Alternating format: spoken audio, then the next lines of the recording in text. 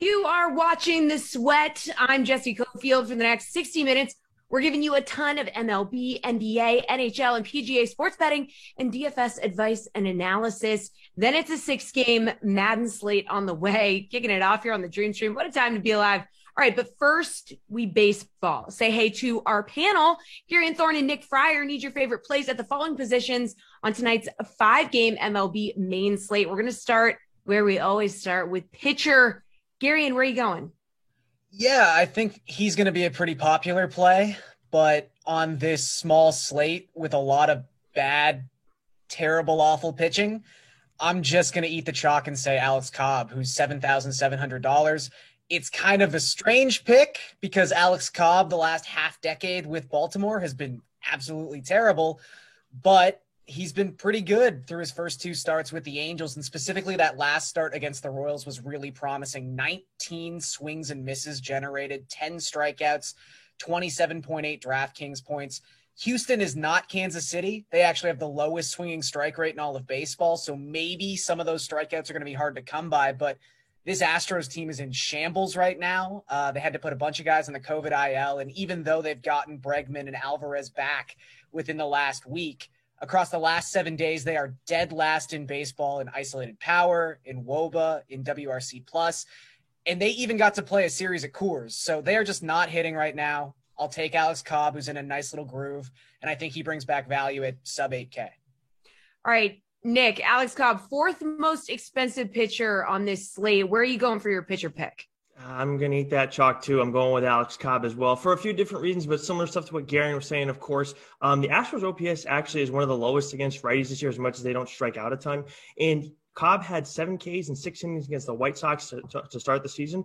And the White Sox don't strike out a ton against righties either. So there is reason to think that it would continue, even though the Astros don't strike out a ton. But of course, they're dealing with other issues that Gary highlighted. The biggest thing with Cobb right now is he's getting hitters to chase more outside the zone than he ever has in his career. And they're also missing more than they have in the past too. So I don't know. I don't think this stuff is going to maintain over the course of the entire season because, this is Alex Cobb we're talking about. But his FIP is almost at 2 even. I know his ERA is like 4.63, but I wouldn't worry about that right now. I think that he's just going to maintain it right now, and going against the Astros, I feel confident. All right, so you're eating the chalk at pitcher. What about at infielder, Nick? Where are you going? I'm actually going to go with Evan Longoria. I know Justin Turner is available on this slate, but I'm going to go and save a little bit and go with Longo because he's kind of back, I think, or maybe just short-term thing like Cobb too. I'm not sure, but he's got 4 home runs, 4 doubles, a 953 OPS.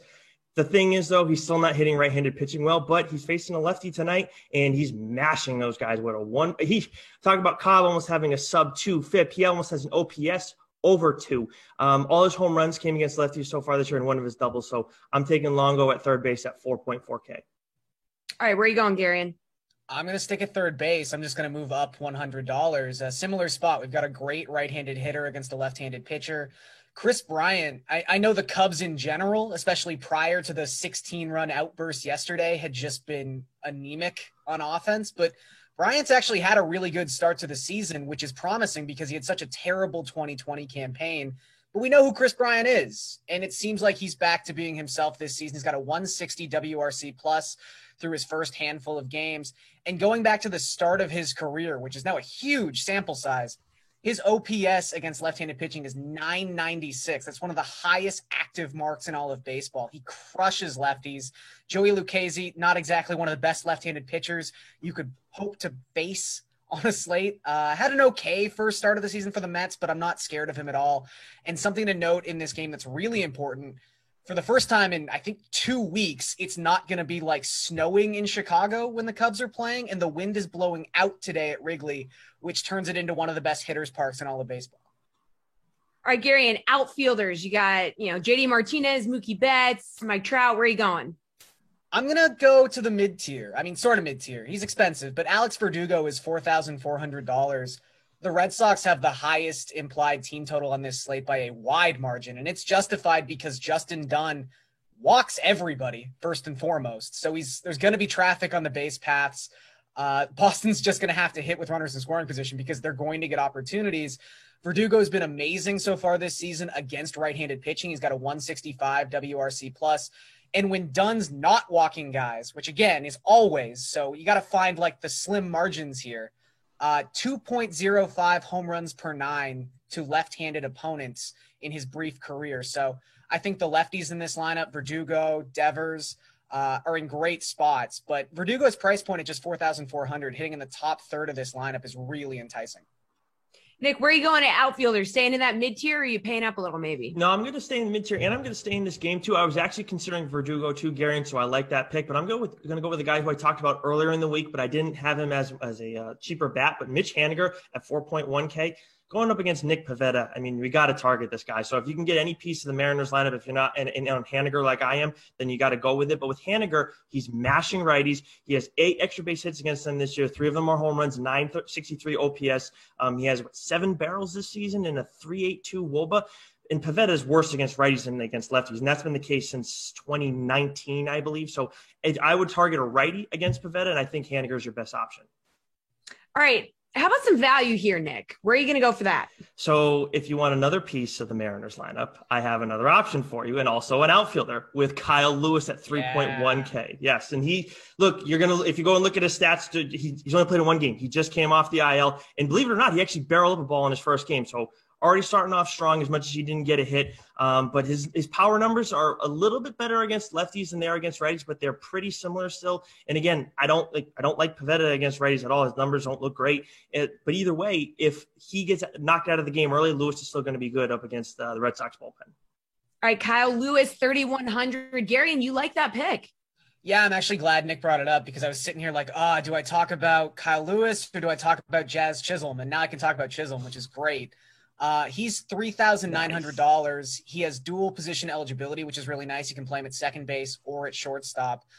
Aaron Sanchez, for his career, has struggled with left-handed bats, so you have the split advantage in this particular matchup. But really, this is just about Jazz, who, I mean, one of the best names to just write and say in all of baseball, so that's plus points. Mm-hmm. But I don't know what it is with the DK pricing algorithm. Like, he's been so stagnant at $3,900, despite the fact he is doing everything you could ask of a baseball player right now. He's got 3 home runs. He's got 4 stolen bases. He has a 188 WRC plus as a 23-year-old rookie. And yesterday, the Marlins, just to put the cherry on top of the sundae, were like, hey, bat leadoff. I don't know if that's going to happen again tonight, but if it does, I mean, I don't want to say he's a free space, but he is someone I'm going to have massive amounts of exposure to. Seems like you both just love each other's value picks. I like Jazz. Yeah, I do. Yeah. I went with him earlier in the week, and he got moved up to the top of the lineup in favor of Dickerson, who I believe Steve picked earlier in the week. So that does that tell you? Oh, man. Shots fired at Steve. Oh, yeah. Okay. Well, how about we move on to our final selection, guys? Sportsbook bet. What's your favorite sportsbook bet, Garion? We talked about Alex Cobb and him being in a nice spot. Right now, Houston is just reeling. With good reason. Like, I don't want to pile onto this team. It's been a tough stretch, but they're 1-9 in their last 10 games. At some point, that's going to stop. They are getting healthier, but for the Angels to be underdogs in this game, I know they're on the road, but plus 110 on the money line right now. I like the pitching matchup in their advantage. I think they have the left-handed bats at the top of their order in Ohtani and Walsh to really give Christian Javier some problems. So I'll just take the Angels on the money line at plus money. Nick, your favorite sportsbook bet for tonight? It's my favorite game tonight with the Angels and the Astros. I'm going to stick here too, but I'm going to go with the K props. Alex Cobb is at 3.5 right now. I'm going to take the over on that. When I was looking at it earlier, it was plus money. Now it's at minus 130. Somebody over at DK Sportsbook knows what I'm going with for tonight. But I also like Christian Javier too at 5.5. This is a guy who, look, I highlighted Cobb's reasons already. 3.5 Ks, you need to take the over on that one. Absolutely. Even though the money's not as good for Javier. 5.5 plus 120. This is a guy who struck out batters at every level. And I know he's coming off the alternate site right now, but he struck out 7 in 5 innings in his last outing. So this is a guy who has something to prove. That last time wasn't a fluke. He's done it at every level. So I'm confident in him getting 5.5, but even more so if you're just going to go with one, you got to go with Cobb over 3.5. All right, good stuff, guys. Appreciate the time, as always, switching things up with our NBA dudes in a couple minutes. But first, here's AJ Andrews with Diamondbacks outfielder Nick Heath talking about his baseball idols and who's had the most influence on his career. Nick, from the minor leagues to the MLB, from starting to play baseball in high school at a young age, were there any players that you were really excited to, or there were maybe just some of your idols that you've been able to meet or been able to play with and or against? Like, who is probably your favorite person that you've met or that you feel like you've learned from? Oh, that's a tough question because I feel like no matter who it is, whether it was somebody on the backfield or if I got the opportunity to play in a big league game, I feel like I was always trying to pick somebody's brain one way or another, no matter who it was. So I can't necessarily say I had any idols, you know what I mean? Yeah. But like, I got to play with Salvi. I got to play with Witt, one of the best hitters in baseball. You know what I mean? I didn't get the opportunity to play like big league games when we had like Haas, when we had like Locaine or guys like that. I got to meet Dyson recently, and that was a really, really cool experience. Just knowing like me and him are, you know, pretty similar in terms of like characteristics as players. So seeing somebody who's about to have 10 years in the big leagues, you know what I mean? Like a little further along, I'm like, okay, what you got going on that got you here for 10 years? Because if me and you the same type of person like they say we are, I'm trying to get my 10 too, you know what I mean? And so just in that process, I don't know. I've come across a lot of players. I will tell you that I wasn't necessarily starstruck when like I got to play in the big leagues. It was just more so when I got on base for the first time and they told me I was going to go pinch run, I'm sitting next to Anthony Rizzo, and he's like, how you doing, man? And you can't read my lips, but my mom has the video, and he's like, how you doing, man? I'm like, mind blown. You know what I mean? Like, that's exactly what I said to him. And he was like, hey, man, congratulations. Welcome to it. So you see yourself next to these people, and you're like, dang. But I've been watching y'all on TV for I don't know how long. Like, I've been seeing y'all from across the way from I don't know how long. And then the only thing that was going through my head when I got there, I was like, I'm out here with y'all. Like, I'm him. You know what I mean? Like, as confident as you can be without, like, being overboard and without being cocky. It's just, that's wild. The process, all the stuff you go through, and somebody tell you you're going to be a big leaguer, and now you standing next to all-stars and you standing next to guys who got 10 years. Like, I'm looking across at Miguel Cabrera on the other side. We were playing against the Tigers, and I'm like, dog, that's Miggy, bro. Like, Miggy, like Triple Crown Miggy right there. You know what I mean? I'm like, bro, I'm on the same field as this dude. I'm like, all right, cool. That means I got a little something in me too, you know? But it's cool. Got my first hit at home in Kansas City. Get the second base, and I don't know if there was a pitching change or if they just had a mound visit. But I remember standing on second base, and Baez is to the right of me. Chris Bryant is over here.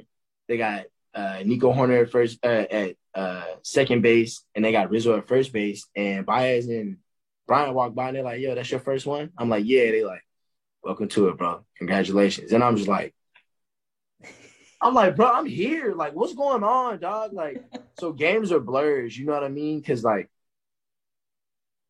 as much of a kid as I want to be out there, you know what I mean? As much as I want to act like I'm 15 again, I'm looking out and I'm like, bro, you done put in some work. And now you got these fools like, hey, congratulations. Somebody about to take notice, because I don't want that to be the last congratulations I get. You know what I mean? I want them to be like, hey, congrats, you're an all-star. Congratulations on winning the World Series last year. Congratulations on winning the Gold Glove. So the work don't stop here. I got here, but the work don't stop. You know what I mean? I'm trying to be great. I want a Gold Glove sitting in my house one day. Gordo got 8 of them, so I'm picking Gordo's brain. I don't really hit homers like that, but you never know. I might run into one day. I want a silver slugger on my wall. I want all types of stuff on my wall, and that's just me, man. I'm passionate. I care about it too much to let somebody tell me that I can't be one of the best players in the league. So if it don't happen, it don't happen. But I promise you, I'm gonna give you everything I got day in and day out. So if it do happen, don't look at me and be surprised. Do not look at me and be surprised, because I told y'all boys it was going to happen. And that's the only thing that ever goes through my head. I told y'all when y'all gave me the opportunity, I was going to make y'all pay for it. So that's what I'm out here. That's what I think every day when I wake up. Y'all boys got hell to pay when I get to the field. Turning our attention to the NBA now, DraftKings contributors Kenny Ducey and Matt LaMarca alongside RotoWire's Nick Whalen are here for NBA price checks. Who's your favorite player at these salary ranges on tonight's 6-game NBA slate? So Matt, in the 8K plus range, we got like Doncic, Embiid, Vooch, Giannis. A lot of questionable guys here though. So where are you going? Yeah, this is a weird slate. We have a lot of injuries, obviously, but also just not a lot of good matchups. There are only 2 teams right now who are implied for more than 112.5 points, which isn't even that high of a total. Like it's just it's expected to be a pretty low scoring slate from a just raw scoring perspective. So I'm going to go with Zion. He's been very consistent for us recently, delivering, a lot of points. Rebounds and assists are okay with him, but it's really the scoring that he's been giving us. The Magic are a pretty good matchup. Zion's averaged 1.45 DraftKings points per minute over the past month, so I think he is the best bet in this paying up range at the moment. Things could change depending on who's ruled in or ruled out. But right now, Zion is kind of the guy I'm leaning towards. Nick, where are you leaning? I mean, I hate to echo what Matt said, but we've been all over Zion Williamson on this show of late, and it's another great matchup for the Pelicans against Orlando. I mean, worst defense in the league over the last 10 games, 3rd worst total rebound percentage over the last 10 games. So even if Zion does have an off night from a scoring perspective, you'd think he'd have a good chance to supplement that DraftKings point total with some boards. He's 27 of 42 from the field over his last 2 games alone. He's gotten to the free throw line 19 times in that stretch. So it's really hard to shy away from Zion, especially at this price. There's the case to be made right now for Luka Doncic. He's at 11,000. I mean, if you're willing to pay up, he has 60 plus DK points in 3 straight games. Mavs are on a back-to-back playing against the Lakers team that has been pretty good on defense. Sounds like they're going to get Anthony Davis back, at least for limited minutes tonight. But like Matt said, I mean, there's so many questionable tags for these elite guys right now. We'll see if Giannis plays. We'll see if Embiid plays on the second night of a back-to-back. Tatum's questionable. Brown's doubtful. I think we're going to learn more throughout the day before we lock in anything. Yeah, Kenny, a lot of questionable guys in this 8K plus range. Where are you going? Yeah, I hate to agree with Matt because I love disagreeing with him, but he is right about Zion Williamson at $9,900. Look, it really is difficult. A lot of these price ranges, frankly, the next one we're going to hit on as well is pretty difficult, but Zion Williamson, his usage rate has been insane over the last 11 games. He's been over 31% used in 8 of the last 11, back-to-back 33 and 34-point games now. And Orlando's dead last with the dead last in defensive rating over the last 10 games, allowing 120, almost 121 points per 100 possessions. So I won't spend too much more time on it since we've touched on Zion a bunch, but I think he's a very, very strong play here tonight, despite the fact that Wendell Carter is okay at defending in the post, but I mean, he's not going to be assigned to Zion. He should having a pretty easy go of it here. All right. How about that 7K range, Matt? Simmons, Harris, Bridges, Paul, where are you going? I'm going to go with Kemba Walker. Kemba's coming off a pretty big game in his last outing. He went for 45.5 DraftKings points. We already said Jaylen Brown is doubtful. And Kemba has increased his usage rate by 5.1% with Brown off the court this season. That's the top mark on the team. He's averaging 1.13 DraftKings points per minute in that situation. So even if just Brown is out, I think Walker is a very strong play. Tatum is also questionable. So if he gets ruled out, then Walker kind of becomes like a must-play type guy. He would carry a huge workload, albeit in a tough matchup against the Suns. But I like Kemba Walker in this price range. All right, who do you like in this price range, Nick? Where are you going to go? Yeah, you mentioned Miles Bridges. He's at 7,700 against the Bulls tonight. The Bulls are struggling on both ends without Zach LaVine. They were struggling even before Zach LaVine went out. And I think they kind of hit rock bottom last night, getting blown out in Cleveland. So they're on a back-to-back.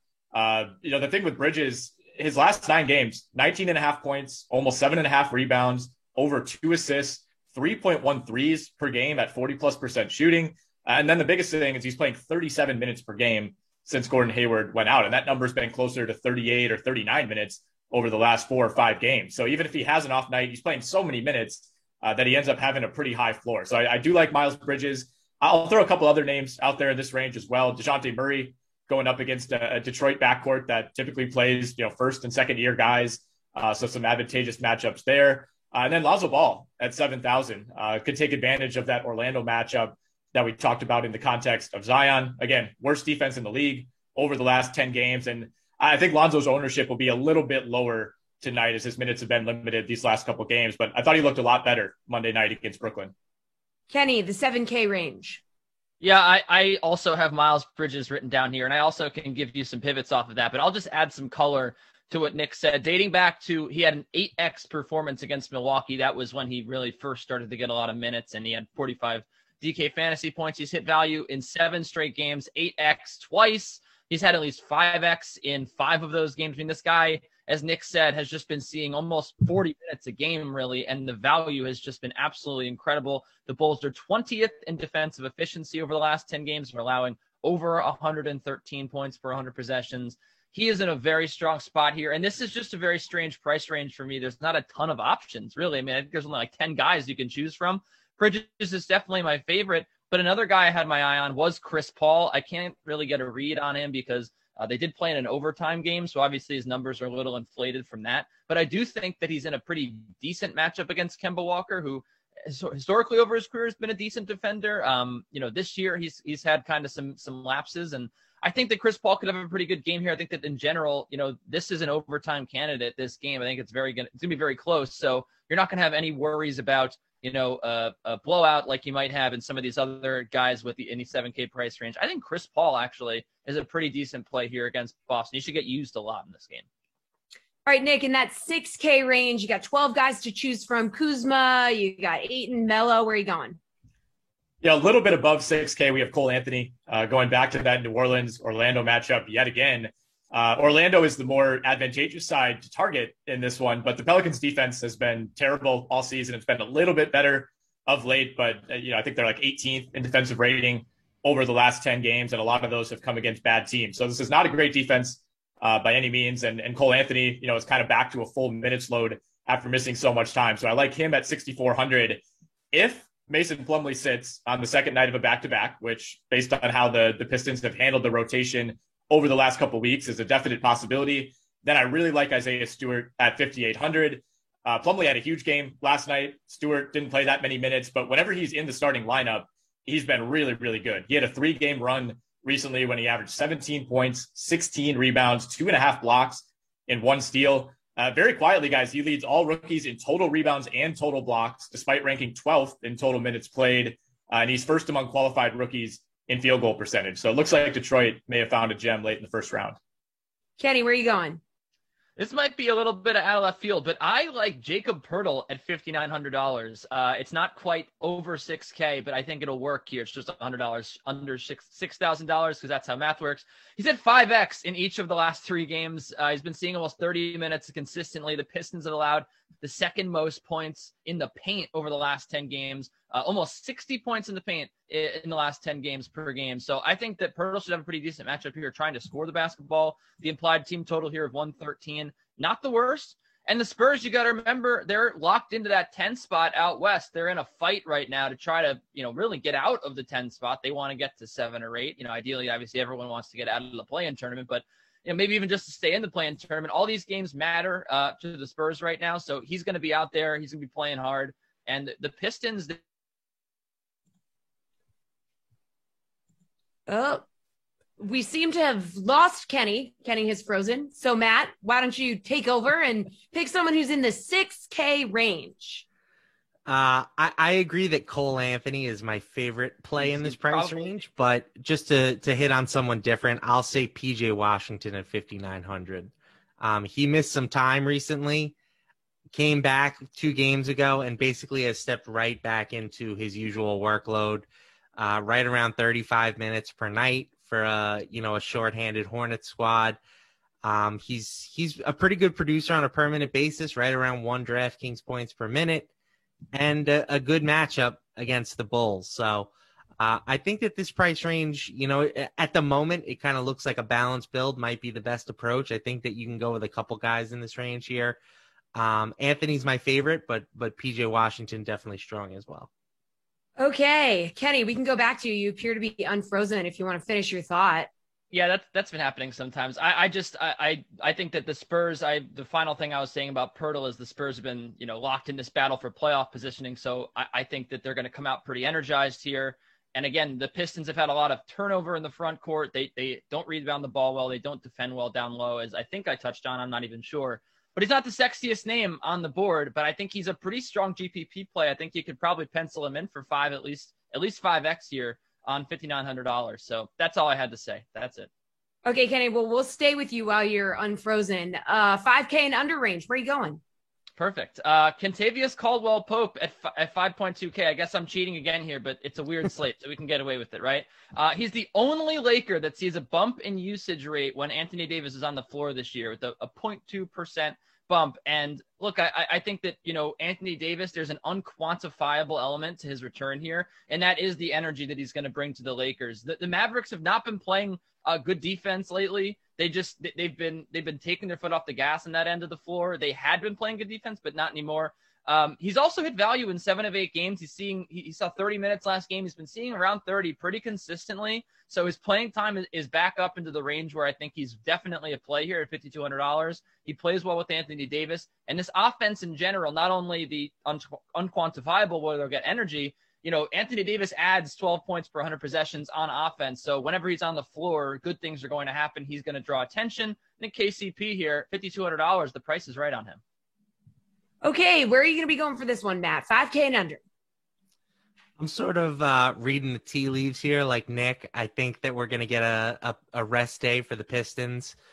Jeremy Grant probably sitting, Mason Plumlee probably sitting, Corey Joseph potentially sitting on the second leg of a back-to-back. That's kind of what the Pistons' MO has been recently. So I have to stay on brand and pick my boy, Killian Hayes. The guy's been killing it when he gets a chance to play, consistent minutes. He's coming off of almost 33 and a half minutes the last time the Pistons rested their regular guys. Hayes has averaged just under 1 DraftKings points per minute. So he's 4,200. His price is getting a little bit more expensive, but he's still not expensive. I think that he doesn't need to do particularly much to return value here. And assuming all those guys are out, I think Hayes will be able to do it pretty easily. All right, Nick, 5K and under. Yeah, I have a few names that I'll toss out, starting with Mikal Bridges at 4,800. A guy who's more of a defensive player, not always relied upon for a ton of offense. But, Kenny said he thinks this game could end up going into overtime. I don't necessarily disagree that it won't be a close game, but with Jaylen Brown likely out, Jason Tatum potentially out, Robert Williams already ruled out, I do like the Suns' chances to win this one on the road in Boston.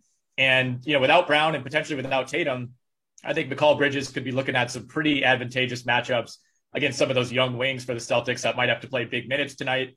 I like Seth Curry at 4,500 against Milwaukee, assuming he plays, of course, after sitting out last night, but that seemed like more of a rest issue as opposed to an injury. Philly could again be without some regulars. He might have to start at point guard if Ben Simmons doesn't play. And as has been the case for the last few years, the Bucks are still allowing a ton of threes. They're third in the league in opponents made threes.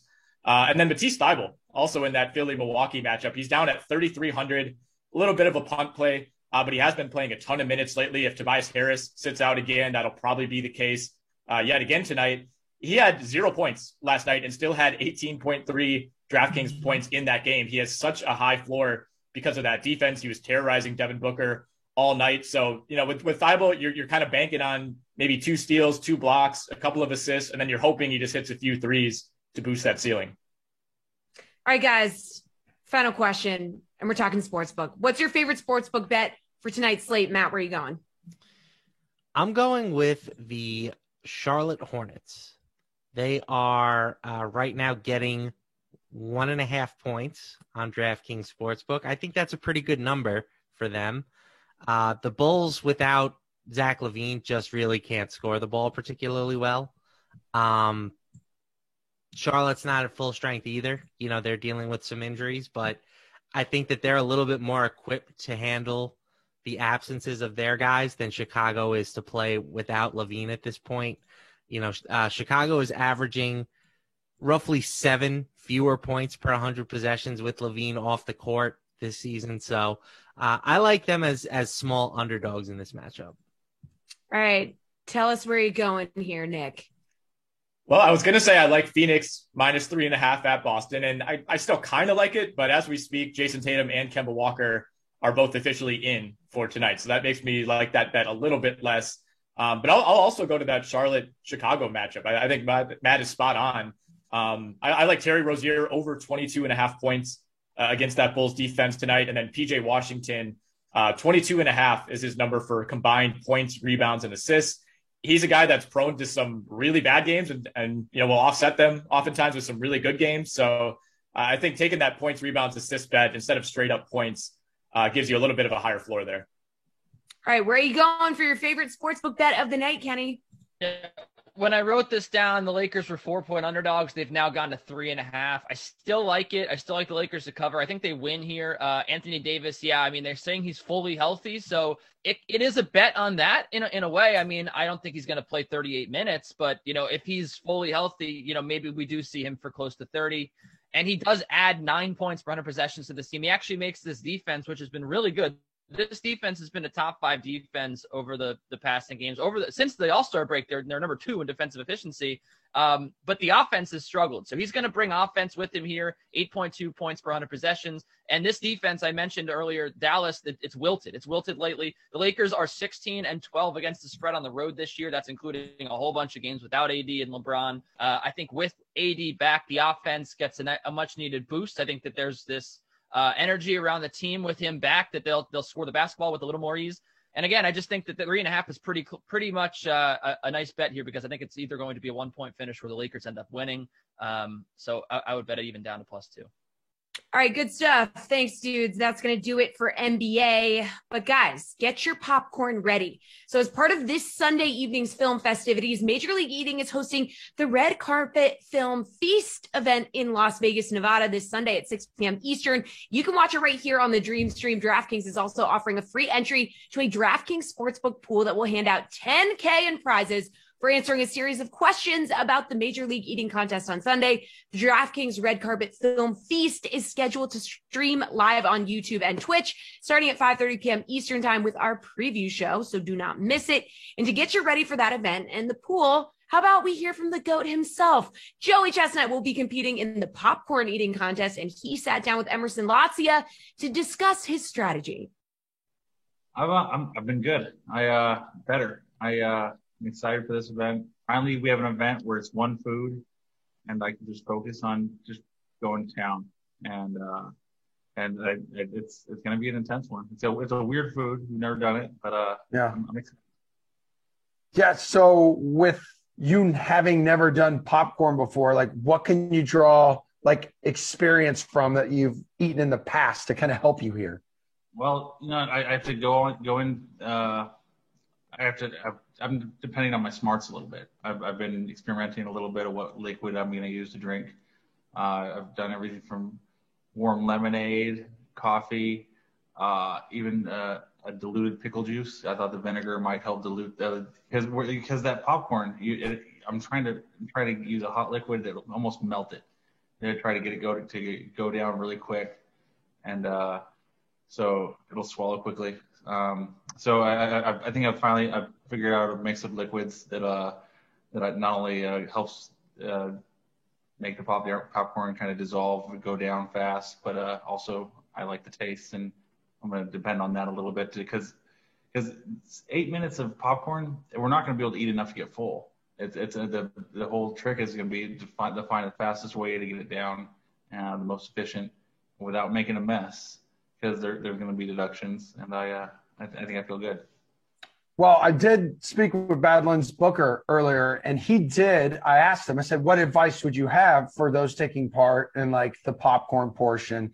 And he said he would recommend, a warm liquid with the popcorn because it's so tricky. He's a huge popcorn and movie guy, brings his own straw to the movies. Absolutely. I think a popcorn, a warm liquid, a little bit acidic, will help break it down and help you swallow. And you gotta practice grabbing the right size. The right size, you can squeeze it a little bit, and one hand with the drink, and one hand to to just squeeze and shove. But it's going to be intense. We haven't done it in competition, so I have to. I hate to look at Jeff because he's if I end up noticing he's ahead of me, then most likely then it's too late in an 8-minute contest to change my method. I'm hoping I can have the right method from the start, and I won't even have to look at him or Matt.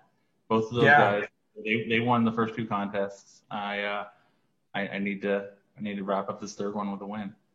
Yeah, it's Stoney with the Halloween Candy Bowl, Esper, Jeff, who you're talking about with the big game snack down. It sounds like you want to beat them like badly and get that title. Yeah, this is the third one. It's strike 3, and I'm going to start. People are going to start saying I'm not number 1 anymore. This is, and also we're going into 4th of July season. Hot dogs are coming up. Oh my God, 2.5 months away, I think. And that's all it is. So I'm going to be, this is, I want to get ready for hot dogs by getting a win right now. How nervous are you that people could start doubting you if you don't deliver here? Oh my God. Am I nervous? Yeah, I'm, if people start doubting me, that's one thing. I just can't doubt myself. I need to, every contest both contests I lost. I believe if I made changes, I could have won. If I go 3, 4, or 5 contests without winning, then it's harder for me to believe that. And I still believe I can get the win. And then so my head's in a good place, and I'm gonna do what it takes. So would you prefer an event where there are more competitors like on stage instead of just like 1 or 2 guys, or you lock eyes with them or see the progress they're making through the competition? Well, I like a big contest with audience. It doesn't matter whether there's 1 competitor or 20. The audience in a big contest, I think they're going to have a little bit more audience this time in Vegas. So I'm hoping they're going to be yelling a little bit more. And so it really doesn't matter. There's not 10 guys, but I love even against guys who can beat me. And these 2 guys, Jeff and Matt, they're they're not going to let me get lazy. I want to go out there and eat and just push it. When it's not going to be comfortable, it's not going to be pretty. The faces I make won't be pleasant, but I'm gonna get it down. Yeah, it sounds like you've already been working on your strategy a little bit, but what else have you been up to lately to kind of keep yourself in eating shape? Oh, I wouldn't say. Well, I've had a little distraction. I just moved to Indiana, moved to Indianapolis from California. Okay. And it was a nightmare moving across country, but now I have an extra not super big kitchen, so I can cook anything I want ever. Yeah, it looks beautiful behind you. It's giant. You hear the echo. It's because I don't have my furniture yet, but so it's hopefully I can I'll be doing a little bit more cooking and training should be a great training kitchen, and I can just cook anything, just eat like a madman, and so I'm excited for that. And I feel healthy. I've been dieting pretty good, so I'm going to be a little bit lighter than I was in the last couple contests, and it's things are going well. We got a 10-game NHL slate tonight, and here to make sense of it is Jeff Ulrich. So, Jeff, Sidney Crosby and the Penguins take on the Devils tonight. Games between these 2 teams have been pretty high scoring all season. Crosby's been a factor, 3 goals, 6 assists in 6 games, averaging 17.7 DK fantasy points. Can you justify rostering Crosby at 8,200 and fading the top 2 centers in Austin Matthews and Nathan McKinnon? Yeah, no, Jesse. I mean, I do think this is a slate where you can definitely justify, fading the top 2 guys. I mean, Crosby, look, it's a great match against New Jersey. I feel like these 2 teams have played like every day over the last 2 weeks, because every time I come on, we talk about them. But New Jersey just they just have terrible special teams. And I mean, whenever you have Crosby going up against a bad penalty kill, and he's out there for like basically the whole 2 minutes when they're on the power play. So Crosby's a fine target tonight. I will say this. I think he can pay down even further. We got a big slate here, and there's some really good value in the upper tier. Like Mika Zibanejad against Philly has got 15 points in 6 games against Philly, 7 goals. He's had 2 6-point games against them. Philly's got the second worst power play in the league too, so you can pay down for 7,100. Then you got Roope Hintz. I know he's day to day, but he seems to be a game time decision every day. He generally plays. You're going to have to check, lineups right before they lock and stuff. But if Hintz is out there against Detroit, dude's got 9 points in his last 5 games. He's just really good value. That whole Dallas top line I like tonight. So I think it's the night where at center you pay down, and you can look at Crosby, but you can go even cheaper with Zibanejad or Roope Hintz. All right, let's talk about wingers. Colorado star winger Mikko Rantanen going to miss tonight's game against the Blues due to COVID protocols. That could open up some playing time for other Avs wingers. Is there someone you want to target here that might step up in Rantanen's absence? Yeah, I mean, the natural thing here has been whenever, someone's out, they generally bump Andre Burakovsky up to the top line, and they're probably going to do that tonight. And look, Burakovsky's a solid goal scorer. I mean, he's excelled in this role before. So at 4,600, it's definitely not a bad decision to go up there. I don't think he's a must play though. I mean, we do have a guy named Connor Brown on the Ottawa Senators at 4,700, who's averaging 14 DK fantasy points over his last 10 games, and has a really good matchup there too. So I think Burakovsky and Brown both make for really good plays tonight. Burakovsky because of the increased opportunity, Brown just because he's playing so well and he's on that top line for Ottawa. And look, we don't want to target the Sens too much, but they are playing Vancouver tonight. They allow the most shots on goals. So Colorado is definitely a source of value tonight, but don't forget about the Senators. I think you could even look to Valeri Nichushkin on the Colorado Avalanche. He's getting bumped up to the second line, should be out there on the power play. Nikushkin's really like way more of a boomer bust play. I mean, I would much rather pay up to Brown or Burakovsky, but he's definitely someone to think about. You could pair him with, even a guy like McKinnon if they get out there on the power play together.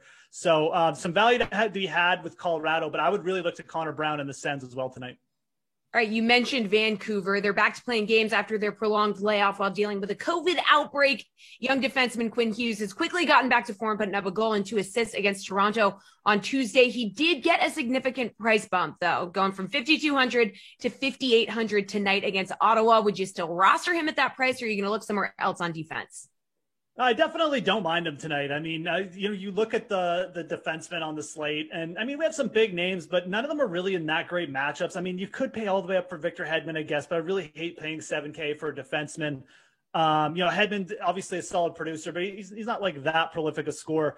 I think Hughes is a fine target here. I mean, I don't mind the Sens. I think the Sens actually make for like a good money line target on the DraftKings Sportsbook. I also don't mind the Sens goalie, Matt Murray, at 7,200. But at the same time, I mean, they're the Senators. They're a bad defensive team. It's a good matchup for Hughes, who's almost at a point per game pace again. Obviously, remember him from last year. Just seemed to get like an assist or two every night. Look, Vancouver's come out of the break looking really solid. I don't mind paying for Hughes. It's just kind of that slate. I think trying to get up to Adam Fox would probably be my preferred play. You can pair him with a guy like Zibanejad. I really like targeting that New York power play one tonight. Again, Fox, kind of a similar player to Hughes, just been a little bit more prolific. So if you can get up to Fox, I'd probably prefer that. But both those guys have terrific matchups here today.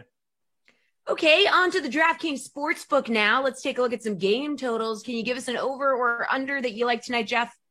Yeah, I mean, this Ottawa Senators Vancouver Canucks game. I mean, I do like Matt Murray. It's more of a DFS thing. He's cheap. He's played okay, but I do like the over in this game. I mean, you've got two teams here who they're just bad defensive teams, but their offenses are okay. Even I mentioned a guy like Connor Brown. The Sens have actually won 2 games in a row here, and it feels like the Canucks, probably playing on a little bit of adrenaline over their first 2 games. I think this 6 total is definitely worth targeting for the over. Again, Canucks allow a ton of shots on goal.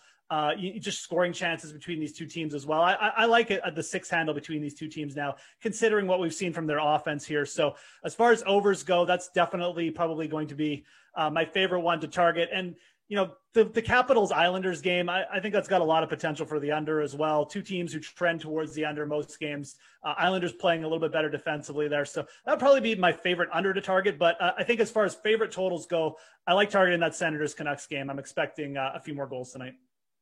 Okay, Slate approved pick time. Jeff, your favorite bet or DFS play today? Okay, let's get a little bit crazy on the money line. Let's go for a big plus money here. Columbus Blue Jackets plus 235. They're on the money line. They're away at Tampa Bay. Tampa Bay's only 5-5 over their last 10 games, though. Columbus is 3-3 against Tampa this year. They played them close in the playoffs last year, and we could get a Curtis McElhinney sighting for the Tampa Bay Lightning in goal. Andre Valevsky obviously has played 3 of the last 4 nights. He really hasn't played that good either. So I think the Blue Jackets here could make this close. At the very least, you're getting insanely good odds there at plus 235. I like them as a money line target tonight. All right, Jeff, thank you for doing that hockey. All right, guys, the countdown to the NFL draft is on. So Reed Fowler is joining me next to do a little mock draft. So stay tuned.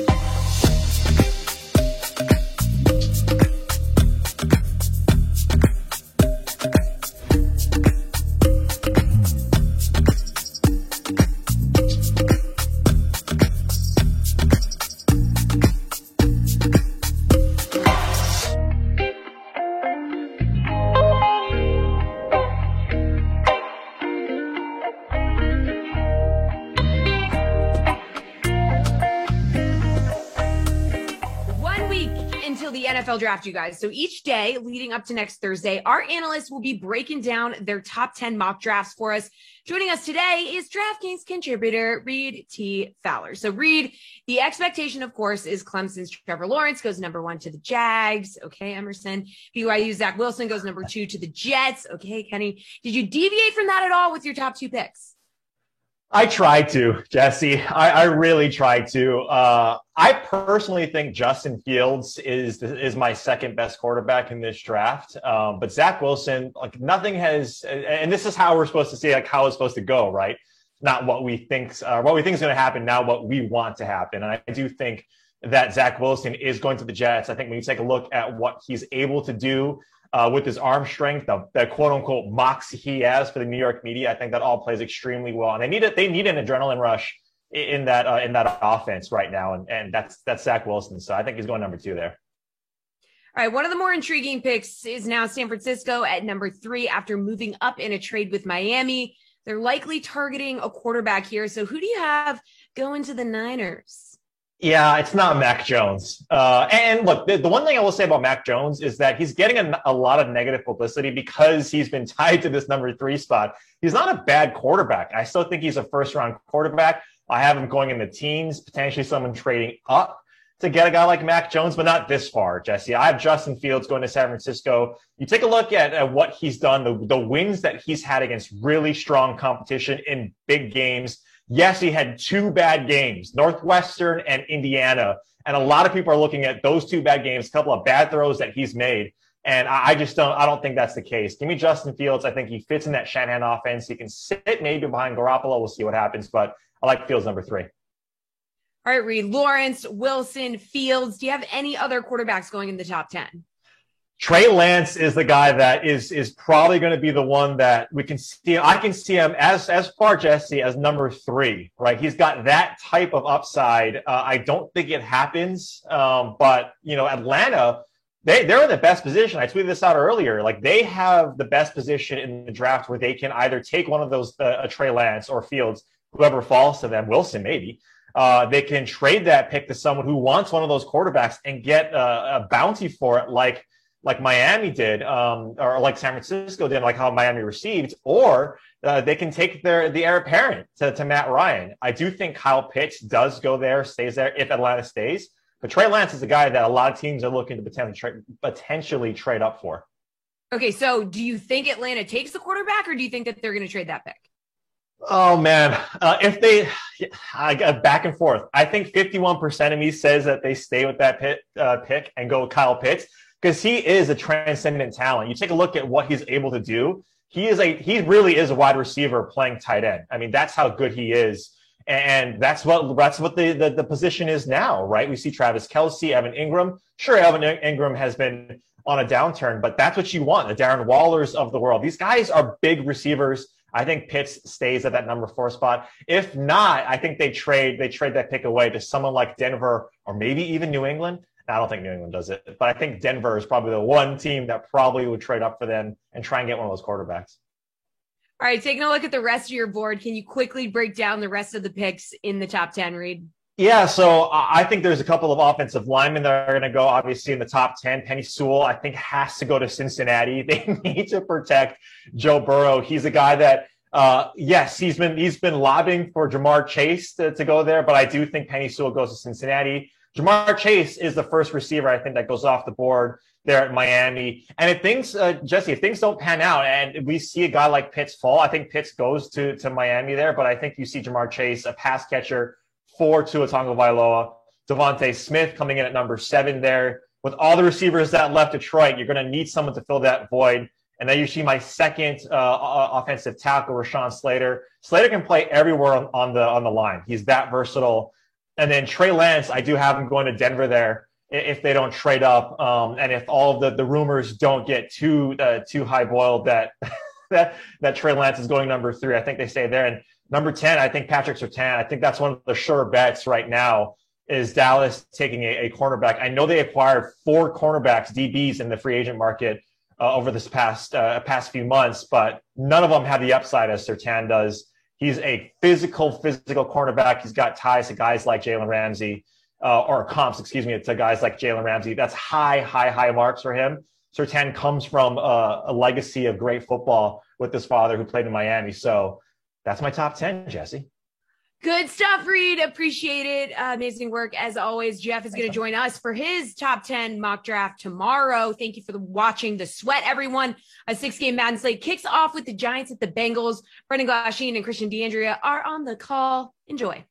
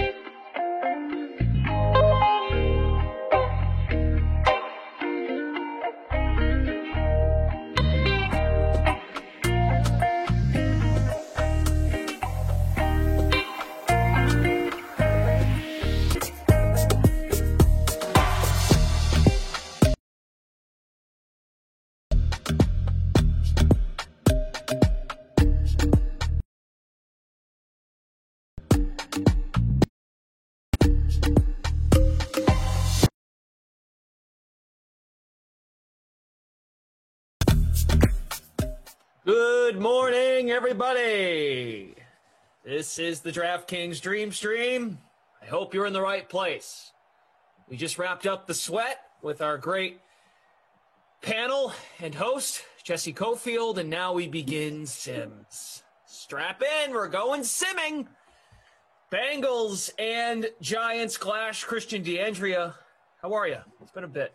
How you doing? You know what? I'm better now that I'm here with you, Glash, but I'm still nice. a little bit bummed because this is just a rough way to start off your day, your broadcast day with a little bit of Bengals and a little bit of Giants, two teams that are going to be picking near the top of next week's draft. We're only a week away from the draft, Clash. I'm very excited about that, but much less so about this game. And, well, now that lineup's going to lock in 5, 4, 3, 2, 1. Clash, who did you pick out of this dumpster fire of prospects and bad players to fill out your lineup? You know how it goes sometimes. Like you're building away, and then you look, and you're like, oh, I ended up stacking one team way more than the other team. John Ross, the future Giant, as a matter of fact. He put him in the captain spot.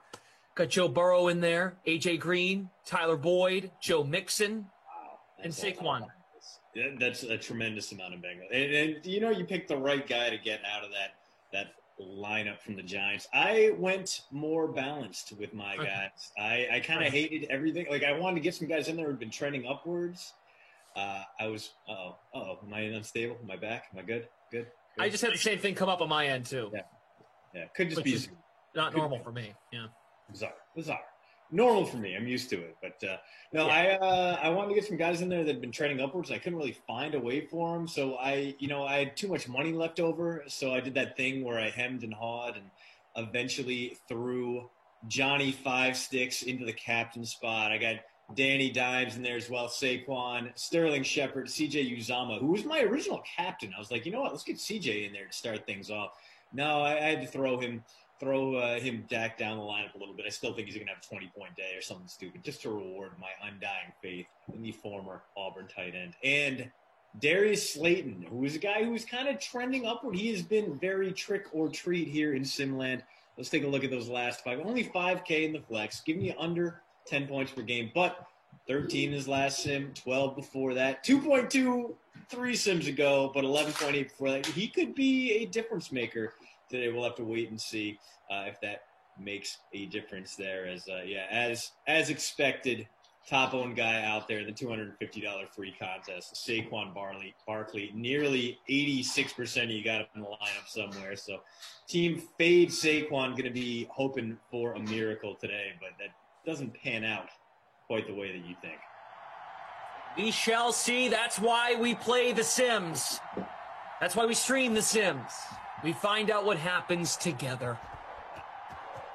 Here we go. Giants ball to start the day. First of 6 Madden Sims here on the Dream Stream. I'm excited. Who else is? I can hear all of you. This is a weird start to the day. I don't crack the window a little bit.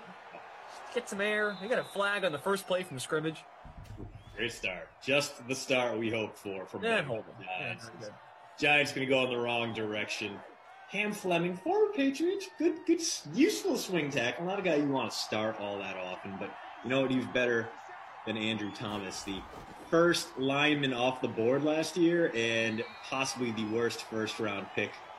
Well, not the worst first-round pick because the Titans absolutely burned a pick on Isaiah Wilson, but not a great performance from the former Georgia standout for these New York Giants last season, and that's my favorite sentiment going into this draft. Like every other GM, right? Like,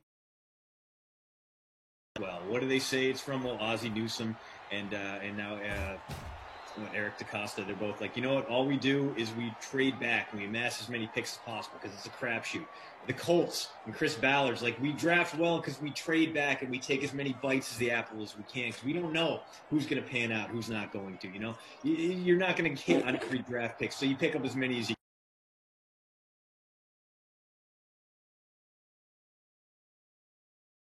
trade back. I have my guys. I'm going to go get my hog mollies. And you know what? It's a terrible, awful strategy, but I respect Gettleman to sticking to the bit so firmly and solidly that he continues to fail upwards into general manager roles. Relly Rel says, what's up? CEH, how are you? Brother Phil, I just read your comment. What is going on with the site? All of my contests disappeared from my contest page 15 minutes before lock. I couldn't even look at them, edit them, let alone edit them. Yeah. I'm not sure. I haven't had a similar issue to relate to you on this. I wish I knew. I'm sorry. I'm here reading the comments, fresh as lettuce, watching the sim, fresh as lettuce, like everyone else. So that was the last thing I expected to hear. So I'm not sure. Maybe something will develop where I can shed some light for you, but I cannot be sure. It's 2nd and 8 for Daniel Jones running for his life. You want to throw the ball inbounds, though, Daniel? He would have had it. He would have had plenty of room. He probably would have fumbled, which is fair. Probably the receiver's fault, actually. Yeah, someone over there in the YouTube chat saying, "Hey, how much the over/under on Jones fumbles?" It was David N, who rightfully dragged my lineup beforehand, which is completely fair. It's usually awful. I finally had a last place finish in one of our free rolls this week, which not an easy thing to do, but dead last, 94th out of 94. I don't know why anyone would ever listen to me when it comes to building a Madden roster. It's nothing but home run swings for me, Flash. It's either I'm the Adam Dunn of Simland. I'm going to swing as hard as I possibly can, and I'm going to miss most of the time. Occasionally. Choke up on the bat, man. Just put the ball in play. Adam Dunn does not do that, though. He does not. Gone Fishing 1220 as a gift. I think DraftKings should give a free entry for tomorrow's Sims. What is this gift for? What did you do to deserve this?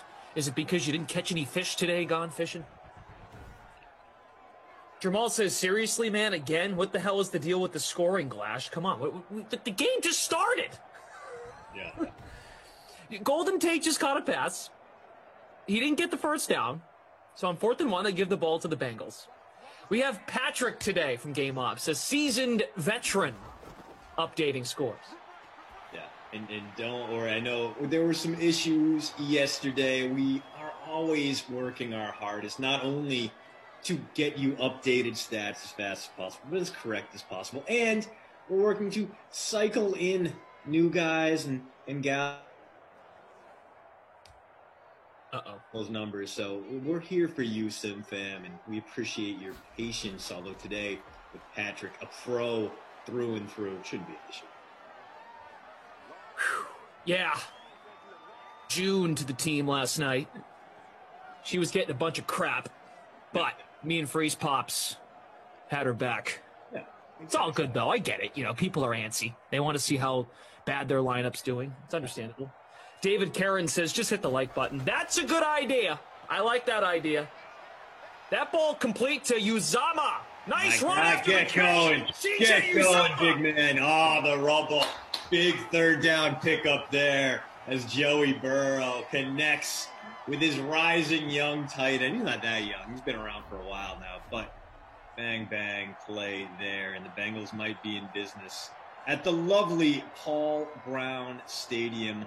A tremendous grift from the Bengals ownership to the city of Cincinnati. I think they're going to be paying that one off until the heat's out of the universe. But it is a nice stadium, and it is adjacent across the river from Newport, Kentucky, where, excuse me. It's hot. Newport, Kentucky. A great spot to get your pregame tailgate done over at the Hofbrauhaus. Get yourself some sausages, maybe a liter of a fine, dark beverage. Beautiful food. Uzama is hot. 37.77% owned in the $250 free showdown contest. 2nd and 5. A bullet from Burrow. First down. All right. Tyler Boyd on that one instead of Uzama.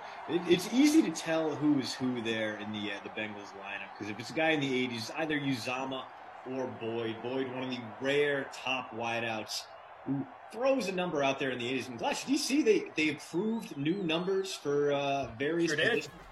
So I want to know who's the first wide receiver to pick a number in the 40s, and how slow will that man be? Because that is a slow number. If you go out, if you are trying to be a slot receiver wearing 46, you are basically telling the world that you are about to get caught from behind by a linebacker. No fast player in the modern NFL will ever wear a number in the 40s. That is a fullback / linebacker number, always and forever. Noah Moon says, Clash sure does love saying our lineups suck when he finishes near dead last in the NBA contest. Yeah, Noah, that might be the most rational thing you've ever said. That is so true. It's the most relatable thing, though, because not many people win. You see. First and goal. That was funny. That's good. Gio Bernard on the catch. Oh, look, see, here, we'll be transparent. Andrew, our technical director, says Patrick's computer restarted about 2 minutes before we went on air, said he'd have to catch up during the first quarter. So there you go. We'll be all caught up for you. Yeah, we were talking about this a bit last night, the number thing. Freeze Pops was not happy about offensive linemen getting kind of not getting a fair share of some of the numbers. Burrow, end zone, almost. Give it to him. Yeah, touchdown. You my boy, Boo. Big drive there from Joe Burrow. Not only the big pickup on 3rd and long to Uzomah, but then riding Boyd all the way into the red zone, and then breaches the plane for 6 is James Bradbury. One of the key pickups in the Gettleman era, a guy that came over from Carolina in hopes of restoring that secondary in New York. Hasn't done so great so far, but looking like a clean rug there because he just got beat thoroughly. Marcus Boyd in the captain spot. Mo likes to see it. Congo cab. Even Noah Moon is happy, so it's special. Remember, if Noah Moon's got 4 touchdowns, then everything is great. But if anyone else, if any of the other roster players out there find the end zone, the game is rigged and we have cheated this whole time. That's right. That's how it works. Exactly how it works. Welcome to the Madden Sims at DraftKings. That's our sales pitch. Derwin says on Twitch, DK is the GOAT. Yeah. Love that. Darth Tracool, you're a nice person. You see all out there. A little bit of Top Shot discussion out there. I did get my first pack, and I got shut out on another one. Another one dropped today, but you have to have a certain amount of moments. I'm clearly out on that. I tried to get on the Topps Major League Baseball NFT drop, but then promptly forgot about it, so didn't get in on time. And I've heard good things, though. Looks like the marketplace there is heating up as well. So that bubble, I think, still rising. I think it's going to continue to rise as more leagues back it and get into it. And eventually, there's going to be a cool down. But some bubbles last forever. We'll have to wait and see. I did not, Flash, get in the WWE's NFT offering because it was a bit absurd. The auction for the one-of-a-kind Undertaker NFT was started at 10 grand, hit 100K immediately. I don't even know where it finished. It came with some cool stuff, like you'd get front row WrestleMania tickets and everything, but it was still a lot of money for a guy I don't need. The Undertaker never did it to me, Flash. Were you ever a wrestling guy? No. Yeah, I mean, the Undertaker was just kind of like a sideshow attraction for me. He just was never interesting from my angle. I always liked the smaller guys instead. I was more of a Shawn Michaels guy, which is a bummer because Shawn Michaels, kind of a jerk in real life until he decided to get born again and lay off the gas for a while. But Undertaker does not. If they had a Coco Beware moment, I would easily drop $3, maybe even $4. Yeah. QB draw. Daniel Jones, no gain on the rush. Slayton picked up a catch earlier on the drive. I've never been into it. The first time, though, I went to a WWE event was actually the first time I met Jason Rossi. Really? It was in did Rossi break you in? Did he take you through the moments? No, we didn't really actually talk that much because I was going with babysitter Billy as a guest. He had an extra ticket, and that's when I missed. I think it was a feeling out process. First time getting to know Rossi, but now here we are. Closer than ever. He's kind of shady looking, and you're like, oh man, did a benevolent witch bring this garden gnome to life? What's going on here? What do I expect? It's kind of tough. It's kind of tough. Oof. Flash, you lefty? Yeah. Oh, okay. All right. So you play first base in Little League in high school, and I'm assuming... I throw righty. I'm one of those weirdos. Okay. All right. Mm-hmm. All right. Yeah. Anyway, through one quarter here, Joe Burrow looking like a good play, 81, and a passing touchdown for him, no incompletions. On the ground, no one really a great play there. Joe Mixon, -6 yards right now. I don't think he has a catch. I think the one reception to the Bengals running backs went to Gio Bernard. That was also for a loss. So not a lot going on the ground so far. That Saquon play, more bust than boom right now, but the Giants are driving. They can fix that in a hurry here as, so far, Joe Mixon with negative points for you. Not great, but also not on the board. No A.J. Green, no John Ross, no Evan Ingram. And what has been a very Bengals-Giants start to our day, Glash? Tom Brady cheats always. I would take your baseball bat and swing it on the computer. Imagine. Wow. You should smash that TV. It would give me a reason to get another one. Yeah. All right. So Darth, I get Undertaker. I get the mystique behind it. I love Paul Bearer. I like Kane too. But it's one of those things where it's like he's so over respected, overhyped. That's like, all right. Like I don't need this guy taking up a 45 minutes of WrestleMania every year. The streak just never did it for me. I'd much rather see a guy like Daniel Bryan. I would much rather see a guy like Shinsuke Nakamura or Cesaro. I don't know. Maybe I'm just a work rate mark. Maybe that's where I stand on that one. But so that's right enough. Daniel Jones, 38 passing yards, 0 rushing yards right now. Be better, Daniel Jones. Yeah, we'll see if he can get back on track here. Or on track in general. He was the quarterback I stacked up today. Not looking. Oh, okay. Evan Ingram, why? I mean, maybe he was bobbling it, had to take it right to the ground, but looked like there was a lot of run after catch potential there for Levine Toilolo. Instead, he just Levine Toilolo. Mr. Hawk says, I think we demoralized Kaufman. I don't see an NBA contest for him. There is one there. It's not by Koff. It's called, what did I call it? No Rush NBA. This is fun. Koff didn't post one yet? Wow, it's too bad. Guy lost his touch. Yeah. We just got sick of taking all our money. Kenny's therapist, formerly James Farrell, Glash. I could see you and Christian playing in a slow pitch softball beer league. Oh, absolutely. That'd be fun. Yeah, I haven't played in a while. We used to, so my team up here got disbanded because they closed down the craft plant. But one of the things that brought a ton of Michigan State alumni to the lovely city of Madison, Wisconsin, was that craft needed people to help design their packaging. So apparently Michigan State. Elijah Penny just caught a pass. A great packaging program, and it's a great job. Like, you make a ton of money, you don't do a lot, and they moved on to other places. Like, one of my friends works for Vortex Optics right now. If you're a hunter and you use any of their optics, she's the one that designed the boxes they come in, that kind of stuff. But they shut down the craft plant. They no longer make Lunchables here in Madison.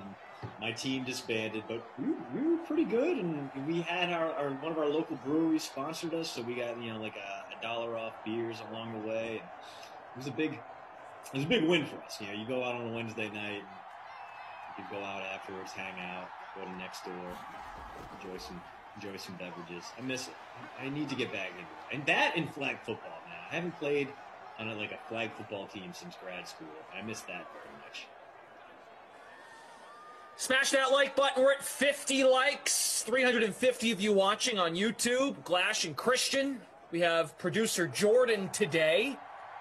Andrew on the 1s and 2s. Patrick from Game Ops. Patrick is not training anybody, so he has expectations to deliver to update your scores. Look at that. Saquon, after a nondescript first quarter, now threatening here, picks up the first down, pushes this drive into the red zone, and you got to think he's going to get a couple more looks here, Glash. If you missed it, the touchdown belongs to Tyler Boyd. 4 wide set for Jones. 1st and 10 from the 12. Jones, Saquon, hippity hop, out of bounds. Lost a yard. Yippee. 2 catches, 1 yard for Saquon Barkley. Tim, nice of you to say. Thank you very much. Thank you, Tim. Tim Schreiber. Thank you, Tim. Kyle's in here. Brian C. Hey, Brian, there's a good energy in the sim. I'm feeling it. Saquon's not. The Guru says, your opinions are pure, CDA. Can't hate on them. To Mac Lyon, Glash said he played baseball. You can tell by the way he's comfortable with the bat. It's true. Yeah, but that wasn't much of a batter. Just a pitcher. It was a long time ago. Mo says, my high school coach called me a weirdo, also because I batted lefty and threw righty. Brian C. says, I shouldn't have to even mention what side I bat, which side I throw, because I'm a weirdo anyway. That is very true. That's fair. You got you on that. Yeah. 3rd and 12. That's not enough for a first. Yeah, terrible. Terrible decision-making from Daniel Jones, so thank you, EA. You got that one right.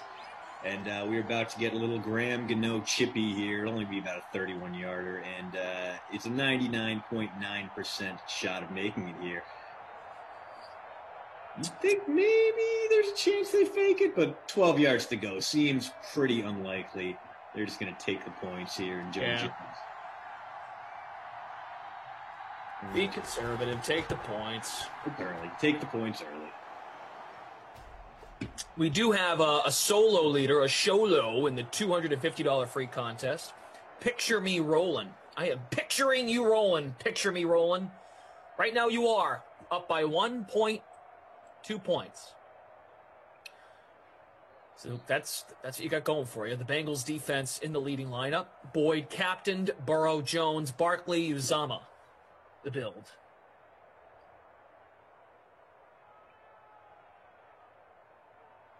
Anna, you want to save your question there for Jason D. Rossi? I mean, there are a lot way worse things that WWE has unleashed on our children than a vaguely satanic agenda.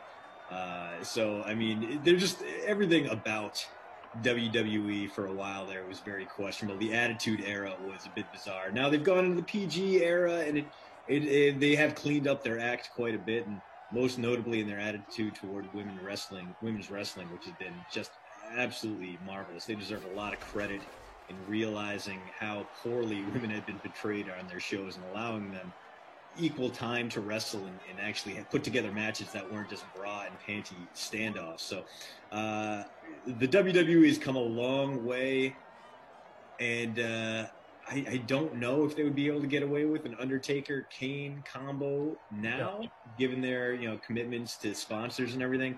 They would definitely not be able to do like a Katie Vick storyline because they shouldn't have done that in the first place. Holy crap, that was bad. Anyway, not only does the WWE deserve some credit for growing, but the fact that we have a marketplace for wrestling, 2 major leagues right now on television, is good for all parties involved. It's going to spur more creative storylines. Competition is a rising tide, and guys who are unhappy in WWE will have an alternative where they can still get paid and prosper as performers. So that's my take on the whole thing, but it's an interesting story. Jason Rossi is on The Sims tonight. It's 6 and 8 Eastern. Anna, not sure what the pronunciation is, but check it out. Also, today, after the 4 p.m. Sim, I'll be here with Reed T. Fowler for about an hour. Ooh.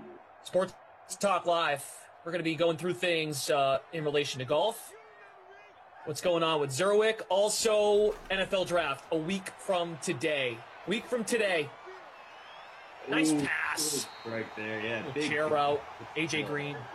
AJ with his first catch of the day, I believe. Yeah, oh man, I got to come on soon and talk draft. I'm very excited about it. I'm working on a whole bunch of post route stuff for it and throwing out some pitch ideas, although I might be a little bit too late now for a guide to drafting wide receivers. And tomorrow on the post route, we're going to break down the 5 most interesting teams in this year's first round and what they should do. Man, look at that stacked lineup. 2 p.m., 4 p.m., 6 p.m., 8 p.m., 10 p.m. Of course, all our regular streams, but Sports Talk Live, the DK Box Break Show. We got a packed lineup there. It's a lot of good folks to listen to. I might have to tune in myself.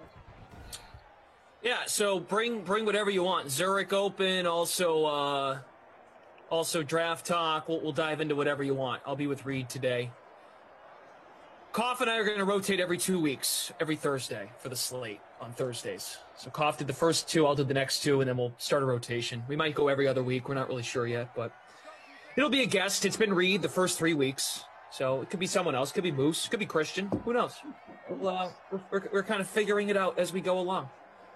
And if you're just joining us here in Simland for this noon sim, Bengals-Giants, the touchdown belongs to Tyler Boyd. And Graham Gano kicked a field goal. A little chippy, inside 40 yards.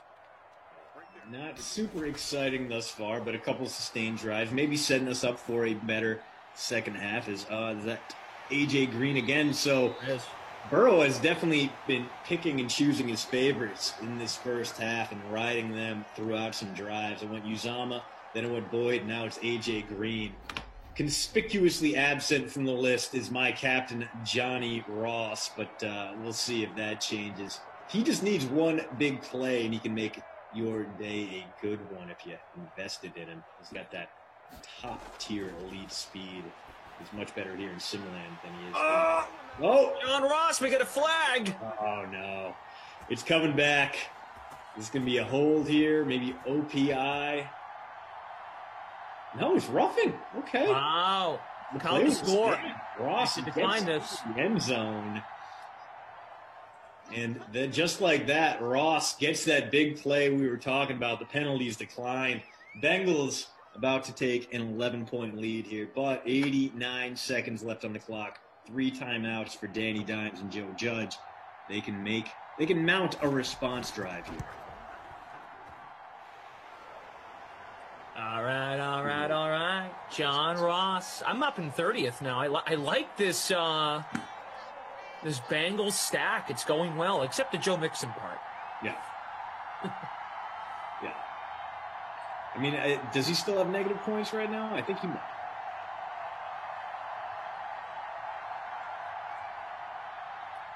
Yes, he does. -3.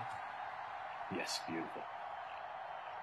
Noah Moon, it was not holding. Sorry, man. All right. 400 plus now on YouTube tuning in. Our Twitch fam, stronger than ever. 50 plus on Twitch. Good to have you all with us. 14-3.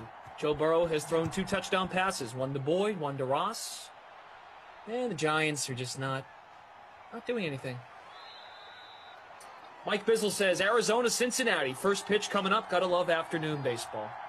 Yeah, always. Oh, man. That was the best part of working at Alcoa in Pittsburgh. It was basically 3 blocks from PNC, so I could take a long lunch, get a ticket for like $5 from the scalper, maybe even less than that because it was a terrible Buccos team, and it was a Thursday day game, but go out there, roast in the hot Pittsburgh sun for about an hour and a half, watch some terrible baseball, and then go back to the office.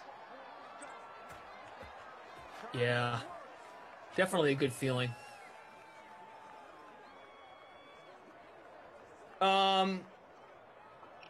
Brother Phil, thanks Glashy for giving a shout out about the issues with the site. Maybe it brought it to someone's attention. All I know is I just got access to my contest. Strangest thing I've seen playing DK.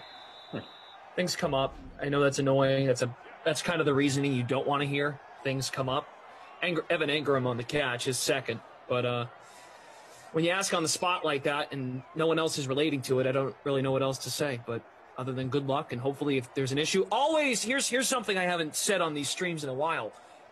I mean this. This is not just a get out of my face kind of statement here. If you go to Twitter, and if you're not on Twitter, I get it. This is a good reason to have Twitter. DK_assist, our CX team, they get back to people pretty darn well on this particular handle. DK_assist. They're very good about responding if you have problems with lineups, scoring. They're pretty good about it. I really mean that. So, DraftKings customer support, DK_assist. Just a nice reminder. Okay, hey, we could get something here. One timeout for the Giants. They're at the 41 of Cincy. And they got Graham Gano. He's got that big leg, and that helps right there. So we're at least going to get a field goal attempt out of this, barring a Daniel Jones fumble, which obviously very possible, very much could happen as a 5 FDP. I see you over there in Dubuque, and I do have a question for you because I was looking it up. I heard good things about Freddy's frozen custard and steak burgers, and the closest one to me is in Dubuque. Have you ever been to Freddy's frozen custard and steak burgers? Is it good? How good is it? Is it better than, let's say, In-N-Out or Whataburger or Shake Shack or Culver's? Because that's the tie-in here. You know, the good regional burger places. That's Saquon down to the 5. Are they going to take a shot at the end zone here, Glash? 16 seconds, no timeouts left. Does seem like they're going to. Any play stopped short that doesn't get out of bounds is going to be the end of the half here. So I think the Giants are going to take a shot at the end zone. We'll see if it turns out anything. Do it. Hopefully, the worst case we want is an incompletion if they don't get the touchdown. Ken Freeman in the chat. John Ross scored the last touchdown for Cincinnati. 4 wide here. Saquon's in the slot right side. First and goal from the 5. Time winding down. Jones, touchdown. All right. Is it Slayton? It is. Darius Slayton continues his hot streak, as that guy has been pretty good lately, double digits in each of his last 2 sims, and that's going to get him in there again, as he's going to be up around a dozen points in the first half alone. It's a great drive there from Danny Dimes. The Giants come alive when they need to, and we are about to head into the half at a 14-10 Bengal lead. Okay. Good drive for Daniel Jones, not a single incompletion.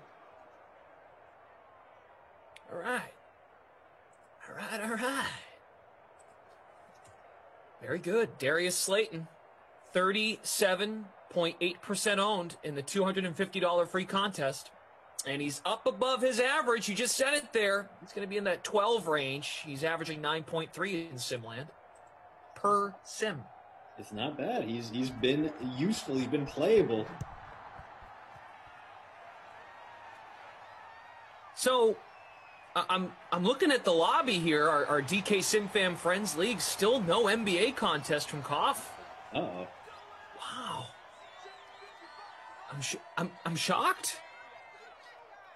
It's not up yet. He has not made one. He's afraid of all of you. Fair. Kaufman will be here later. I'm here for the first 2 sims. Christian's here for the nooner. I will be here at 2 o'clock with Zach Thompson. We will have the call of Raiders at Browns. Jets Chiefs at 4. Koff and Zach. Colts at Texans at 6. Koff and Rossi. 8 o'clock tomorrow. 8 o'clock tonight. Broncos Titans. Rossi and Moose, and then Bills and Eagles. Madden After Dark. Moose and Brandon Cristal. All right. Let's get to this before we go to the stats. Make sure you guys get your popcorn ready.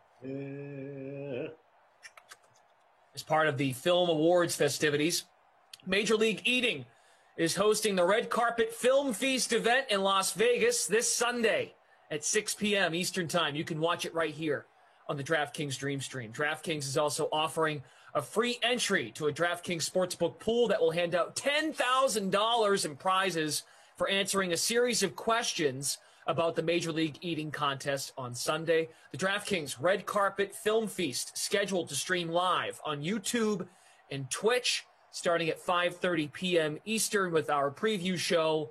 Do not miss it. So the Film Feast event in Vegas will be streamed here Sunday, 6 p.m. Eastern. Jesse Cofield will be here at 5:30 on Sunday for the half-hour preview show. Yeah, pretty big deal. I mean, I'm excited about it. I have questions about the popcorn, whether or not they can choose their own seasonings, flavors, or whether it even makes a difference. But like, is it salted popcorn? Is there butter on it? Can they go kettle corn if they choose?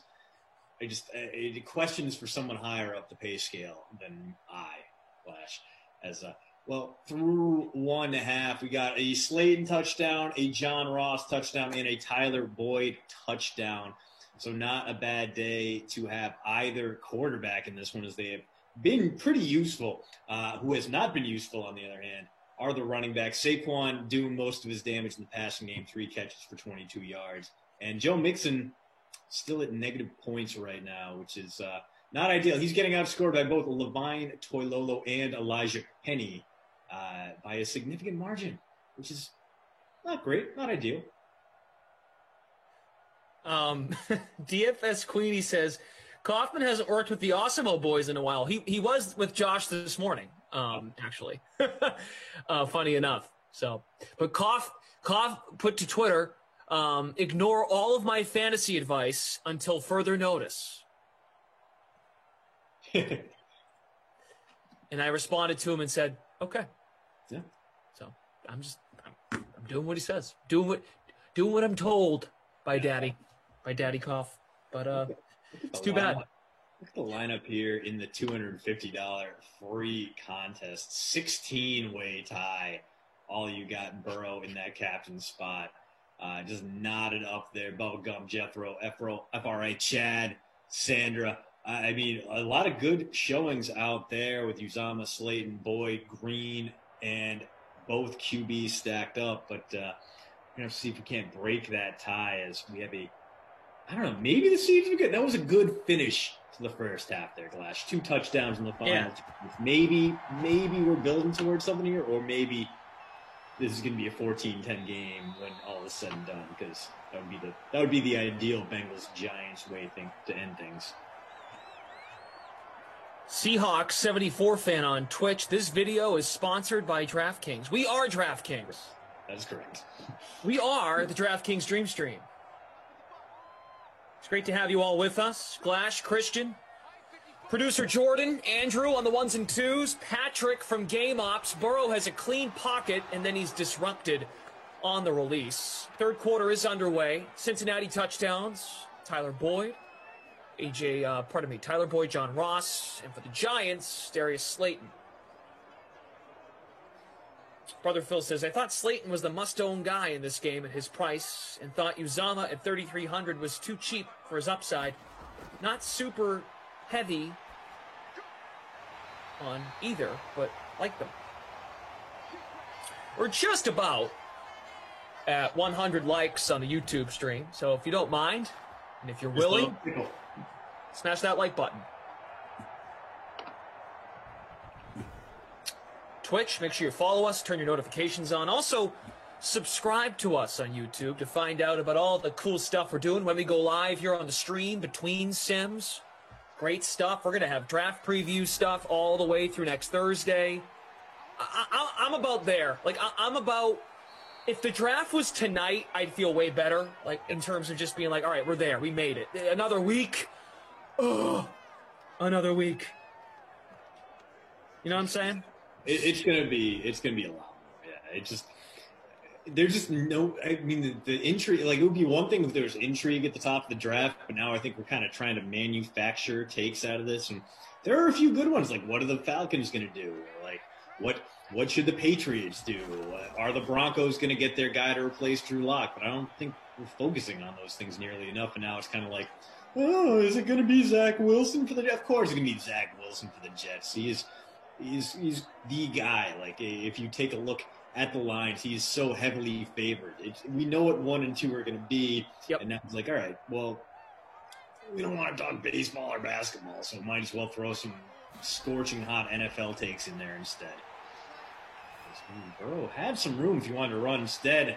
Ooh, a sling there, and is that Boyd again? It is indeed. So his solid day continues. As thank you very much for letting me know, 5 FDP, that Freddy's is like a Culver's Butterburger and crisped up, which I'm excited about. Dude, Culver's has pretty good burgers. They do a good smash burger. Like, I don't know if you ever had Culver's Splash. I have not, no. Yeah, so it's, based in Sauk City, Wisconsin. That's where the first one was. And they've expanded throughout. They actually have their own like fancy sit-down restaurant in Sauk City, Wisconsin, which is fine. It's right on the river. It's actually pretty nice. Sauk City, not a bad place to visit for like an hour or two. It's just there's Sauk City. Anyway, a lovely little town, and Culver's does pretty good smash burgers. They have a weirdly diverse menu. Like, you can get pot roast there, and the fish sandwich is pretty good. And, the tenders are okay. But, like, apparently the thing you got to do there, because they just have regular crinkle cut fries, you got to get them like extra fried, get them extra crispy. Yeah. Solid. Hey, that was another catch for Boyd to put the Bengals at the Giants' 30-yard line. More than 200 yards now for Burrow, and they'll go back to Boyd. This time it's a 3-yard gain on a jet sweep. Yeah. And when does that ever work, Flash? Best case scenario, you get like 9 yards out of it. So during the bracket season, the bracket tournament, Corey Davis had a 19-yard touchdown on a jet sweep. It was actually pretty awesome. Oh, no, we were calling that one together. That's right. It actually, yeah. I forgot. You did do that game. Okay. Yeah, it actually worked. It was shocking. Yeah, I blanked it, repressed it in my memory because I want to feel nothing but bad thoughts about the jet sweep. Must Be says, call me Must Buy, says that Atlanta should draft Fields. Okay. Yeah, I mean, I think we've talked about this with Must Be. I'm pretty sure an Atlanta native or an Atlanta fan, and I remember saying something about Matt Ryan not being that bad, but he's like, oh, Matt Ryan's trash, I'm done with Matt Ryan, and that's okay. You can feel that way.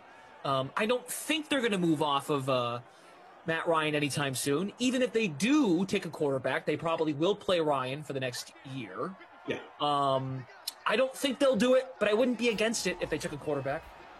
Yeah, I think it's going to come down to who the guy is we get another John Ross touchdown. So all he's doing today, Glash, 2 catches, 2 scores for Johnny Five Sticks there. As his solid day continues, not a bad captain option. And for Joe Burrow, that's 3 passing touchdowns showing up and showing out today. I'm feeling good about this Bengals stack, except the Joe Mixon part. Yeah, fair.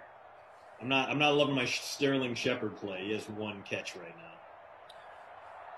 Scott Penner. Scott, this is a good take. You're right. We talk all about these quarterbacks. Don't forget Sewell, the offensive lineman. He is a stud. Oh, and I think this team that's playing right now is probably going to take him. Yeah, I think it just makes too much sense, which means the Bengals might not do it. There's a common sense move. The Bengals typically run screaming and kicking away from it. But, Sewell, coming off a year in which your prized young quarterback missed the back end of the season with a blown-out knee, go out there and get Penei Sewell. Dude is a road grader. He's great in pass protection. He can get out and pull and be a monster in the run game as well. He is a rising tide for that offense. You already have good wideouts on board, even with A.J. Green no longer under contract. You got Tyler Boyd. You got the options there. So for the Bengals, they have the guys they need to be good. And then having a guy like Sewell just to give Joe Burrow that extra protection, that extra time, that could be the key to unlocking his goodness. You see, Scott, it makes so much sense that no one's talking about it because they'd be crazy not to do it. But your take is accurate. It's a good reminder. The quarterback thing at 3, because we all figure it's Lawrence, Wilson, and I know we sound like broken records. Everyone, all the talking heads sound like broken records. But then you're like, ooh, what's going to happen at 3? Reed Fowler, who I'll be with later, Reed was on the sweat right before we went on, and he's like, I think it's going to be Fields, who for right now, can't go too far into this. Right now, Justin Fields at 3 is plus money right now, which I find it's kind of stunning. Yeah, it keeps shifting back and forth. It's kind of crazy. Yep. And I think here's where I'm at with a week until the draft. The Niners are being so a lot is getting out. A lot is getting out, and I think folks are like, well, maybe it's because Shanahan wants Mac Jones, and John Lynch is like, well, hold on, Kyle, I want Justin Fields. I think there's more potential.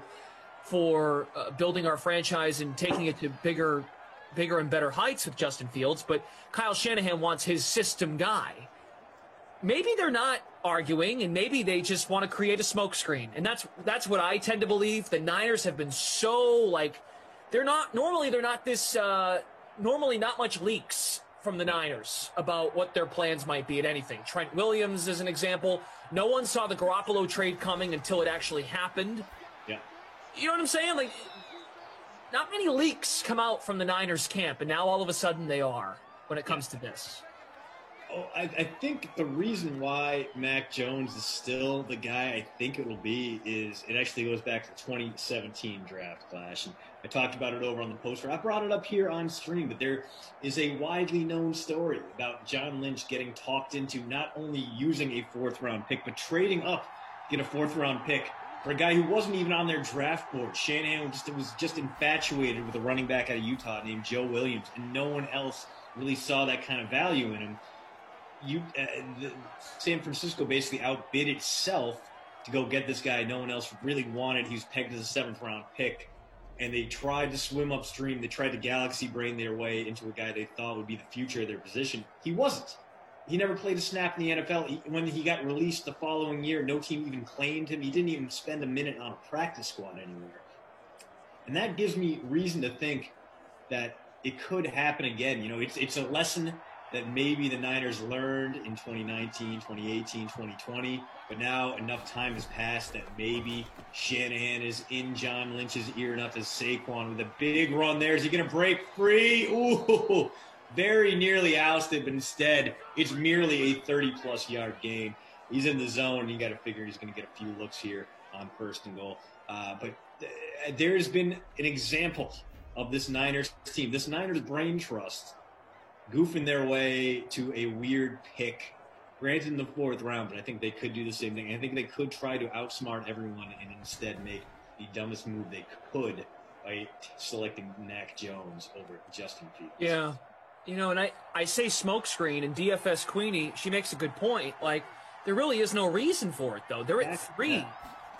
I guess that's true. I mean, why? So if that's the case, I guess we do need to believe more in internal bickering between what the coach wants and what the general manager wants, and now they're going to ownership like, pick me, pick my way. I don't know. Yeah. I guess that's fair. That's a good point. Normally, if there's going to be smoke screens because you want someone to come up and try to trade up, take your pick from you, or there's just no intrigue. You know the Niners aren't going to trade down. You know they're in the market for a quarterback. You don't give the Dolphins 3 first-round picks to move up unless you know what you want. And you're not going to trade back from that situation. You know who's going to be available there. It's not going to be Trevor Lawrence. It's not going to be Zach Wilson. But at the same time, Piper, Schefter, Todd McShay, they're all on board. They're all on that train. They're all saying, this is what we're hearing. This is what happened. It's just one of those things where unless the Niners are trying to make us all feel stupid.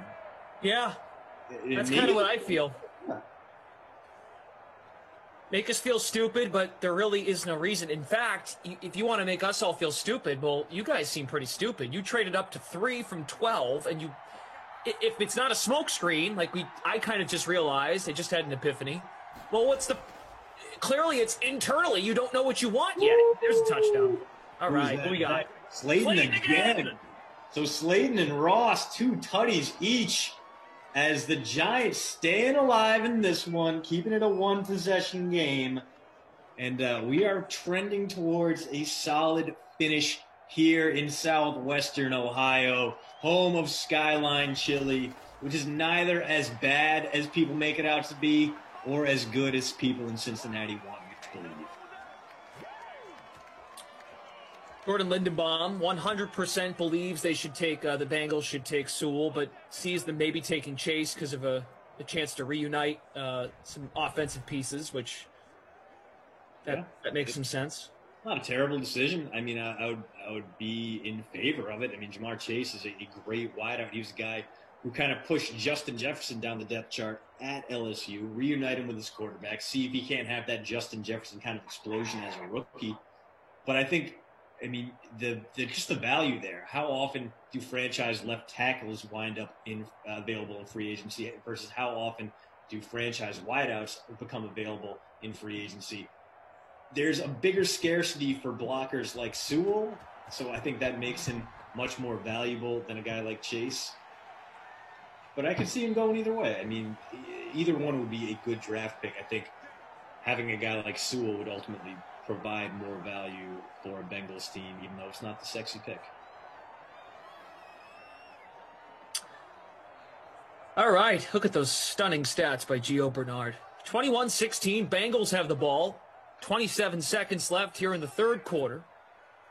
Glash and Christian. They put A.J. Green in motion. Fake the jet sweep. Mixon. More negative yards. Great. So now Joe Mixon is back to, probably negative 5. Yeah, right. Mr. Hawk says, Bengals better get Burrow some blockers. Oh, for sure. They've got to take care of Joe Burrow. Take care of the franchise. Got my everyday random 15-second internet freeze out done there, right in time for the third quarter break. So glad to get that one out of the way. See if they get one more play. They will not. Okay. So right now, Jordan Lindenbaum is in first place in our Giants at Bengals Nooner snoozer? ? It has not been a snoozer. It's been a good sim, I think. It's been pretty solid. I don't hate this game, and I thought I would. I was like, you know what, this is going to be at least Flash and I will have plenty to talk about. But instead, pretty solid, simple so far. 2 solid passing performances, 5 passing touchdowns in this one. So a good day to stack up wideouts and QBs.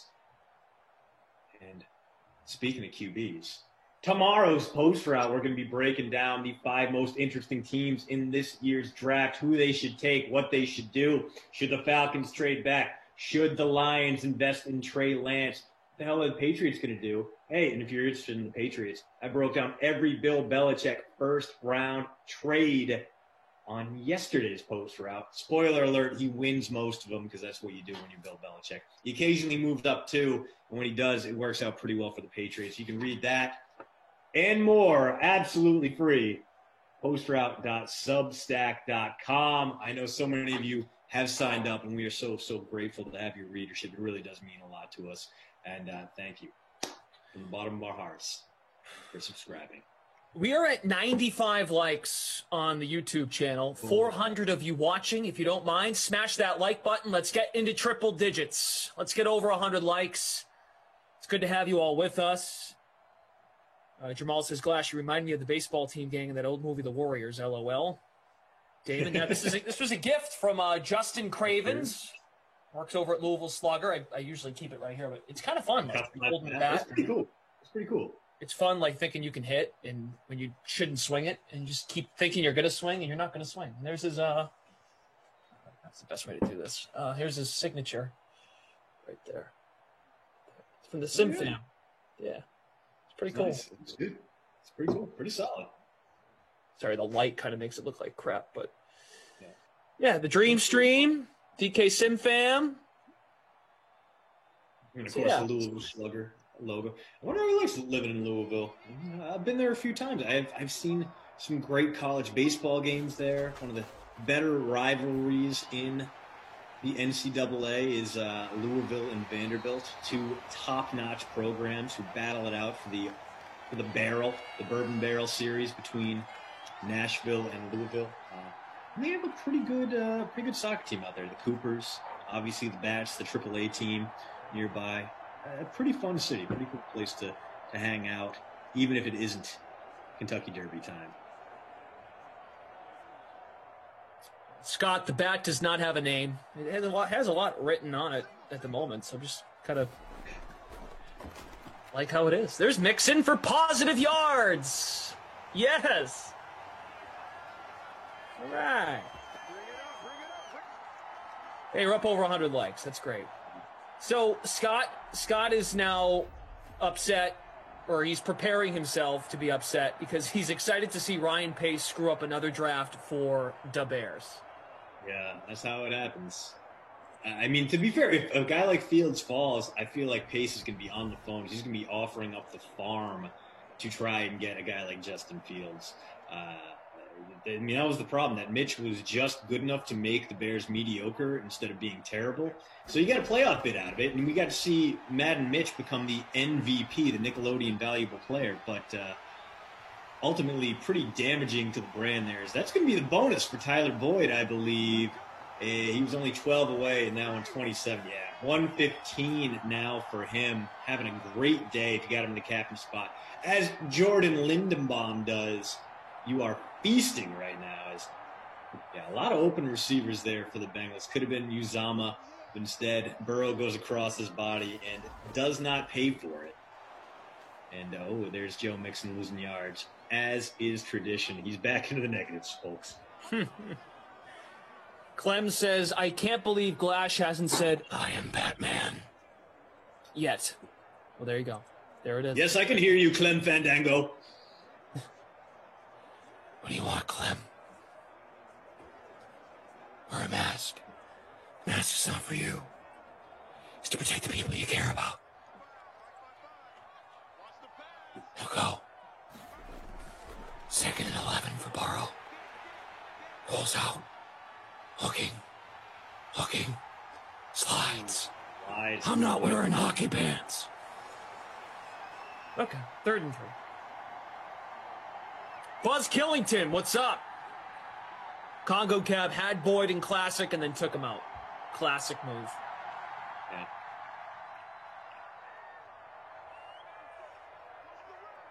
Let's see, Jordan's in first. Oh, wait. Yeah, he is. Oh, wait a minute. Hold on. Touchdown. Who we got? Is it Johnny John Ross 5-6 again? Johnny 5-6. The future Giant. Johnny 3 touchdowns. Look at that man go right there. Oh. Well, that's going to put some pressure on Daniel Jones. Good news for the Giants receivers. They're going to have to continue throwing the ball to get back in this one. The Bengals might have iced this game. They're an extra point away from a 12-point lead with about 5 minutes to go.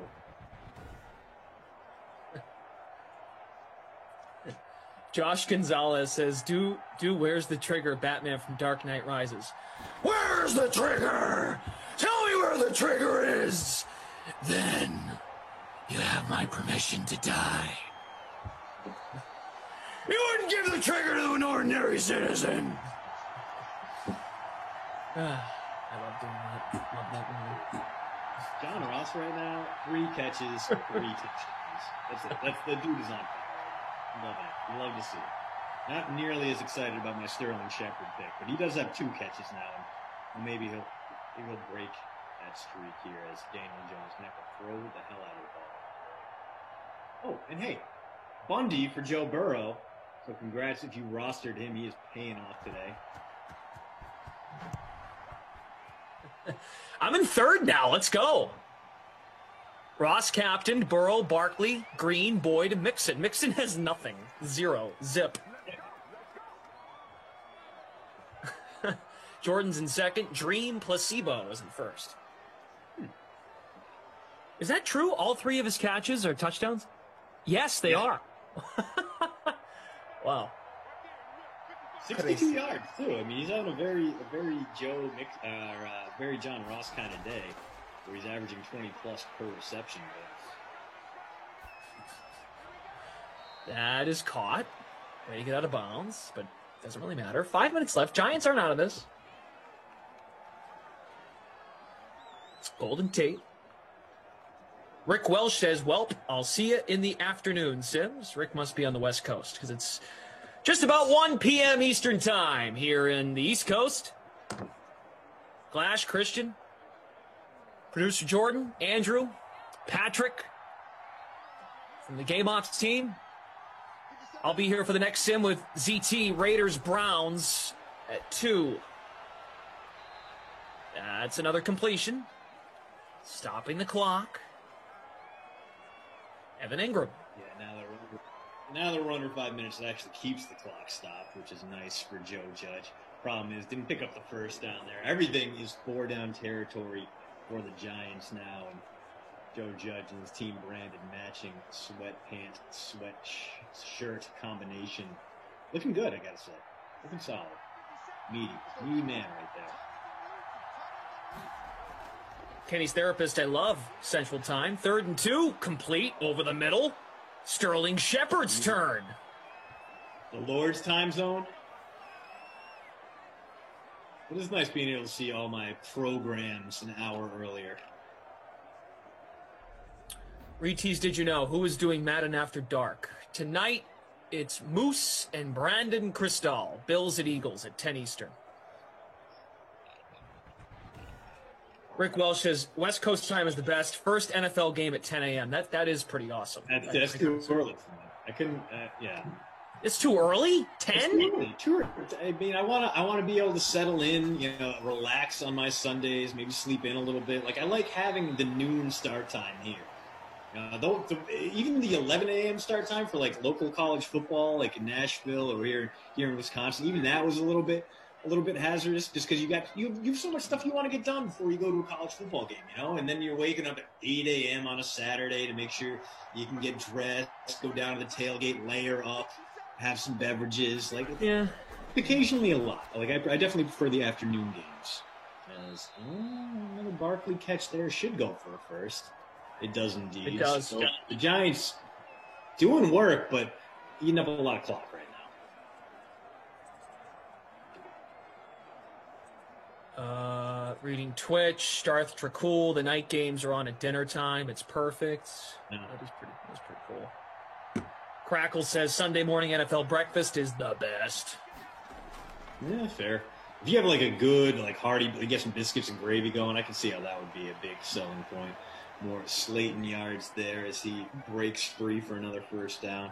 Again, Giants moving the ball, but they need to move faster here, Glash. Under 3 minutes to go now in the fourth quarter, and this is a 12-point deficit. Brother Phil talking about the $10 Classic, the paid contest. Ross was 28.5% owned, and he's bringing that up because, John Ross ownership, there's Saquon to the 20, 15, 10, Saquon to the 6. So not bad there. If they score before the 2-minute warning, we won't get the onside kick more than likely, so they can get a defensive stop. They will have a better chance here, obviously. It's pretty obvious. But, what Daniel Jones can't do here is take a sack because obviously we haven't seen him fumble yet today, and that's always on the menu with a awareness rating as low as his, and maybe they'll just give the ball to Saquon and hope for the best. But if I'm the Giants, I would throw it to the end zone, use those red zone targets. Looks like they're going to come out of the shotgun, but Barkley is in the backfield. Mark Underwood wants to see Golden Tate. 1st and goal from the 6. Jones throws on the run and throws it away. Looks like he could have run into the end zone if he wanted to, and instead he did that. Noah Moon wants to see him run it in.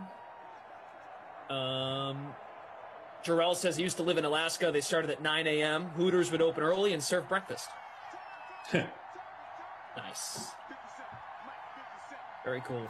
Mo needs Sterling Shepard. 2-step drop. Jones to Barkley. Going to take him down to the 2-minute warning unless they hustle here. And I don't love the play call there as Barkley loses a yard there. He picks up a PPR point, which is where he's been doing the bulk of his work, I feel like.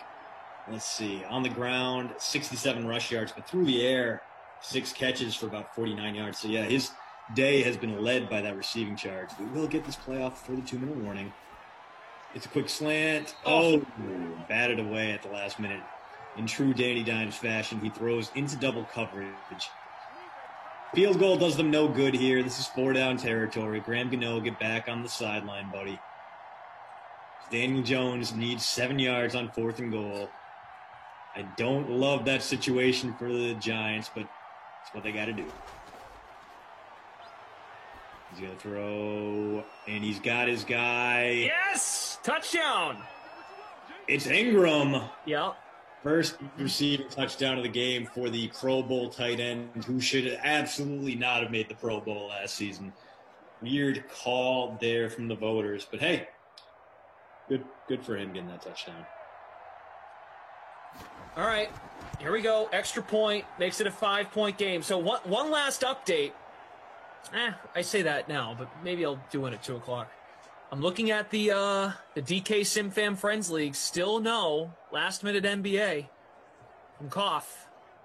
Wow. So maybe me and Freeze Pops have a running joke where whenever we beat Koff, which is not often, admittedly, when we beat him in NBA, we say, it's the Koff cliff. Yep, the Koff's falling off the cliff. So maybe he is broken, Mr. Hawk. Unbelievable. Not in there. But there is an NBA contest in there. No Rush NBA. This is fun. Ha. The fun part is really just the creating the contest before Adam does. But you know what? If he doesn't make one today, I'm done. I'm not making him anymore. It's his thing. I'm not gonna replace him. This is his thing. He needs to keep doing it. He'll be on the 4 and the 6 o'clock today. So you all need to heckle him and say, what, Koff? What happens? You start losing and now you don't want to play? Because when everyone else loses and you take their money, you're always texting them, hey, you should play. Come on, man, get involved. Should be fun. Do what he would do to you. Tell him don't be a coward and make the contest. Interesting how that works. He loses a couple in a row and now he doesn't make a contest. I find that interesting, but when he wins, that contest is up first thing in the morning. First thing in the morning. Out. Unbelievable. Terrible. All right, well, the good news for Mixon owners is that he's going to get a few bites at the apple here, and I think that puts him back into positive scoring territory. And the bad news is he can very easily lose 6 yards at a time. We've seen it before, so Joe Mixon very, very clearly trending towards Babysitter Billy status, although that helps right there. Big 3rd and short coming for the Bengals. They pick up a yard here. They win the game. If they don't, we get a little bit more Giants action, a little bit more Danny Dimes. Big play. Burrow shouts to his line. Coming out of the shotgun on 3rd and short, and they're going to throw it. Okay. Oh! Fine. A bold decision there, but it worked. Burrow gets a few more passing yards. Joe Burrow, I mean, there are a lot of good candidates for the Krusty Koff player of the game, but Burrow with that Bundy and with the big 3rd and short conversion there, John Ross's first non-touchdown catch of the game. I think it's going to have to be Joey B. from Ohio, our Krusty Koff player of the game. And as far as the Babysitter Billy, not my kid award winner, well, gosh, would you mind taking a look at your roster, at your lineup? Let me know just how many points does Joe Mixon have right now? 0.9. 9 rush yards. Yeah. I think he's going to have to be the Babysitter Billy, not my kid award winner for the Nooner today. Okay. All right. Ooh, they're going to run a play. Wait a minute. Maybe it's not 9 yards. It's going to be worse than that. 7 yards. Stop running, Joe. I can't believe I'm saying that. Oh, my goodness. Stay here. Wow. Joe, what was I thinking? I still have a $3,000 salary, which is probably still too expensive. Yeah. I mean, it's dirt cheap. It's not. I can understand it. I can understand why I'm moving on that. But holy crap. You would have been better off with Levine Toilolo or Elijah Penny today. Yeah. All right, 6-way tie for first place in the $250 free contest. John Ross in the captain spot. 3 of his 4 catches were for touchdowns. Burrow, Engram, Shepard, Boyd, and Slayton, the winning build right now. Congrats to Lindenbaum, sitting in first place in our free contest by a healthy margin. That's awesome. We love to see when the DK Sim fam takes down these prizes. So, Jordan Lindenbaum, congrats to you. I finished 34th. How about you, Clash? 10th. Nice. Top 10 finish. Well done. Good stuff, everybody. If the scores don't look right, Patrick we'll put pressure on Patrick to not mess it up and get it right. Right, Patrick? Right. Okay. Look at those passing stats. I mean, 7 passing touchdowns today. Burrow with the perfect passer rating, 20-22 for 317 and 4 touchdowns. Very deserving of Krusty Koff honors today. Christian, you have a great rest of your Thursday. Thanks to producer Jordan, Andrew on the 1s and 2s. The 3 of us, except Christian. Christian's done. We're back with Zach Thompson at 2 o'clock. We'll have Raiders and Browns. Hopefully, in the meantime, Krusty will open up the restaurant and not be such a sore loser and make that contest for all of you. We'll see you at 2. Bye. You are watching The Sweat. I'm Jesse Cofield. For the next 60 minutes, we're giving you a ton of MLB, NBA, NHL, and PGA sports betting and DFS advice and analysis. Then it's a 6-game Madden slate on the way. Kicking it off here on the Dream Stream. What a time to be alive. All right, but first, we baseball. Say hey to our panel. Gary Thorne and Nick Fryer need your favorite plays at the following positions on tonight's 5-game MLB main slate. We're going to start where we always start, with pitcher. Gary, and where are you going? Yeah, I think he's going to be a pretty popular play, but on this small slate with a lot of bad, terrible, awful pitching, I'm just going to eat the chalk and say Alex Cobb, who's $7,700. It's kind of a strange pick because Alex Cobb, the last half decade with Baltimore, has been absolutely terrible, but he's been pretty good through his first 2 starts with the Angels, and specifically that last start against the Royals was really promising. 19 swings and misses generated, 10 strikeouts, 27.8 DraftKings points. Houston is not Kansas City, lowest swinging strike rate in all of baseball, so maybe some of those strikeouts are going to be hard to come by, but this Astros team is in shambles right now. They had to put a bunch of guys on the COVID IL, and even though they've gotten Bregman and Alvarez back within the last week, across the last 7 days, they are dead last in baseball in isolated power, in WOBA, in WRC+, and they even got to play a series at Coors. So they are just not hitting right now. I'll take Alex Cobb, who's in a nice little groove, and I think he brings back value at sub 8K. All right, Nick, Alex Cobb, 4th most expensive pitcher on this slate. Where are you going for your pitcher pick? I'm going to eat that chalk too. I'm going with Alex Cobb as well for a few different reasons, but similar stuff to what Gary was saying, of course. The Astros OPS actually is one of the lowest against righties this year, as much as they don't strike out a ton. And Cobb had 7 Ks in 6 innings against the White Sox to start the season.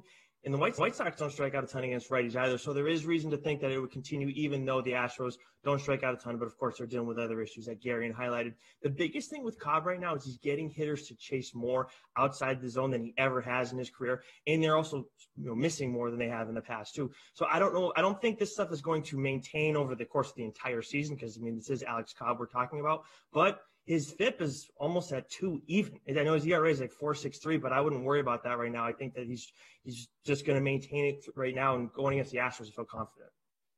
All right, so you're eating the chalk at pitcher. What about at infielder, Nick? Where are you going? I'm actually going to go with Evan Longoria. I know Justin Turner is available on this slate, but I'm going to go and save a little bit and go with Longo because he's kind of back, I think, or maybe he's a short-term thing like Cobb too. I'm not sure, but he's got 4 home runs, 4 doubles, a 953 OPS. The thing is, though, he's still not hitting right-handed pitching well, but he's facing a lefty tonight, and he's mashing those guys with a 1. He talking about Cobb almost having a sub-2 FIP. He almost has an OPS over 2. All his home runs came against lefties so far this year, and one of his doubles. So I'm taking Longo at third base at 4.4K. All right, where are you going, Gary? I'm going to stick at third base. I'm just going to move up $100. A similar spot. We've got a great right-handed hitter against a left-handed pitcher. Chris Bryant, I know the Cubs in general, especially prior to the 16-run outburst yesterday, had just been anemic on offense, but Bryant's actually had a really good start to the season, which is promising because he had such a terrible 2020 campaign. But we know who Chris Bryant is, and it seems like he's back to being himself this season. He's got a 160 WRC plus through his first handful of games. And going back to the start of his career, which is now a huge sample size, his OPS against left-handed pitching is 996. That's one of the highest active marks in all of baseball. He crushes lefties. Joey Lucchesi, not exactly one of the best left-handed pitchers you could hope to face on a slate. Had an okay first start of the season for the Mets, but I'm not scared of him at all. And something to note in this game that's really important, for the first time in, I think, 2 weeks, it's not going to be like snowing in Chicago when the Cubs are playing, and the wind is blowing out today at Wrigley, which turns it into one of the best hitters parks in all of baseball. All right, Gary, and outfielders, you got, JD Martinez, Mookie Betts, Mike Trout. Where are you going? I'm going to go to the mid-tier. I mean, sort of mid-tier. He's expensive, but Alex Verdugo is $4,400. The Red Sox have the highest implied team total on this slate by a wide margin, and it's justified because Justin Dunn walks everybody first and foremost. So there's going to be traffic on the base paths. Boston's just going to have to hit with runners in scoring position because they're going to get opportunities. Verdugo's been amazing so far this season against right-handed pitching. He's got a 165 WRC plus. And when Dunn's not walking guys, which again is always, so you got to find like the slim margins here. 2.05 home runs per 9 to left-handed opponents in his brief career. So I think the lefties in this lineup, Verdugo, Devers, are in great spots. But Verdugo's price point at just 4,400, hitting in the top third of this lineup is really enticing. Nick, where are you going to outfielder? Staying in that mid-tier, or are you paying up a little maybe? No, I'm going to stay in the mid-tier, and I'm going to stay in this game, too. I was actually considering Verdugo, too, Gary, so I like that pick. But I'm going to go with a guy who I talked about earlier in the week, but I didn't have him as a cheaper bat. But Mitch Haniger at 4.1K. Going up against Nick Pivetta, I mean, we got to target this guy. So if you can get any piece of the Mariners lineup, if you're not on Haniger like I am, then you got to go with it. But with Haniger, he's mashing righties. He has 8 extra base hits against them this year. 3 of them are home runs, 963 OPS. He has 7 barrels this season and a 3.82 WOBA. And Pivetta is worse against righties than against lefties, and that's been the case since 2019, I believe. So I would target a righty against Pivetta, and I think Haniger is your best option. All right. How about some value here, Nick? Where are you going to go for that? So if you want another piece of the Mariners lineup, I have another option for you, and also an outfielder with Kyle Lewis at 3.1K. Yes, and if you go and look at his stats, he's only played in 1 game. He just came off the IL, and believe it or not, he actually barreled up a ball in his first game. So already starting off strong as much as he didn't get a hit. But his power numbers are a little bit better against lefties than they are against righties, but they're pretty similar still. And again, I don't like Pivetta against righties at all. His numbers don't look great. But either way, if he gets knocked out of the game early, Lewis is still going to be good up against the Red Sox bullpen. All right, Kyle Lewis, 3,100. Gary, and you like that pick? Yeah, I'm actually glad Nick brought it up because I was sitting here like, do I talk about Kyle Lewis or do I talk about Jazz Chisholm? And now I can talk about Chisholm, which is great. He's $3,900. He has dual position eligibility, which is really nice. He can play him at second base or at shortstop. Aaron Sanchez, for his career, has struggled with left-handed bats, so you have the split advantage in this particular matchup. But really, this is just about Jazz, who, I mean, one of the best names to just write and say in all of baseball, so that's plus points. Mm-hmm. But I don't know what it is with the DK pricing algorithm. Like, he's been so stagnant at $3,900, despite the fact he is doing everything you could ask of a baseball player right now. He's got 3 home runs. He's got 4 stolen bases. He has a 188 WRC plus as a 23-year-old rookie. And yesterday, the Marlins, just to put the cherry on top of the sundae, were like, hey, bat leadoff. I don't know if that's going to happen again tonight, but if it does, I mean, I don't want to say he's a free space, but he is someone I'm going to have massive amounts of exposure to. Seems like you both just love each other's value picks. I like Jazz, yeah, I do. Yeah. I went with him earlier in the week, and he got moved up to the top of the lineup in favor of Dickerson, who I believe Steve picked earlier in the week. So that does that tell you? Oh, man. Shots fired at Steve. Yeah. Okay. Well, how about we move on to our final selection, guys? Sportsbook bet. What's your favorite sportsbook bet, Garion? We talked about Alex Cobb and him being in a nice spot. Right now, Houston is just reeling. With good reason. Like, I don't want to pile onto this team. It's been a tough stretch, but they're 1-9 in their last 10 games. At some point, that's going to stop. They are getting healthier, but for the Angels to be underdogs in this game, I know they're on the road, but plus 110 on the money line right now. I like the pitching matchup in their advantage. I think they have the left-handed bats at the top of their order, and Ohtani and Walsh to really give Christian Javier some problems. So I'll just take the Angels on the money line at plus money.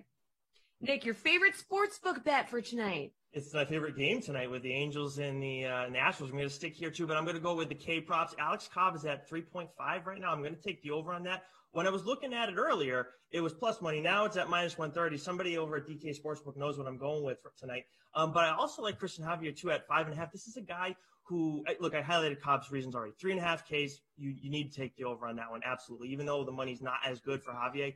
5.5 plus 120. This is a guy who struck out batters at every level. And I know he's coming off the alternate site right now, but he struck out 7 in 5 innings in his last outing. So this is a guy who has something to prove that last time wasn't a fluke. He's done it at every level. So I'm confident in him getting 5.5, but even more so if you're just going to go with one, you got to go with Cobb over 3.5. All right, good stuff, guys. Appreciate the time, as always, switching things up with our NBA dudes in a couple minutes. But first, here's AJ Andrews with Diamondbacks outfielder Nick Heath talking about his baseball idols and who's had the most influence on his career. Nick, from the minor leagues to the MLB, from starting to play baseball in high school at a young age, were there any players that you were really excited to, or there were maybe just some of your idols that you've been able to meet or been able to play with and or against? Like, who is probably your favorite person that you've met or that you feel like you've learned from? Oh, that's a tough question, because I feel like no matter who it is, whether it was somebody on the backfield or if I got the opportunity to play in a big league game, I feel like I was always trying to pick somebody's brain one way or another, no matter who it was. So I can't necessarily say I had any idols, you know what I mean? Yeah. But like, I got to play with Salvi. I got to play with Witt, one of the best hitters in baseball. You know what I mean? I didn't get the opportunity to play like big league games when we had like Haas, when we had like Locaine or guys like that.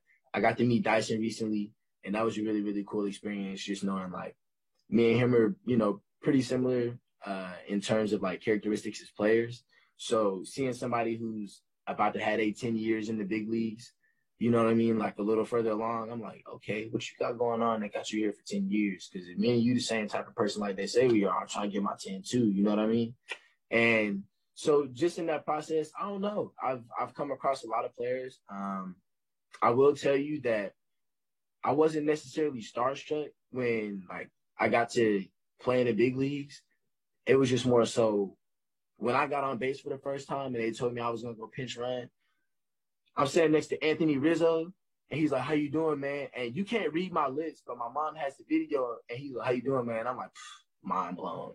You know what I mean? Like, that's exactly what I said to him. And he was like, hey, man, congratulations. Welcome to it. So you see yourself next to these people, and you like, dang.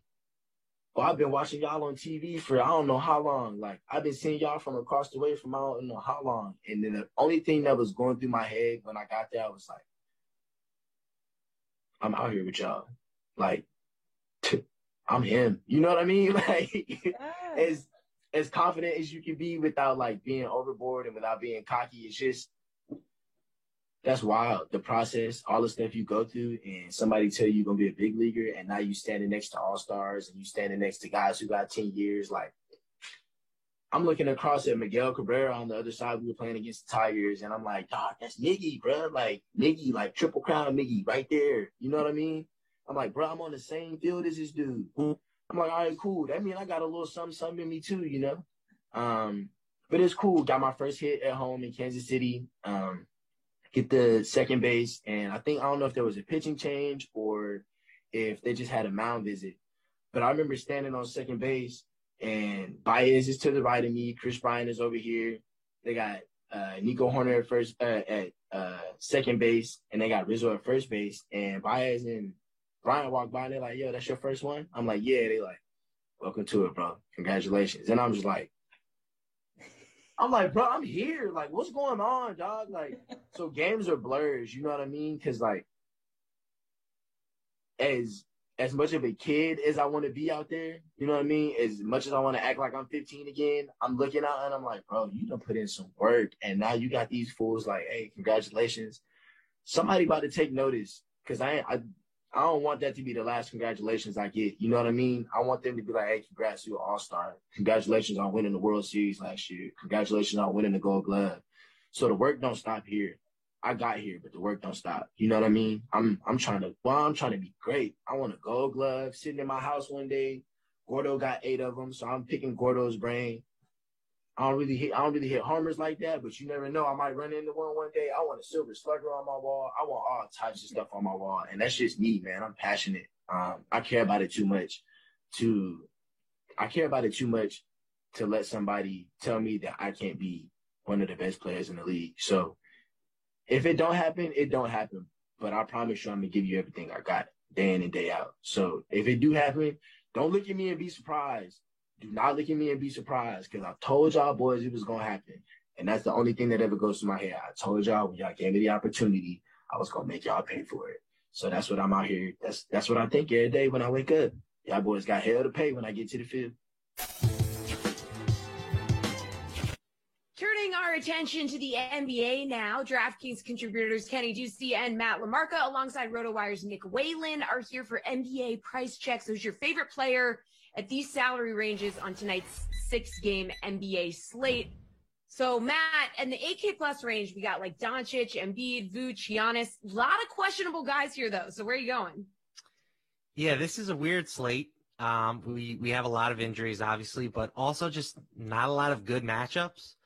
There are only 2 teams right now who are implied for more than 112.5 points, which isn't even that high of a total. Like, it's just it's expected to be a pretty low scoring slate from a just raw scoring perspective. So I'm going to go with Zion. He's been very consistent for us recently, delivering, a lot of points.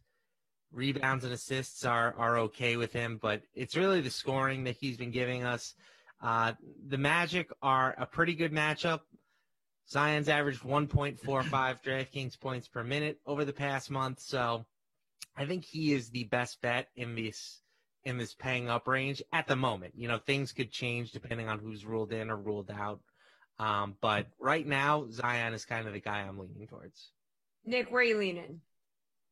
I mean, I hate to echo what Matt said, but we've been all over Zion Williamson on this show of late, and it's another great matchup for the Pelicans against Orlando. I mean, worst defense in the league over the last 10 games, 3rd worst total rebound percentage over the last 10 games. So even if Zion does have an off night from a scoring perspective, you'd think he'd have a good chance to supplement that DraftKings point total with some boards. He's 27 of 42 from the field over his last 2 games alone. He's gotten to the free throw line 19 times in that stretch. So it's really hard to shy away from Zion, especially at this price. There's the case to be made right now for Luka Doncic. He's at 11,000. I mean, if you're willing to pay up, he has 60 plus DK points in 3 straight games. Mavs are on a back-to-back playing against the Lakers team that has been pretty good on defense. Sounds like they're going to get Anthony Davis back, at least for limited minutes tonight. But like Matt said, I mean, there's so many questionable tags for these elite guys right now. We'll see if Giannis plays. We'll see if Embiid plays on the second night of a back-to-back. Tatum's questionable. Brown's doubtful. I think we're going to learn more throughout the day before we lock in anything. Yeah, Kenny, a lot of questionable guys in this 8K plus range. Where are you going? Yeah, I hate to agree with Matt because I love disagreeing with him, but he is right about Zion Williamson at $9,900. Look, it really is difficult. A lot of these price ranges, frankly, the next one we're going to hit on as well is pretty difficult. But Zion Williamson, his usage rate has been insane over the last 11 games. He's been over 31% used in 8 of the last 11, back-to-back 33 and 34-point games now. And Orlando's dead last with the dead last in defensive rating over the last 10 games, allowing 120 almost 121 points per 100 possessions. So I won't spend too much more time on it since we've touched on Zion a bunch, but I think he's a very, very strong play here tonight, despite the fact that Wendell Carter is okay at defending in the post. But I mean, he's not going to be assigned to Zion. He should having a pretty easy go of it here. All right, how about that 7K range, Matt? Simmons, Harris, Bridges, Paul, where are you going? I'm going to go with Kemba Walker. Kemba's coming off a pretty big game in his last outing. He went for 45.5 DraftKings points. We already said Jaylen Brown is doubtful, and Kemba has increased his usage rate by 5.1% with Brown off the court this season. That's the top mark on the team. He's averaging 1.13 DraftKings points per minute in that situation. So even if just Brown is out, I think Walker is a very strong play. Tatum is also questionable. So if he gets ruled out, then Walker kind of becomes like a must-play type guy. He would carry a huge workload, albeit in a tough matchup against the Suns. But I like Kemba Walker in this price range. All right, who do you like in this price range? Nick, where are you going to go? Yeah, you mentioned Miles Bridges. He's at 7,700 against the Bulls tonight. The Bulls are struggling on both ends without Zach LaVine. They were struggling even before Zach LaVine went out. And I think they kind of hit rock bottom last night, getting blown out in Cleveland. So they're on a back-to-back. The thing with Bridges, his last 9 games, 19.5 points, almost 7.5 rebounds, over 2 assists, 3.1 threes per game at 40+% shooting. And then the biggest thing is he's playing 37 minutes per game since Gordon Hayward went out. And that number's been closer to 38 or 39 minutes over the last 4 or 5 games. So even if he has an off night, he's playing so many minutes that he ends up having a pretty high floor. So I do like Miles Bridges. I'll throw a couple other names out there in this range as well. DeJounte Murray going up against a Detroit backcourt that typically plays, first and second year guys. So some advantageous matchups there. And then Lonzo Ball at 7,000 could take advantage of that Orlando matchup that we talked about in the context of Zion. Again, worst defense in the league over the last 10 games. And I think Lonzo's ownership will be a little bit lower tonight as his minutes have been limited these last couple of games. But I thought he looked a lot better Monday night against Brooklyn. Kenny, the 7K range. Yeah, I also have Miles Bridges written down here, and I also can give you some pivots off of that, but I'll just add some color to what Nick said. Dating back to, he had an 8X performance against Milwaukee. That was when he really first started to get a lot of minutes, and he had 45 DK fantasy points. He's hit value in 7 straight games, 8X twice. He's had at least 5X in 5 of those games. I mean, this guy, as Nick said, has just been seeing almost 40 minutes a game, really, and the value has just been absolutely incredible. The Bulls are 20th in defensive efficiency over the last 10 games. They're allowing over 113 points per 100 possessions. He is in a very strong spot here, and this is just a very strange price range for me. There's not a ton of options, really. I mean, I think there's only like 10 guys you can choose from. Bridges is definitely my favorite, but another guy I had my eye on was Chris Paul. I can't really get a read on him because they did play in an overtime game, so obviously his numbers are a little inflated from that. But I do think that he's in a pretty decent matchup against Kemba Walker, who historically over his career has been a decent defender. This year he's had kind of some lapses, and I think that Chris Paul could have a pretty good game here. I think that in general, this is an overtime candidate, this game. I think it's going to be very close, so you're not going to have any worries about a blowout like you might have in some of these other guys with any 7K price range. I think Chris Paul actually is a pretty decent play here against Boston. He should get used a lot in this game. All right, Nick, in that 6K range, you got 12 guys to choose from. Kuzma, you got Ayton, Melo. Where are you going? Yeah, a little bit above 6K. We have Cole Anthony going back to that New Orleans-Orlando matchup yet again. Orlando is the more advantageous side to target in this one, but the Pelicans defense has been terrible all season. It's been a little bit better of late, but I think they're like 18th in defensive rating over the last 10 games, and a lot of those have come against bad teams. So this is not a great defense by any means, and Cole Anthony, is kind of back to a full minutes load after missing so much time. So I like him at 6,400. If Mason Plumlee sits on the second night of a back-to-back, which based on how the Pistons have handled the rotation over the last couple of weeks is a definite possibility, then I really like Isaiah Stewart at 5,800.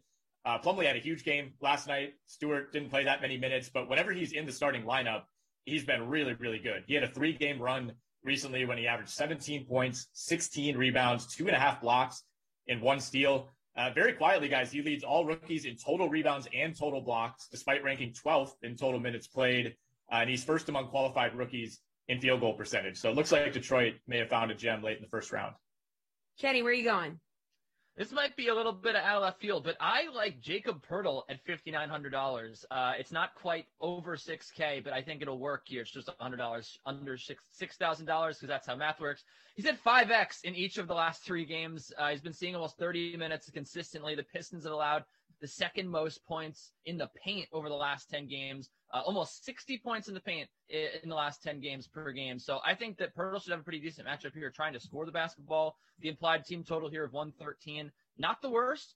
And the Spurs, you got to remember, they're locked into that 10 spot out west. They're in a fight right now to try to, really get out of the 10 spot. They want to get to 7 or 8. Ideally, obviously, everyone wants to get out of the play-in tournament, but maybe even just to stay in the play-in tournament. All these games matter to the Spurs right now, so he's going to be out there. He's going to be playing hard.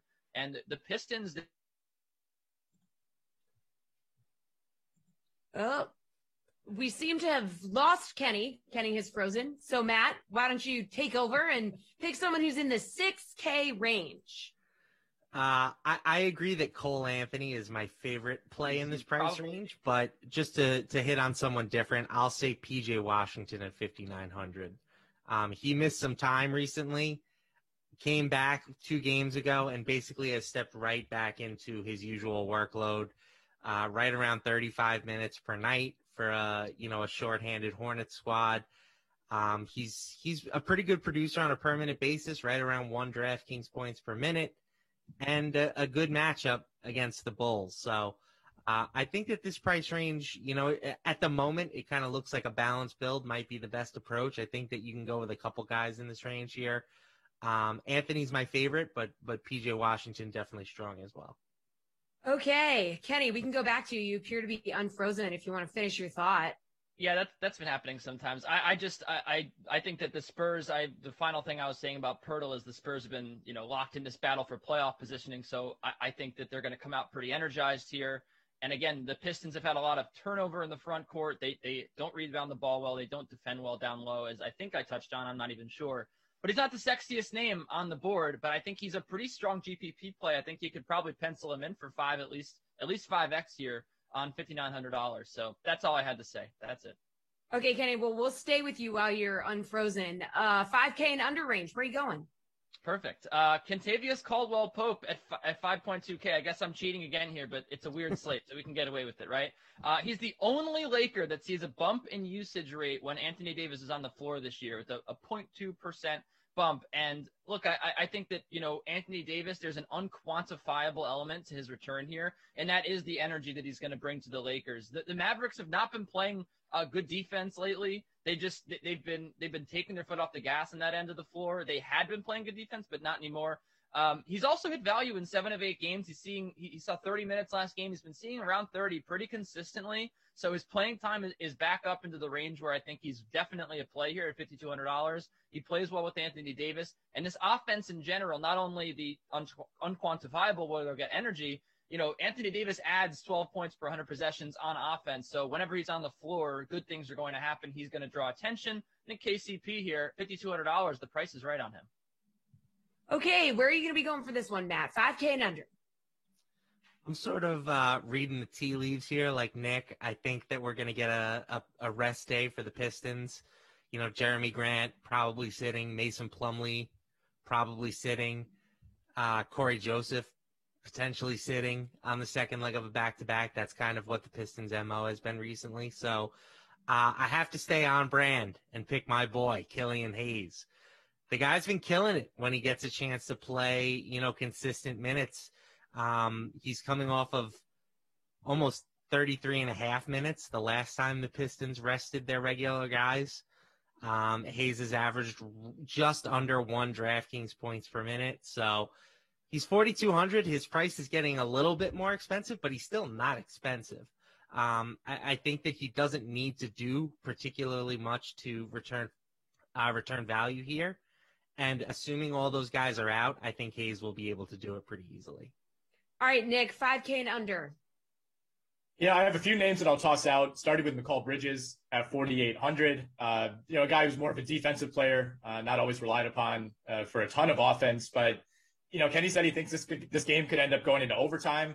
I don't necessarily disagree that it won't be a close game, but with Jaylen Brown likely out, Jason Tatum potentially out, Robert Williams already ruled out, I do like the Suns' chances to win this one on the road in Boston. And, without Brown and potentially without Tatum, I think Mikal Bridges could be looking at some pretty advantageous matchups against some of those young wings for the Celtics that might have to play big minutes tonight.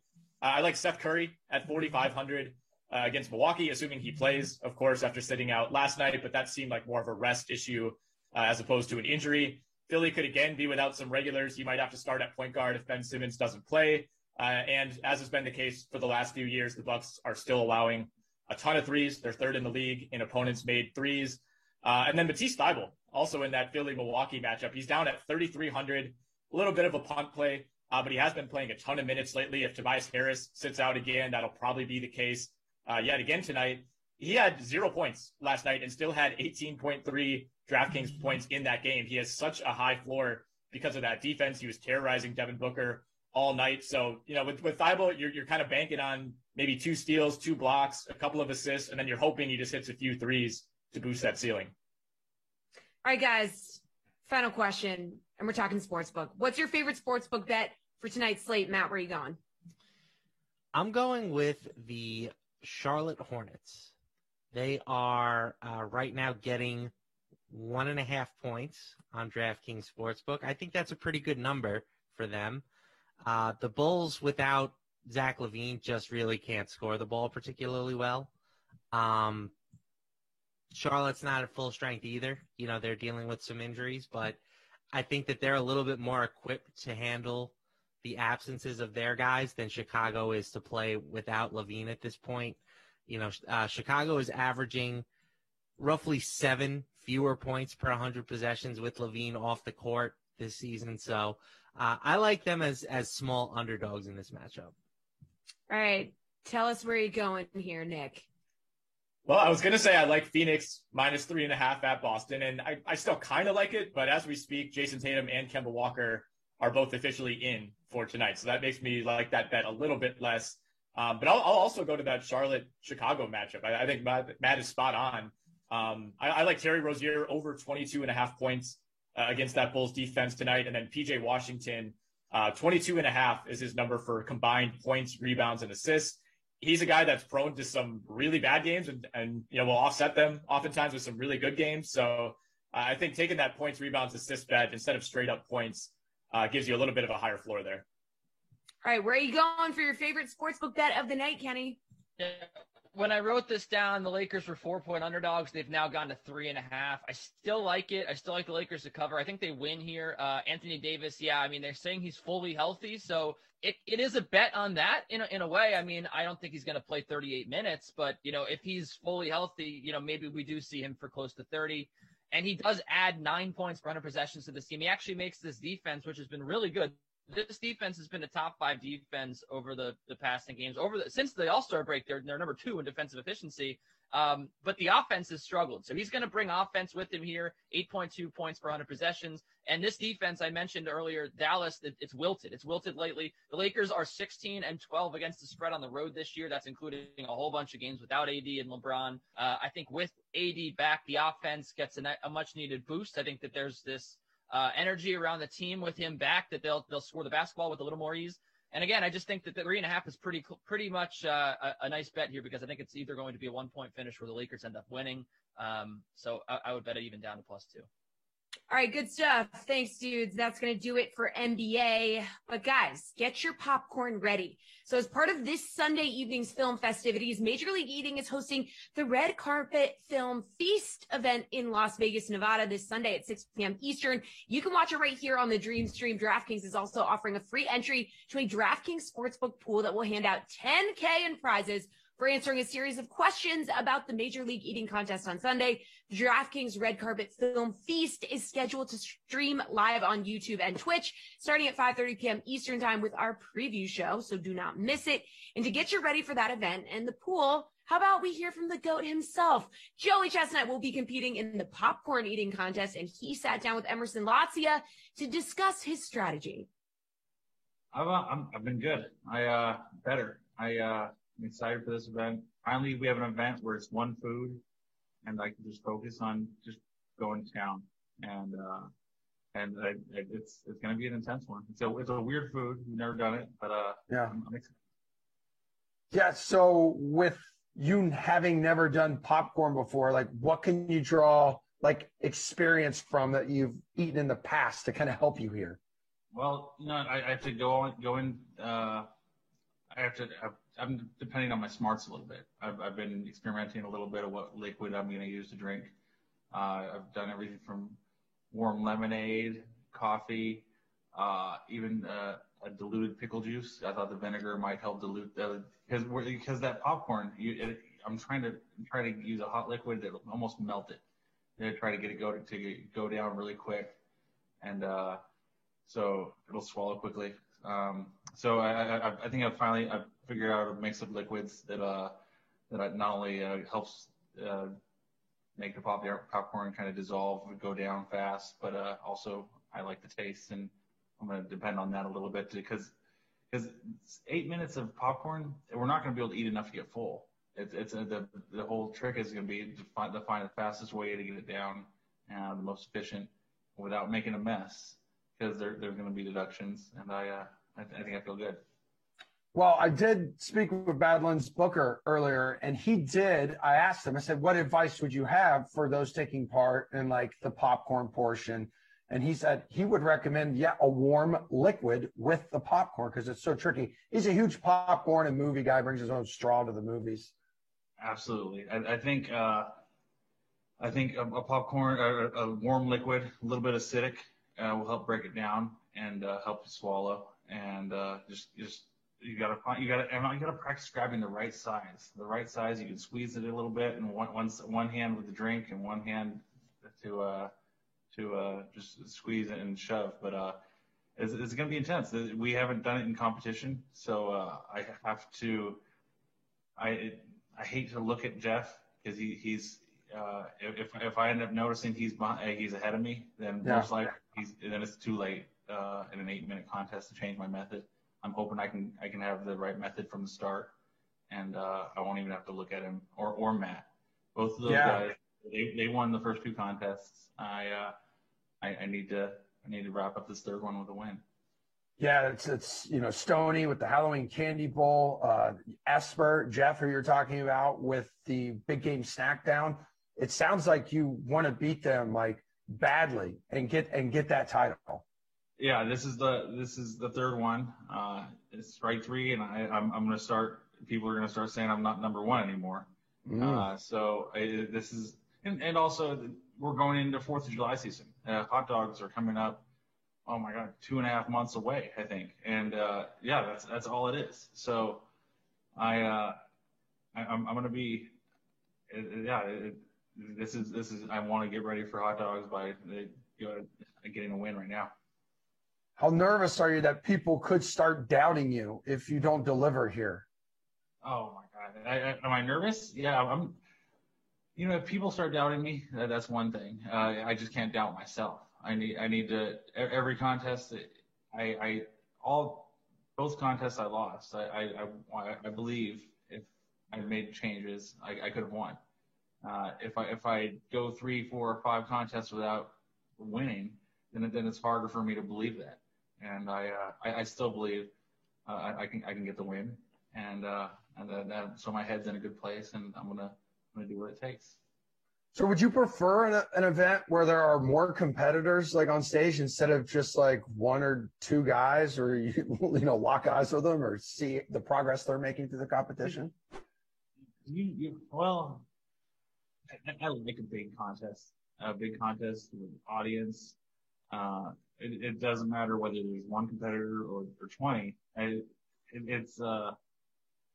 The audience in a big contest, I think they're going to have a little bit more audience this time in Vegas. So I'm hoping they're going to be yelling a little bit more. And so it really doesn't matter. There's not 10 guys, but I love even against guys who can beat me. And these 2 guys, Jeff and Matt, they're they're not going to let me get lazy. I want to go out there and eat and just push it. When it's not going to be comfortable, it's not going to be pretty. The faces I make won't be pleasant, but I'm going to get it down. Yeah, it sounds like you've already been working on your strategy a little bit, but what else have you been up to lately to kind of keep yourself in eating shape? Oh, I wouldn't say. Well, I had a little distraction. I just moved to Indiana, moved to Indianapolis from California. Okay. And it was a nightmare moving across country, but now I have an extra super big kitchen, so I can cook anything I want ever. Yeah, it looks beautiful behind you. It's giant. You hear the echo because I don't have my furniture yet, but so it's hopefully I can I'll be doing a little bit more cooking and training should be a great training kitchen, and I can just cook anything, just eat like a madman, and so I'm excited for that. And I feel healthy. I've been dieting pretty good, so I'm going to be a little bit lighter than I was in the last couple contests, and it's things are going well. We got a 10-game NHL slate tonight, and here to make sense of it is Jeff Ulrich. So, Jeff, Sidney Crosby and the Penguins take on the Devils tonight.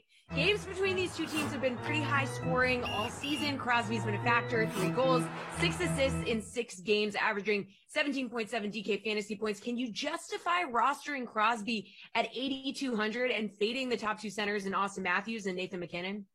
Yeah, no, Jesse. I mean, I do think this is a slate where you can definitely justify, fading the top 2 guys. I mean, Crosby, look, it's a great match against New Jersey. I feel like these two teams have played like every day over the last 2 weeks because every time I come on, we talk about them. But New Jersey just like they just have terrible special teams. And I mean, whenever you have Crosby going up against a bad penalty kill, and he's out there for like basically the whole 2 minutes when they're on the power play. So Crosby's a fine target tonight. I will say this. I think he can pay down even further. We got a big slate here, and there's some really good value in the upper tier. Like Mika Zibanejad against Philly has got 15 points in 6 games against Philly, 7 goals. He's had 2 6-point games against them. Philly's got the second worst power play in the league too, so you can pay down for 7,100. Then you got Roope Hintz. I know he's day to day, but he seems to be a game time decision every day. He generally plays. You're going to have to check, lineups right before they lock and stuff. But if Hintz is out there against Detroit, dude's got 9 points in his last 5 games. He's just really good value. That whole Dallas top line I like tonight. So I think it's the night where at center you pay down and you can look at Crosby, but you can go even cheaper with Zibanejad or Roope Hintz. All right, let's talk about wingers. Colorado star winger Mikko Rantanen going to miss tonight's game against the Blues due to COVID protocols. That could open up some playing time for other Avs wingers. Is there someone you want to target here that might step up in Rantanen's absence?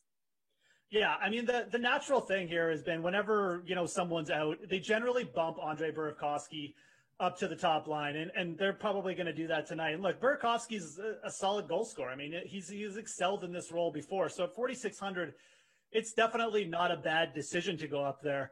I don't think he's a must play though. I mean, we do have a guy named Connor Brown on the Ottawa Senators at 4,700, who's averaging 14 DK fantasy points over his last 10 games, has a really good matchup there too. So I think Burakovsky and Brown both make for really good plays tonight. Burakovsky because of the increased opportunity, Brown just because he's playing so well and he's on that top line for Ottawa.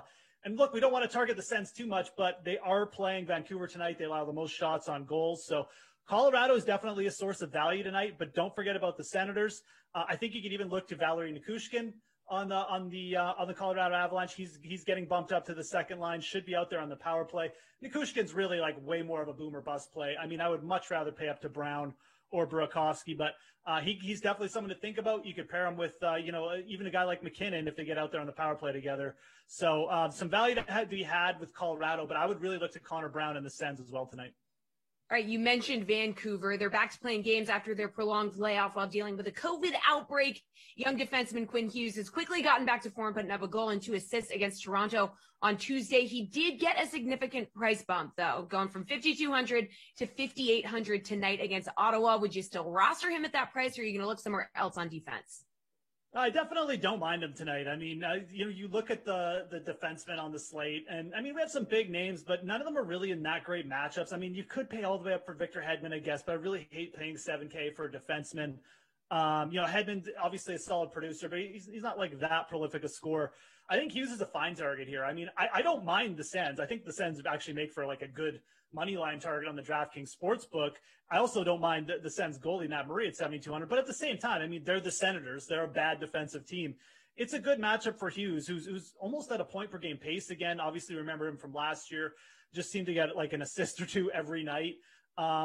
Look, Vancouver's come out of the break looking really solid. I don't mind paying for Hughes. It's just kind of that slate. I think trying to get up to Adam Fox would probably be my preferred play. You can pair him with a guy like Zibanejad. I really like targeting that New York power play one tonight. Again, Fox, kind of a similar player to Hughes, just been a little bit more prolific. So if you can get up to Fox, I'd probably prefer that. But both those guys have terrific matchups here today. Okay, on to the DraftKings Sportsbook now. Let's take a look at some game totals. Can you give us an over or under that you like tonight, Jeff?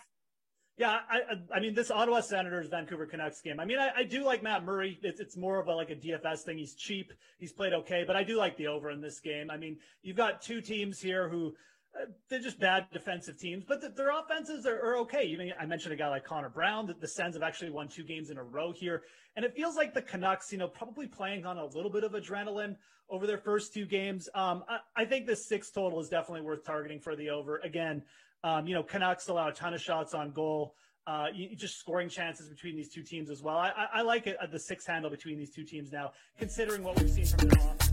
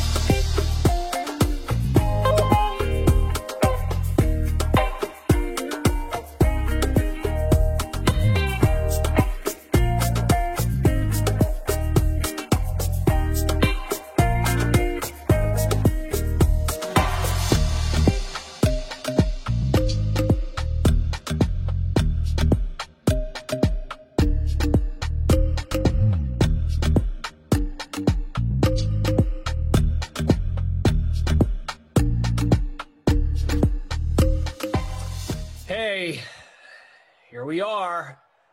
Number 2 of 6 on the day. Madden Sims.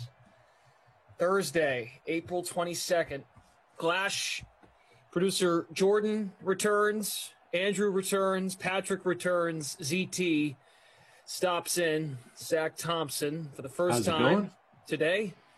We're good. We had a good first sim. Giants and Bengals. It actually wasn't too bad.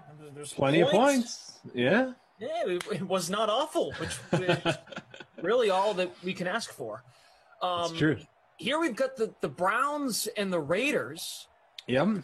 What to expect here? Lots of intriguing pieces. I feel like this is a little complicated.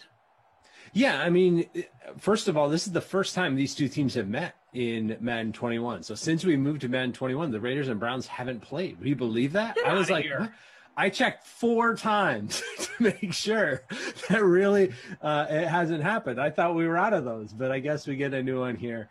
And it should be a good one. Like you said, there's a lot of intriguing pieces here. A lot like what you had in that noon game. Neither defense is great, so I think we could get some points, especially some big plays.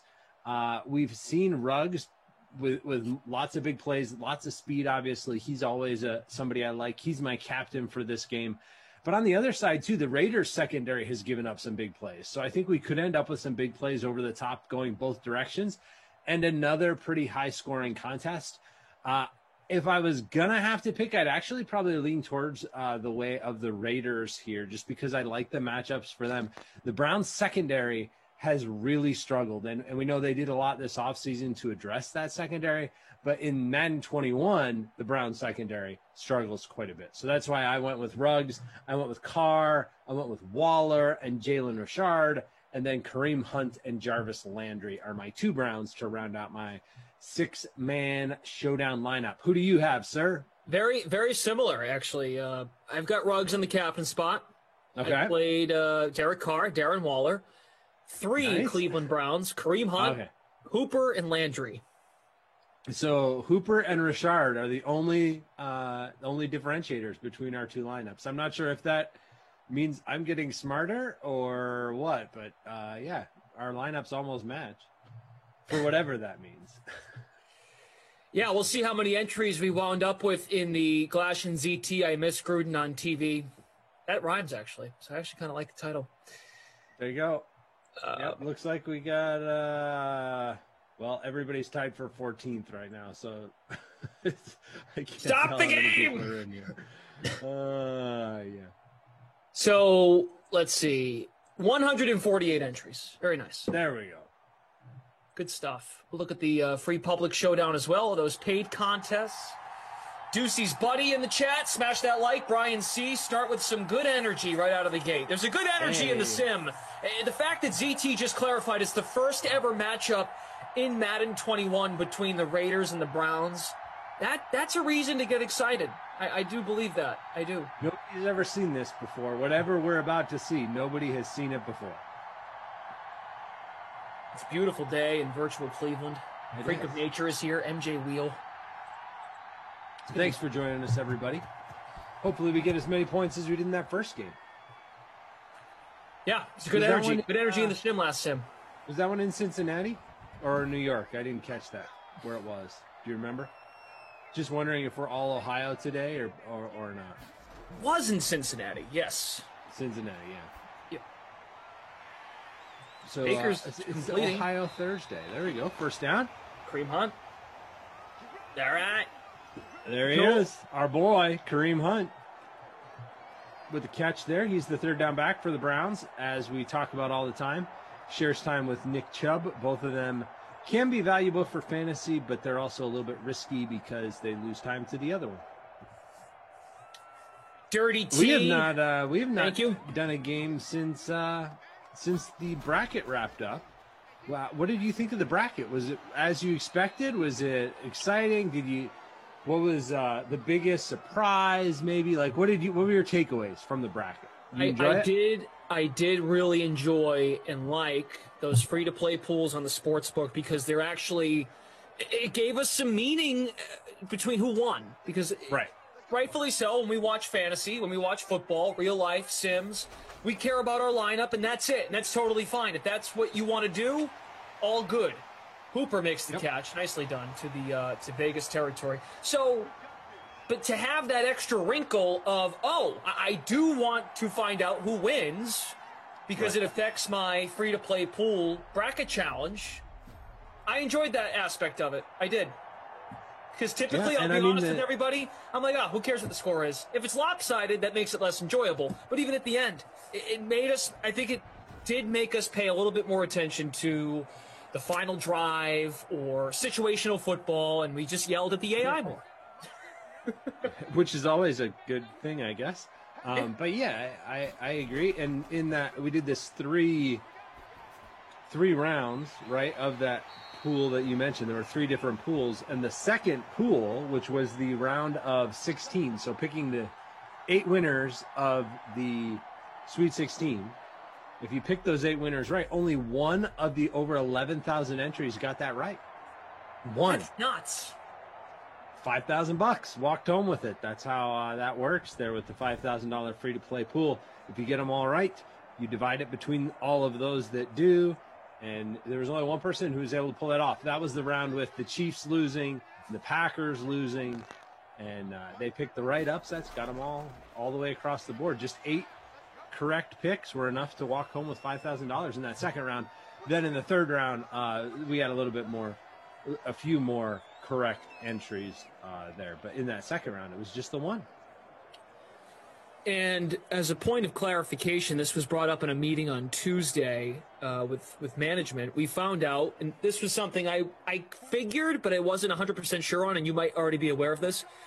Even though those free-to-play pools, they take you to the sportsbook page, you might wonder, I don't have sportsbook legal in my state. As it turns out, those are completely separate things. Correct. You can get involved in a free-to-play pool on the sportsbook even if you're not in a state that's legal for sports betting. 100%. Yeah, and I mean, I know a lot of the people around me where I live here in Massachusetts, you play those free-to-play pools all the time. You can do that. Those are available from the app. You can also go onto the website and do them that way. You may end up going to the sportsbook page, like you mentioned, and see some of the, like the header and those kind of things. But as long as you're just doing a free-to-play pool, those are legal, and those are a lot of fun. And there's some of those available up there right now. There's some popularity pools, including the Jackie Robinson one, which I know you and I have talked about on these Sims before. Yep. There's also one for the Major League Eating contest coming up this Sunday, which I previewed over on Playbook.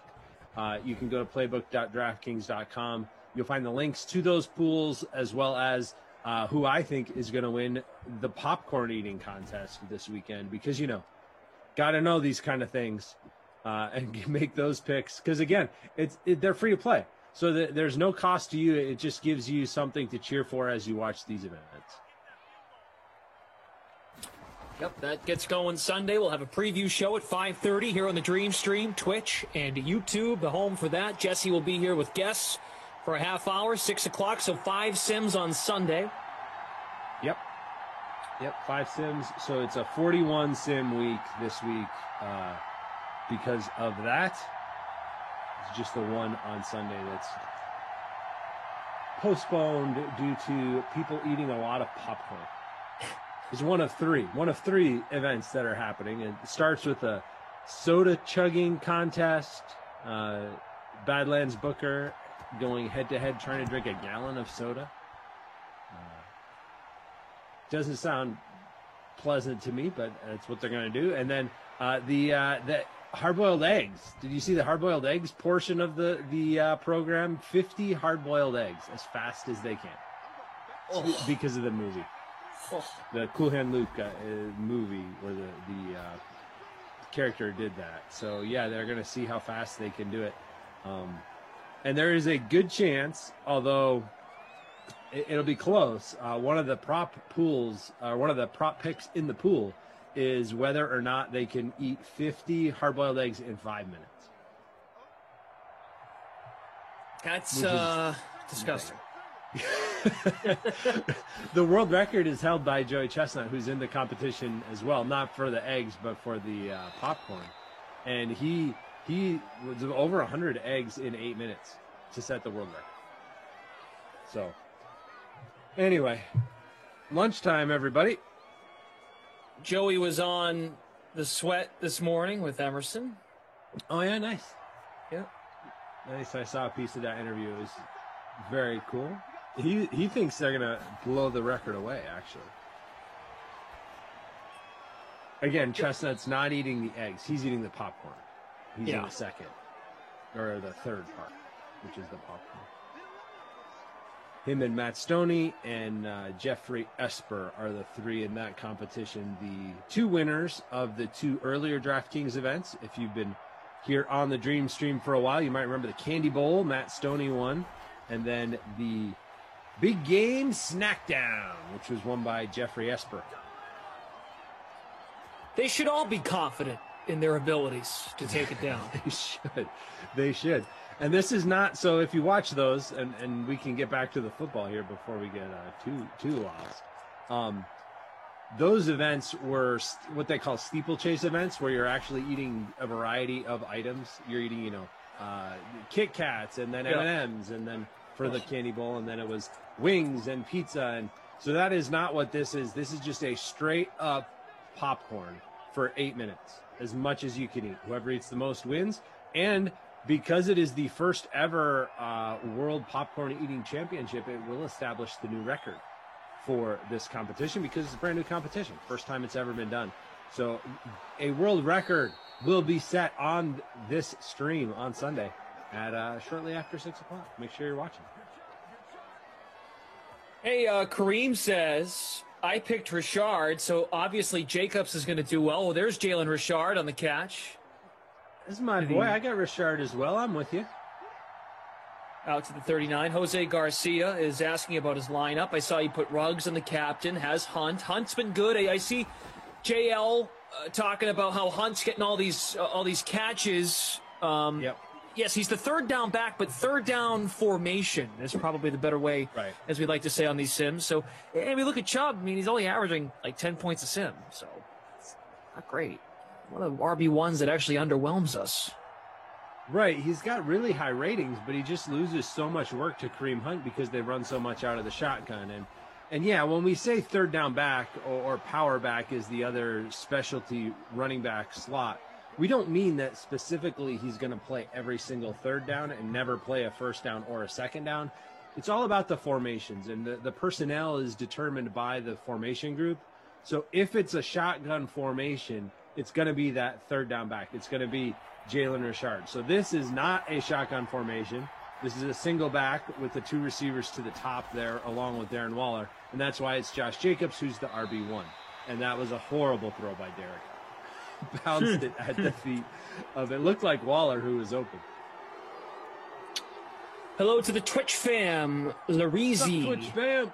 Piercy. Gareboy. Sure. You guys like hard-boiled eggs over there on Twitch? I'm not a hard-boiled egg fan. Not really. Sounds like something to be into. Long field goal for the tie, 50-yarder, just short of 50 yards actually. 49 officially. He's not hitting that. He's not hitting. I think he's got it. Oh, in my face! He showed you. Tie game. Need some touchdowns though. These field goals are fun for somebody, but not for my lineup. Carlson and Seibert. I am happy to report, by the way, as our audience grows, folks are strapping on in for this 2 p.m. Eastern stream. As goofy as a dog says, great vibe in Simland. Always. I am happy to report that in between sims, Adam Kaufman has responded to the criticism. He has responded. He has, as the kids like to say, he is now woke to some degree. Kaufman not only created an NBA contest titled Last Minute NBA Century Mark, but yes, 100 possible entries for this, not 75. That's how motivated Koff is. The Koff Cliff has motivated Koff. The what? The Koff clip. When Koff doesn't do well in NBA on consecutive nights, he's falling off the cliff, the Koff cliff. Gotcha. Now, you know how like Brady had fell off the cliff like 7 years ago? We got the cough cliff. Yep. That was when they played the Chiefs and lost on Monday Night Football, and the dynasty was officially over before they won 2 more Super Bowls. Yeah. Yep. I remember. The cough cliff. When cough, gotcha. does bad just a couple nights in a row. Cough cliff. So he's falling off the cough cliff, and he is trying to respond to criticism by making the contest bigger, and he actually made it. So I'm happy. I'm good. I am going there. I'm taking credit for him making that contest today. So, cool. You're welcome, everybody. Now everyone beat him. I'm with him on the 4 o'clock sim. I'm sure we'll talk more about that. 4 o'clock, we've got the Chiefs and the Jets. A round 1 rematch from the bracket tourney. The Chiefs were... Did you call the Chiefs-Dolphins upset? The Dolphins upset win? I did not. I watched pieces of that, but I that was probably the single most surprising game. Was not that the Chiefs lost, because, I mean, we've seen the Chiefs lose quite a bit, but to the Dolphins, that was a surprise to me. I did not expect the Dolphins to shut down the Chiefs like they did in that one, and were able to move on. They lost in the next round, but they pulled that upset. Opened up the door for Seattle in that quadrant of the bracket. Let's see. Well, Kareem Hunt and Chubb each have 1 carry for 5 yards. Yeah, not much going on the ground for either team, to be very honest. Jalen Richard is the lead rusher, but he only has 2 carries for 8 yards. And Hunt's got the reception, 3 for 12. I was going to say 3 catches for 12 yards. Your boy, Austin Hooper, 2 catches for 27. So your lineup slightly better than mine because I have Richard, who is 1 for 6, plus his 8 yards rushing. So Williams 1 for 7, Ruggs 1 for 11, Jacobs 1 catch for nothing, and Jarvis Landry 1 catch for 19 yards. Rounds out the rest of the receiving numbers. Do you think it would be safe to call that a quiet first quarter? I feel like Very that was a pretty quiet first quarter. Quiet. Not terrible, like not bad, but quiet. No, it wasn't awful. It wasn't lots of punts. It was quiet. There wasn't a huge big play. I want a big play. These defenses give up plenty of them. So let's see if we can get one here in the second quarter. They'll start with a big run by Kareem Hunt right up the middle. So Brother Phil and Brian C are going back and forth. Brother Phil says, I don't know why so many people like gathering to watch people stuff their faces. I can't find the entertainment value, but then Brian C responds and says it's the same reason dozens of people gather to watch fake simulated football. To which Brother Phil says, I guess I can get that angle. DFS Queenie, Kaufman spent the first 5 minutes of the Osimo show crying about losing an NBA, saying stuff like, don't listen to me. Wah! I am not going to rob a bank, Problem Kid Gaming. It's actually just cold. It's cold in my apartment. It's very cold today. It was snowing at my house earlier. Definite, not just flurries. There was definite snow. It didn't really build up, thankfully, but which is good because our Little League field can't take much more snow. Enough of that already. Yeah, seriously. Central New York got a bunch. Yep. Pennsylvania got some, right? Or am I making that up? That area, I'm not sure. I think Pennsylvania would have if upstate New York. That would make sense, yeah. Yes. That was my thought process. I agree with your thought process. Now, if somebody in the chat is in Pennsylvania and says we didn't get any snow, I believe them too. Oh, this is tremendous news. Okay. Any Seinfeld, Curb Your Enthusiasm fans out there? Anybody? Okay, I'm going to assume some of you are. I'm sure there are. We can't hear them, Glash. I don't know if you know how this works, but you can't hear the people in the chat. Yes, that's right. You have to imagine what their words will sound like, yes. Exactly. That's Hooper on his third catch. Richard Lewis on Twitter an hour ago. Great news for me. Although I am still recovering from 3 surgeries and missing season 11 of Curb, LD, Larry David called me and asked if there was any chance if I felt strong enough to do 1 episode. Richard Lewis is on the set. He is doing 1 episode for season 11 of Curb. There you go. That is good news. I love that. Good. Richard Lewis will be at least, well, I think just one, based on it sounds. One episode of season 11. That's good to hear. One is better than 0. Yep. Pretty good, says Stephen Boss. Hope your lineups are doing pretty good. We do not have a date yet, producer Andrew. I've been trying to monitor when season 11 of Curb will start, and I thought I saw June, but that was a while ago. But it looked, of course, based on this tweet that I'm reading here, at HBO, at the Richard Lewis, it looks like they're filming, so hopefully. But it looks like they're still filming, too, so it's not like they're wrapped and just producing. Touchdown. Right. Touchdown, Jarvis Landry. Jarvis Landry. I usually don't play Jarvis Landry, but I did today, and I'm glad I did because he's got the touchdown. He was in your lineup as well.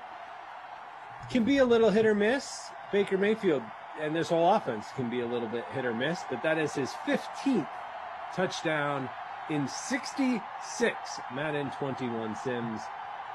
There we go. 37% owned in the flex in the free showdown.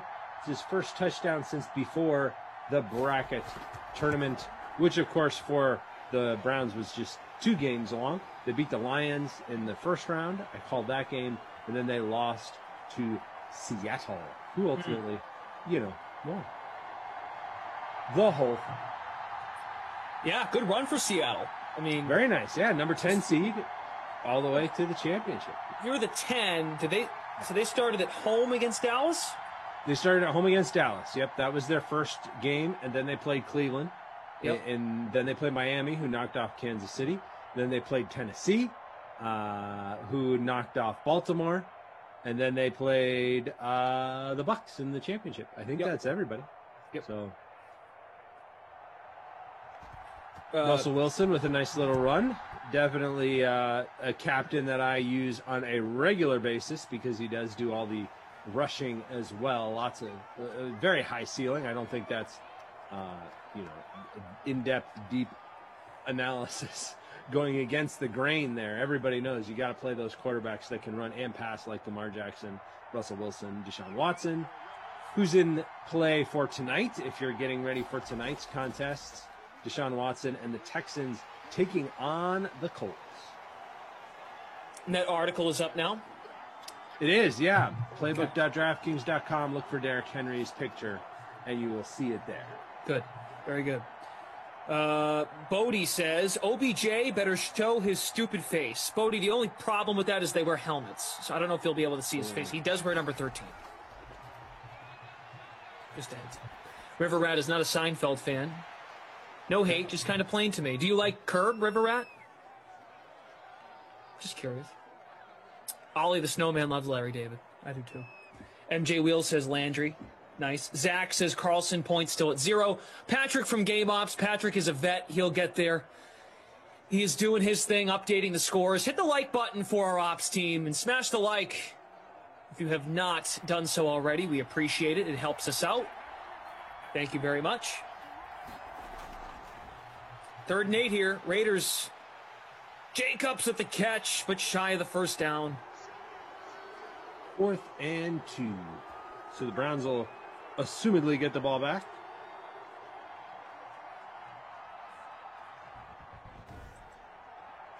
Landry just scored a touchdown if you missed it. Jordan Lindenbaum is in 2nd place in our free contest. He won the free roll at noon. Wow, good day for him. Hope he enters some classic lineups too. On fire. It's off to a good start. You'll be here at 4, right, with Koff. I will be here at 4, yep. The Jets-Chiefs rematch, yep. Mm-hmm.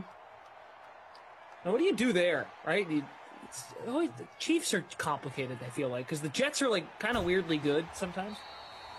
Yeah, for me, I play Travis Kelce because the Jets are decent, but they struggle against tight ends. So I'm building around Travis Kelce for that one. Okay. Oh, we get a flag. Holding. Face mask.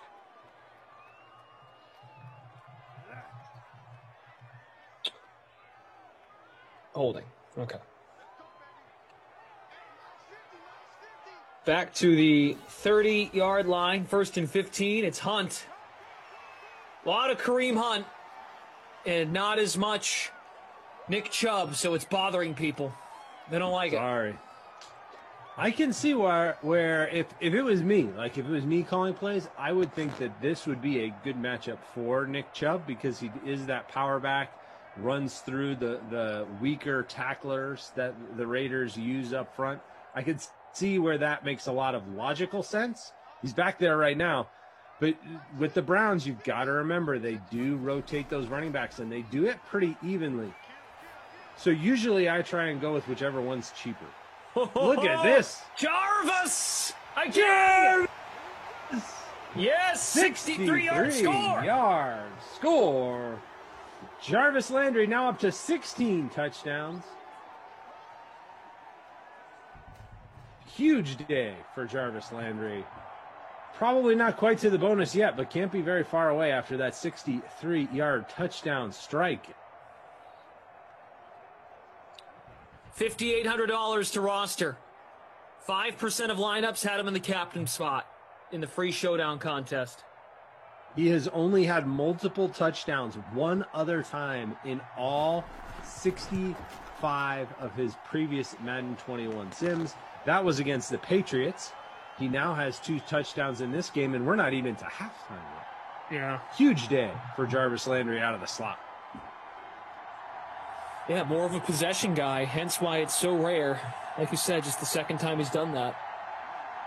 They Go left Hogs, him go. wide open on that one. Wide. I mean, they forgot he was even on the field. Go Hogs Go on YouTube is pumped, says Captain Landry. Cassie says, I have Chubb and Hunt because I will not get vultured. Well, that does protect you from that. That is true. Killa says, what planet is this? Did Beckham stay on the bus? It's a He good cannot question. confirm. Straight Cash says nothing but junk so far. JL, Jarvis Unless is you have helping Jarvis my Baker Landry. captain spot not look so dumb. There you go. Way to Yep. find the positive. Appreciate that. Way to be. So Lindenbaum has climbed up into first place in our free contest. Nice run from Jacobs. They'll give him 10 and a first down. It's great to have you all with us here. Much appreciated. Producer Jordan here with us. You mentioned Patrick from Game Ops. Andrew on the 1s and 2s. ZT Clash. ZT's here for the next one. I'm done for the day after this one. Back on Saturday at noon and 2. Stick says that touchdown put me in second place. I'm winning $25. Hey, there you go. Hope you keep stay it up. put. ZT, Yes, sir. you just about ready for this draft to happen? Yes, I am. Kind of getting I sick of feel- waiting. I was going to say, I feel a little bit over ready, quite honestly. Like, I was ready a while ago. So I'm let's just go already. Is that good with you? Yeah. Yep. Definitely. Ooh. I feel like everybody is fairly prepared at this point. Did I miss something, or did the league purposely put this off an extra week? Or, like, it just feels it feels later than ever. It should start today. Yeah, I don't know if they purposely did, not sure. But what I can tell you is it feels like it has been a very long time. Like we've been hyping and hyping and hyping and hyping and hyping, and maybe it's because I'm just more in tune with the hype this year than I have been in the past, but it feels like we've been doing it a while. I'm trying to think of reasoning. Maybe it's because in order for coaches / GMs, scouts, if they wanted to go watch a player, they would have to go to organized pro days. And True. maybe it was to spread those out because of travel and the pandemic still going on, like Could be. folks, just to kind of spread it all out so people had enough time for testing. And I'm just trying to think of reasoning because we had free agency, Right. which was a blast. And then, that goes by pretty much in a week. You kind of all the big moves shake out. Right, yeah, all the big names definitely go right away. Scott is back in the chat. Scott was in the chat during the noon sim. So Scott says, everyone is prepared for the draft, but Ryan Pace. He just found out they're having one. Yeah. I'm about ready for this draft to begin. I think it's going to be very interesting. Like especially the first two picks are pretty set, right? Like I think everybody knows what those are. But after that, it gets pretty interesting in a hurry. I think it's going to be entertaining. I just feel like we've said all we're going to say about it at this point. Right. We've broken it down every way we can break it down. Let's just do it. Right. And there's still a lot of uncertainty to it. So I guess that's why it's fun to still talk about, because it's not like we know the first two, like you said. Right. Sim says it's been the last Thursday in April for a few years now. Oh, it has. Okay. I guess maybe it just feels longer than usual. I mean, last year when the draft, I'm like, I feel like the draft is a blur to me last year because of COVID, and I'm just like, whoa, where did the time go? You know, like, right. And then obviously that was the all virtual one, and it was very different, obviously, than what we'll see this year with a lot of the people being drafted all together in Cleveland, where we're actually calling this game, probably pretty close to where we are virtually sitting right now. Tyrell Williams stopped at the 1. Dirty T, we are on it. We see that Twitch is down. Andrew, our technical director, is taking care of things. He is aware of the issue. That's Jacobs in the backfield. See if they go to him. They do. Did he get in? Yes, he did. Touchdown, Jacobs. The Raiders pulled it within 1 score. All right, way to keep this representable. This was kind of similar to what the Bengals were doing to the Giants last sim, and then the Giants got a score at the end of the first half to make it a more competitive game. So good on the Raiders. In the second half. Yep.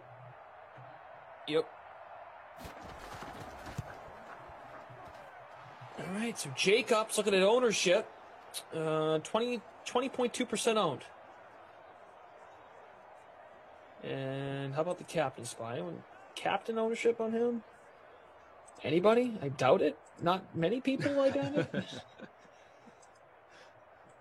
A very small percentage, because he does lose work to Jalen Richard, as we've 2%. talked about a lot. These running back timeshares, they're high risk, hard to count on. Can end up with a very low score. Jamal says, did Ruggs stay on the bus with OBJ? These are all great questions. Actually, they're all really bad questions. Yeah, and just so we're clear, they wouldn't stay on the bus with OBJ because they would have taken different buses. They're on different teams. All right, they might be hanging out in the parking lot playing catch or something, but they're not standing on the same bus. That'd be awkward. Jacob scored. Oh, Fooligan put him in the captain spot. There you go. I'm in 23rd, and you are in 20th. Our similar lineups hanging out very, very close to each other. You are 0.7 ahead of me right now. Fooligan is in second place, and I can see Jacobs is in the captain. Okay. We've reached halftime.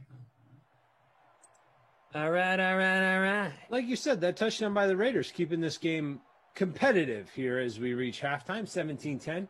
Browns with the lead. 2 touchdowns on that side from Jarvis Landry, from Baker Mayfield, who's thrown for 149 yards, so he is just below on pace for the bonus. Derek Carr, 91 yards passing. No touchdown passes for him. The only touchdown for the Raiders on the ground. That was the Josh Jacobs 1-yard touchdown just moments ago. Dean Murray thinks you made a great point. Cassie says they were at the club. They are at the club.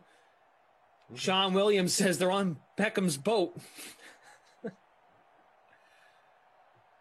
Kareem Hunt, there he is, 5 for 44. Nick Chubb, 4 for 13. I could see getting distracted on that boat and just hanging out on the boat, forgetting, we do have a game today.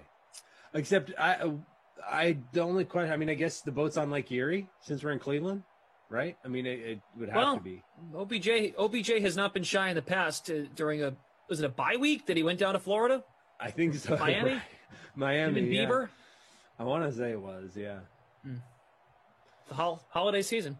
Dante 82 leading Our the two leading receivers, not yardage-wise, but catch-wise. Jalen Richard has 4 for 26, and Kareem Hunt, the other running back, third down back, 3 for 12. And then there's Landry with 3 for 86.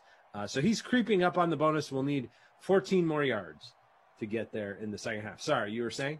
Dante 82 leading the early early classic contest with 151.48 points. So look at the free showdown.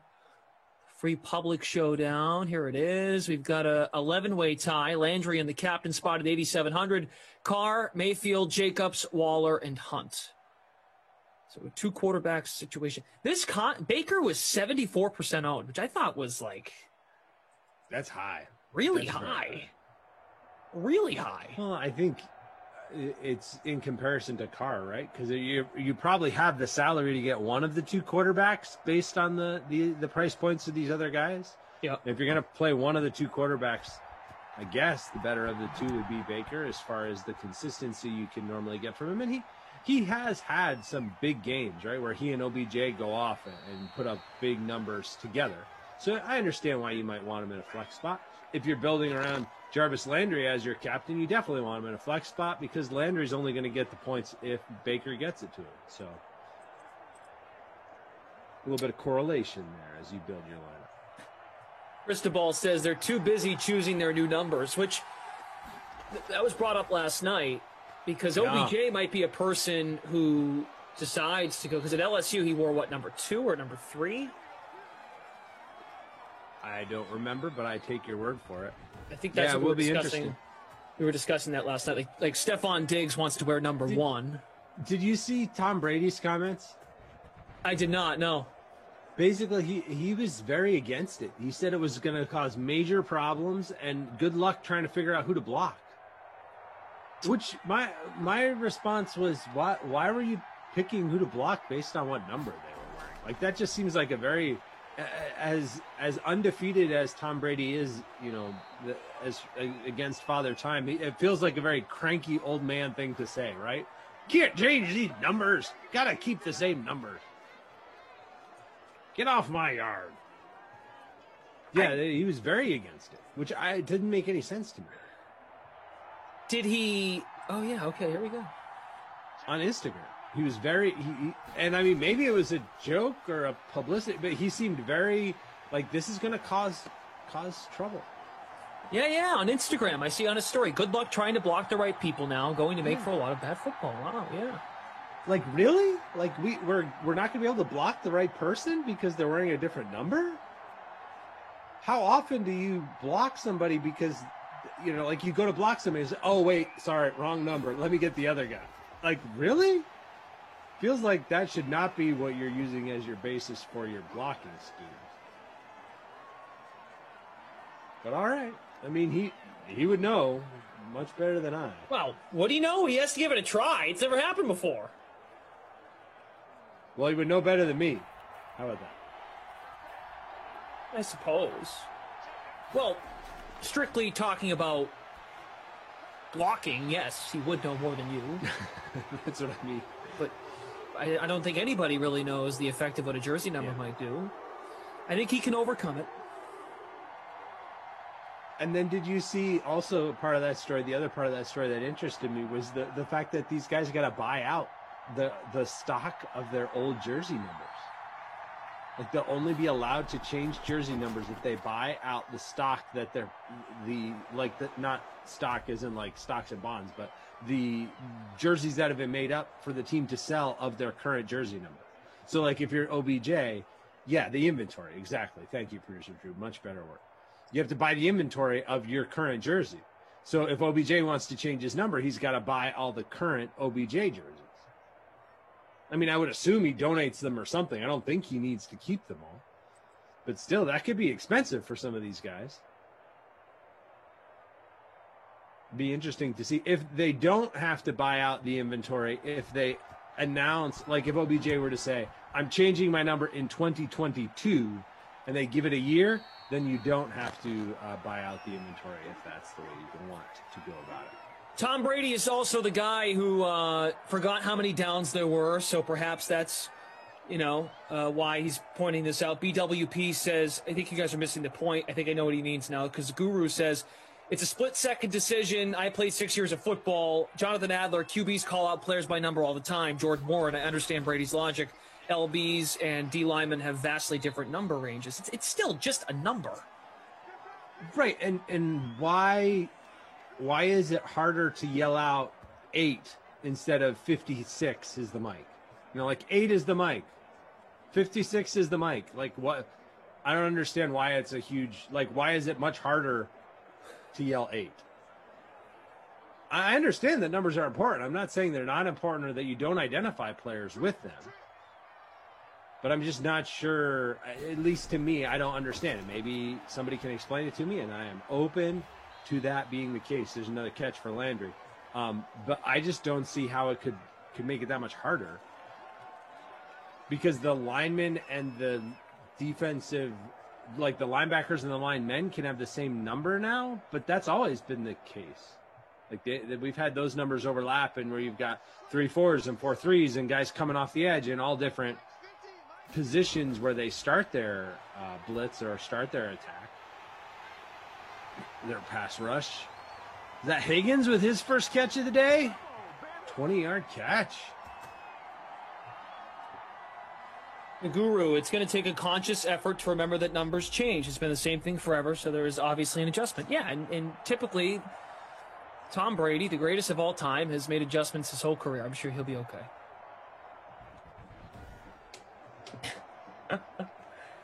Interesting. I mean, look, if you're gonna must-be's getting on the officials, I think the officials have a hard enough time anyway. So we'll still find things to blame the officials for. Oh yeah, don't worry. There'll always be something to blame them for. Also, another carry by Kareem Hunt up the middle. Did we miss a 56-yard field goal? We did. Yep. By Carlson? Yep. Yeah. I know, right? I mean, it happened on the screen. We didn't talk about it. So yeah, we missed it in that sense. It's 17-13. Browns driving down the field, able to get the first down there. I did not see the number. Higgins again with another catch for the first down. Charlie says, I think they should be allowed to have a 3 or 4 digit number at tight end. Number 3,643, Broncos Smith. Now see, I can see how that would make it harder, right? Number 3,792 is the mic. Yeah, that's harder to yell. We got another OBJ touchdown. OBJ. Number 13 into the end zone. First touchdown of the day for him. That is Baker's third, as the Browns pull back away after the Raiders were able to close it down, make it interesting there. But Browns getting a little bit of separation with that score. OBJ owned in 66.86% of lineups, not in ours, which is why you and I are both sliding right now. I'm watching our entries slide. At least we're doing it together. We're sliding down. We're in 30. Well, now we're in 70th. There we go.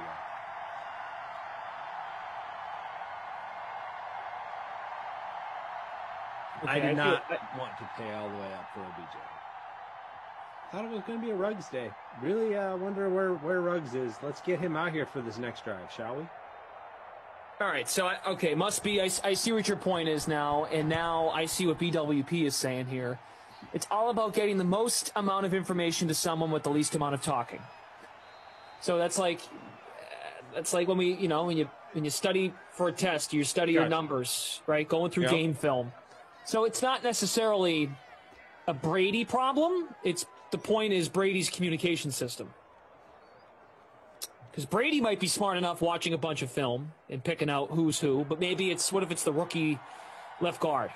Or what if it's a fill-in right tackle? But what the fact that the player is wearing number 5 instead of 57, how does that make it different? If they were changing numbers every game, I'm trying to play devil's advocate for a second. No, I know, So I know. I'm So listening. If they were changing numbers every game, yeah, that's a pain. Can't do that. I don't think that's what's being proposed here. I think it's that there will be more of a selection of numbers that they're able to choose from. Must be Glash. Have you ever heard of an ineligible man downfield? Sure have. How about this? Get over the freaking number thing, study the film, know who's who, and then play the game. Like, know your personnel.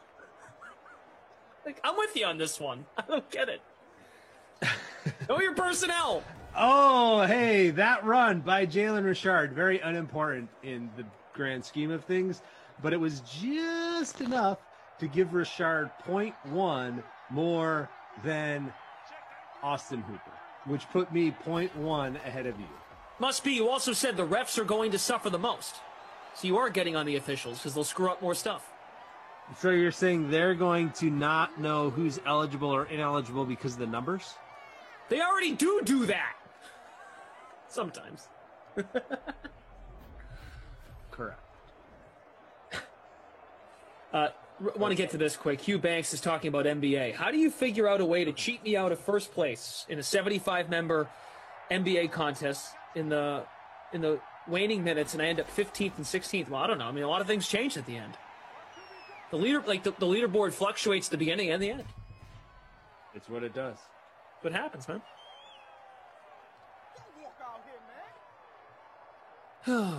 That's unfortunate. Picked up a first down. Nope, just kidding. Holding on the fullback. Empty set. Going to Tyrell Williams. Almost able to break free for the touchdown, but hauled down at the 37. Picks up 11, second and 4. Plus, I'd be surprised if a lot of guys actually really do end up changing their number. Because they don't want to have to buy all the inventory? Right, yeah, like you were talking about. I think if it's important enough to them, they'll do it, but I would agree that we'll probably... Oh, there we go. Touchdown. Henry! There he is! I asked if he could show up on this drive. He did. Touchdown. It's been a good couple sims here. I'm proud of how they've gone so far. It has been high scoring. Points everywhere. We like it. We have the Jets and Chiefs to wrap up this early classic. Hopefully there are some points left on the table for that one as well. Let's see. Going for two. Carr. Can't do that. Gotta do something, dude. Do something. BWP says, how about we stop trying to fix things that aren't broken, LOL. Well, I mean, that's fair. Oh, yeah. Okay. Like, if that's your reasoning, I'm good with that line of reasoning. I have no problem with that. I got you. That's fine. I also don't see why it's a big problem, but okay. I'm fine with leaving it as it was. Like, I think it's one of those things that it gives us something to talk about, like we're doing right now. It's true. And then it has filled almost a quarter. Week one's going to come. Week one's going to come. And then it's like, oh, I forgot about the number thing. You're going to be sitting there with your buddy.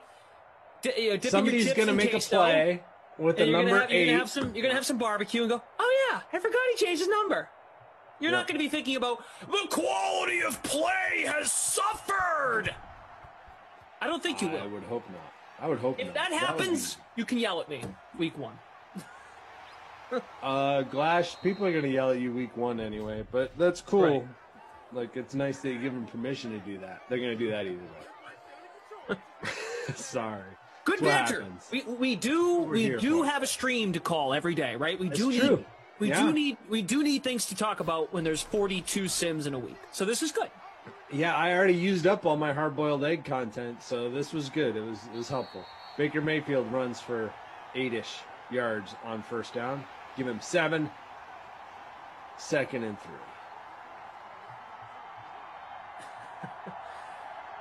Jamita says, okay, I'm back. My husband only likes real football. LOL. Well, Jamita, he's missing out. Well, when you don't have real football, this is not that far from it. The graphics are pretty good. You can put together a fantasy football lineup just like you do for real fantasy football. And the good thing is there's not injuries. We don't have to worry about player safety by having players play. How many days in a row did Seattle play? Like 4 days in a row they ended up playing there as they made their run to the bracket final. We didn't have to worry about player safety because they're not real players. So there are some advantages. Just saying.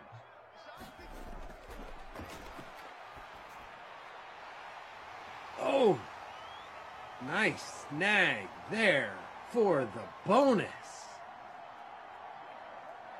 You get a bonus. You get a bonus. I think. Pretty sure that was bonus. It was close.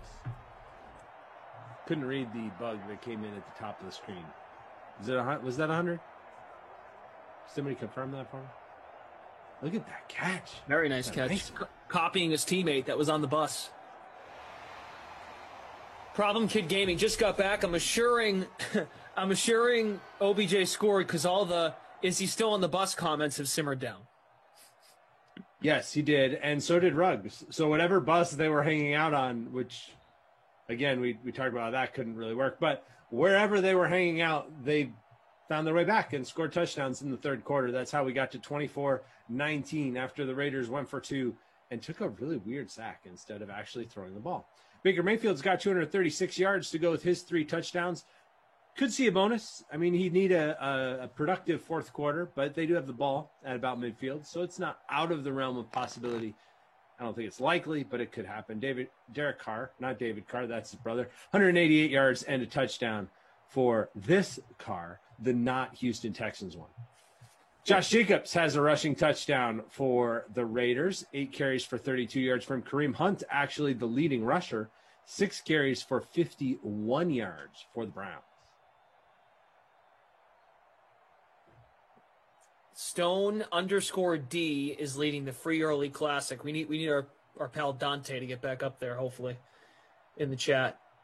All right, Landry there you go. does have the bonus. 5 for 108 with his 2 touchdowns. Monster game for him. The leader in the clubhouse for Krusty Koff player of the game. It would take a lot to knock him off, but we'll see. Tyrell Williams, 5 for 47. Darren Waller, 4 for 61. So those 2 guys could, get the bonus if they have a big catch and run here in the fourth quarter. In our free roll, yep. Cutler fan is in first place. Baker in the captain spot. OBJ is in there. Ruggs is in there. Jacobs, Landry, and Carlson. So you have to have the guys that have caught touchdowns. Which makes sense. Jarvis Landry has 46 points in the captain spot right now. 46.2. Not bad. Good work out of him.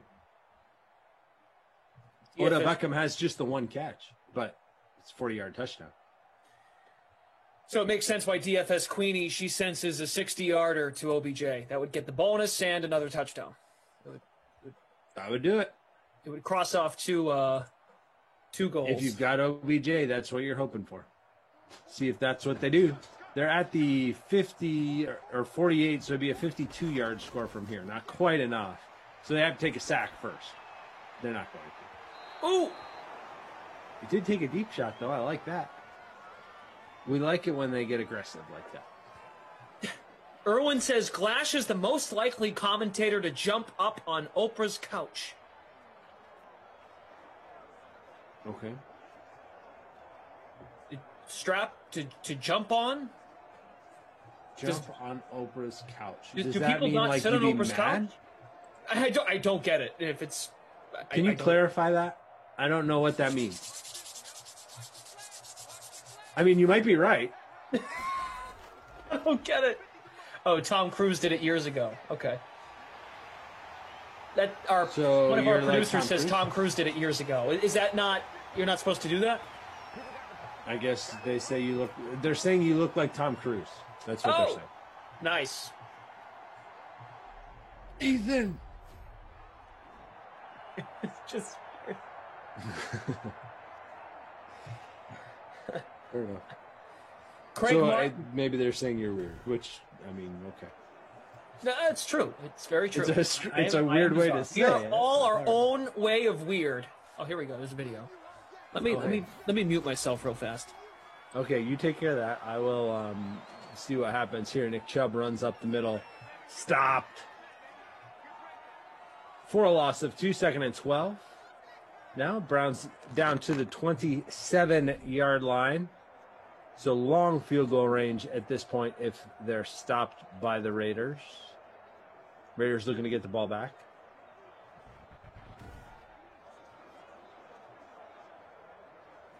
Just underway here in the fourth quarter. Glash is off watching a highlight of somebody jumping on somebody else's couch. He'll be back momentarily. 4 wides for Baker. And another first down for the Browns. Another catch for Landry. Continues his monster day. 6 catches, 123 yards, and 2 touchdowns. This might be his best day ever. I'm going to check on that while Glash gives you his analysis of Tom Cruise jumping on Oprah's couch. You know, Tom Cruise has a big, bright smile on his face, and I could appreciate that. A little strange, a little weird, but I like weird. I like strange. See, those of you that don't think you're weird or don't think you're strange, you're wrong. We are all weird and strange in our own ways. Nick Chubb, now, can you just score to please people? I'd rather Kareem Hunt score, just so clear. Okay. So Jarvis Landry has played, this is his 66th Madden 21 sim. 66. He has only hit the 100-yard bonus one time. Wow. One time. And it was not really that impressive. Like, it wasn't nearly as good as this one. So this is his best game in Madden 21 that we are all witnessing here together. He only had 4 catches for 102 in that game, which was a win against Washington. No touchdowns in that game either. In this game, he's got 123 yards, a new Madden 21 high. He's got 2 touchdowns, and he's been a really good play in your captain spot, if that's what you did. Mamba Vision on Twitch. Missed you guys. Almost cried over at YouTube. So now back in Twitch. Mamba Vision feels comfortable. 3rd and 8. Good. They got to get to the 2 for first down. Let's see another touchdown to Landry. That's what I want. Baker, do something, Baker. Scramble. Baker. Go away, Baker! Oh, he did not. Give it to him. Did he get the first? Give Did it he to get him. the first? He Yes, first down.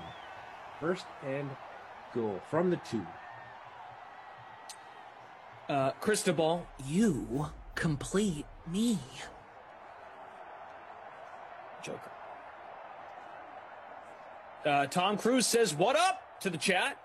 What's up, Tom Cruise? Tom Cruise is here. Hi, Tom. Thanks for hanging out. Brother Phil says, "I'd say that would be Lazio, the one climbing on the couch." Chubb to the 1. I could see it. It's another good candidate. Was he? I did not step away to watch the highlight, so you have to tell me. Was he upset? Was he excited? Was he? What was the emotion that he was, getting out by standing on Oprah's couch? Excited. He was excited. Okay. Yeah. He's fired up. Nick Chubb, not fired up. Nick Chubb owners, 2 carries inside the 2. No touchdowns yet. You know who I think we should see right now? Who? Kareem Hunt. All right. Nope. It's Chubb in the Nick backfield. Chubb again. Come on, Yep, Chubb. We'll see if Get they off give the it to bus Chubb and or score. run. They could do play action. They do, and he did not. Oh, no! Nick Chubb, 3 chances, comes up empty. Now that is relatively important because they kick a field goal here.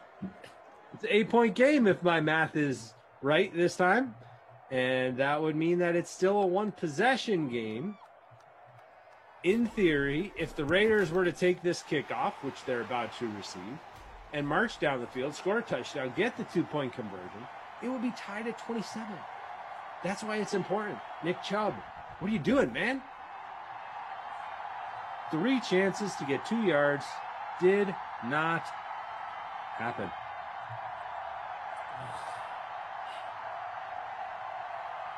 Well. Oh, Cristobal says both the Joker and Tom Cruise said that. I see. Kareem says this is laughable. Kareem, are you talking about yourself, Kareem Hunt? Meaning that you should have got one of the touches on first, second, and third and goal? I think you should have. We have about 400 of you watching on YouTube. Thanks so much for being with us. We're up over 160 likes. Can we try to get to 200 likes? Let's do it. I think we can do it. Got about 3 minutes left. We've had 2 pretty good sims to start the day. They have been pretty good, yep. Reasonable scoring. They haven't been total poo-poo. So please. No, they never are. Well, maybe when it rains, but yeah. Wednesdays can get that way a little bit, but that's part of the fun of Wild Weather Wednesday is trying to figure out if that's going to happen and when it's going to happen and how. Right. You wake up after the Wednesday weather hangover and you're like, oh, I'm going to have a good day. I'm going to bounce back. That's right. Right. You know, look at what happens. You get Giants and Bengals scoring points on the day after Weather Wednesday. You get Browns and Raiders scoring points on the day after Weather Wednesday. Bam. That's how I would look at it. Gearboy03 says OT and you'll get likes. Okay. That's a threat. Sounds like. I like OT. That works. OT would mean more points scored by the Raiders, more fun. PWP says, I liked, thanks. Dean Murray says, why don't you just change the number of likes and make it 200? LOL. Aha! I see what you did there. Back to our conversation about number changes. Jalen Richard with a catch there, 9 yards. That helps me pull away from you just a little bit, Glash, but it did not get the Raiders the first down. They were stopped just short, and now they're going to punt and use their timeouts. So you know what we get? We get more Nick Chubb running up the middle. AcFan28, I always complain about these being rigged, but today it's playing in my favor. Hashtag faded Chubb. That's how it works. There's a winner, there's a loser. Craig Martin says, Glash, you must have gotten in trouble from not dressing in outfit. No, I didn't. What character do you want to see, Craig? You can convince me. Should I bring back the characters? I've kind of given it some thought. I did think about it after the bracket. Oh, yeah? What characters? What character do you miss the most? There's too many to choose from. I'm being honest. Okay. Andy Reid was always fun. I like being Andy Reid. Yeah. Gets hot though in that jacket. Matt Patricia was a good one. I enjoyed your Matt Patricia. Yeah, Matt Patricia. Maybe we'll see him on the sidelines in Madden 22 with the Patriots. Yeah, right. Maybe not, though. I don't think he's actually coaching. He's more of like a supervisor behind the scenes. Who knows? There you go. Yeah. Yeah, I don't think he's not the coordinator. I did read that. Brought into more of a supervisory role, as you said. First down for the Browns here. Raiders still have 2 timeouts, so it's going to be... I mean, we're 1 first down from this being all the way over, but they will use these timeouts here. Try and get the ball back with just a few seconds left. Never know, but not looking good for Las Vegas. Viva Las Vegas. Scott says character Koff. I'll actually be doing a sim with Koff on Sunday. Koff will be here for the next sim also. There you go. And that should just about put this in the books. Nick Chubb up the middle for the first down. Even though he couldn't convert that touchdown on the previous drive, he was able to get the first down there, which pretty much pushed this one away. 1:46 left. No timeouts now for the Raiders, and it is first down for the Browns. They might just kneel this down. Looks like it. And we'll wind this one out. So 27-19. Player of the game is pretty easy in this one. It's definitely Jarvis Landry. Yep. 123 yards, 6 catches, 2 touchdowns, his best game in Madden 21. Very, very strong showing out of him. Good game overall. Both our lineups did pretty decent. I mean, we're in the top 35 or so.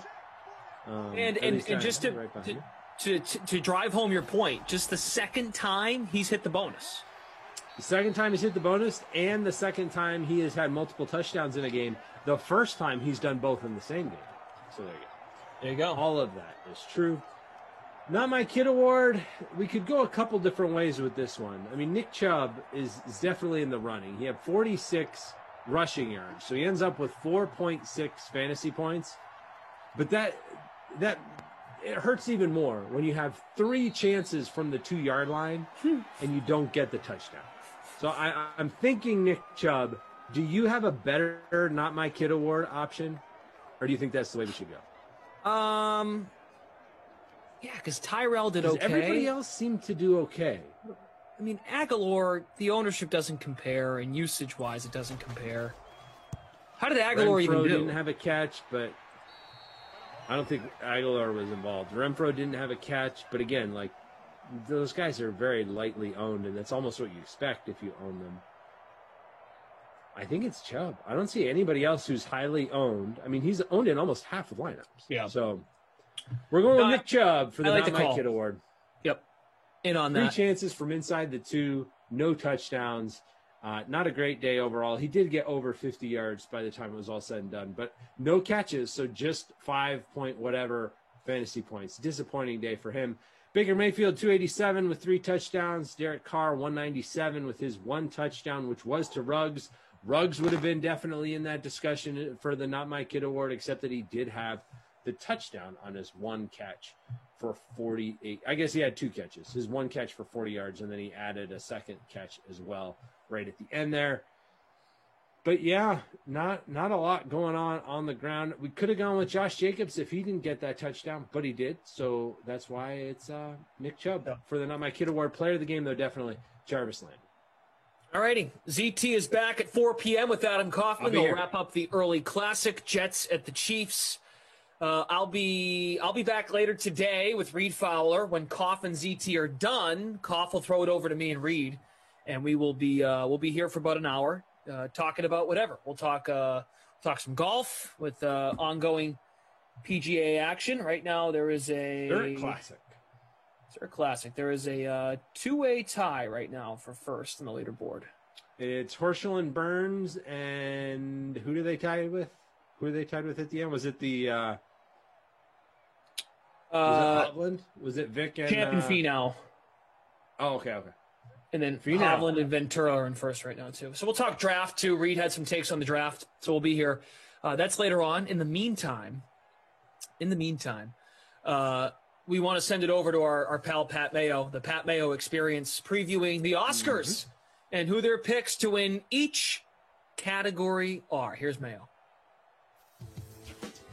Welcome to the Pat Mayo Experience presented by DraftKings. It's part 2 of Oscar Week. The pools, the predictions, category by category. We're going to go through the 2021 Oscars pick so you can go win your pool. If you want to bet on the Oscars, highly recommend you check out yesterday's show up on Mayo Media Network, which you should subscribe to right now, and go to DraftKings Sportsbook and make all your bets over there. As Scott Yager, at Shot of Yager on Twitter, gave us some dogs that we can get to. Host of the Challenge Mania podcast. He is back once again, and I will let people know that Tim Andercust is coming up a little bit later on in the show, so we know what people do not bet on. Would it scare you, Scott, that the person who has the biggest hex in the world on them, and everything just goes wrong for what they pick, has picked a Nomadland sweep? Yeah, I mean, would it scare me? No, that would actually kind of delight me because, again, like, I don't know, it's sort of, my wife accused me of this. I watch reality TV sometimes with this, like, I just want excitement. Like, I don't want chalk, and like, sometimes you just get so used to penciling things in that a little bit of excitement is interesting. It's why when Viola Davis won the SAG, it was so interesting. And, I think that if Nomadland doesn't like unconditionally sweep, if like Emerald Fennell wins Best Director, like sign me up for some surprise. Now, great. Like, I want it to like be a surprise that I also enjoy. You know, I don't want it to be trial. The Chicago 7 sweeps everything and Sacha Baron Cohen beats Daniel Kaluuya. But no, I mean, one or two things that, you know, long odds dogs winning would be nice, you know, and I don't think Nomadland is getting blanked. So if he picks him to sweep and that means they only win 2, then great. Awesome. I love it. So we're going to get into the pool picks. First thing I want to do is remind everyone to smash the like button for the episode in the comment section. Give me your single favorite best picture winner at the Oscars from, I don't know, let's say the last 40 years or so. Which of those is your single favorite movie that you want to go watch right now? Pool picks. So we broke down best picture. We broke down a lot of these movies in part 1 of this show in depth. We got to get to the picks. That's what people want when they're filling out their Oscar pool. So to recap, best picture, the nominees are Nomadland, which is the betting favorite at -670. They have The Trial of the Chicago 7, Minari, Promising One Young Woman, Mank, Judas and the Black Messiah, Sound of Metal, and The Father. We are going with Nomadland in this category without any odds, anything like that. In our Oscar pool, we're picking Nomadland. Yeah, I mean, look, there's two ways to look at an Oscars pool, which is, one, you got to win the ones that everyone's winning, and two, you can't just, you know, lose when everyone's losing. You got to pick a couple times to divert, but this is not the time. So I, to be honest with you, would check Nomadland here and know that what's going to happen is a lot of people are going to have Nomadland when it wins. And then some people are going to get cute and pick something else and not get this point. But don't be that guy or gal. Yeah, that's like when I picked Get Out to win in my Oscar pool, and that's the reason I lost. Yeah, I mean, I talked myself into weird stuff like that too that year. You know, Sean Fennessy, I think, at The Ringer had kind of talked himself into Get Out winning. And I think that, you know, you do it out of boredom sometimes. You do it out of passion for the movie that you really like. But here's what I'll say. An Oscar pool is not the place to do that. If you like a live dog, do it on the betting floor. And then here is where you chalk Nomadland. So then if you win that, you're like, great, I just hit 6-1. Oh, I lost my pool. Who cares? But like always, I think what's safe to do, especially if you are going to be doing a little bit of betting, is if you divert and go with the dog in some places, check the favorite here because it's kind of a nice way to hedge, in my opinion. Yeah, and if people are unfamiliar with betting odds, you can go to DraftKings Sportsbook if betting is legal in your state and bet on each of the categories at the Oscars. But for people unfamiliar with what they're seeing on the page, let's just take the next category, for example. Best Actor, Chadwick Boseman is the favorite in this category, and he is a substantial favorite. He is minus 1,667. The next closest person is Anthony Hopkins, who would pay 7-1 on your money if you won. So let's just take an example of Chadwick Boseman here. You would have to risk $1,667 in order to win $100 if he ended up winning. Now, no one's really going to make that bet. I would say maybe you want to divert on one of them if you're really feeling an upset, but if anything is minus 500 or higher, which means you would have to bet $500 to win 100, just take all those ones in your pool, right? I just like, to me, if you think, oh, Anthony Hopkins has a chance, okay, throw $5 on Anthony Hopkins, but don't do it in your pool because everyone's going to have Chadwick here. And you don't want to have made a great call on animation short and have it get negated by the fact that you went against the grain for a 16-1 favorite. So take Boseman here too. Yeah, that's really where these Oscar pools are won. Live short, animated short, best documentary, best foreign film, that kind of thing. So that's where we really need your expert insight on this one. Best Actress, this category is wide open. Carey Mulligan plus 125 is the favorite. Viola Davis 2-1. Frances McDormand, Andrea Day, and Vanessa Kirby. This was one of your bets on the betting show, so I assume you're going to stick it out here in the Best Actress category with your girl, right? Yeah, I mean, here's what I'll say is that, so with this one, obviously, I think you have three very live contenders here in Carey, Viola, and Frances. Some people even tell you that Andra Day is live. I think that Andra Day's big win was getting this nomination on the heels of the Golden Globe surprise win. But what I'll say here is that you do sometimes get people, sometimes you have to think about the psychology of your betting compatriots or your pool compatriots. And what they will probably do is that some of them will bet based on instinct and some of them will pick based on they will go and look at these odds. And so you have to think that here, even though she's a slight favorite, that Carey Mulligan will maybe be an easy check for a lot of people. So similar, sort of different from what I was saying before where, I said if you're taking a dog, maybe take the favorite here. I think here's the exception because I don't necessarily consider Carey to be a big favorite. And I think that this is a place you can pick up a point. And I think that especially, I don't know if anyone does this, but occasionally, we do an Oscars pool for our patrons over at patreon.com/challengemania.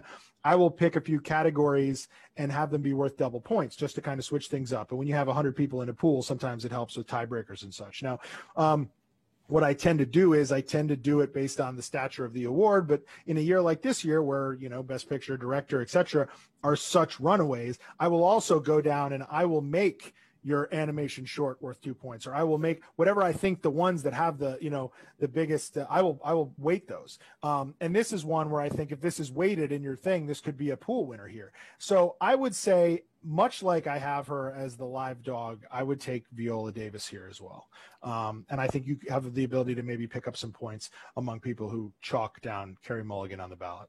The second biggest betting favorite for the 2021 Oscars is in Best Director, Chloe Zhao, minus 3,335. She's going to win, so just take her. Yeah, she's going to win. It's a great narrative there with female director winning. That does not happen often. I believe Asian winner. I don't know that we've had, especially an Asian female winner, which is great. And the only other one that I can think of is Ang Lee, who won twice. Oh, Ang Lee, yes. So she would be the second Asian Best Director winner, but I think first Asian female. And then she is actually the director of the upcoming Marvel franchise movie, The Eternals, which a lot of people have said, where's the trailer? And someone very funny Oscar pundit said they're waiting to be able to say Oscar winner Chloe Zhao directed. But so she's got a lot going for her. She really made a great movie, and I think that her directing is at the forefront of this movie, but again, not in a very flashy way, not in the same way that like 1917 is just like with every moment is like bragging about Roger Deakins cinematography and the brilliant one-shot style directing. This movie, I think, is just a pleasant treat to watch and be around. And a lot of that is the way that she put it together. So I think she's actually nominated here specifically herself, not just for picture director, but also I believe in editing or maybe adapted screenplay and cinematography, or one of those awards. I think she either shot it or edited the film herself. So she truly made this film, like really, really put a lot of it on her back. So she's going to run away with this thing, and she's won everything pretty much. I don't think anyone has won anything other than her for the most part. This is not the year to give Fincher his Oscar. Although I'm sure the year he does win it, it won't be that year either, but because we can't retroactively give it to him for the films he should have won for. But that being said, I think really this is a runaway win here. So I would stick with her here in a pool. Yeah, for sure. I will give a shout out to another round. That is one of the few movies that I saw from last year, which was absolutely excellent. And I can never pronounce the guy's name. Was it Mads Mikkelsen? Mads Mikkelsen. Mads Mikkelsen. I had never seen him as not like a supervillain in something. I agree. Yeah. It was interesting seeing him not playing a terrifying person with like in Casino Royale and in Hannibal. I guess in Hannibal, and then of course in Doctor Strange, and he's in this movie Valhalla Rising. But even in the movie where I think he plays like the father who gets like kidnapped and like forced to create the Death Star in Rogue One, and he's still kind of creepy, even though he's like supposed to be nice. But in this movie, he is very very humble and stripped down guy. And that movie, I have that movie in my top 10 as well.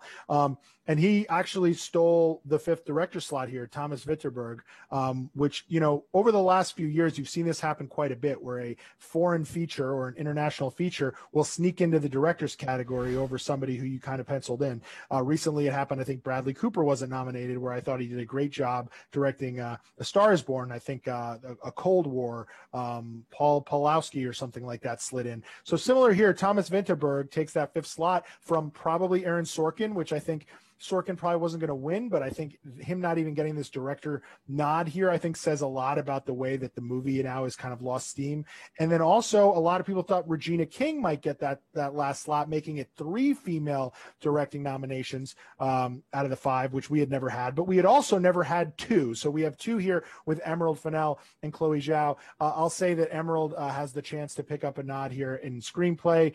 Lee Isaac Chung, I think, was a pleasant surprise for people in this category. So that's a great just getting nominated. You never like to say it's a pleasure just to be nominated, but I really truly feel for Lee Isaac Chung and Thomas Vinterberg. It really was. So yeah, shouts to that movie. That movie we'll get to in another category. But yeah, I really liked Another Round. I highly recommend it. It's on Hulu. Best Supporting Actor, Do we have to have the discussion here? There's a minus 2,500 favorite in what, from our talk, seemed to be your favorite performance of the year. Yeah, don't get cute. I mean, this guy, I think he's maybe my favorite actor working right now. And, you mentioned Get Out and how you had kind of wanted wishful thinking, I believe, for that to win Best Picture. He is so great in Get Out, and it's one of those performances that has aged so well, because now that you've seen him in this performance, and if you've seen him, he's horrifying in the movie Widows. You have to see that if you haven't seen it.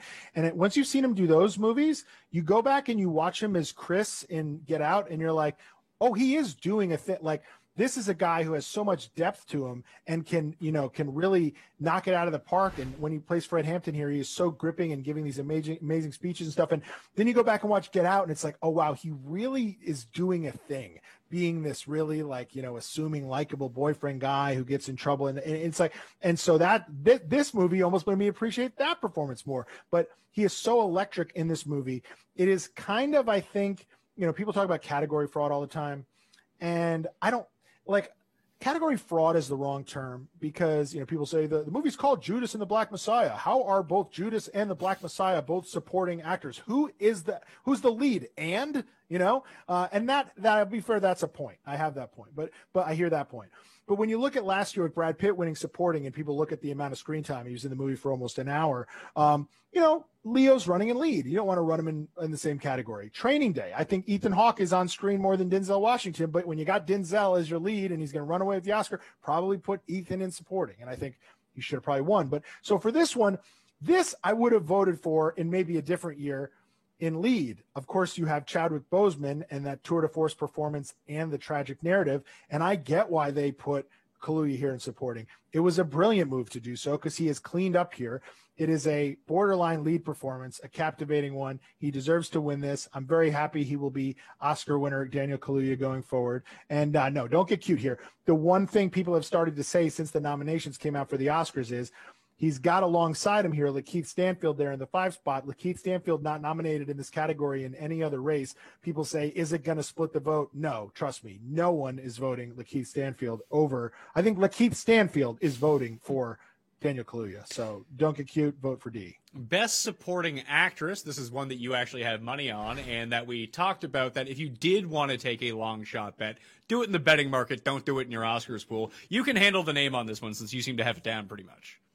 Eun Jung, and she is, I think she's as close to a lock as you can get, with only being minus 500. Hard to believe she was only plus 160 a couple weeks ago. I do think it's okay if you wanted to get cute, and when I say cute, I stress like $10 cute on Amanda Seyfried or Glenn Close, maybe. But here in the pool, you got to take Yo-Young Jung and do it willingly. And I think this will be a category you win here. How bad is this Glenn Close, Ron Howard movie? So I watched it. I didn't love the movie. It's not laughably bad. It's annoying because it's annoying because it's about people that you don't like. None of them really have any redeeming qualities. But she is, I think, she just, to me, transforms into this Mima woman where you got to be almost told that it's her.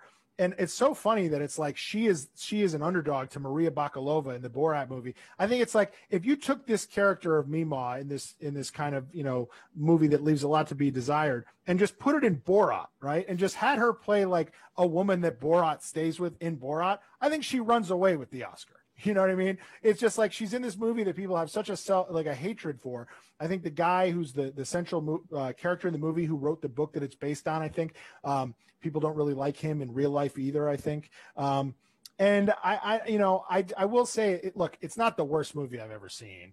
And I think her performance being nominated for a Razzie is a crime, because I think she was actually really good. And I think it's a crime she doesn't have an Oscar. So do I think she wins? No. Would it be almost painfully ironic that this will be the reason, if she does win, that Glenn Close has an Oscar? Yes, but you've seen that before. I mean, that's happened many times, where this, career performer who has decades of breathtaking work ends up winning for their 75th best performance. But I do think it's honestly, I think it's unfair to her and this performance, because I think this performance was what it needed to be for this movie. It's just not a great movie, but it's not the worst movie I saw this year by any means. So, what was the worst movie you saw this year? Worst movie I saw this year. That's interesting. Okay. So, I mean, what's interesting is that since you watch these movies at home now, it's rare that I don't just turn something off if it's like really bad. I turned off Midnight Sky. It was just kind of boring. I just, it wasn't, again, what wasn't maybe worse than Hillbilly Elegy. I almost was waiting for Hillbilly Elegy to get as bad as people had said it was, and it never did. It just kind of ended. But so, man, I'm trying to think, what was the worst movie I saw this year? God.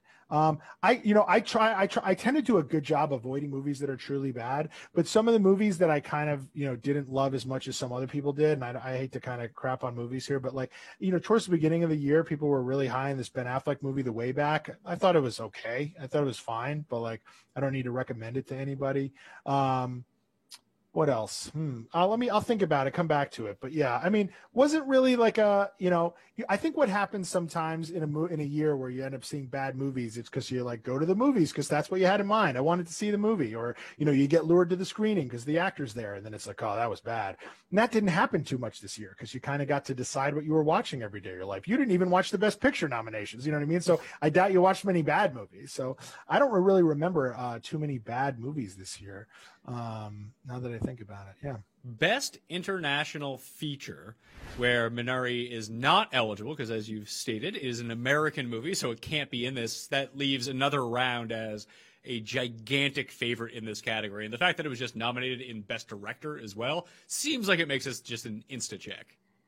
Yeah, and that's the kind of math that I do sometimes. Last year, I think it was, we had a documentary that was also up for foreign film, and I don't even know that worked out for me, but sometimes you do the double category thing, and you're like, well, if it was good enough to be in Best Director overall, it has to win this, and that checks out. I would check this box for the pool, but I know we didn't touch on it earlier. I'd say that, man, I don't even know how to pronounce it, but this Ida Kovita, or Vadi, or I've heard, I haven't seen it, but I listen to a lot of Oscar pundit podcasts. Shouts to Mike, and Oscar, and also the Next Best Picture podcast, and also Little Gold Men, which is a Vanity Fair podcast. And I've heard a lot of people mention that movie. And sometimes when I start to perk up is when I hear a movie keep getting mentioned, and it's like, so if a movie upsets it, as clearly it's in the second position there, it would be that one. I don't hate it at plus 650. I think those odds are a little, I don't know. I think those are a little steep.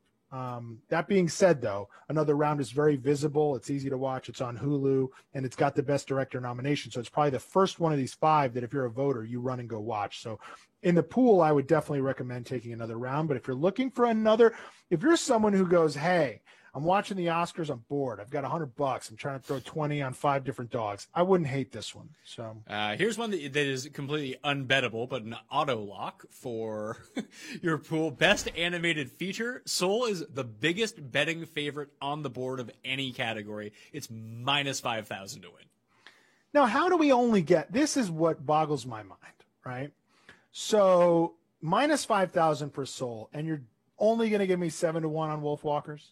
That's what I don't get. You know what I mean? Like, I just don't get the math doesn't check out there, right? You'd be shocked how these sports books make money, Scott. But I will say Wolfwalkers, and I wouldn't bet it. Soul's cleaned up in every single precursor, and it's a shoe in here. But Wolfwalkers is among one of the most beloved movies of the year. I think a lot of people I've heard say, in the same breath, loved Soul, but I liked Wolfwalkers more, or Soul's going to win, but I liked Wolfwalkers more. And hey, I wouldn't look. It would be the first, I believe, hand-drawn winner since Spirited Away. Obviously, since we're in the Pixar digital animation age, it's fewer and far between. I would still stick with Soul here, although my favorite of the 5 is Onward. So just because my son loves it and I've seen it a bunch of times, and Soul for me, and I probably am due for a rewatch. But what I'll say about Soul is, I really loved the, African-American experience stuff. I really loved the jazz stuff. I really loved the New York City stuff. I wish it was all that. Like, I wish the whole movie was about that guy and his family and the stuff in the barbershop. And once it goes like existential and they're like in the chalkboard purgatory and there's the weird stuff, like just aesthetically, I didn't love it. Like, I didn't love the idea of like the weird pirate guy. And I didn't love that stuff. I didn't get what it was saying about how everyone has like a passion. And so this movie, I appreciate the ambition, but that aspect of it didn't really resonate with me as much as say as like an Inside Out did when it kind of told you about feelings and stuff. So Soul, like the first third of it, I guess you want to call it, and that stuff I really loved. But overall, I like Onward better as a movie. So Best documentary, My Octopus Teacher, which is a movie I watched this weekend, is the betting favorite at -500. You have Time, Collective, Crip Camp, and The Mole Agent. Do you get deep into these documentaries? Because I've only seen the one that's the betting favorite, and it has some of the most amazing footage I've seen in a documentary. And the movie itself isn't very good. I tried to watch it, but I mean, talk about falling asleep. But here's what I'll say is that I really loved one documentary this year that's available on Apple Plus called Boy State. Really cool movie about this like camp that they do every year where they like get a bunch of like aspirational kids, all guys, I guess, and they put them on. It's like kind of an aspiring politicians camp. And the footage they get and the characters that they cast, it's really good. And it's really, really, really good movie. I'd recommend it. It was in my top 15, I think. And that was not nominated here. Neither was Dick Johnson Is Dead, which a lot of people loved. So kind of an uninspiring 5. My Octopus Teacher kind of feels like a throw-in. Like this isn't the type of movie you normally see here. Again, we talked about how you talk about how like Charles Chicago 7 feels like a TV movie. This feels like something your science teacher puts on while he like, you know, the sub is there. And so I'm surprised. I mean, what happened was it won the documentary award at the PGA, and that's what kind of lofted it into the forefront here. But I think people before that had Time penciled in. So again, to go back to your DraftKings, I wouldn't hate a Time bet here at 4-1. Yeah, so The Octopus Teacher, if people haven't seen it, the main guy is like real weird and creepy, and maybe that's why it has the angle like, oh, this documentary has depth because this guy's just so weird. But the footage itself is like watching Planet Earth footage. So if people dig Planet Earth, you're gonna dig this movie just because it's stuff underwater that you just don't see in this way. I guess that's why people. Why doesn't Planet Earth win like best reality show at the Emmys every year? You know what I mean? And that's why I thought it was weird that this was nominated because it's like a section of your brain you kind of just assume is gonna win some award show you don't watch. You know, like David Attenborough just has like a wall full of awards from some science festival. But so I wouldn't be shocked if this doesn't win here. I will say it probably has like a bit of the Netflix machine behind it. That might be they might be campaigning strong for it. It's very visible. It's very easy to watch on Netflix. And I think, again, here's what I'll say. As someone who receives screeners, like if I get the screener, but I can also easily do the 2 clicks on Netflix and have it in like gorgeous HD, like I'll do that and I'll watch those movies first. And so it's possible it wins solely because of that. But again, I do think 4-1 I think is nice for Time. So Time 4-1. Oh, did you see the admission scandal documentary / reenactment? Yeah, it was really good. Loved it. So loved it. Reminded me of a Fincher. Reminded me of Social Network. The music was overseen by. I don't think it was directly scored by Atticus Ross, but it said music supervisor or score supervisor Atticus Ross. They completely hijacked the sound of the Social Network, which has such a quintessential. I mean, over the course of the last decade, to me, has become so symbolic of like college, but also kind of like technology and a scam and this and that, whatever. And so between the way they shot it, and they did this brilliant thing where they hired Matthew Modine to reenact all these conversations that were built off transcribes. And I really liked it. To go back to, that polarizing movie we talked about, I Care a Lot, where it's about this scam that's kind of hard to enjoy because it's like, they're taking advantage of old people. This is a relatively victimless crime. Yes, I know it's like taking spots from, universities from kids who deserve to get in, but, people aren't dying. People aren't being robbed. So you're kind of able to sit back and bask in this guy's scam. And obviously he crumbles and all these people get taken down with him.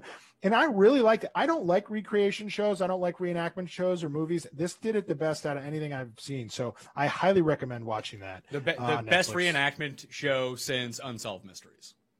I really liked that movie. Yeah. I thought it was good. Here's my one thing. Oh. Let me ask you this. All right. Here's my thing with the problem, right? these are millionaires, right? Some of them own their own companies that are worth billions of dollars, right? The Lori Loughlin kid already has her own YouTube show with millions of followers and her own makeup line. And they're bribing USC so she can get into USC. What's best case scenario if the kid goes to USC? They graduate and become what she already is. It makes no sense. I also, these people did it. Maybe I'm wrong on this. Is USC that good of a school? For film and TV, it is. It's like, it is the film program and stuff. But yes, I get it. And I guess if you live in Los Angeles, yes. But it's not. It's not an Ivy League. Yeah, it's not Stanford. So yeah, it's a weird thing to do. It's like your dad is Massimo, right? Your mom is already, they could just make you the VP of one of their companies, and you're already doing better than you could possibly do with the degree you're paying for. It makes no sense. Like, it's such a weird. Like that in itself was like, I was able to watch this with the eye of like, what a quirky scam, like, taking advantage of these people that don't even just take a step back and say, instead of lying to my kid, pretending they did better in school and buying their way into this school, why don't I just jumpstart their life and have them not need the degree? Because I've already gotten to the point in life where I can do that. That's what's the word? Nepotism. And it's fun. Like, this is nepotism at its dumbest. It's like, oh, I'm a millionaire or a billionaire, so I'm going to pay to sneak my kid into school. It's like, why don't you just have it so your kid doesn't need to go to school? That's the ultimate FU, right? Like, come on, people. Best original screenplay. This seems like the spot where Promising Young Woman actually gets, maybe it's one win. Maybe it ends up winning more than that, although it is favored in the Best Actress category, where we went a different way with our picks. Do they love Sorkin so much that this is where they reward Trial of Chicago 7 and all of a sudden Promising Young Woman gets shut out? I don't see that happening. I'm going to take Promising Young Woman, but that scares me in the back of my mind. Sorkin got the Globe for this category, but Emerald Fennell, that is, won pretty much everything since. And I do think this is the one category it ends up winning on Sunday. This is the fun movie win category recently. It's where Get Out won, it's where Quentin Tarantino often wins. And I think it's where Spike Lee finally won for BlacKkKlansman, but that was, I believe, an adapted. But screenplay is kind of where you give the award, the sometimes only award, to those fringe Best Picture nominations that people really loved, but it's just missing that like extra level of prestige to take it over the top. I think you couple the fact that she and not Sorkin got the double nom with the director nomination. She's not going to win it, but I think that helps put her here in a great position to win. So I think Emerald Fennell wins here, who's also delightful on The Crown, by the way. I don't know if you know that. She's an actress as well. Who is she on The Crown?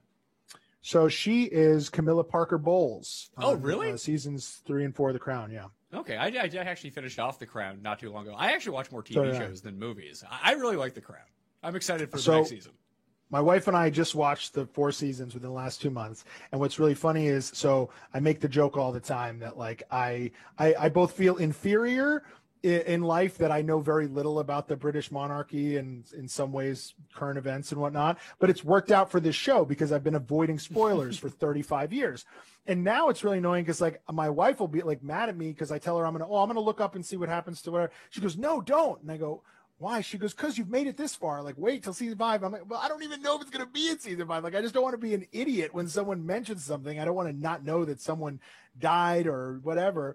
And so Camilla Parker Bowles was someone who I did not know who that person was. And my wife is like, you really don't know anything about her? I'm like, no, didn't know that Charles had this like other woman. Like, pretty much all I knew about Princess Diana, and this will tell you how dumb I am, was that she was the Princess of Wales and that she died in a car accident when I was in middle school. And I was at a birthday party and we tried to talk to her via a seance with a Ouija board. But so I am so dumb that I thought she was from Wales. And that she was the Princess of Wales, and that Prince Charles met her in Wales, and then they decided to get married. And I'm watching The Crown, and I'm realizing, oh no, it's just a thing that the British colony do, where they're like, well, now I'm the Prince of Wales, and now my wife's going to be the Princess of Wales, and neither of us are from Wales, and and I didn't know that. And my wife was like, are you really that you didn't know that? And I was like, I had no idea. I'm just such an idiot that I apply context clues and go, Princess of Wales, she must be from Wales. Like, I didn't understand the idea of just giving territories to them, which of course is obviously probably a hot pressed issue, and I'm sure Wales doesn't love that. But so that's how little I know about these people. So whatever happens next season, I have no idea, other than she's going to die in a car crash. But Oh, jeez. Spoiler alert. Come on. I didn't know that. Best adapted screenplay. Nomadland is the favorite at -400. We've basically gone chalk in every single category so far. I think if we're going to take an upset, this feels like a really good place for an upset, whether it's The Father or Borat. Those are probably the two that you have to choose from. They're 3-1 and 8-1, even in your pool picks. Because just all the discussion around Nomadland doesn't really seem to have anything to do with the writing. It's the acting, the visuals, the directing. Like, no one's just like, man, you know what's a great read? The script for Nomadland. It just doesn't seem like that movie. And when that's the case, even for a big favorite for Best Picture, that you can see someone else sneak in here. And I could see them giving this one to Borat just to get Sacha Baron Cohen on the stage. I could see that. I could also see this being the lone representation for The Father, which is a Best Picture nomination. And I think it's interesting. Sometimes you look at the end of these award shows and you see that, for the most part, every one of these Best Picture nominations walked out with one statue. So this could be where that cleans up. But yeah, I don't think it's a bad spot here to divert from Nomadland. You're probably going to have a lot of people in your pool picking up the point if Nomadland does win. But look, there's not too many spots to divert, and this could be one of them. So maybe if you did throw a little coin on the Borat, maybe you take The Father here or vice versa, do it like that, split the difference. Borat, again, a lot of people putting stock into it winning the Writers Guild Award for comedy, but I just, or not even for comedy, for original, or for adapted, that's what it was. And Nomadland wasn't nominated there. So I don't know. I just think that I would go The Father, maybe in both. I would maybe take The Father if you're putting some coin down and in the pool, but I'm okay with not taking Nomadland. Okay, Father, let's put that one in. I might bet on Borat too. I can just see them wanting to have him up there. I mean, it's not really fine. Have him up there, but have him on screen. But imagine Borat 1 doesn't win and Borat 2 wins. But that's classic Oscars though. Yeah. The thing that should have been recognized wasn't. They make it up years later. Right. So, Best Original Song. This category is actually kind of wide open. It's one of the few. Speak Now from One Night in Miami is -155. I'm not going to try to pronounce that, but from A Life Ahead, +225. Husavik from Eurovision. Is that a Will Ferrell movie? Did I miss a Will Ferrell movie? Yep, straight to Netflix. Will Ferrell movie, comedy. Husavik is the thing, and it's one of those over the top comedies. And it's about a song contest. So this is from that movie. Fight for You and Hear My Voice both. 25-1 from Judas and the Black Messiah and Trial of the Chicago 7. Do you have any leans here? Okay, so what you have here is you have you have two Best Picture nominees, and oddly enough, those are the two biggest underdogs. But what you have with Speak Now for One Night in Miami is the song is by Leslie Odom Jr., who's nominated for Best Supporting Actor. So this is the way that Leslie Odom Jr. gets that O for the EGOT without technically winning an acting award, which I know people sometimes like to do. I think that's why he's in the forefront, although I believe someone who gets an Oscar for this second one here, for The Life Ahead, is a woman named Diane Warren, who's been nominated like as many times as Susan Lucci. So it's possible that if people know enough about being able to give her the award here, since it's not losing to a huge front runner that sometimes we get with like a Let It Go from Frozen or something, that maybe that gets the win. So talk about live odds. I think Husavik might be the best song out of all of them, even though it's kind of goofy. It is kind of catchy. So I think those top three are all interesting picks here, both for a wager or for the pool. Interestingly enough, I would say that, I like the narrative of Leslie Odom Jr. taking it home as the one win for One Night in Miami and adding that Oscar to his mantle. So I would probably still go him. I actually like the betting odds so much that I might go with him to throw a little coin down. And then Diane Warren, I think, could get her first Oscar here. The one thing is I believe that song is not in English, and I don't know that has ever happened where a non-English speaking song has ever won. So any of three of those, I'm open to it. You might get some people in your pool who put Husavik because they think it's funny because they actually saw that movie. But I'm going to go Leslie Odom Jr. here, even though he's a mild favorite. I think he's a nice enough favorite betting-wise where it's still a fun favorite to take. So I'd be open to betting that. So I'll go him on the pool too.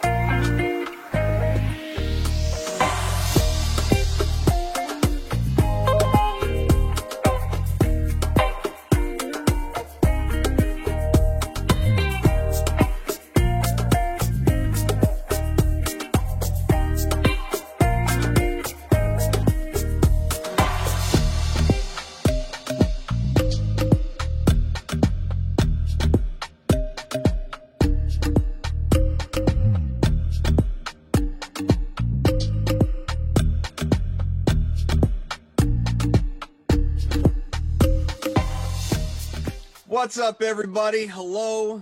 You're welcome. Glash is gone. I'm here.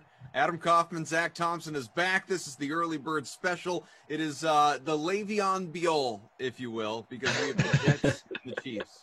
Le'Veon Bell. I got to say, I'm glad that you chuckled right there, because when I made it, I was pretty proud of it. And I just, I just do things to make myself laugh, but I'm glad that you're along for the ride here on that one. I'm good with it. Let's go. Good. What's going on? Although he's not in my lineup. I did not put him in. Both sims today so far have been pretty good. I didn't do the first one, but heard it was good. Plenty of points. Same thing in the second game. Both teams, or all four teams that have played in the earlier games, not great defenses. So there's been good amounts of points on all sides. Mm-hmm. We'll see how this one plays out. We've seen these teams meet a few times, including the first round of the bracket tourney recently. And the Chiefs pulled off the win there as the number 2 overall seed. Didn't get very far, but they did beat the Jets. But the Jets have beat the Chiefs before, so nothing is out of the realm of possibility here.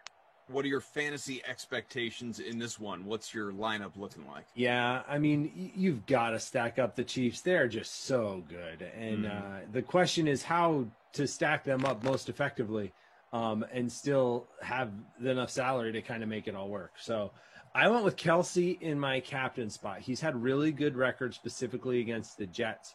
I do have Mahomes and Tyreek Hill as flex plays, as well as Demarcus Robinson, and had to go with a punt play. So I went with my boy, who's come through for me several times before, Ricky Seals-Jones. Usually gets a catch or two.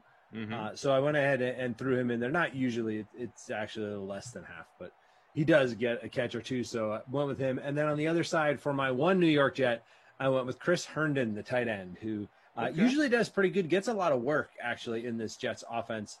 Even though they kind of spread the ball around to the receivers, Herndon usually pretty involved. What did you end up doing for your lineup? So we got off to a very similar start. I also captain Travis Kelce. I do that a lot with the Chiefs because I just never quite understand why he's priced so low for what his return on value is. So I have him a captain. I also have Patrick Mahomes and Tyreek Hill. I suspect all three of those guys are going to be well represented in terms of ownership. We'll dive into that in a moment. At that point in time, I like you, I faded Le'Veon Bell, despite him being the namesake for this free roll. We named the contest after him, but he's not in it. Yeah, he's just not in the line. It wasn't easy. I do think he's going to have a good game. I like him. I just I couldn't make room for him today with all those Chiefs. He's expensive. I put Demarcus Robinson in there, and then I looked at what I had left over salary-wise, and I didn't like it, so I took him out. I didn't go with your approach with a traditional punt play a la Ricky Seals-Jones, although I will say, if you're going to use a punt play and I'm talking with any team, Ricky Seals-Jones, OJ Howard, like those are the types of guys that you want to veer to. So I like the pick. I just didn't do it. I went Sammy Watkins just to pay down a little bit. And then not Chris Herndon, but Chris Hogan. And then I have Harrison Butker. So like you, I have 5 Chiefs and a Jet. We'll see how it works out. Sounds good. Let's do it here in virtual Arrowhead Stadium. I like it. So we are all here with you. Great to have you with us. Scoreless, of course, virtual Mizzou, Missouri. Zach Thompson, Adam Kaufman, producer Jordan, Drew, our technical director, Patrick, rocking the scene in Game Ops. Awesome to have everybody here along with us. Brother Phil, these KC Jets matchups, not always simple to pick as they appear. Jets seem to hold their own versus them every once in a while. It's very true. They do. The Jets' defense is pretty solid. Have won the matchup once before. Yeah. The Jets' defense is not as awful as they were in real life, to be very honest. Their front seven is decent. Usually can slow down the run game and get a little bit of pressure on the opposing quarterback. But it is all Chiefs up at the top of the ownership. Mahomes at 80% ownership, which is very high. Kelce at 60, Tyreek Hill at 60, Demarcus Robinson at 50% owned. All 4 of those Chiefs over 50% owned. And then we get to our first Jet, Chris Hogan. So perhaps you can help me understand a little bit of what went on earlier today, because I know you were on the last sim with Glash. I was. Robert writes, he wrote Flash, I assume he means Glash, is now taking credit for Koff's NBA contest increasing in size. What a creep. I wasn't here. Could you fill me in a little bit on what happened? He just said that he was guilting you into making a contest and that you made it bigger. So see, he was getting to you. Okay. That was basically. I have had zero contact with Glash today in any medium other than him responding to a tweet that I sent out. So Glash has no impact on what I decide to do with these contests. As we've got your guy, Ricky Jones. There he is. For 7, just like that. Didn't Just even take a need it minute. once. Spoken into existence as the Chiefs Just still need with it the ball on a once. first down from the 38. Oh. I am looking, though, at so he created the No Rush NBA This Is Fun Yes. haha contest hours ago. 75-person dollar entry, top 15 payout, same format that I have been doing because Glash is a copycat. He's a copy. You ever heard of like copycat criminals? That's what he is. Glash is a copycat right here, trying to thieve people's money. 70 out of 75, so it's almost full. 70 out of 75. Yeah, I encourage almost you to full. get in there. But I bring that up to also say this. 2 hours after he sent his contest out, I created mine. Yes. The last-minute NBA century mark, because it's true. I've been bad at basketball this week. I'm hoping that by increasing the contest, that will somehow in some universe make me up my game and do better because now there are more people to beat out. 100 people, dollar entry, top 20 payout. And There you my go. contest, I will repeat, created hours after he made his, has 75 in there out of 100 right now. So there's room to fill that up. But just take note, it already has more people than Glash's contest because you can't beat an original is really what it comes down to. There you go. 3rd and 1 from the 46. So join But one, really, join everybody both. jump in both. Whatever. Yeah. Fill in both. Goff and ZT. Oh, yeah, says Brian. Professor ZTZ and the Iron Man, Robbie Noble. DFS Queenie has hopped in both contests. Love to see it. There we go. Top can't locate your pool, says Mad Monk Exclusives LLC copyright. It is in the DK SimFam Friends League lobby. If you are part of the league, and I hope you are, go to, again, the DK SimFam Friends League lobby. You will see both contests, mine and Glash's. Really got to. That name is still just maybe a shorter name, but yeah, I know, but it doesn't it kind of roll off the tongue though. Sometimes depends on the day. That's a good point. Patrick Mahomes rifles it All deep, day. hot inside Touchdown. the 5. Touchdown! Ty Freak getting it done early. Chiefs on the board. Yep, here we go. Chiefs being Chiefs. This is what they do. Put up some points. Tyreek Hill. That gives him an incredible 65 touchdowns in 77 sims. 65. That's more Ridiculous. than any other receiver by a long shot. Not as many as some of the other running backs, but obviously they get a lot more short yardage carries. But Tyreek Hill, averaging over 90 yards a game. He is, I mean, I don't even think you can make an argument for anybody else being the top wide receiver in Madden 21. He is far and away the top receiver, game in, game out. He's in the end zone again here, closing in, and probably if he doesn't have it already, he will get it in this game. He is going to have totaled 7,000 receiving yards in these Madden 21 sims by the end of the day. Absurd. Out of 76 games. Yep. He's already 76 games. He's practically there. In fact, He's probably at he's 7,000. No, he's there now. With those 2 catches today, he's there now. Okay.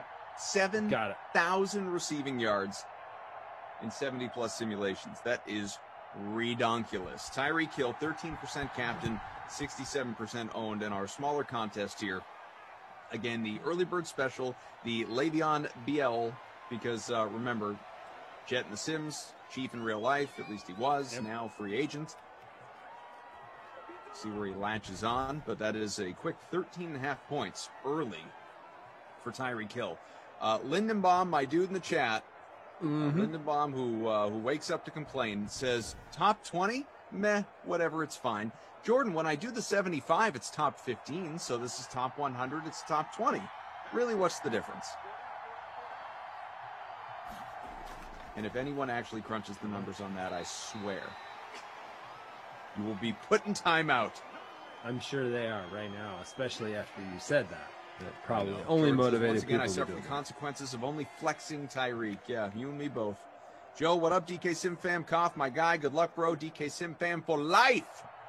Still got time, people. Don't give up yet. Tyreek's got the first touchdown, but I'm going to go out on a limb and say that the Chiefs might score again. It's possible. Score again. Sam Darnold, a new Panther in real life. Plus, Completes that Jamison pass gets Crowder. extra. Jamison Crowder to the 33. Somewhere Big gain. Yeah, This new is Panther. fun. That's a good point. New Panther in real life. Be We're off to a interesting good, to see fun what start they do right here. there. I like it. Darnold owned in just under 20% of lineups in the free showdown. DJ's calling for a pick six. Not yet. Could still happen, technically. Mm-hmm. We got a 1st and 10 on the way from the 33, halfway through the first. Again, ZT, AK, Jordan, Drew, Patrick. Great to have everybody with us. Fill up those NBA contests. Lock in a little less than 3 hours. 1st and 10, Darnold. Scrambles. Lighter slate Plenty tonight. of running room. A first down. Will he hang on to the ball? He's going to slide inside the 10. Darnold, 22-yard pickup. Very nice little run there by Darnold. Getting in space. As our man Glash would say, it's great energy in the sim. Hey, this has been a fast start. It's been a fast start to the day overall. Been quite a exciting beginning. I like this. This is fun. We are off and Darnold literally running. Let's get a Herndon touchdown here. Cool Kang. Ooh, Ryan Griffin in the game too. Currently 2 tight in end front. sat. Just 1st and alert, 10 Ryan from Griffin. the 10. It's a handoff. Nope, gonna run it. Le'Veon just shy. Stopped at the 1.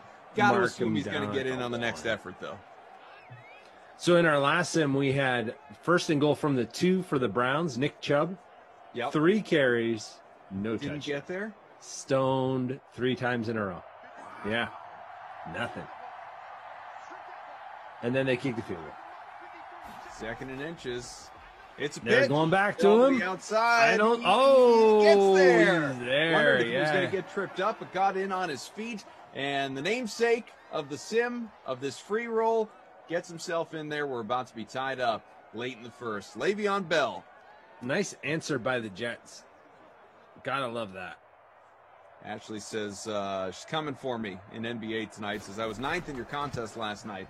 Good for you. Look, I looked at it after the fact. I would have I don't remember where I finished, 25 or 30, something like that. I would have finished in the money. I was telling you about this before we came on. I would have finished in the money, but one decision kept me out. I decided to play Shake Milton as opposed to Terrence Mann. And that Mann was good. That was a difference of, I don't know, 20, 25 points, something like that. Wouldn't have finished high up, probably would have finished, 14th or 15th, but just barely in the money as opposed to out. And that was a bummer. Question is, do you go back to Shake Milton tonight? That's a good question. Have they said if Simmons is out or not? Let me see. Have I seen that yet? I mean, I know it's early, so It is still early. plenty of time. Not How about seen any Embiid's update on heave? Philly yet. How about Embiid's shot there at the buzzer? How that almost won ridiculous! the Can game. you imagine if that went in? Oh man, that was one of the best shots at the end of the game like that I've ever seen, and it didn't go in. I mean, he was in the absurd. paint, and in the same motion, grabbed the rebound and heaved it down the court, and it was halfway down. Yeah, I mean, it's obviously like at a certain point, skill goes out the window, and that's one of those points. Like he didn't even have time to aim, barely No. look at the. It was just like grab it, fling it, and So almost close. went. How cool would that have been? So Now that great. would have tied the game. Is that right? It was a 3-point game at that point, right? That would have tied the game, correct? Yeah, that would have yeah. forced OT. More basketball. Buzz Something Killington else. says he finished 3rd in my NBA contest last night. Good going. Very DFS nice. Queen, he says, do it. Please do it, Koff. Go back to Shake. Mr. Hawk, the one time I faded Westbrook, knew it would backfire. Yeah, he was awesome. Yep. Jokic, not. We were both burned by him. Travis Yep. Kelce with the catch, by the way. Our captain. Yeah, I went Jokic and Curry, and that did not go well for me last night. Folks, hit the like. Got about 300 people watching the Dream Stream here on the YouTube. Thousands more across all our platforms, including Twitch, twitch.tv/DraftKings. Couple likes away from 200, so let's get there. Smash that like. Appreciate you. Look at Patrick Mahomes in the zone. Completes a short pass. Kelsey again. PPR points, baby. Right, Short yardage. that's right. Got the catch. 2nd and 5. 46-yard line. As Mo says, there's Kelsey. Keep it going. Well, guess what? He did. Let's keep it going. Keep it going. Jordan likes Why the not? Why stop now? mid-sized slates in NBA. That's right. We got a half dozen games tonight, just 6. Yep. What about you? Do you like more options? Do you like a solid 11, 12 gamer, or do you prefer a 5 or 6?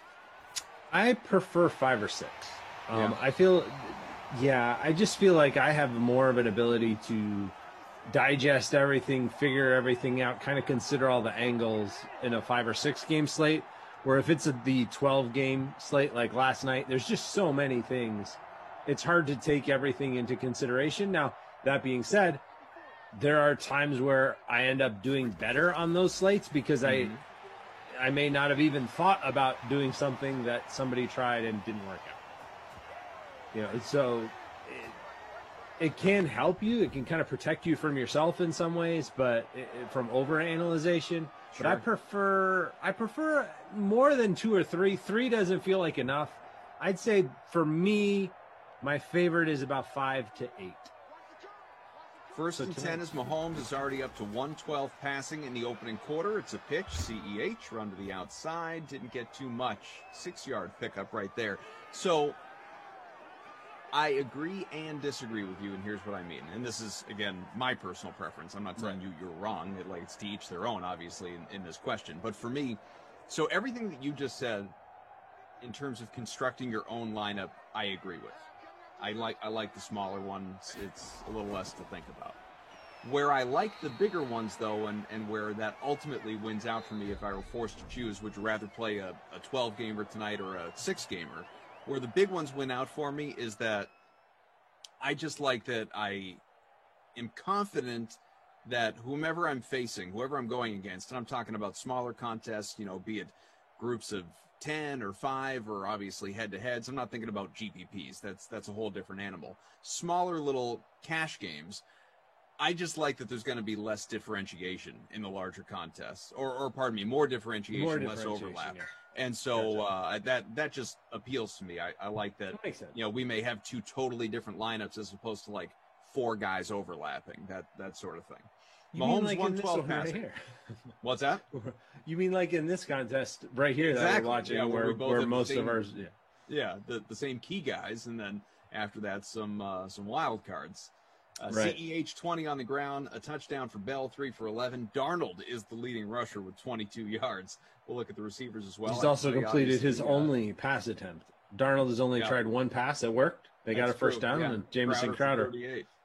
So Hill 2 for 54, touchdown obviously. Kelsey 2 for 28. And your guy, Ricky Seals-Jones, the punt play. On the board. 1 for 11. You can't do much better than that. Nope. I mean, I would take a touchdown, but 1 for 11 works for me as what I paid for him and the way that he let me get the rest of my lineup together. That's exactly what I was hoping for. A catch, 2 catches is great. And then hopefully the other guys that I was able to pay up for come through. The one guy who is absent for me at this point is Chris Herndon. Nothing yet for him because the Jets have only thrown 1 pass. But, hey, they scored pretty quickly. And it's been nice to see the back and forth up and down the field here. 7-7 first quarter. It's been exciting. 20-yard line as we rejoin the second quarter. Let's go. Let's Mr. do Mahomes, 3rd and 3. From that 20 into the red zone. Short pickup, first down, and it is Demarcus Robinson out to the 10. Very DFS nice. Queenie putting confident in quotes. What does that mean, DFS Queenie? Ryan says, and people ask this from time to time, Ryan, do you guys ever mess with the sliders to make teams play differently in any sims, like make the defense or offense more aggressive? Ryan, I cannot emphasize this enough. Every sim, every day, all the settings, identical. Yep. Never touch anything. Never consider touching anything. There's never, I know people like to speculate and have their fun in the chat or complain in the chat, as it were, depending on the outcomes, obviously. Never, ever, ever do we touch any of that stuff. Is Travis Kelce very nearly into the end zone? All the settings are identical for every single sim, 6 times a day, 7 days a week. And just so it's even, I don't have the game here. Adam doesn't have the game here. Absolutely. We're literally just watching it with the rest of you guys and cheering along and enjoying it. Yeah, we just get to. It's true. That is true. Look at this. Whoa, A fullback we almost got a dive. fullback vulture. Oh, that Shermanator. wouldn't have helped. That wouldn't have helped me at all, and yet I would have loved to have seen it. The Shermanator, come on. So that was my other punt play, right? It was either Sherman or RSJ.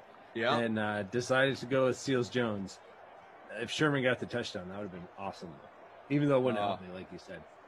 All about Always the love to see Shermanator. it. Here for it, baby. DFS Queen, you haven't sounded too confident lately. That's what that. No, I have not. I've been terrible lately. Awful week. Will we get there? Got it. Yes, just barely. Touchdown, CEH. Maybe.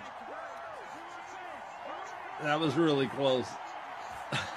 Might need to see that replay.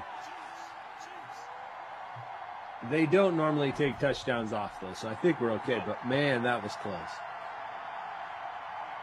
That'll help a good chunk of people. CEH in the larger contest flexed at about 31% of lineups. Wow, that does not look like he got in. 26% in ours, 4% in the captain spot. Some people still clamoring for the belief that Travis Kelce got in before he was pulled back a little bit. Before he was thrown back out, yeah. As somebody who has Kelce as my captain, I'm here for that, but that is not what happened. It's CEH with the touchdown, and the Chiefs back in the lead, 14-7. Love the pace. Let's keep it going, people. Let's keep it going. Zach Thompson, Adam Kaufman, 6:25 to go here in quarter number 2. Jordan, our producer. Drew, our technical director. Patrick, hanging out, rocking the game op scene. You have him to thank for the accuracy and speed at which all of your numbers are manually tabulated. Train 1 is in front right now by just about 1.5 points with Hill in the captain spot. Mahomes, CEH, Kelce, so a heavy KC stack. Your guy, Seals Jones, RSJ, and then Sam Ficken, which I got to say, bold play. Bold play, that Sam Ficken. But he hasn't screwed anything up for you so far. It's true. Only has 1 point, but he hasn't screwed anything up, which kind of feels like a win. Still waiting for that first Ficken field goal of the game. Never know. We might be headed that way right now as Darnold back under center. Second possession for the Jets. Going to air it out right away. Incomplete. So the for anyone that wants to jump in, last-minute century mark contest, last-minute NBA, 87 out of 100. Of course, lineups lock at 7 o'clock, so loads of time before that, but it's going to fill up long before. In fact, depending on how quickly it goes, maybe I'll even create a secondary contest, like a 50-person or something like that. But 13 to fill. Glashes is not yet full, 72 out of 75. So if you'd like to fill his no rush NBA, this is fun, ha ha ha, I'm a jerk contest, you can get in there if you'd like to as well. It's $1 to enter each one. That's a great name. He comes up with the best names. Doesn't he? Herndon with his first catch of the game there on that last play. So he has joined the festivities. Le'Veon Bell with another carry against his future team. Kind of the way that works here. It's a real Inception way of looking at things. I know, right? Team, in one sense, is but it's also his past team. In another. Mm-hmm. I'm right about that, right? He is a free agent. It was just a one-year deal, you know. Yeah, I think it was just obviously it wasn't a full season deal, but he just signed for the duration last year. Aaron is Train 1, is in the chat with us. Keep it up, man. Darnold slings it, completed, and out to the 36 for the brand new lacrosse player of the Cannons Lacrosse Club, Chris Hogan. A homecoming for Chris Hogan on the way. He's going to open up his season for the Cannons in Gillette, his old Patriots home. There you go.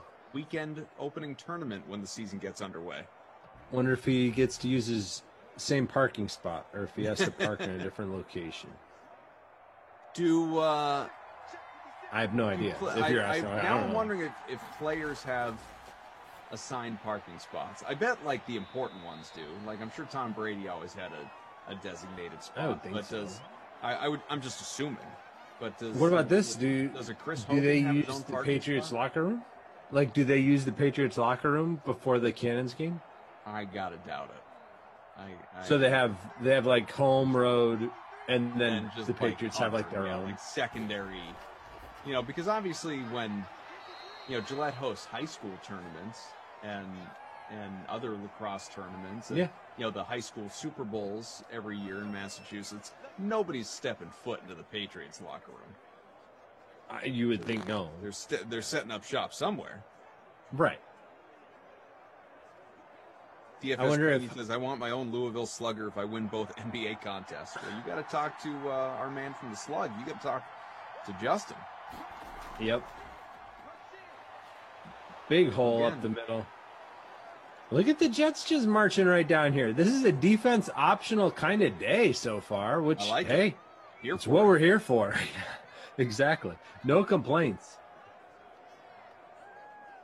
Speaking of no complaints, hopefully none of you will complain about the upcoming schedule. You are stuck with me for another sim after this one with Jason Rossi. Zach will be 2 and done with this one here. So we got a 2nd and 2, and Bell, he gets there. First 3-yard down. pickup out to the 9. So 1st and goal on the way for the Jets. After Rossi and I have the Colts Texans for you at 6 o'clock, the happy hour sim.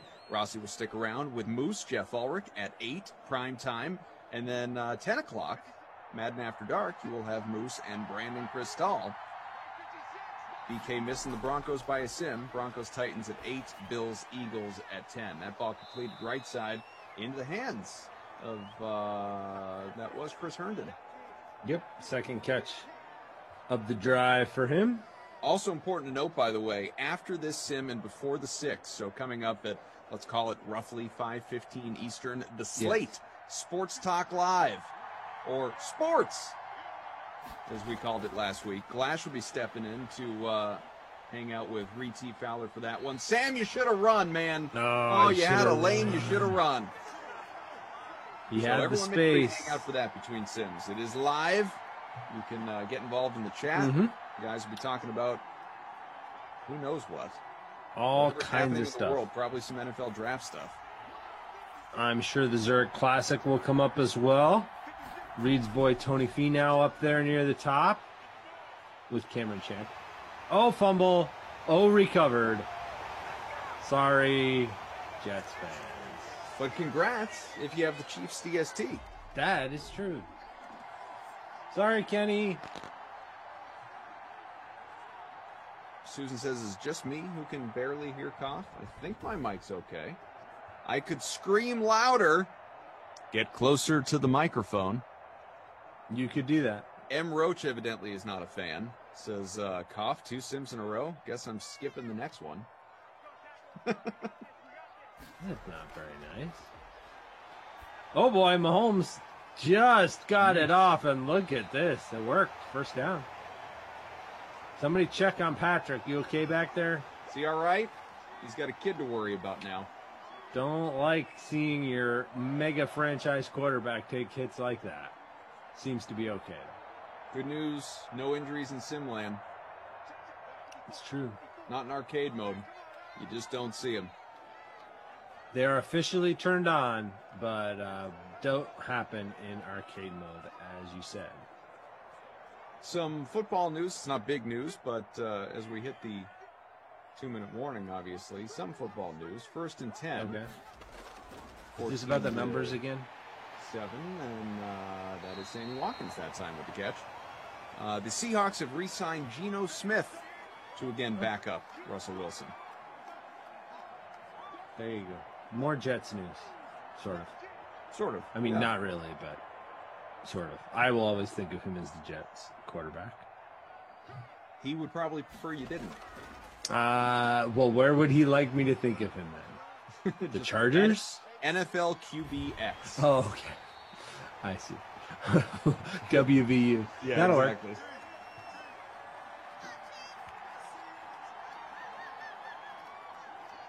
Mo. Mountaineers. Where is Kelsey? Oh, Robbie Noble will be here next sim. Robbie Noble's always here.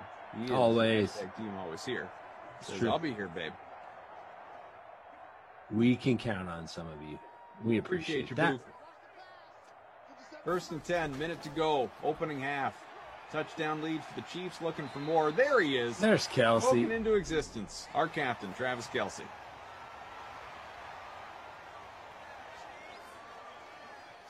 Chiefs still have plenty of time here, just at the 101 mark here, the 101 timeout, which we used to see all the time in Madden 2020. Get it every once in a while here in Madden 21, not quite as often, but right at 1 minute, 1 second left. They're right at midfield. Chiefs still have plenty of time to make something happen. Mahomes, very short pass to the right, completes it, and fancy footwork from CEH to get close to a first there. Timeout on the field for KC. If you're thinking yourself, boy, I really got some stuff I got to get done, before the end of the workday. I'm going to skip the second half of this one, and I'll come back later. Well, just know, if you want to get your fill of Zach Thompson, now is not the time to step away, because ZT is not returning until next week. So yeah, and I'm off next week, so it's actually going to be even longer. Yeah. Oh, I didn't realize that. So yeah, you guys got to hang. In fact, you got to call some friends and family and tell them to get in here and join us. Watch the sim with party, us. Woo. Zach could be another 10 pounds lighter by the time he comes back. No, we're done. We're maintaining. We're done. Hopefully, trying to maintain. Yes. I will be out next week. I will still be writing on Playbook, so you can still catch my stuff there, but I will be doing some day trips with family around this area. You got a little school vacation next week? That's what it's supposed to be. Yep. Oof. He caught it, but he was out. Yeah, we got the school vacation this week. Yeah. Yep. Most people do. Yeah. Oh, we got a booth review. Snow today. That's say what? This is unusual. They're booth reviewing a. Well, we're gonna need a look at the feet. Yeah, I don't think he's in, but no. I mean, he landed on the pylon. Yeah, no, it's not even close. We just don't normally see plays that aren't a touchdown reviewed to try and turn them into touchdowns. It's just unusual. That one is not. Yeah, that one is not a touchdown, but it was kind of fun while it lasted. Look at who's guarding Travis Kelce. It's no one. Throw him the ball. Robbie says you deserve the time off. Professor Z Teasy Fashizi is Mr. Mahomes' first down run. First down run there by Mahomes. Thank you. I will enjoy it and be back with you right after that.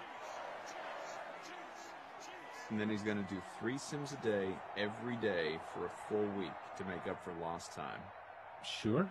If that's what the people want me to do. If that's what you need, I'm here to help. Mahomes, you better come away with some points before the half, man. CEH, a reception, gets to the 5 timeout. Last one for KC. So what's the move here? You think they're going to... If it's me, I'm trying to pass. But you got 10 seconds to work with. You can operate quickly. I think so. But the risk is you take a sack or you throw it short of the end zone, which I would not advise doing. They're gonna try it. They got trips to the top. They like Kelce out of that formation, and then you've got further out there. You've got Tyreek Hill by himself. They go over the middle, touchdown, second of the day for CEH. His first as a receiver after he scored as a runner earlier. Chiefs up 21-7, seem to be in full control. Although the Jets have moved the ball pretty well too.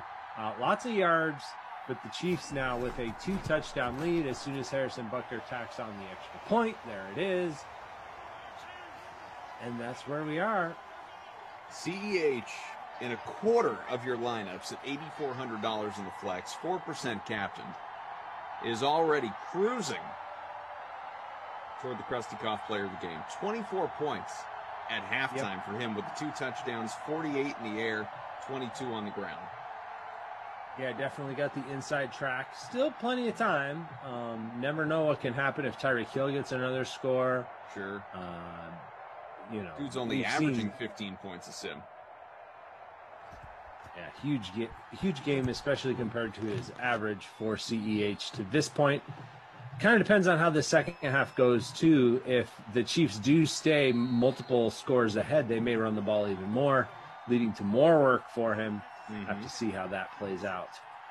Or if Pete that's says, how can't it plays believe I out. took him out of my lineup. Kareem, why waste a pass on CEH? Well, he caught it.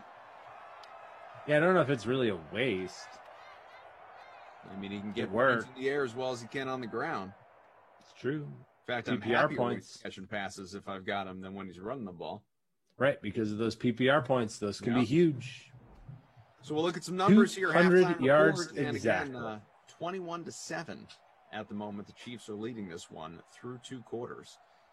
So let's see what jumps out at you. Obviously, QB numbers, Patrick Mahomes. He's got 200. 200 yards. 200. Yeah, it's not right a now, bad first too. half. No, it's pretty good. Couple of touchdowns to his credit. Darnold just Mm-hmm. 88, but he's only thrown the ball 8 times, 6 completions. And he's got the fumble. The fumble there by Darnold is the big turning point in this game. That's how we got from almost, I mean, the Jets were trying to score at 14-14. Then they not only turned the ball over, but they gave up that touchdown and they made it 21-7. CEH does have the running score. He's got 22 yards on the ground. Le'Veon Bell, 30 yards on the ground to go with his rushing touchdown. Both quarterbacks also running a little bit. Darnold with 21 yards, Mahomes with 18 yards, and then Darnold with that costly fumble as he was scrambling around in the second quarter. Wasn't super close to the end. It was just before the 2-minute warning. Travis Kelce has the most yards, 64 yards on his 5 catches. CEH, 5 catches for 48 to go with his touchdown. Tyreek Hill has 54 yards and his 1 touchdown. Only 2 catches for him, though. All those guys, I guess, could, in theory, be in shouting distance of a bonus if they do get another couple big, long passes. And if the Chiefs keep throwing the ball, right? They haven't done that a ton because usually they end up ahead by a comfortable margin. We'll see if that's what happens and we get more CEH or if they do continue to air it out. Over on the Jet side, you've got Hogan with 2 catches. You've got Herndon with 3 catches. Crowder leads the way with the 38 yards on his only reception. But they may actually have to throw the ball more as they try and rally from 2 scores down.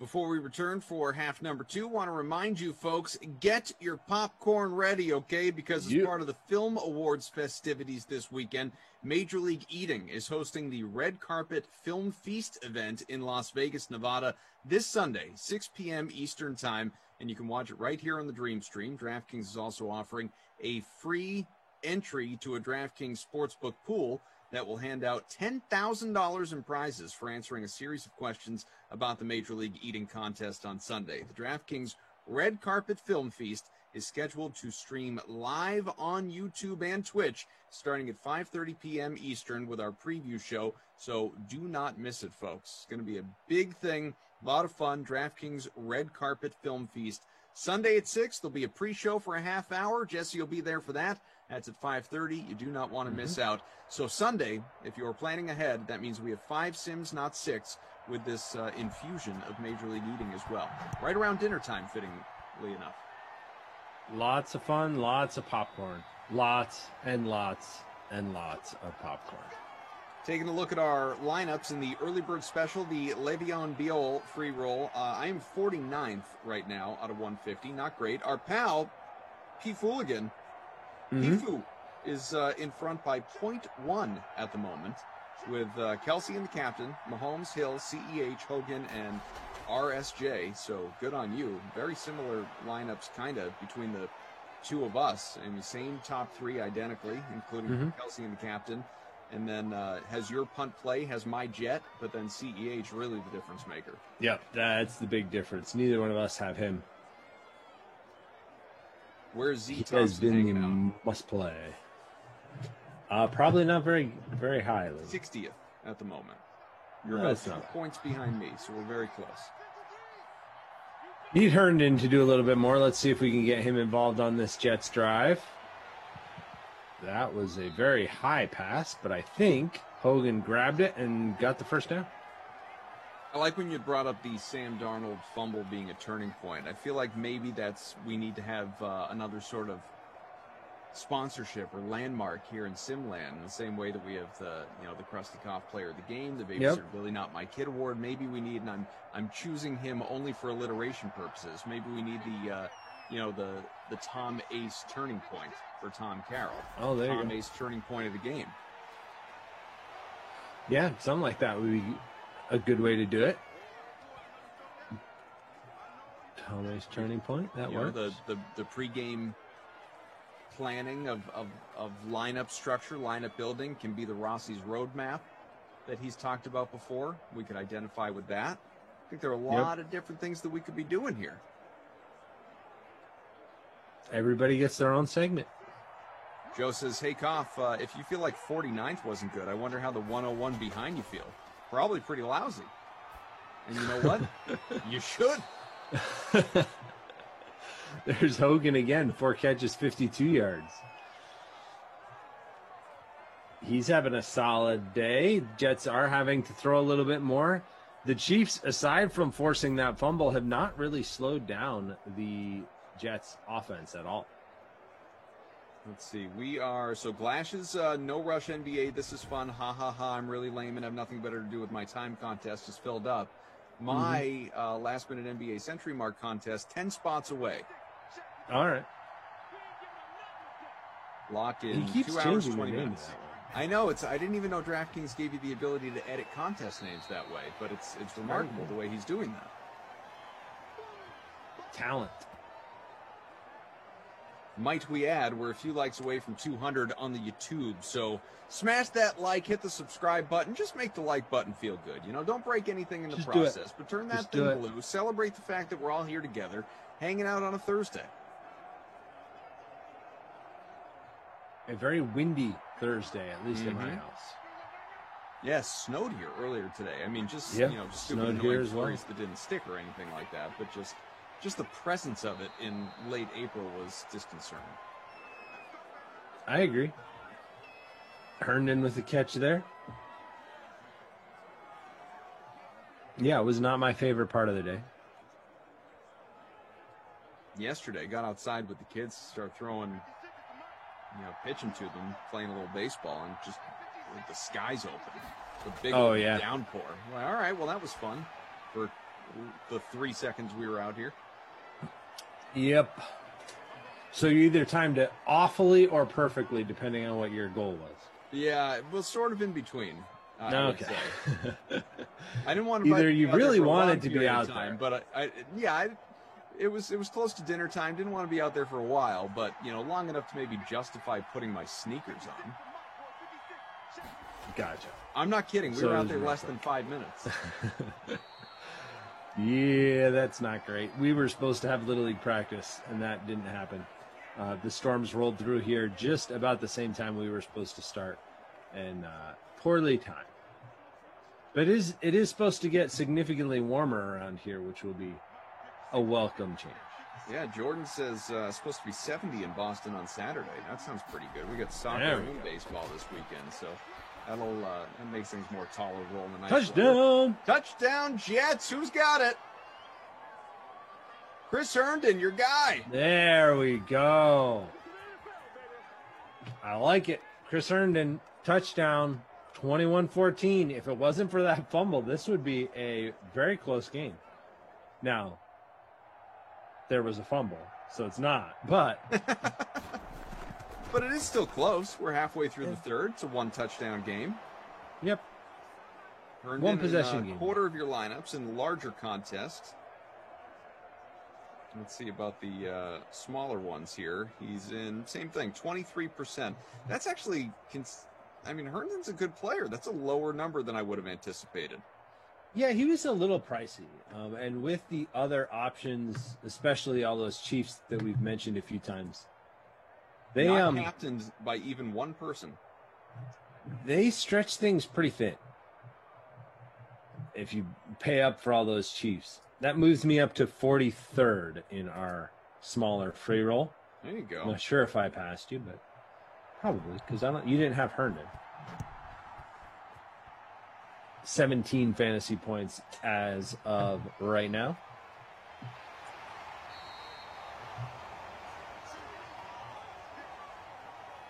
been a quiet day for Demarcus Robinson, just one catch to this point. Not a quiet day for that guy. Patrick Mahomes, 200 yards, 2 touchdowns, 3 scoring drives on 3 possessions. One was capped by the CEH run. They counted as a touchdown. Whether it actually was or not, we don't need to get into right here, but you have to check the replay. That's Tyreek Hill with a grab over the middle.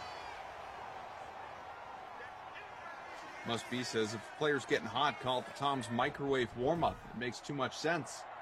I like that.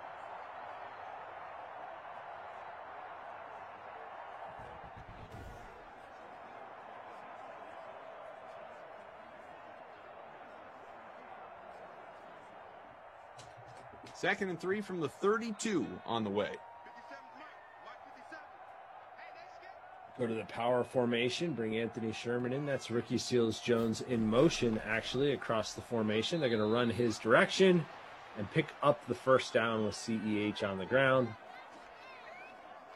A lot of times we talk about how the team ahead will run the ball more, the team behind will have to throw the ball more. Then that's not at all what happens. The AI decides to not follow those kind of conventions. But in this game, they really have. They've run a lot more as the Chiefs now that they've got the lead. And the Jets kind of have aired it out. And aside from the fumble, the Chiefs defense hasn't had an answer for them. There's a big gain.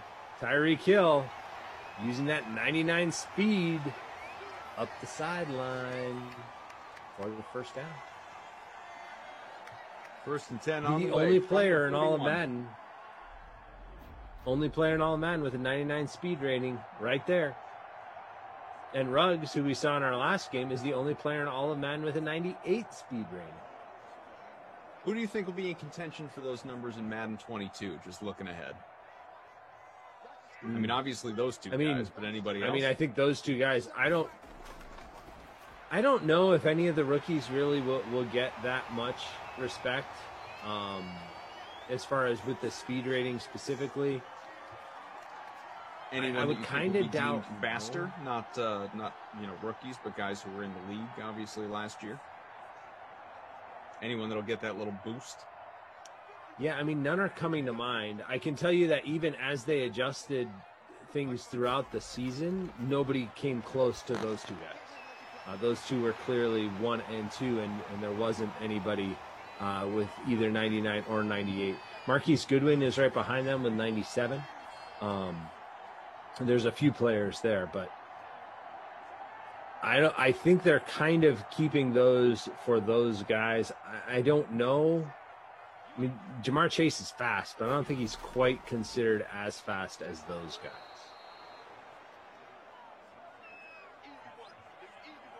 We'll see. We'll see as those come out. Those will be fun stuff we can talk about here on The Sims as those ratings start to come out. I remember last year when they started releasing the rookie ratings, that was a big topic of discussion, how Joe Burrow was rated and how Tua was rated and how Herbert was rated.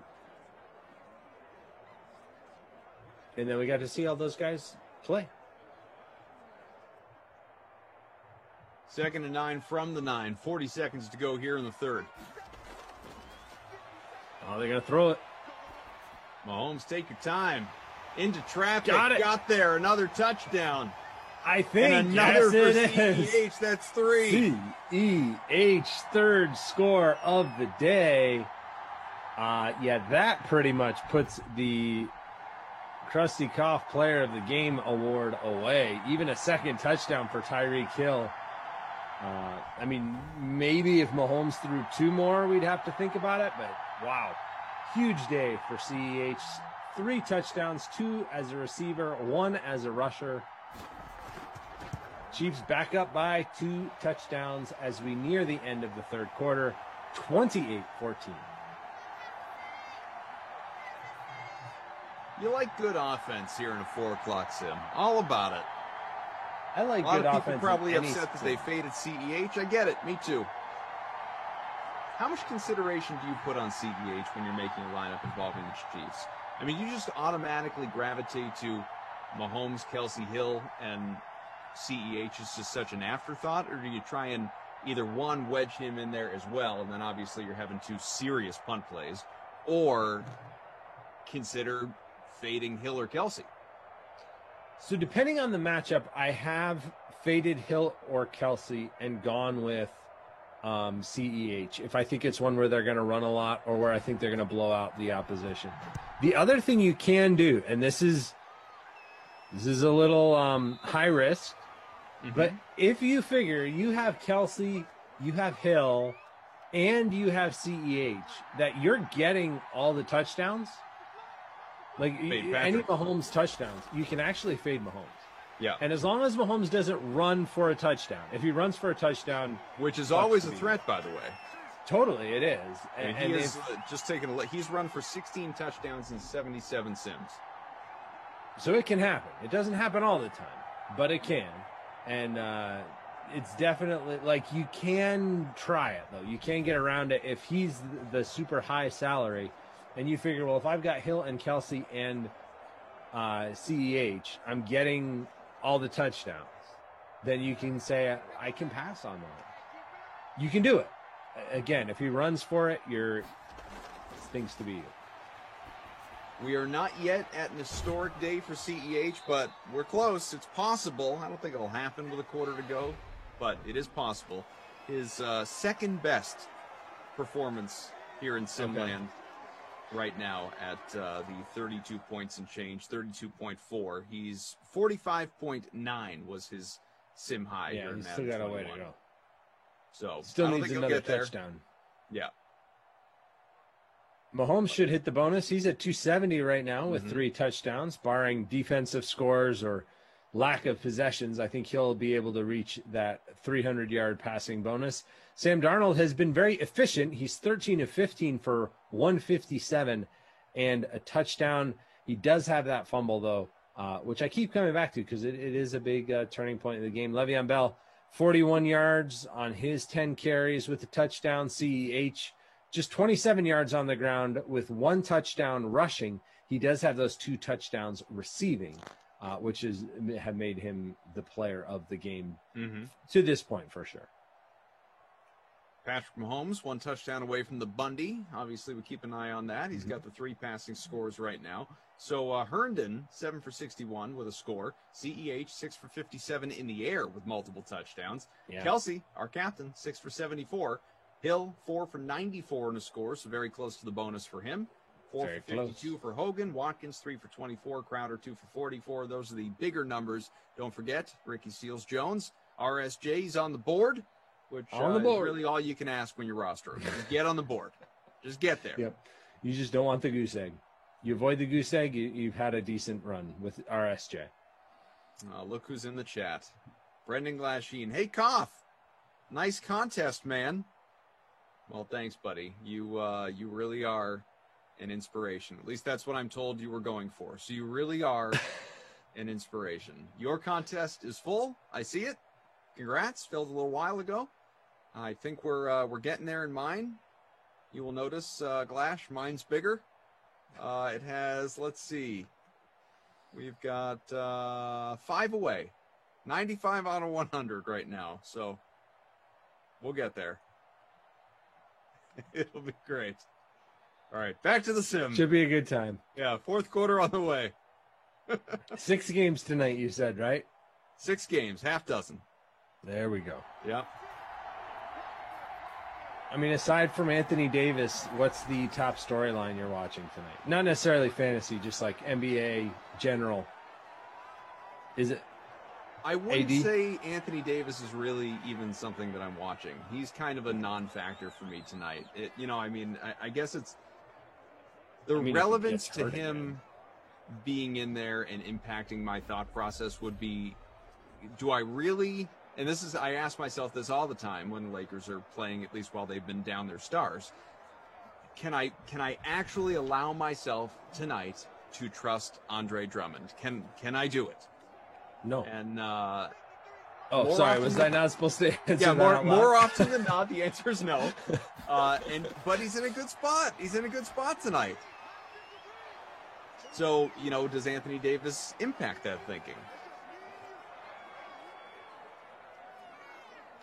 I mean, yeah, it's something to consider for sure. I don't think I'll use either one of them regardless. I mean, Davis is unplayable at that salary. I mean, what's he priced at tonight? Expensive. I mean, they didn't give him a discount. Yeah, he's not even starting. So it's, or at least I don't think he is. But even if he does, he's barely going to play. So no thanks. Let's see. Executive Sessions coughs an animal. Glash is always swinging up. Glash asking what else my contest has. Any cool features? It doesn't have a rotating name like yours, as we've been going over. So, you know, yours has been quite impressive with the naming rights. Tater Hater, savvy move by Koff to make his 100, so he had a good excuse when Glash is filled first. Well, Tater Hater, if you were around earlier, you would have heard Tater Hater that mine had like 90 people in it before his 75er filled, that he created 2 hours before mine.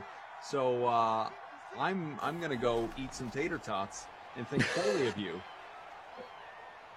for even Sam Darnold's gonna suggesting run. that I would do such a thing. 6 yards on the ground there for Sam. I can confirm all those statements you just made were factually correct. Jordan says Koff is going through an existential crisis with his NBA lineups. It's true. I've had a tough week. Yeah, I've had a few bad days here as well. So hopefully you can turn things around tonight. I'm hoping. I mean, you have to convince yourself you deserve it, right?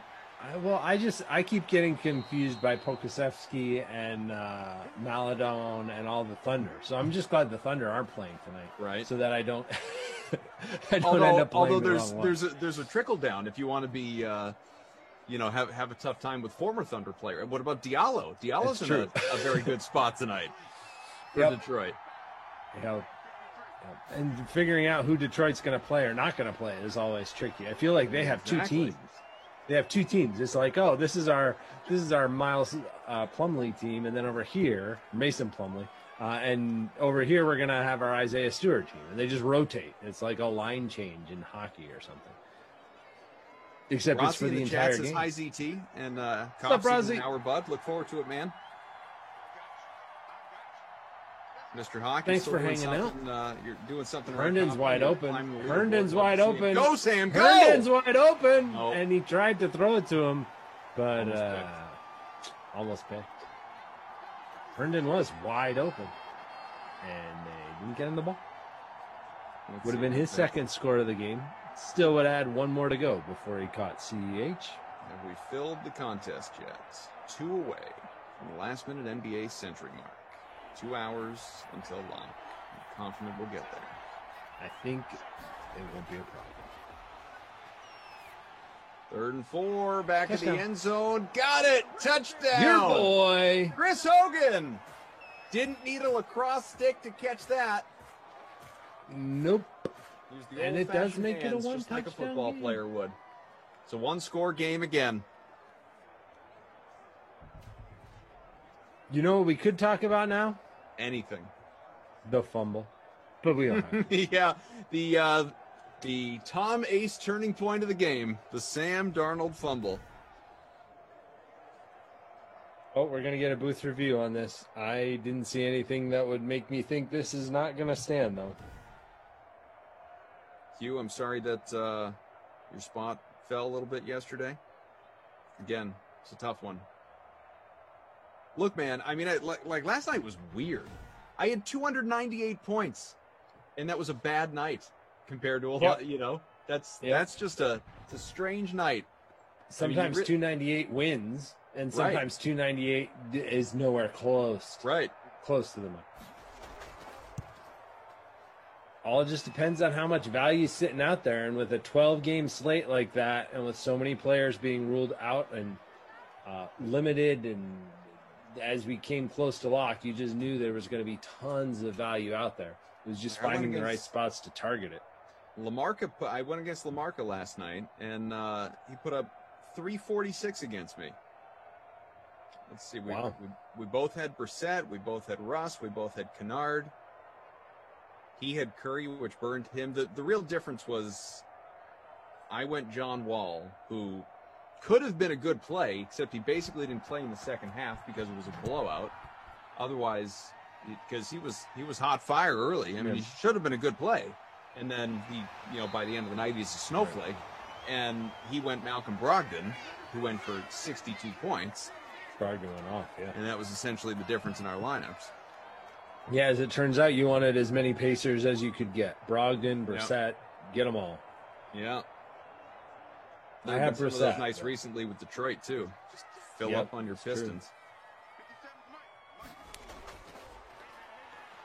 Yeah, Jordan says, Koff took me 321 points to min cash by a very thin margin. People were hitting 400 in the top 5. That's what I'm saying. It was just one of those nights. Yep. I think we'll have a few more of those nights before the end of the regular season, just with all the number of games.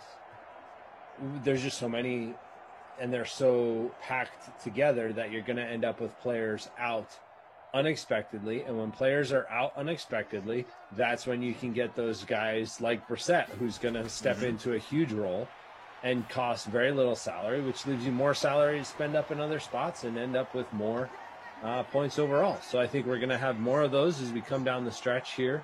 Last few weeks of the regular season. It's fun. It's different. Setting your lineup more than 30 minutes before lock doesn't really make much sense. Don't bother. Yeah, I mean, do your research, but don't set it and forget it. Don't bother. Yeah, you can't. You cannot. Even after the slate starts, yeah, you got to do I lineup find that swaps. I've got to go back and swap stuff because stuff changes. So got to stay on top of it. I don't know if you're like me in this way. It's not even about the winning and losing. It's about when you're really trying to decide between two guys and you pick the wrong one, and because you're just, you've, as we often say in DFS and fantasy, you tell yourself a story. And I really was convinced Shake Milton last night, getting the start. I was looking it up.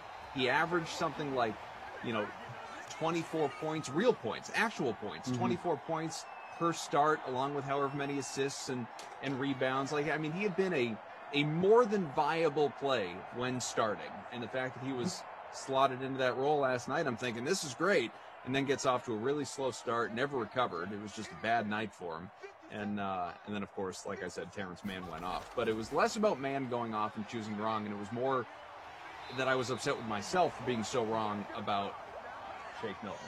About Shake, yeah. Yeah, been there. Didn't do that last night with Milton, but been there before. For You sure, know the many emotions. times. Yeah. Yep. Good to see us up over 200 likes. Keep smashing away. Until you get the games actually start, you're like, there's no way this lineup could lose.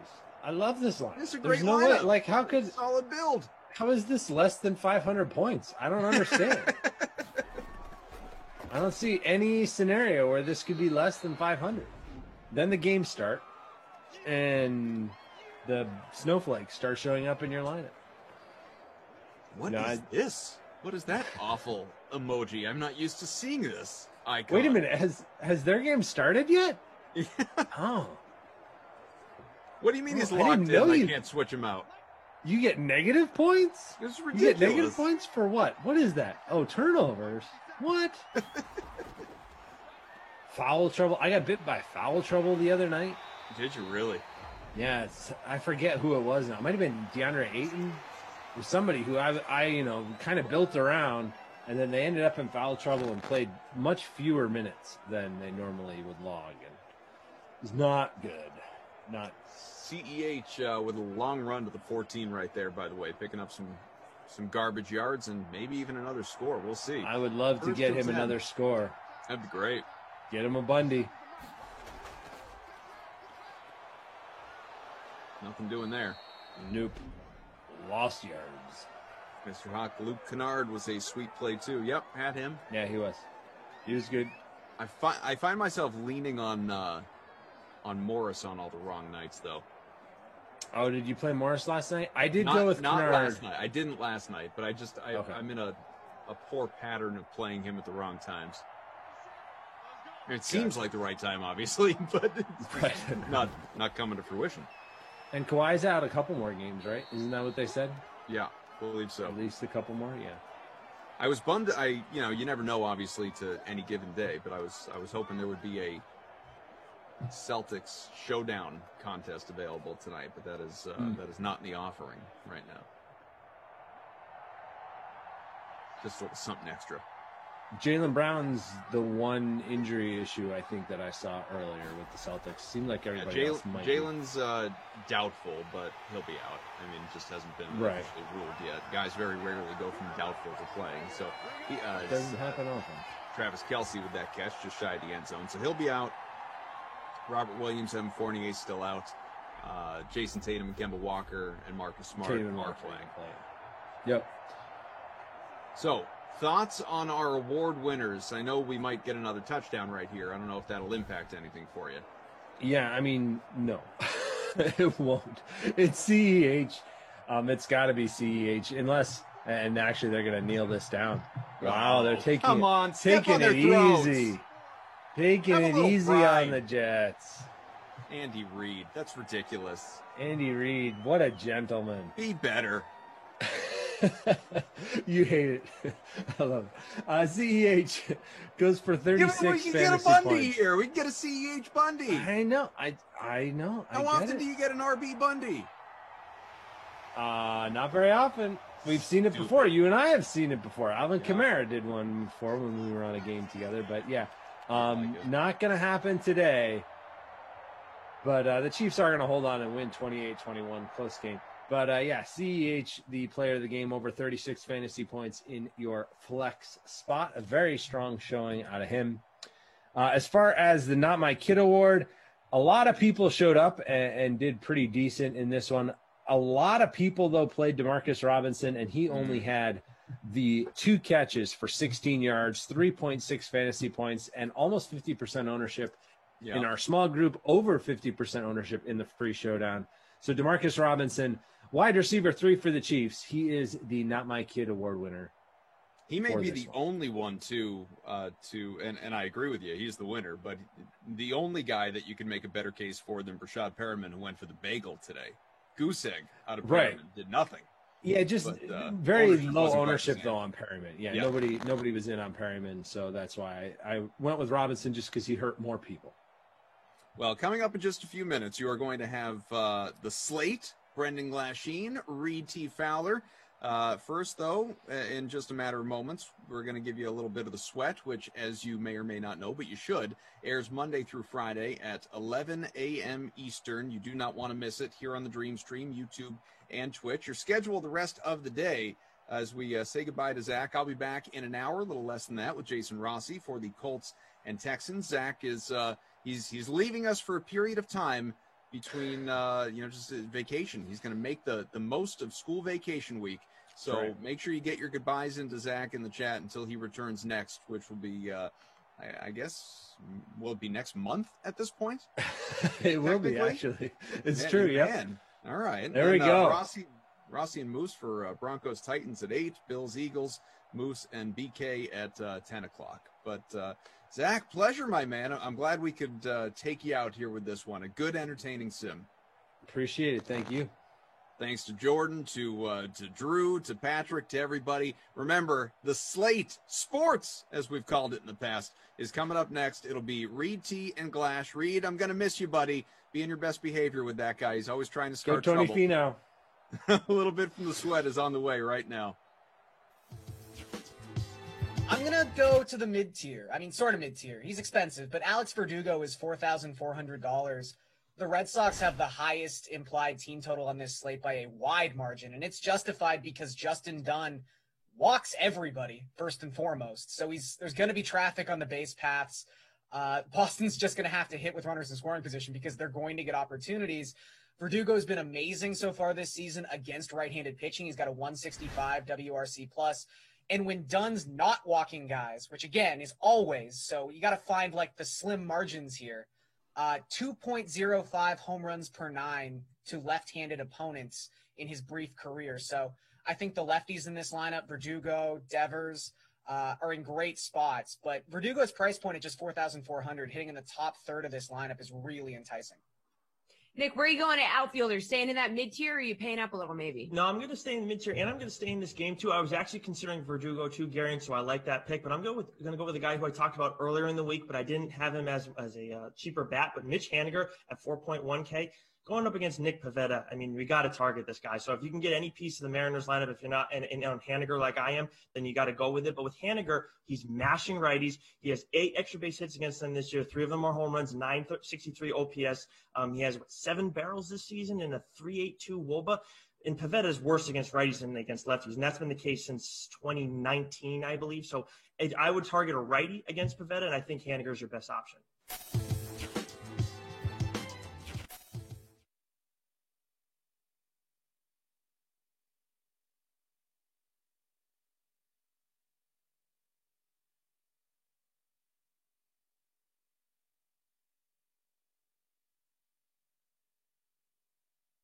Is no longer the term. It's like Twitter Live. So we're on Twitter via DK Nation. We're also on the Dream Stream, YouTube, Twitch, Clash, Reed T, talking sports for the next 40 minutes or so before the 6 o'clock Madden Sim, the late slate.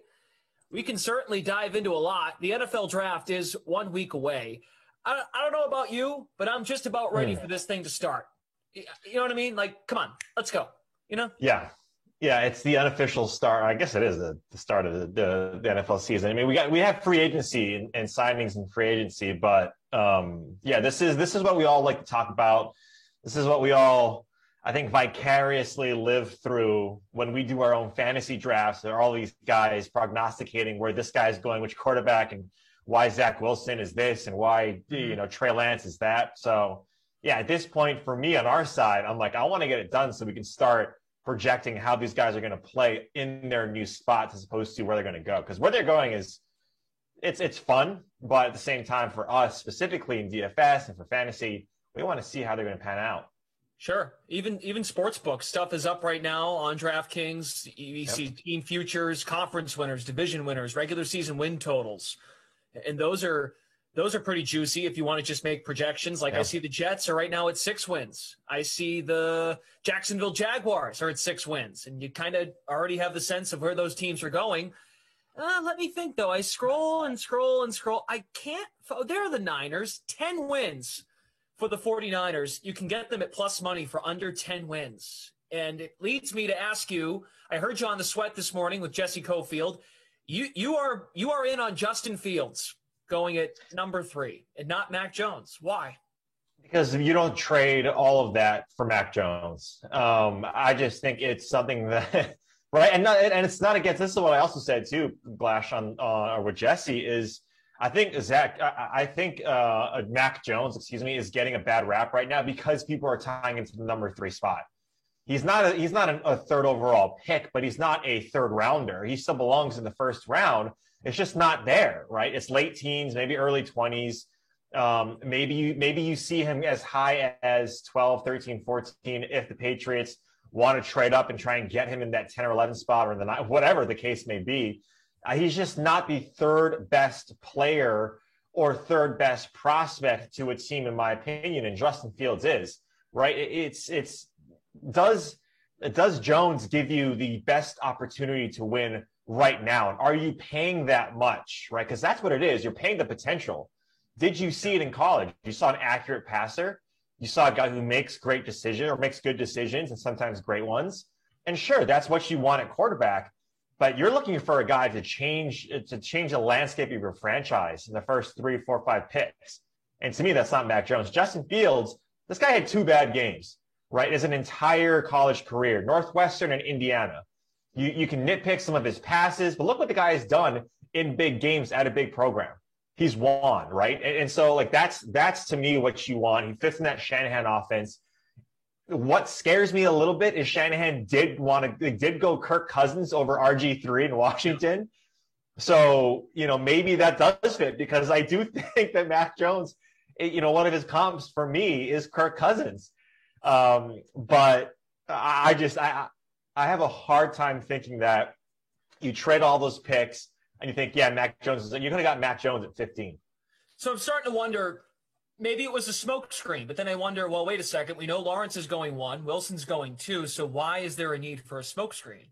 because you have all the control. As you said, you give up all of that capital to get to 3. Well, you don't need to smoke screen anything. You can pretty much give away your plan. Now, they've been pretty good about, in the past, last couple of years, San Francisco, about not revealing what their plans are going to be. When they traded for Garoppolo, kind of came out of left field. When they traded for Trent Williams last year or the year before. Even when they moved up to 3, we all were like, whoa, didn't see this coming, right? So they've kept things under wraps, but now we've heard so many reports the last couple of weeks of what they're going to do at 3. You mentioned Shanahan, and that's where I think there's a little bit of a tug of war going on between Kyle Shanahan and John Lynch. I think Lynch wants Fields. Shanahan wants Mac Jones because Shanahan wants to prove it. My system is how we're going to win games. You believe Fields will fit in Shanahan's system, but what if Shanahan thinks, well, I can win with Mac Jones? I feel my system can be more execution will be better if it's Mac Jones, but the ceiling could be higher with Justin Fields. I think that's where there's disagreement. Yeah, and this is all, again, predicated on the assumption that Jimmy Garoppolo is not the starter, right? Like he's no longer there. And if that's the case, or if they're grooming their quarterback to then supplant Jimmy Garoppolo, then yeah, that's the case, right? Like, what's going to give you the best chance to win? If you look at their offense right now, a lot of it last year was, well, we didn't have a quarterback, and we didn't have anybody. We had every single person get injured on our team. Every running back, they were down to their 5th string running back. They're down to their 4th string wide receiver, like their 2nd or 3rd string tight end. Everyone on defense got hurt. So San Francisco there's a lot of question marks. And you mentioned smokescreen, Glash. What if it's not for the 3rd pick overall? What if it's for something else down the line? Right? What if it's for, and again, this could also be them just saying, we want to talk about something. We want to put something out there to just confuse everybody. Maybe it's not, but I just think that right now, if you're San Francisco, you're playing 4D chess. You're not like everything about reports coming out is such BS. Like it's because why would any team, doesn't matter if you have leverage or not, why would any team come out and tell the media, let alone another team, let alone the media, oh, this is what we want to do? I don't buy it. Okay. Yeah, you're probably right. But but so much is leaked. Not much normally leaks from the San Francisco side. So that's where I'm just like, oh, well, maybe this is a little different. Seems a little too convenient. Like all of a sudden now things are getting out there from the San Francisco side of things. Mad Monk is in the chat here on YouTube. I think Fields is going to the 49ers. If you're a betting man, betting woman, the odds, there are plus odds right now to get Justin Fields at number 3. You did reveal your mock draft, your top 10. We can talk number 3 pick all you guys want. I just feel like it's the number one story going into next Thursday. Looking at the mock draft right now, you have Lawrence, Wilson, Fields at 3, Kyle Pitts at number 4, Sewell at 5, which I think most people agree on. Bengals got to give Joe Burrow some protection. A receiver in Miami. Devonta Smith at 7. I'm so intrigued by Detroit. They have so many needs. Rashawn Slater at 8, and then Trey Lance and Patrick Surtain. Yeah. So what I didn't put in the mock draft are potential trades, right? And the spots that I've narrowed down for the trades is that number 4 spot. I think that's, everyone's talking about that number 4 spot with Atlanta. If they elect to go with the Miami strategy, which is we want draft capital, we want to set our team up for the next 5-10 years and get multiple draft first rounders over the next handful of years, they could do that. Matt Ryan is still on a 2-year extension. You still have Calvin Ridley, Julio Jones. Hayden Hurst didn't work out, but you paid, a 2nd rounder last year for him. And so you still want to see that play through. They have like you mentioned, Glash, a lot of holes on defense. I don't think they're not going to go 4th overall with a defensive player. You can get really good edge rushers. You can get a linebacker. Kwity Paye, the edge rusher. You can get Micah Parsons, probably number 9, 10, 11. He's a really good player, some off the field stuff, some character issues. If you want to do that, then you can later on, like in the mid part of the draft, and then also acquire a lot of draft capital later on. The team to probably do that is Denver, who wants a quarterback badly. Yeah. If they pass up, if Denver doesn't get one of these premier quarterbacks, right? The Fields, Wilson, if he falls, Trey Lance, if he's there, and then one of these guys or multiple of them, like two of them, become stars, that is putting the proverbial stake in Elway's coffin about being a GM and scouting the quarterback position, right? Like, this is his last chance. This quarterback class is so deep. You could get 5 going in the top 10. So Denver could potentially move up. And your team, the Patriots, I'm sure you and your boy Zolak and all these guys at 98.5, you guys talk about it all the time, right? Of the Patriots need to do something completely different than what we're used to seeing, which is trade up, spend a lot of money in free agency, and trade up and get a quarterback. Oh, what you didn't have to in the last 2 decades, fine, but now you have to, right? You have to. I'm not against it, but Bill's ego is too big. He won't do it. But this is a thing that I have some issues with, is that anybody thinking that they know what Bill Belichick is going to do because he's done the same thing for 20 years. This is a completely different landscape. This is a completely different set of circumstances. He just saw the quarterback that he wanted to ship away 3 years ago for Jimmy Garoppolo win a Super Bowl the very next year after he let him go, right? Right. So Brady wanted to go. He saw the writing on the wall, and good for him, because clearly it worked out. And everyone's talking about Jimmy Garoppolo coming back. The prodigal son returns. Why would you want a guy who's injured? You got to pay more money than, one of these other guys on a rookie contract. I see Bill Belichick trading up. Again, 2 teams that potentially could trade up for a quarterback, Denver Broncos and the Patriots. If they don't, I think they go one of these receivers, right? And Jalen Waddle, Devonta Smith, if he falls. I think you need a skill player, a talented player. N'Keal Harry's probably going to get traded in the draft at some point. But I just see, Bill Belichick saying, screw everyone thinking they know what I'm doing, and going something off the board. All right. Well, we can certainly discuss the Patriots. We've got some folks chiming in. Jerry 86000000. I counted 6 zeros on Twitch. Jerry is asking, does Jerry Jones, this could be Jerry Jones trading up for Pitts? There was something on this like a week or 2 ago, how he just loves it, right? Like CeeDee Lamb, that was his guy. Jerry Jones kind of slides up. He's like, I got some control over the personnel. Pitts would be, that'd be pretty fun. That'd be fun for fantasy purposes if Pitts was in Dallas. Well, no, actually, I don't think it would, Glash. You have too many mouths to feed there. Too many mouths. Right? You have Zeke, Elliott. You got the 3 really viable receivers. Cooper, Gallup, Lamb. Yep. Yeah.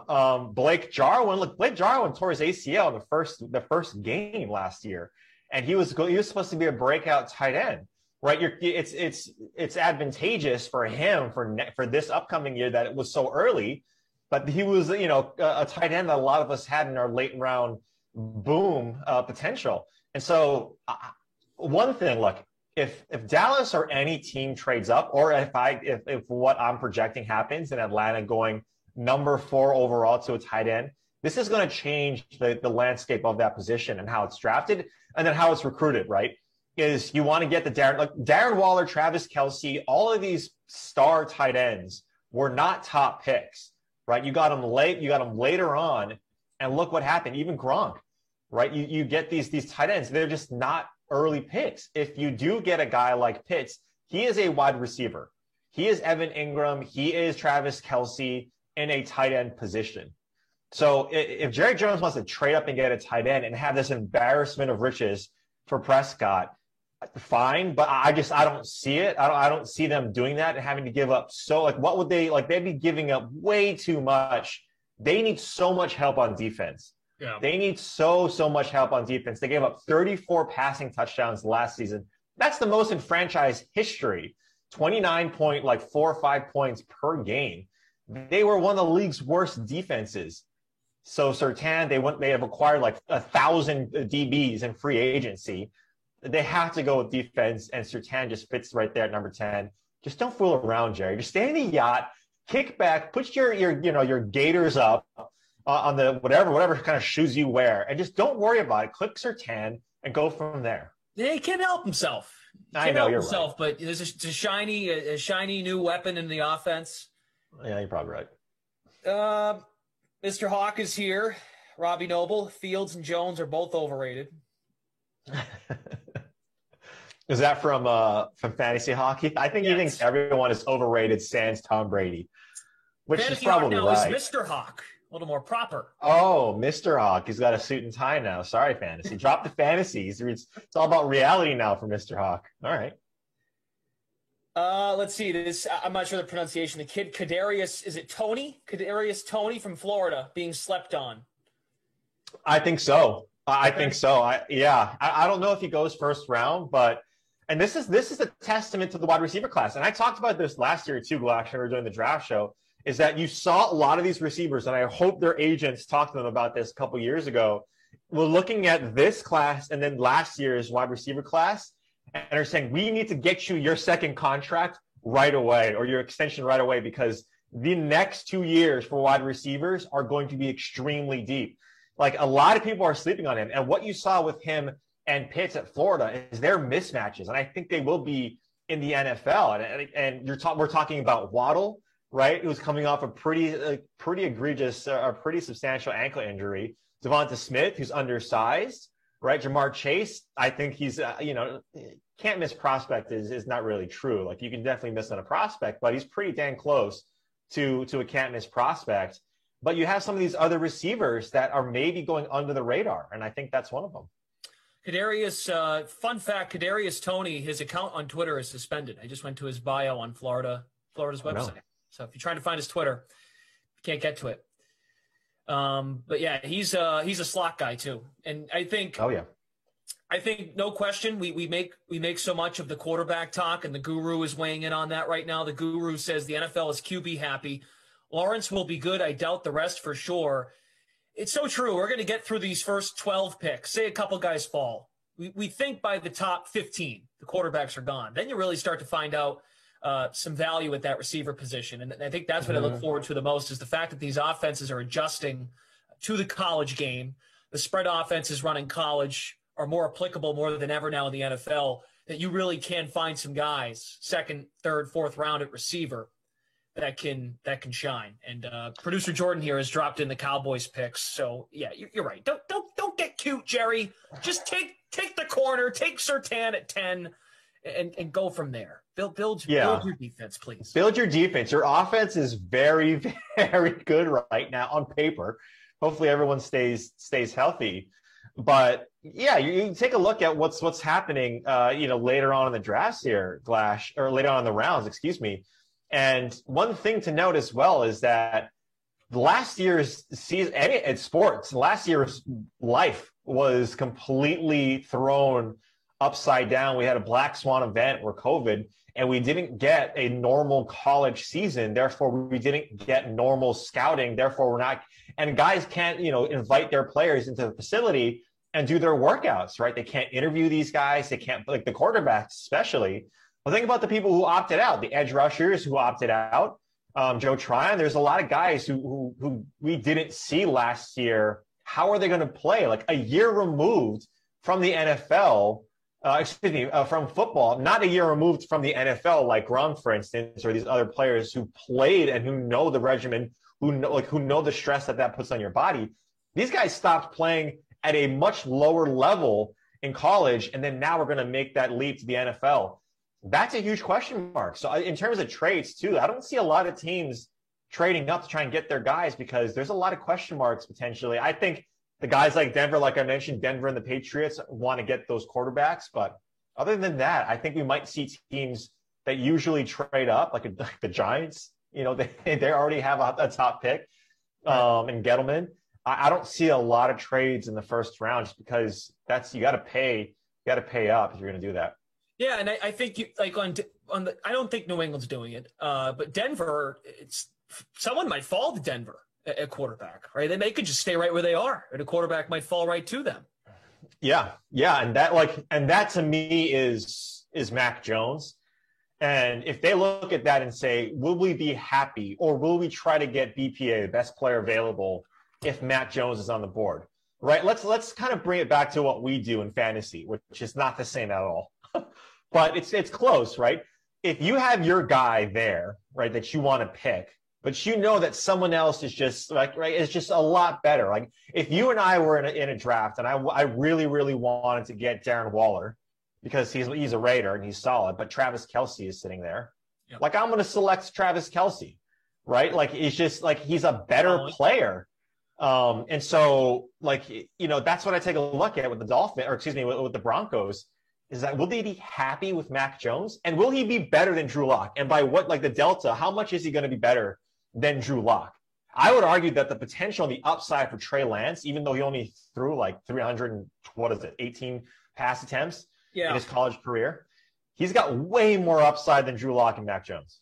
Well, and also, help me, John, what's his face? Elway, Trey Lance actually buys him some time.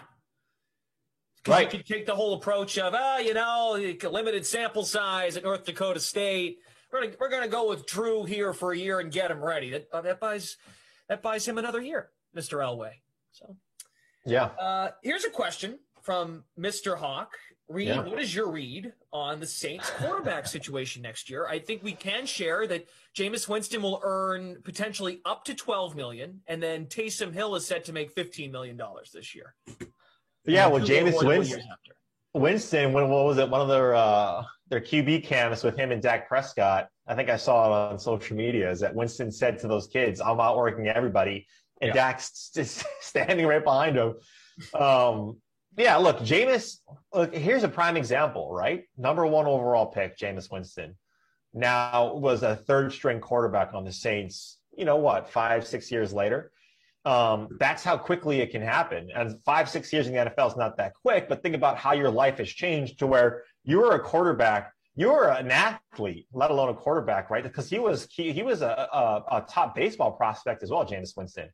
So this guy was, Florida State first baseman. Yeah, he was someone that was lauded after very early on as an athlete, and now he had to ride the pine and see everybody else play ahead of him.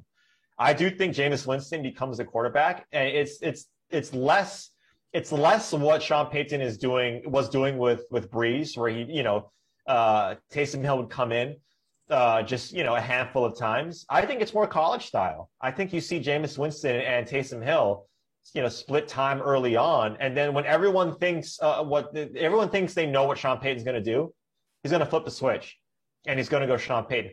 In terms of fantasy, I'd stay away from both of these guys. I would not be drafting either quarterback. If you're in a 2 QB league, I would lean Taysom because of what his upside is with his legs. I would argue that Jameis Winston is probably closer to what Drew Brees was, can operate the playbook closer to Brees, even though Taysom Hill knows the playbook. There's some limitations to what he has that Jameis can do. Which quarterback benefits the fantasy value of Alvin Kamara more? And you could even mention the receivers if you want to. Michael Thomas, who we think will come back, have a healthier season. Oh, it's Jameis. I mean, look what Kamara. Do you remember when Taysom Hill, those 4 games that Taysom Hill was playing? Yeah. Alvin Kamara was nowhere. He was like bottom of the barrel in terms of fantasy production, right? DFS, you had to pay up, and you weren't getting that output. There are some games where he didn't touch the ball more than like 10, 15 times. You're like, what is going on? Is he hurt? No, Taysom Hill is vulturing all the touches. So Jameis is the guy.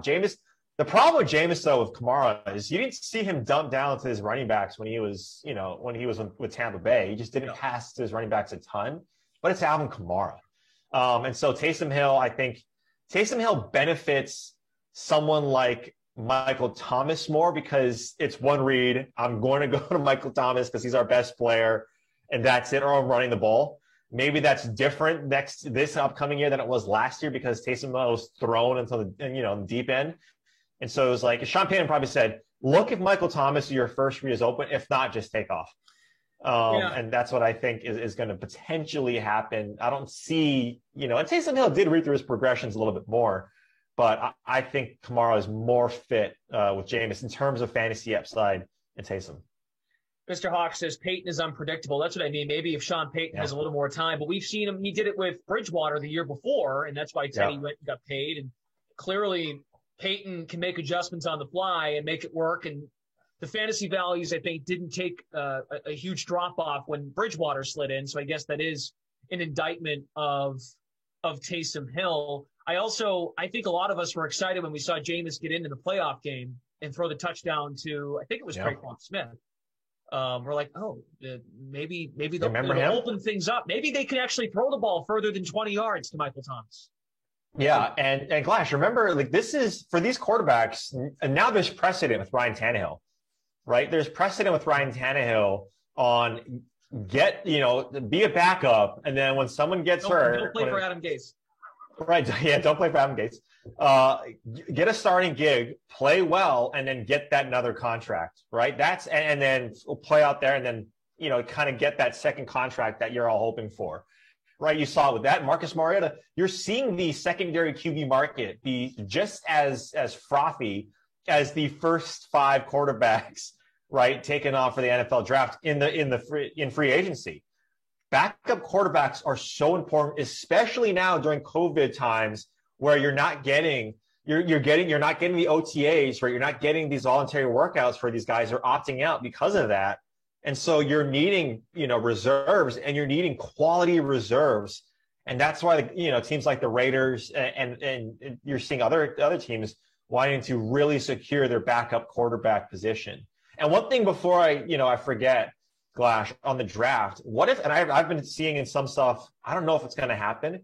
If Carolina, if Justin Fields drops, which I don't think he will, to Carolina, or Trey Lance drop to Carolina's spot in that 8 slot, could they go quarterback?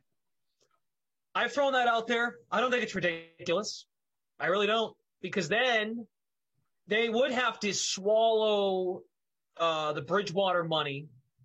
Basically, a team could go out and get Teddy Bridgewater for nothing. I think that's kind of how his contract would work, in the sense that I think he's making.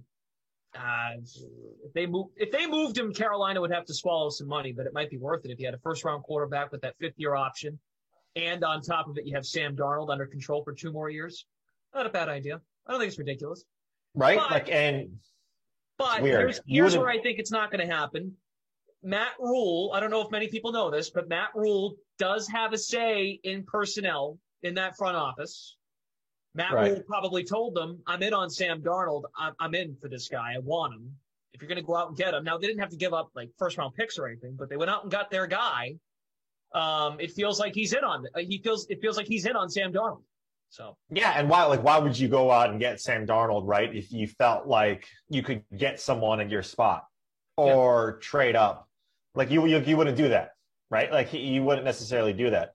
And that's where it's fun, is that when you see these guys drop, right? When you see them drop and drop and drop, if Kyle Pitts, drops to number 5 for Cincinnati, I would hate that for T. Higgins, because I think T. Higgins is going to have a breakout year with Joe Burrow being back. And if they don't acquire, someone randomly in the draft that puts a damper on that.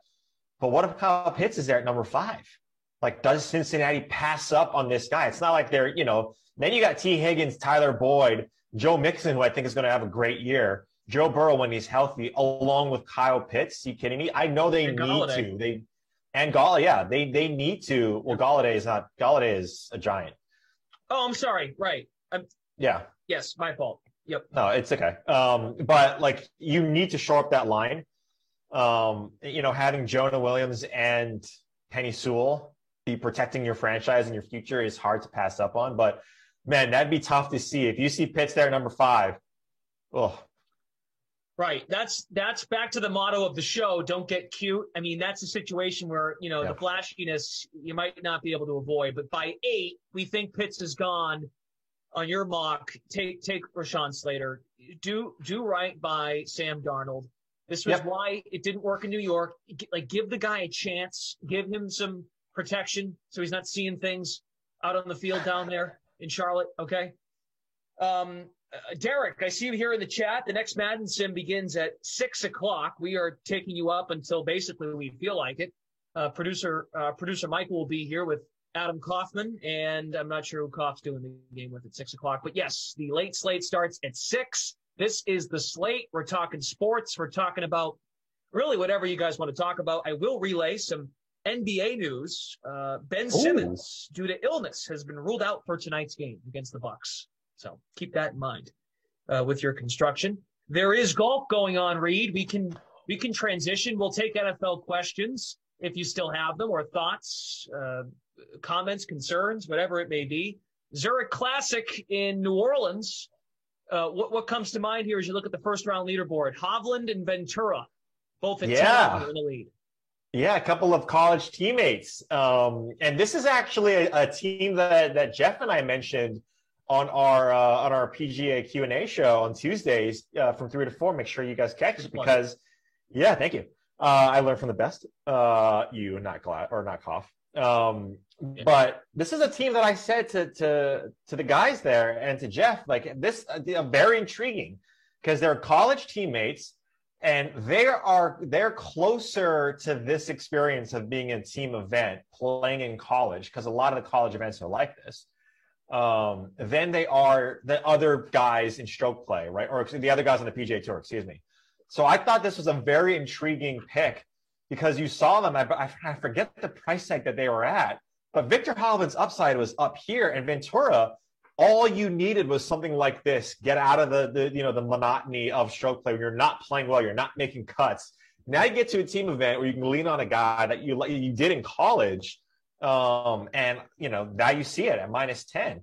Sam Burns and Billy Horschel are right there as well, -9. They're a team that I wrote up in my article and I talked a lot about, who I really, really enjoyed. And Kokrak and Pat Perez are at T21 right now at -5. They're through 12, and so they could still make their way up. But this is a fun event, and you're seeing teams right now, Keegan Bradley, Brendan Steele, my guy K.H. Lee, and Kyle Stanley. I liked K.H. Lee last week, but he didn't do much for me. But -9. So you're seeing players up there right now. And all it takes, Clash, 2 years ago, was Ryan Palmer and John Rahm. They're defending champs. After Ryan Palmer won that event, they get FedEx Cup points. They don't get an invite to the Masters if they win this, but whoever wins qualifies for the Tournament of Champions in Kapalua. So he already got that win, and then you essentially, if you don't screw up and you don't like obliterate the rest of the season or completely implode, you make it to the playoffs.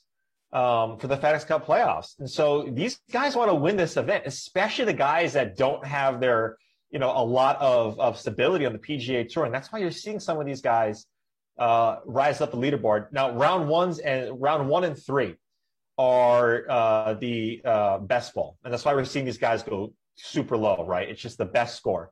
Tomorrow and round 4 is alternate shot. That's where it gets dicey. Because then, we see Cam Champ, Tony Finau. That's great, right? We like them because their skill is all the way up here. Yep. But if those guys aren't hitting in the fairway, hitting it way, way, way, way down the fairway, who's going to save them on the greens? Because both of them can't really putt this year. Or Finau, for that matter, can't really putt in general. So we'll see how that plays out, because the alternate shot is really, if you just, kind of tread water, maybe shoot -3, -4 tomorrow, then you'll be in a good spot. And then on Saturday, go back to best ball where you're going 8, 9 under again. Hovland and Ventura right now, plus 1,100 to win the Zurich Classic right now. That's tied with Finau and Champ. So it's the tied third best odds right now in the sports book, if anyone's interested. And you mentioned Rahm and Palmer. Yeah, Ventura's got a cool story. Born in Mexico, then went to Norway, and then Oklahoma State, where they played together. So. Yeah, he's a good player. He pops. He just can't, he's a bad putter, man. But his ball striking is top notch. You just got to find on the greens, and that's a lot of the times, right? These guys, that's where they struggle. The greens on the PGA Tour they're very hard. They're fast. They're undulating. They're small in certain cases.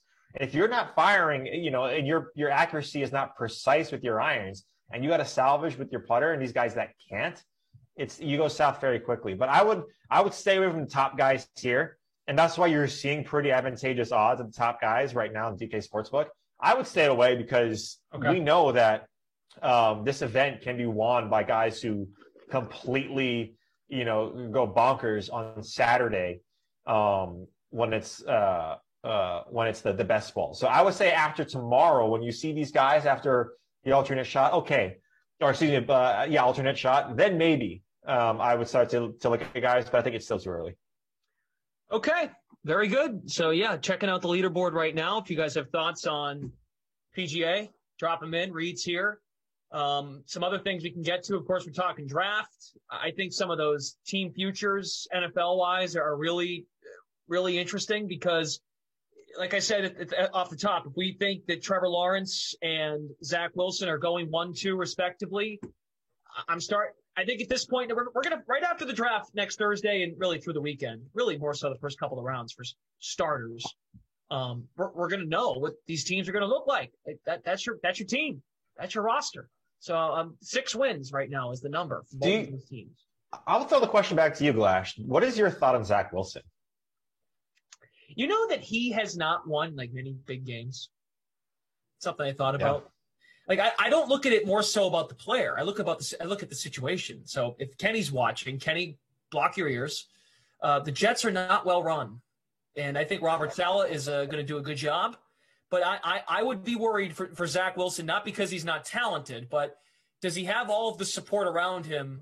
What they do have is they've got a lot of draft picks, a lot of capital. So if they can hit on some picks and get some starters here in the next year or two, I think he should be okay. I'm hearing the comp, and he's getting compared to Aaron Rodgers, like a ceiling of Aaron Rodgers. Well, let's keep in mind, Aaron Rodgers sat for 3 years and also went 6-10 his first year as a starter. I mean, Aaron Rodgers had to work to get to where he was. He's not being asked. Aaron Rodgers was not asked to step into Green Bay, which was a well-run organization, step in for a Brett Favre and completely run the franchise right out of the gate. That's what Zach Wilson is being asked with the trade of Darnold. You're facing 3 coaches in that division that are very good defensively, Belichick, Flores, and McDermott. I don't love it out of the gate. It's going to take a couple years here for the Jets to build this thing. I think he's very good. I just I hate to, I'm going to go there, but look, there's 5 quarterbacks. We all think they're going to go in the top 15 or at least in the first round. A couple are not going to pan out. And I think he's probably one I'd lean that it's not going to go well. Yeah. You know what I'm saying? I think, the durability is a big thing for me. You got surgery, I think, in high school. And had some injuries here and there, but a pretty big one. I forget what it was in high school. I can't remember it right now, but I was watching some tape on his game against the University of Houston, and it was like he made some great plays. Like the talent is there, right? The guy's got a pretty big head. Hypothetically speaking, obviously, is that he's got the moxie and all of that stuff. But he made some boneheaded passes. Like he missed a wide open guy and elected to go on a wheel route and missed you could have essentially like rolled the ball down the middle of the field and it could have gotten to that guy because there was no one near him by 20 or 30 yards and he completely missed them. And some other plays where he's throwing into double, triple coverage just because he wanted to prove that he's got an arm. So when you make those kind of plays, every single quarterback does, right? It's not, I can't say, oh, you're judging Justin Fields on only a couple passes, and then I'm judging Zach Wilson on only a couple passes on him not being as good of a prospect. I just think when you're the Jets, like you mentioned, Glash, what do you need? You need stability, right? You need some sort of foundation and stability. Because what you didn't have the last 5, 6, whatever, how many years Gase was there, 4 years, maybe even less, 3 years. Is that. And even from a front office standpoint, you did not have stability. Robert Saleh is there to provide that. And a quarterback, and if you're Robert Saleh, you're going to be tied to this quarterback no matter where you go. Wherever your future endeavors take you, you're going to be tied to this pick. So you better make sure you get it right. And right now, if that's the case, I am hard-pressed to believe Zach Wilson is a get-it-right player as opposed to Justin Fields or even Trey Lance for that matter, because the upside is there, right? The upside in his size, the build is there, and he fits more so of what the quarterback is looking like right now. Big, tall, can run the ball very, very well, extremely smart, and is a player who's got a lot of talent and a lot of upside, and what you're paying for is potential. Zach Wilson has to be right away, like you mentioned. And that's where I'm just, I don't know. It could be bumpy. And look, if folks expect him to be transcendent in year one that I think their expectations are off. But look, they have another first round pick at 23. They draft at 34 in the second round from the Jamal. The 23rd overall pick comes from the Jamal Adams trade. Jamal Adams, yep. And then they drafted 34 overall in the second round.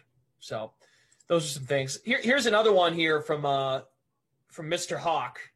And Derek, I see in the chat, Derek, DK_assist is your best solution if you have something wrong with your lineup and something does not look right with your Madden lineup from earlier this afternoon. Fantasy Hawk says, I'm thinking more or less the Bucs are taking a dip. I'm thinking about buying in on the Falcons plus 900 to win the NFC South. How plausible is that? Yep, I'm seeing them right now here on the sports book here at DraftKings plus 750, which is fourth of the 4 teams in that division. Yeah. How plausible is it? Anything is possible, right? Kevin Garnett told us that. But yeah, the Saints, you're probably going to regress, like you mentioned. They might play a different style of football. So maybe they regress in the sense of fantasy, but maybe not in actual football.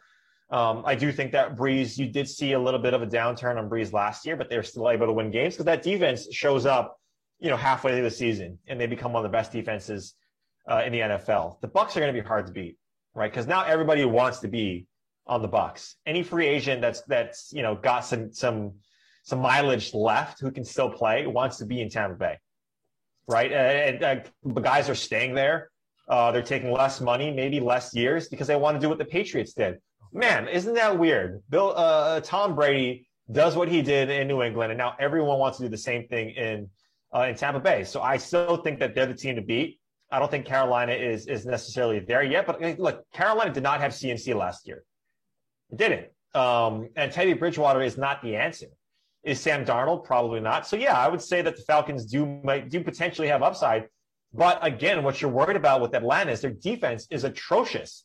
If Matt Ryan is not slanging it for 350 yards and 4 touchdowns, they don't have a running back either. So they have to be passing it 40 times. And even if they go and get a running back in the draft, that's not really going to affect a ton. We saw CEH last year in Kansas City. I know it's apples to oranges, but he didn't really do much after a handful of years because he's a rookie running back, and it's not Saquon Barkley. So I still think that the Saints are the team, or excuse me, the Bucs are the team to beat. But again, look, if Atlanta goes out and gets someone like Kyle Pitts, and he's someone that can completely change how teams defend Atlanta, where they can't single cover, you have to double cover as one. So they're going to single cover guys like Calvin Ridley and Kyle Pitts. That's going to be a nightmare for defenses. Yeah, here's how you convince yourself. Matt Ryan is motivated more than ever. He's kind of at that tweener age where he knows they could take a quarterback and move on from him. Maybe he wants that, but I think Matt Ryan's a pretty stand-up guy, wants to make it work in Atlanta, the franchise that took a chance on him, number 1 overall years ago. He's going to get it right. Mike Davis is going to have a revenge season and tell Carolina, what were you thinking, letting me go to the team in the division? And then the defense is just going to do just enough. They're going to score just enough points, and they get Kyle Pitts, number 4. I mean, I'm curious if they get Pitts, like how much does it change? They probably pull ahead of Carolina maybe at some point. I'm just talking the odds right now because yes, Carolina's at plus 650, Falcons are at plus 750. So maybe we can project, right? But then again, we don't know. What if Atlanta takes a quarterback, for crying out loud, which has been talked about. And one thing too, to put a bow on this, is that we don't know the schedule. Right? Yeah, we don't know the schedule yet. May 12th, schedule's dropping. Right. That's when I'd be looking at. Yeah, that's when I'd be looking at that to say, okay, how can we project this out a little bit? We know that they're going to play, their division foes, Tampa twice, right? And the Saints twice, and Carolina twice. So we know the 6 games that they're going to be playing. Look, and even if they go a little bit better than 500, like at 4-2, depends on who they're playing, right? Like the NFC East, we don't know what they're going to do. I do think that the Falcons have a good shot of being like that 7th team in the playoffs, just because we know that Calvin Ridley and Julio Jones are so good, and Matt Ryan has been good recently, the defense is so bad. They put zero pressure on the quarterback, and they cannot defend the pass. So what are you going to do? Deion Jones was the guy who was rushing he was blitzing like 20 times a game, and that was their only defense. So if Deion Jones doesn't get to the quarterback, then who's going to be rushing the quarterback? And you get Tom Brady all the day in the world to pass. Yeah, no way that the Falcons are beating the Tampa Bay Buccaneers, especially if it comes down to them playing in the playoffs. Dream on, Atlanta, dream on. So that's it. We've run out of time. Oh. That was great. A lot of chatter, and that filled quickly. I enjoyed this. I think the new host here really made a difference.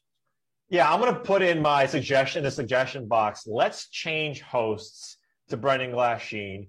He's wearing a DK polo. He didn't come in a costume, so this is a much more. Are you Fantasy Hawk? Because now this is like Brendan Glasheen. This is not Glash from The Sim. This is like suit and tie. This is Mr. Hawk here. This is not Fantasy Hawk for Glasheen. So I like it. Yeah, this is a lot of fun, bud. Yeah. Yeah. Our hockey picks. All right. Well, you're still here. You've been the mainstay of this program. So ratings are good because you're here. So think of it that way. You keep coming back.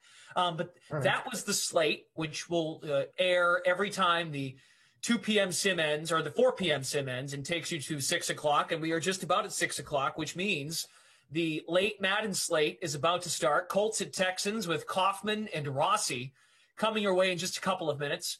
Every Thursday, we'll hop in here, myself or Kaufman and even Reed. It might not be Reed every time, but the ratings have been so good, 3 episodes in, that Reed does need to keep coming back. He cannot take time off. Yes, so please, come with your questions. Thank you for your engagement, all of you, for hanging out. Do you have any closing words? This is really, you've been here longer, so this is your show. Cool. Closing words? Oh, man.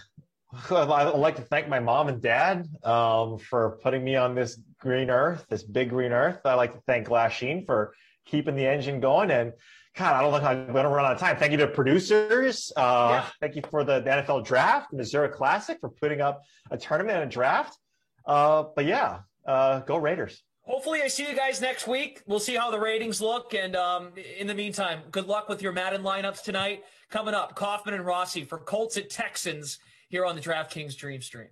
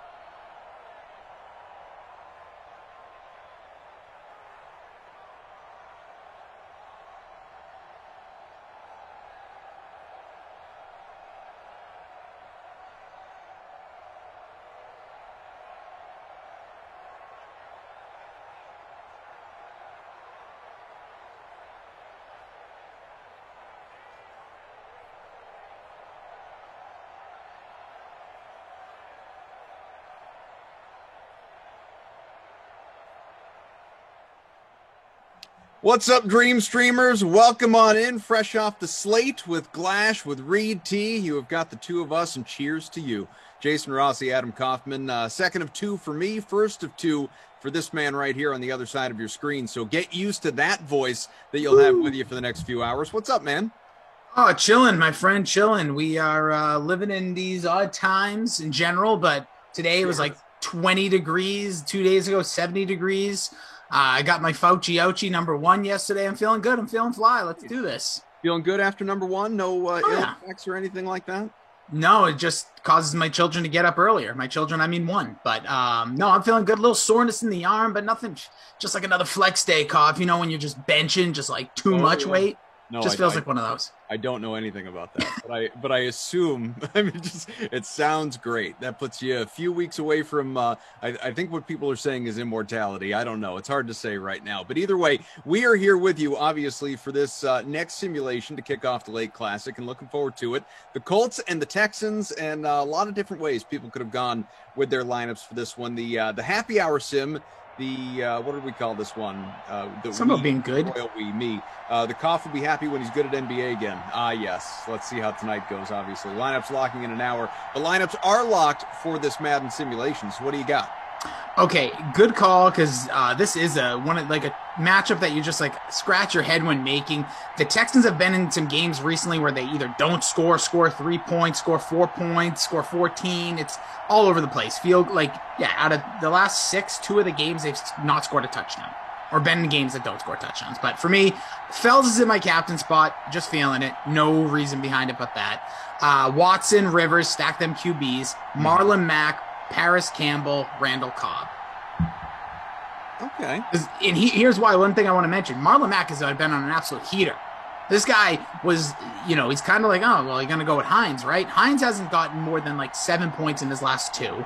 Meanwhile, Marlon Mack is on an absolute tear. His last 4, the lowest he's had is right under 8. So I'm feeling just ride that train, baby. Ride that train of, as we like to always talk about, that train of actually having no correlation whatsoever between sims. Listen. But isn't it funny how we convince ourselves that there is, even though there isn't?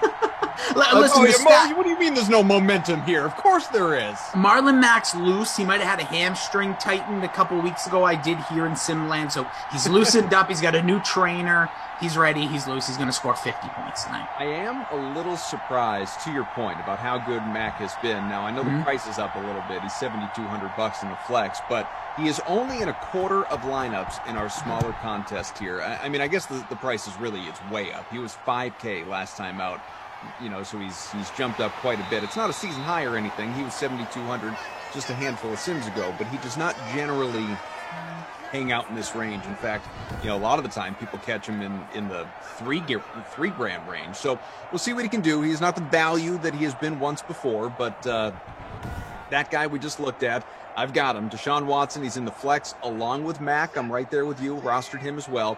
Will Fuller, Paris Campbell, Naheem Hines. So I went with both backs for the Colts. My captain is Trey Burton.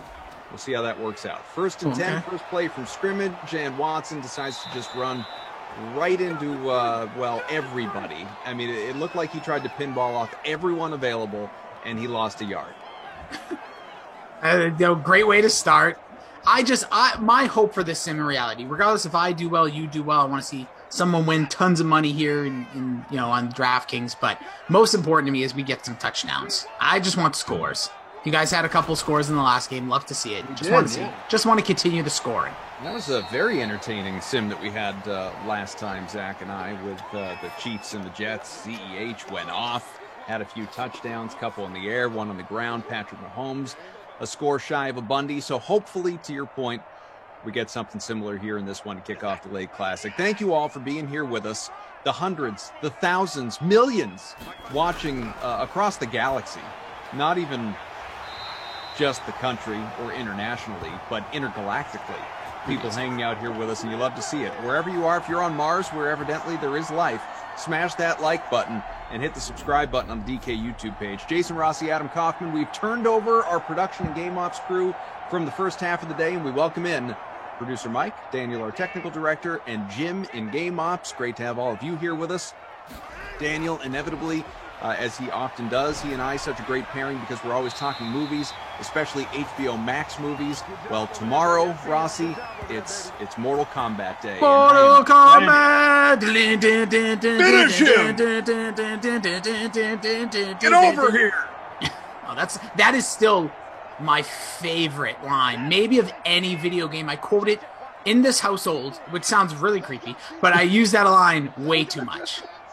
I just love get over here. Oh, it also has like a Freddy Krueger tie to it, which I know you're not a horror movie guy, but he's used that line. Clean up your toys. Get over here. See, you get it. Or my wife. Yeah. Not like that. Like more like, get over here. I want to go do something else. I have a sim. Get over here. If you did it like that, somebody might need to call the cops. Yes. Be a problem in the house. There's a lot of ways you could go. But. Yeah, Daniel says, did you all see the first 7 minutes yet? No, and nope, not doing it. I don't want to. I want it in its entirety, Daniel. I don't want a preview. I don't want a little peek. Give me the whole thing. Yeah, I'm with you. I get why they do these things to get you all like fired up, and Daniel saying he couldn't resist, and I understand. But I want to just sit down, stupid big bowl of popcorn in front of me, and enjoy just kind of like what happened with Godzilla and Kong. Not expecting much, just want to basically be entertained. I would like to know, while giving nothing away, though, obviously, did you enjoy the first 7 minutes? I mean, do definitely let us know that, as Deshaun Watson a run out to the 8, already threatening to score here, Houston. He says, very entertaining. Okay. Look, I am very encouraged, Rossi, by the trailer. I think the trailer, I've watched it multiple times, thought it was really well done. I like, looks obviously, that it's R-rated. You know, they're not giving you some sort of cheap thrill, a la the Jean-Claude Van Damme Street Fighter. Like, they're going for it here, and I think it's going to be terrific. Yeah, I'm all in. It was the only video game obviously when GTA came out, I was older, but the only video game I had a Sega Genesis, and my mom said, you can get Street Fighter 2, but you cannot get Mortal Kombat. It was banned from the house. Interesting. Too much violence, the blood, the ripping of heads, stuff like that. Matt LaMarca, perhaps you've heard of him. He's in the chat as we have a handoff here, and Nope. Stuff City.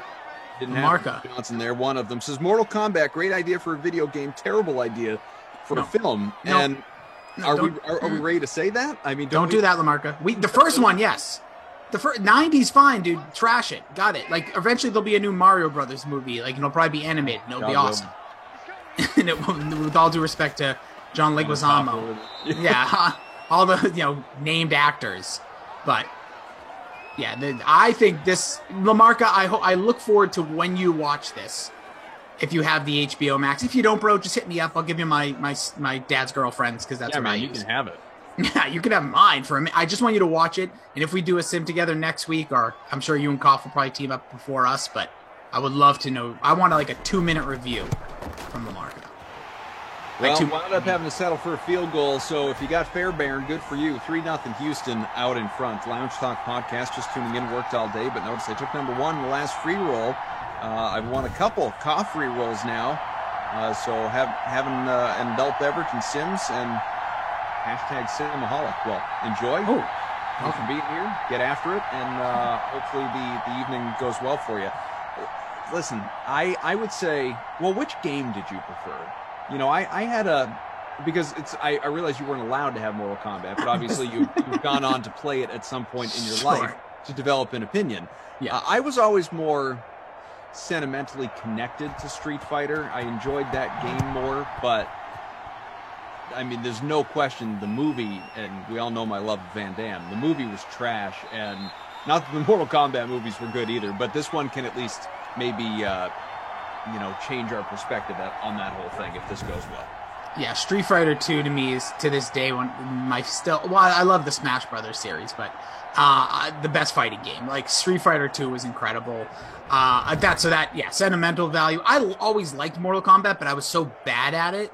And going to the movies when that was a thing, and the arcades in the movie theaters that you would play with friends before, and I would just get embarrassed.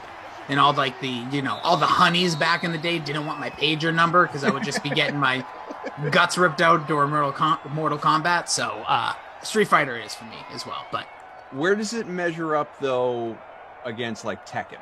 If you were to put Tekken up against it, still Street Fighter? Just it could be sentimental values, but I still think Street Fighter, like Tekken's awesome, but Tekken's is also in that Mortal Kombat side where there's like a few extra buttons and like you actually have to be kind of talented. Where Street Fighter had a little more button mashing to it. You just go button pushing, yeah. Yeah, when I had a Sega, it was ABC. I was just ABCing, and I could whip some tail back then. But yeah, Tekken is probably realistically the best fighting game, but for me, it will always be Street Fighter.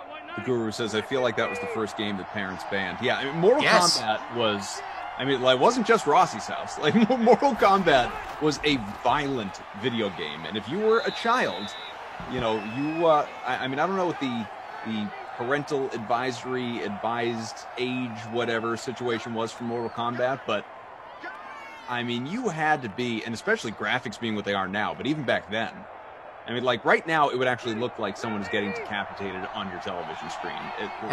Things have come that far. But back then, you still had to be like 10, right, at least, to play Mortal Kombat. I don't 10 okay with it, maybe. I think I was past that age.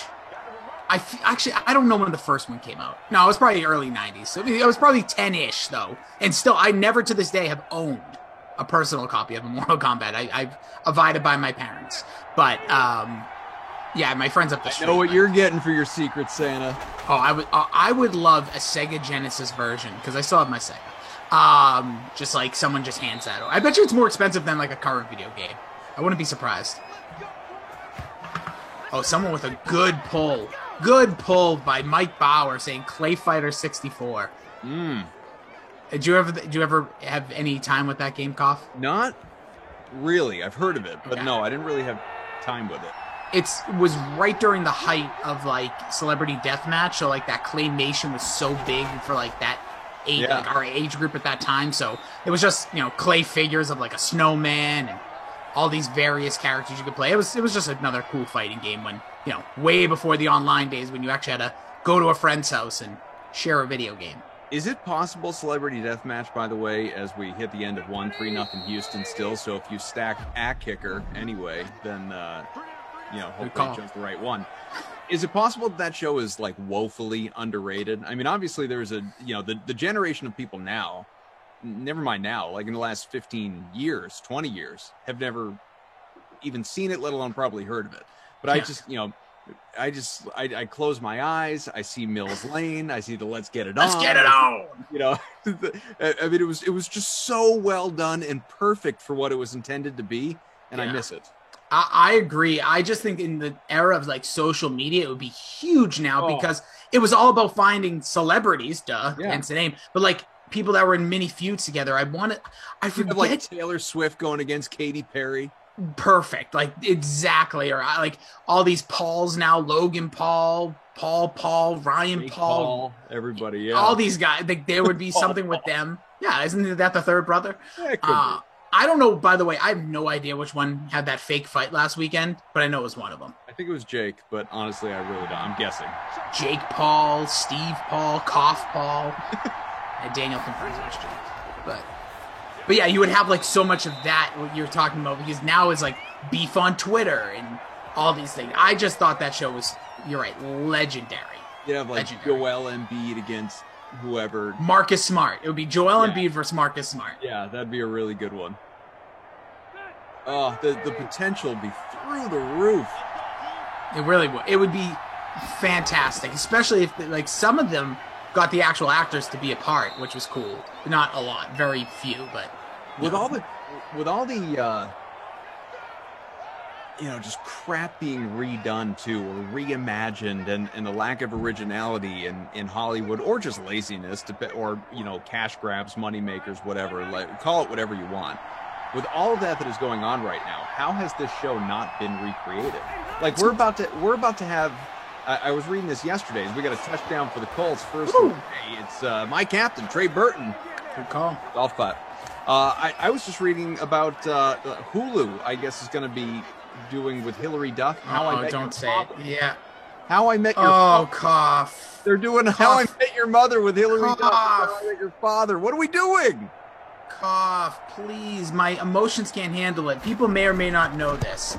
I want to segue to something about our podcast soon, but this is the third attempt at this show.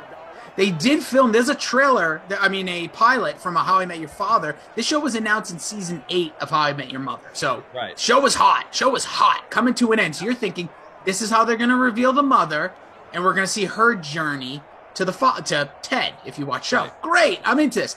Then they show the cast, bunch of people that aren't involved with the show. It's just a totally different spin.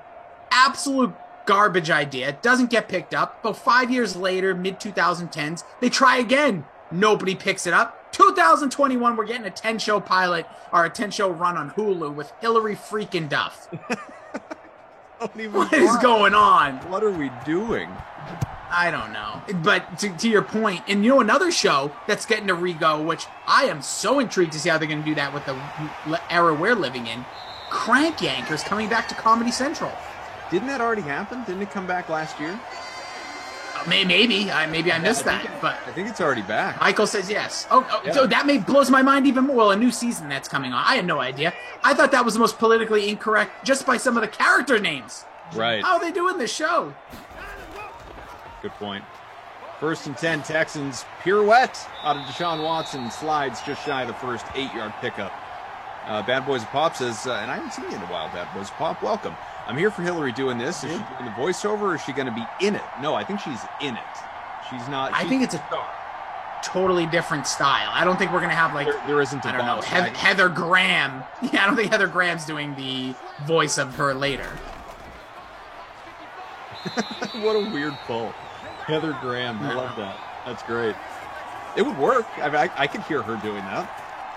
I mean, she's no more or less random than Bob Saget was, really. And yeah, one of the funniest things about that was Bob Saget played older Ted. Then when they show older Ted, he was just himself. It was so weird. Right. Great show, though. Watch it every night. It's one of my go-to-bed shows. Calming, easy watch. 1st and 10 from the 37. Daniel, and he's just hitting us with all sorts of TV shows and whatnot. Oh, The Last of Us. Somebody had suggested in the chat, going back to the Celebrity Deathmatch, Glash and I going head-to-head. Someone also asked, why has the Dream Stream not been recreated yet? Working on it.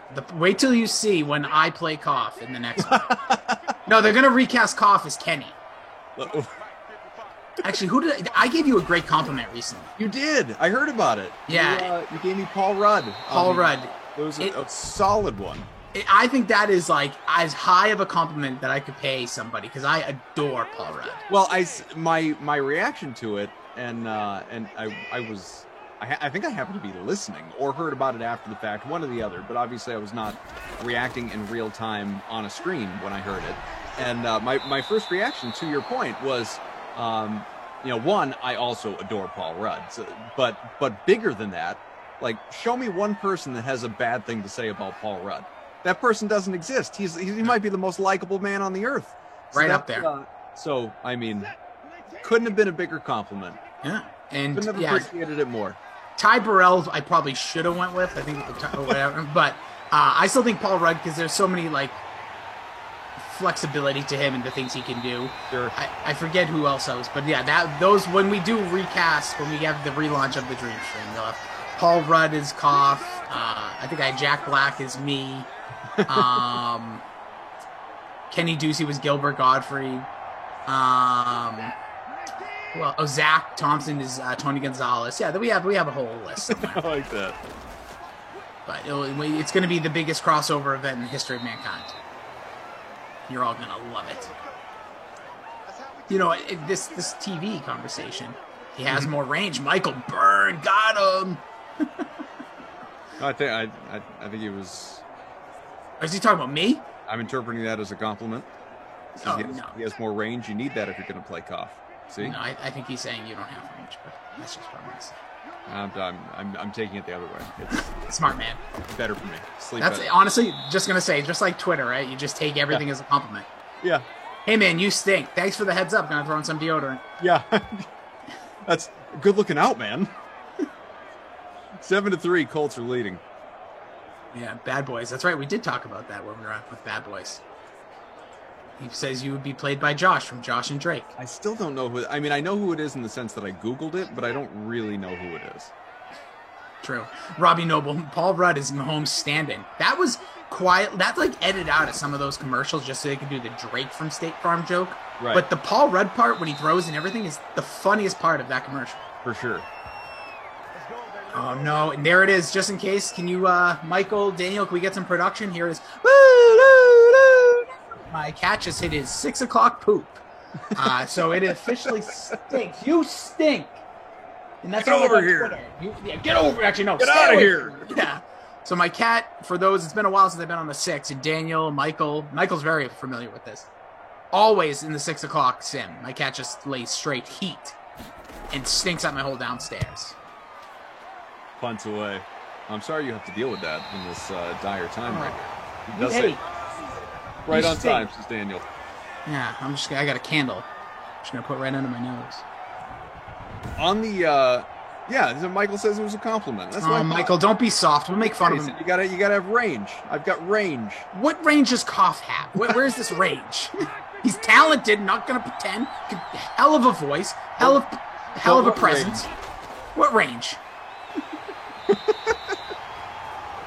The Reed had given me once, this was way back when, I brought this up multiple times because it truly was just the nicest thing Reed has ever said to me. Sort of along these same lines, he likened me or demeanor or whatever to Jason Bateman, which that's a good one. Which I thought that might even be a better one just because of sort of the straight man dry sense of humor. Like Paul Rudd, while amazing, isn't really a dry humor guy. That's not his style. He's a little more bubbly.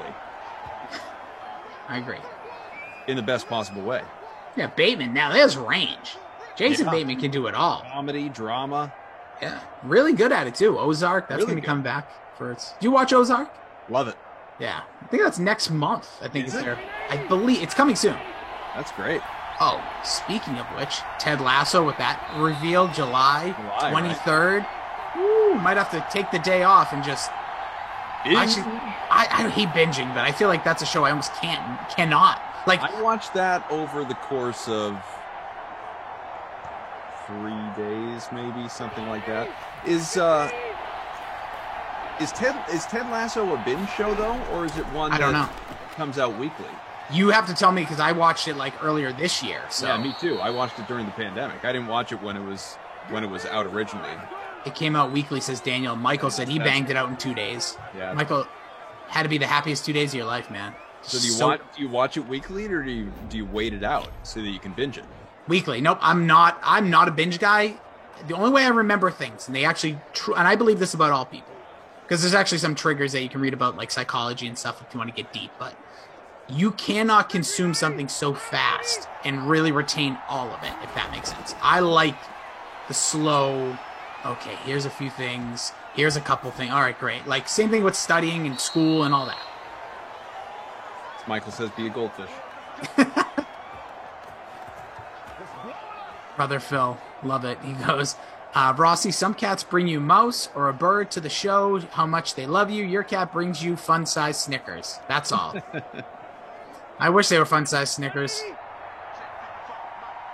First and 10, about a minute to go here. Phillip Rivers, who of course is retired in real life. Carson Wentz not on the Colts quite yet in Simland. This first down pickup. Again, 7-3, Indianapolis. You know what show I started watching just earlier today? A very old show. Everybody's seen it. Ooh, let me see if I can guess. Sure. I just never got there. Incredibly popular. Murphy Brown.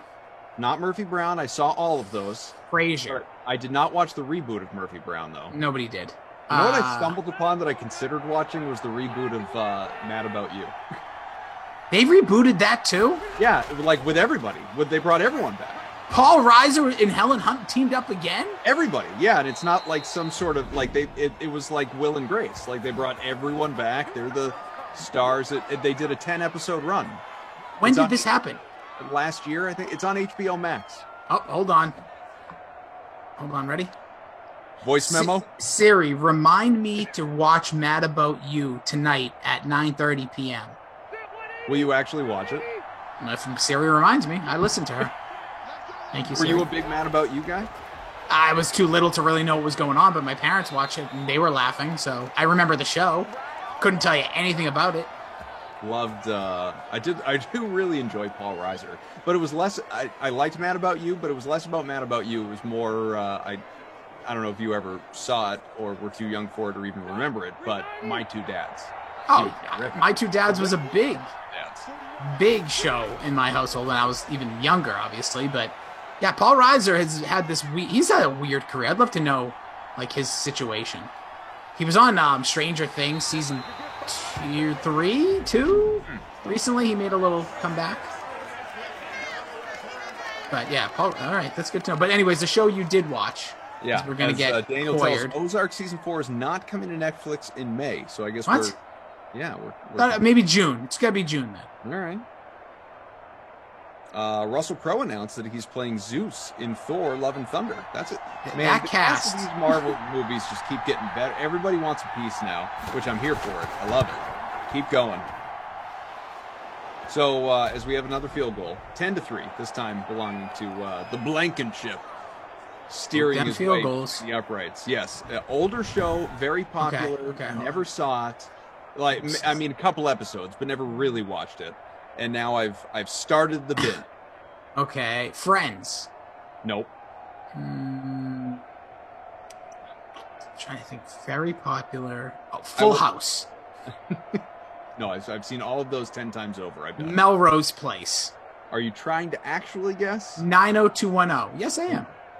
No, I believe me. I was a weekly 90210 and Melrose Place watcher. That was a solid. What was inappropriate? It? That's was inappropriate. It Sunday night? What night was it? Monday. Monday 8 to 10, something like that. Yeah. Might have even been 9 to 11. Melrose Place might have gotten the 10 o'clock slot. No, Melrose Place was 9 prime time, baby. So it was 8 to 10 then. Yeah, because it was Fox because they had the 10 o'clock news. Never had the 10 parade. Married with Children. No, my all-time favorite TV show though. Well, yeah, because we talk about Bundy all the time. I would assume you knew. Didn't know that was. I spent all this time referencing the Bundy, and I've just never. Who is that guy? Oh please! I reference Borat stuff. Never seen that garbage. Borat? I didn't watch the second one. I got no interest in that. To me, it's foolish. But that's just me. Seinfeld, Game of Thrones, Psych, Mike. I just grew through. Love Psych. Oh, what could this be? Can we give me like a decade? Is it 90s? Oh, what a move! Let me look it up just so I can be precise. Okay. It ran from. Ooh, Michael said. Go ahead. Sorry. Ran from 2009 to 2015. Oh my God! Is it? No, that was earlier. I was gonna say Chuck. No, although I've never seen Chuck. I would cough if you would absolutely. That's the probably most underrated show. Really? Okay. I think because like what the world has turned into with like superheroes and like geek fandom, like it perfectly encapsulates. All right. I can get on board with that. How many seasons did Chuck run? I want to say 5, but it was about right. Death Pause. Keep guessing, Rossi. Only 25,000 plus shows to go. Daniel said not Doogie Howser. That was on long before 2009. Rivers 123 at the break, a touchdown. He's perfect, 9 out of 9, and also handsome. Watson 6 for 7 for 69. We'll look at the rushing and receiving numbers as well. We've got let's see, Duke Johnson, right, at 6 for 14, or is that David? That was David. David Johnson 6 for 14. Duke is 1 for 4. Watson is 4 for 48 on the ground. Your leading rusher. Hines 32. Cobb 2 for 28. Man, no one is above 31 yards. That's T.Y. Ty Hilton at 2 for 31. Campbell is 2 for 30. 1 for 23 for Cooks. Burton with the only touchdown, 2 for 22. Not Dexter. Good guess. I was going back and forth with Steve Buchanan about Dexter on Twitter earlier today. LaMarca, it is not Breaking Bad, although I love Breaking Bad. Perfect Strangers, much earlier, and also loved that show. Sopranos, no, not yet. Sorry, Linda. That was my first rewatch this year. 2009. You know what I'm thinking of rewatching eventually is Entourage. I've just been Me too. I've been getting into the Victory podcast. Oh, okay, I got you. And it's sort of it's kind of pulling me back, and I might rewatch Entourage. But that is not the answer to this this particular question. That was earlier too, I believe. But, yeah, it was. Entourage ran exactly during the window of Terry Francona managing the Red Sox. It was 04 to random. You need to. If people want to criticize your tweets, you need You need to tweet that at some point. Just put in your drafts. I'm sure you do this because I do it sometimes. If I have a thought, I don't want it out there now. Can I tell you something? Not only have I tweeted that before, I wrote an article about it. I wrote an article comparing. I'm not kidding. You can Google it. Look it up. Look up Red Sox and Entourage, and my name. Oh boy, it'll pop up. I compared, and it's way too long, as you would expect. I compared year for year the Terry Francona Red Sox with the run of the Entourage series on HBO. Oh, hold on. Oh, yep, here it is. Yeah. It's out there. It's still there. What in the world is this? Tito could have predicted End with Red Sox by watching Entourage. Yeah. For your reading pleasure later. I'm literally, this is insane. How much time did you put into this? It's long. It's long. Well, because again, I went year for year, so it's long. Yeah. It's long. It's a long article. This is for anyone that's bored out of their minds later. I don't know what to say. You probably shouldn't read it. I'm not right now. Not right now. But I'm just an open tab for the next 45 minutes. Wow. How much do you do anymore? Do you do writing anymore, Koff? I haven't in a few years. I think I did so much of it for a handful of years as a couch columnist, as I like to call myself. Yeah. That I like burn myself out, basically. Got it.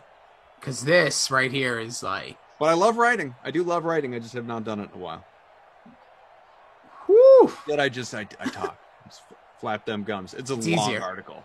I don't know what the word count on that sucker is, but it's a long article. Hey, let me tell you real quick, because I know there's a reason why we haven't gotten to half number 2 yet. Get your popcorn ready, folks. Speaking of movies and TV and all that good stuff, as part of the Film Awards festivities, Major League Eating is hosting the Red Carpet Film Feast event in Las Vegas, Nevada. It is Sunday, 6 o'clock Eastern time. You can watch it right here on the Dream Stream. DraftKings is also offering a free entry into a DraftKings Sportsbook pool that will hand out $10,000 in prizes for answering a series of questions about the Major League Eating contest on Sunday. The DraftKings Red Carpet Film Feast, again, the DraftKings Red Carpet Film Feast is scheduled to stream live on YouTube and Twitch starting at 5:30 Eastern time with our preview show. Do not miss it. Jesse will be there for that. And then all things DraftKings Red Carpet Film Feast. So that is the reason, for anyone that doesn't know yet, that you have 5, not 6 sims on Sunday, the 6 o'clock slot to the pre-Oscars window in partnership with Major League Eating. Should be a lot of fun. It's the pregame is a freaking hard-boiled egg eating contest. Is Jesse going to take part in that? I'm gonna direct message her and demand she eats at least one. At least have one, right? Yeah, just like the popcorn. I've said this, and I've been talking a lot with Moose, who I'm excited to be back with in about 90 minutes. It's that I'm gonna watch because I'm a big Major League Eating fan. I love watching these competitions. It's like kind of like car crash watching a little bit, or like I like weird going into YouTube. Like I love people clean their ears and stuff like that. But the point is that scarfing popcorn is dangerous. Yeah. Other than none of it else is, these are all professionals. Like we can joke about how many can you eat? Yeah. But like popcorn, like you've done it where like a kernel gets stuck in between your teeth. That could slow you down. Worst feeling. Oh, you crunch on one of the kernels, like it's one that didn't pop correctly. I would be like, hey, I want these things like sought through. I want to make sure there's no random kernels, or the one, it's not like a quarter pop where you see a little bit of the popcorn, you're excited, and you bite, and it's a big crunch because you got a kernel in there. No thanks. Yeah, Michael says it. Popcorn can be a dangerous snack. That's what they called Adam Coffin back in the day, a dangerous snack. Yes. Oh, that was my college nickname. Yeah. Walking to those sorority houses. Oh, there he is. Just a dangerous snack. There he is. There's that Twizzler. I feel like that wouldn't be a compliment. It's okay. Everything's a compliment. Clem says, Kaufman, every time you say Nevada wrong, it's like nails on a chalkboard. Am I saying Nevada wrong? How do you say it? Nevada. Oh, everybody says, I get it. Popcorn, whatever. I'm dealing with cat poops whiffs here, people. I get ripped on that. Twitch is on me. Brian C's on me. Robbie says, Adam, why do you do that to me? What am I doing, Robbie? What's going on here? Are there alternative ways to say Nevada? Nevada? Like Nevada? Is it Nevada or Nevada? I've always said Nevada. Is it Nevada? Don't ask me because we're from Boston, so. Michael, you're closer than we are. And educated. And educated. Not that I know. All right, so we're good. West Coast boy, giving us the heads up. Michael just got off a surfboard. Just riding the waves, bro. Chilling out, and let us know. Yeah, you probably could say it any way you really want. I don't think there's a wrong way to say it, as long as you're not like saying something completely ridiculous. Like when I say Nolans as opposed to New Orleans? Yes, or that. New Orleans. But even New Orleans, you could technically. I think that's a proper enunciation.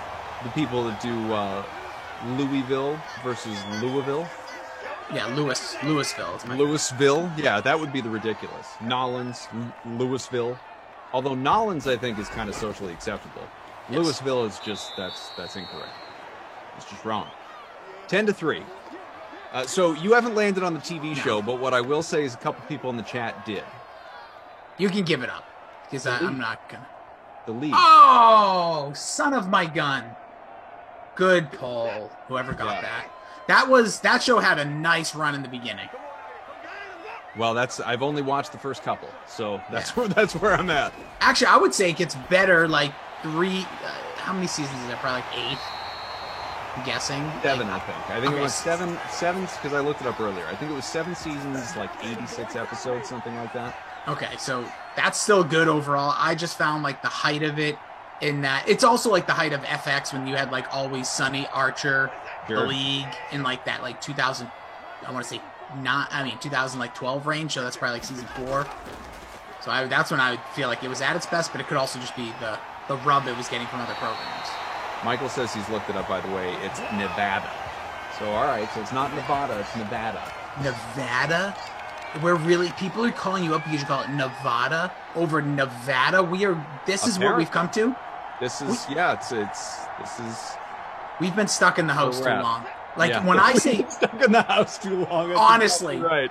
Like when we're doing that. How grateful you guys were for the Dream Stream a year and change ago, and now we're calling out the pronunciations of Nevada. Like, if I say, oh, nice catch by, I'm just going to, Javon Walker, who's been retired for 15 years, I'm like, yeah, you can call us out, but Nevada, come on. You guys are goofy. But, yeah, the league, you'll enjoy. Obviously, it fits so well into what we're doing here. Right. And obviously, DraftKings, just kind of as a whole. Yeah, I've only watched the first couple, but I'm definitely enjoying it.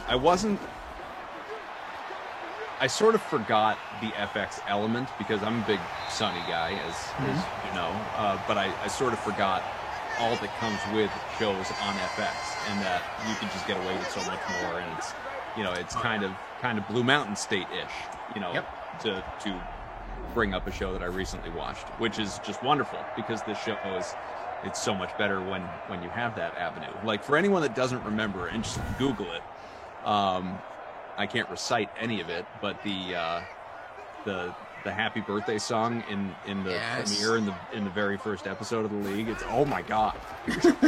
This is incredible. And also really makes me forget and yearn for the early days of YouTube with guys like, I think I'm saying his name wrong, right? But people can tell me. John, is it LaJoy? That's how. But the actor that plays, not Burger. What's this? He has a one-name character in it. Oh, what the hell was his name? Taco, right? Taco. Yeah. Thank you. I'm getting there. But he was like a big YouTube guy back in the day for making ridiculous parody, or not parody, like just dumb, inappropriate songs. When you're bored, you can watch those. But like, there's a guy I don't even hear anything from anymore. Like in 2008, I feel like he was like big time famous with like people of that age group, like in their early 20s. But yeah, have to go to his IMDb, see if he's gone on to. I'm actually gonna look. Be a successful actor after. I feel like he has him, with all due respect. Just my eyes haven't seen him. But his own the first few seasons of the league, quality entertainment. My only gripe, and this has nothing to do with the league, it has nothing to do with the show whatsoever. So this is, picked in the end zone. Oh, too bad, Stills. Could have been Kenny Stills. Kenny, don't. So the show's on Hulu. Yes. And so I don't have Hulu, but fortunately my parents do, so I grabbed their login. And as one does when you need access to things, you go to people that have them. And so this is my first exposure to Hulu. I've never tried to watch anything on Hulu before. Hulu's a little ad heavy. Oh yeah, you got to get the premium, bro. You got to talk to the rents. You got to talk to the rents. Guys, I'm going to need you to up that subscription. No, it's doing them a favor. It's honestly, I have one. It's from Babysitter Billy. He's my guy. He's my dealer. Maybe I should have reached out to him. Should have, because I said to him, "Hey man, do you have a Hulu login?" He goes, "Yep." I said, "Is it premium?" He said, "It will be." And I said, "Thank you." And he sent it to me. I don't like, same thing. I have the Peacock. I'm all about the Peacock now because WWE Network's over there. Yep. As soon as I saw the options, I'm like, I'm not paying. I don't want to see one commercial. If I'm streaming something and it's not on my, like, even streaming television provider, if I see a commercial, I'm upset. Yeah. I turned it on. I went, what is this? What do you mean at one of 4 ads? What are we doing here? See ya. I'll be back. Yeah, maybe I don't need to watch this show. And I'm all about advertising. I'm huge, but like there's a place. It is, and it's really strange, and my life has become so weird. But I'm a believer, but there's a time and a place, and there's an acceptance for it. And I just think when you're paying for something, and I understand you pay for cable and all that, or a streaming service that's not like a TV provider, like a YouTube or a Sling or whatever. Which, by the way, shout out to DraftKings teaming up with Sling today. Saw that. Boy, I'm telling you, watch out. You thought the Patriots had a hot off season? Where isn't DraftKings right now? DraftKings, I'm waiting for them to purchase my house. Just announced. We're turning it into a book. Yeah, seriously, we're just taking this thing over. Head on over to Rossi's. Yeah, we got our new teammate here, Giselle. Yeah, I would have been more excited about that 2 years ago. But I am excited for her. Fair. Yeah, the Rossi residence presented by DraftKings, says Daniel. It's going to happen. Eventually. The cough's cough compound. Yep, you'll see. All will fit. Emerson will actually get him out of his 2x2 apartment, even though it's much bigger. Emerson's forehead, we're really stealing some of Emerson's thunder. Emerson's forehead. Thanks for telling me about your article, Koff. Now I know what not to read. Appreciate you, buddy. I mean, it's not like you were going to stumble upon it before. I was just going to say, it wasn't like it's just like this new popular article that the world's talking about with all due respect to Koff. Yeah, you see it was published everywhere. You guys got to read this. It was published almost 10 years ago. Right. What are we doing here? On October 8th, 2011, Adam Kaufman hit publish. Literally must have been walking around chest puffed, because I would have.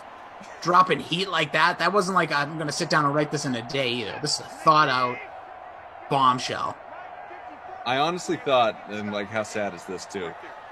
I mean, this is really kind of inside radio, but for those of us that have spent time hosting, weekend talk shows, on sports radio, that sort of thing, you're just looking for content filler. And back then I'm doing that. I'm like, I probably, not only did I write this, I'm sure I brought this to air too. It's like, yeah, this will fill a segment or an hour. We're going to really dissect this. Let's see if we get some calls. Koff was waiting for that call from Barstool after this. This is right up their alley. Waiting for that call from Vinny Chase. Yeah. You're like, I am, Queens Boulevard. Yeah, I was going to, I am Boston, Mass. But you said that before. Yeah. But that's only when on you and BK doing this stream. Right. One last, well, I don't want to say last. This actually is a kind of a segue. This week, me and the babysitter Billy on the Pop Culture Pile Driver, we didn't do top 11. We just did best original songs from TV shows. I saw him promoting this, and then I called him out for being a fraud because he, all the time, as you know, he get on and on about the How I Met Your Mother, Robin Sparkles. Oh yeah, let's go to the mall, dude. Go to the mall, yeah. Jam. But it's a great jam. as Rivers 124 passing a touchdown through 3. It's 10-3. It's not a lot happening. But I mean, literally since it came out, so over a year ago, I have been telling him, you got to watch the sequel that Robin Sparkles did during the pandemic, the Let's Go to the Mall second song. And I've sent it to him probably 6 times. He's never taken the 2 minutes out of his stupid, existence solo life that he leads to listen to this song. So I wrote, like, you're going to rate, top show songs having never watched, listened to this 2-minute song. Get out of here. And he's like, yeah, no, you're right. It's a good point. I will say clearly that's on our list, but you were mentioning some stuff and it just made me think, like, the way anytime we do lists or any best stubs or anything, I don't research. I go off the top of the cranium, give it a day. I'll talk to people. I'll bring it up in conversation, sometimes here in the Dream Stream, depending on the timing. And then I'll do once I have what I believe is the songs I recall, then I'll do a little bit of research. Okay. But I kind of hate doing research sometimes because it's going to sway you. Yeah, 100%. A friend, like if I said to you, hey, what's some of your favorite songs that were on shows that, original through them? You'd probably come up with a few and I'd be like, oh yeah, I forgot about that one. Write it down.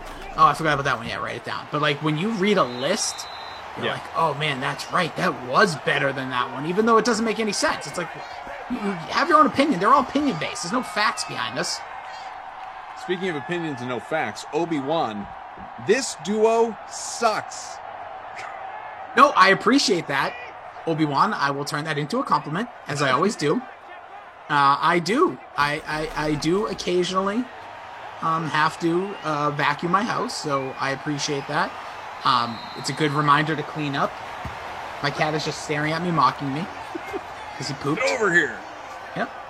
It's actually hilarious. I wish I could turn my camera up to this, but yeah. Appreciate you, Obi, as always. You would have told that's more than enough attention given him. You were telling me at some point that you guys were going to do a 11 baseball. So so I'm trying to figure out. So I actually want to do something, and me and Babysitter Billy, while good friends, very different creative minds. Almost getting in.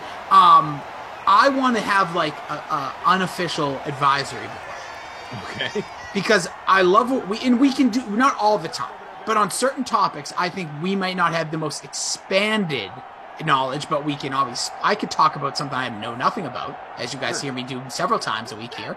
But like, I kind of want to have like, hey, when we need to, let's pull and just be like, hey, if you have time this week, like I want to have like a list of like 20 people and just be like, hey, if you have time, fill this out.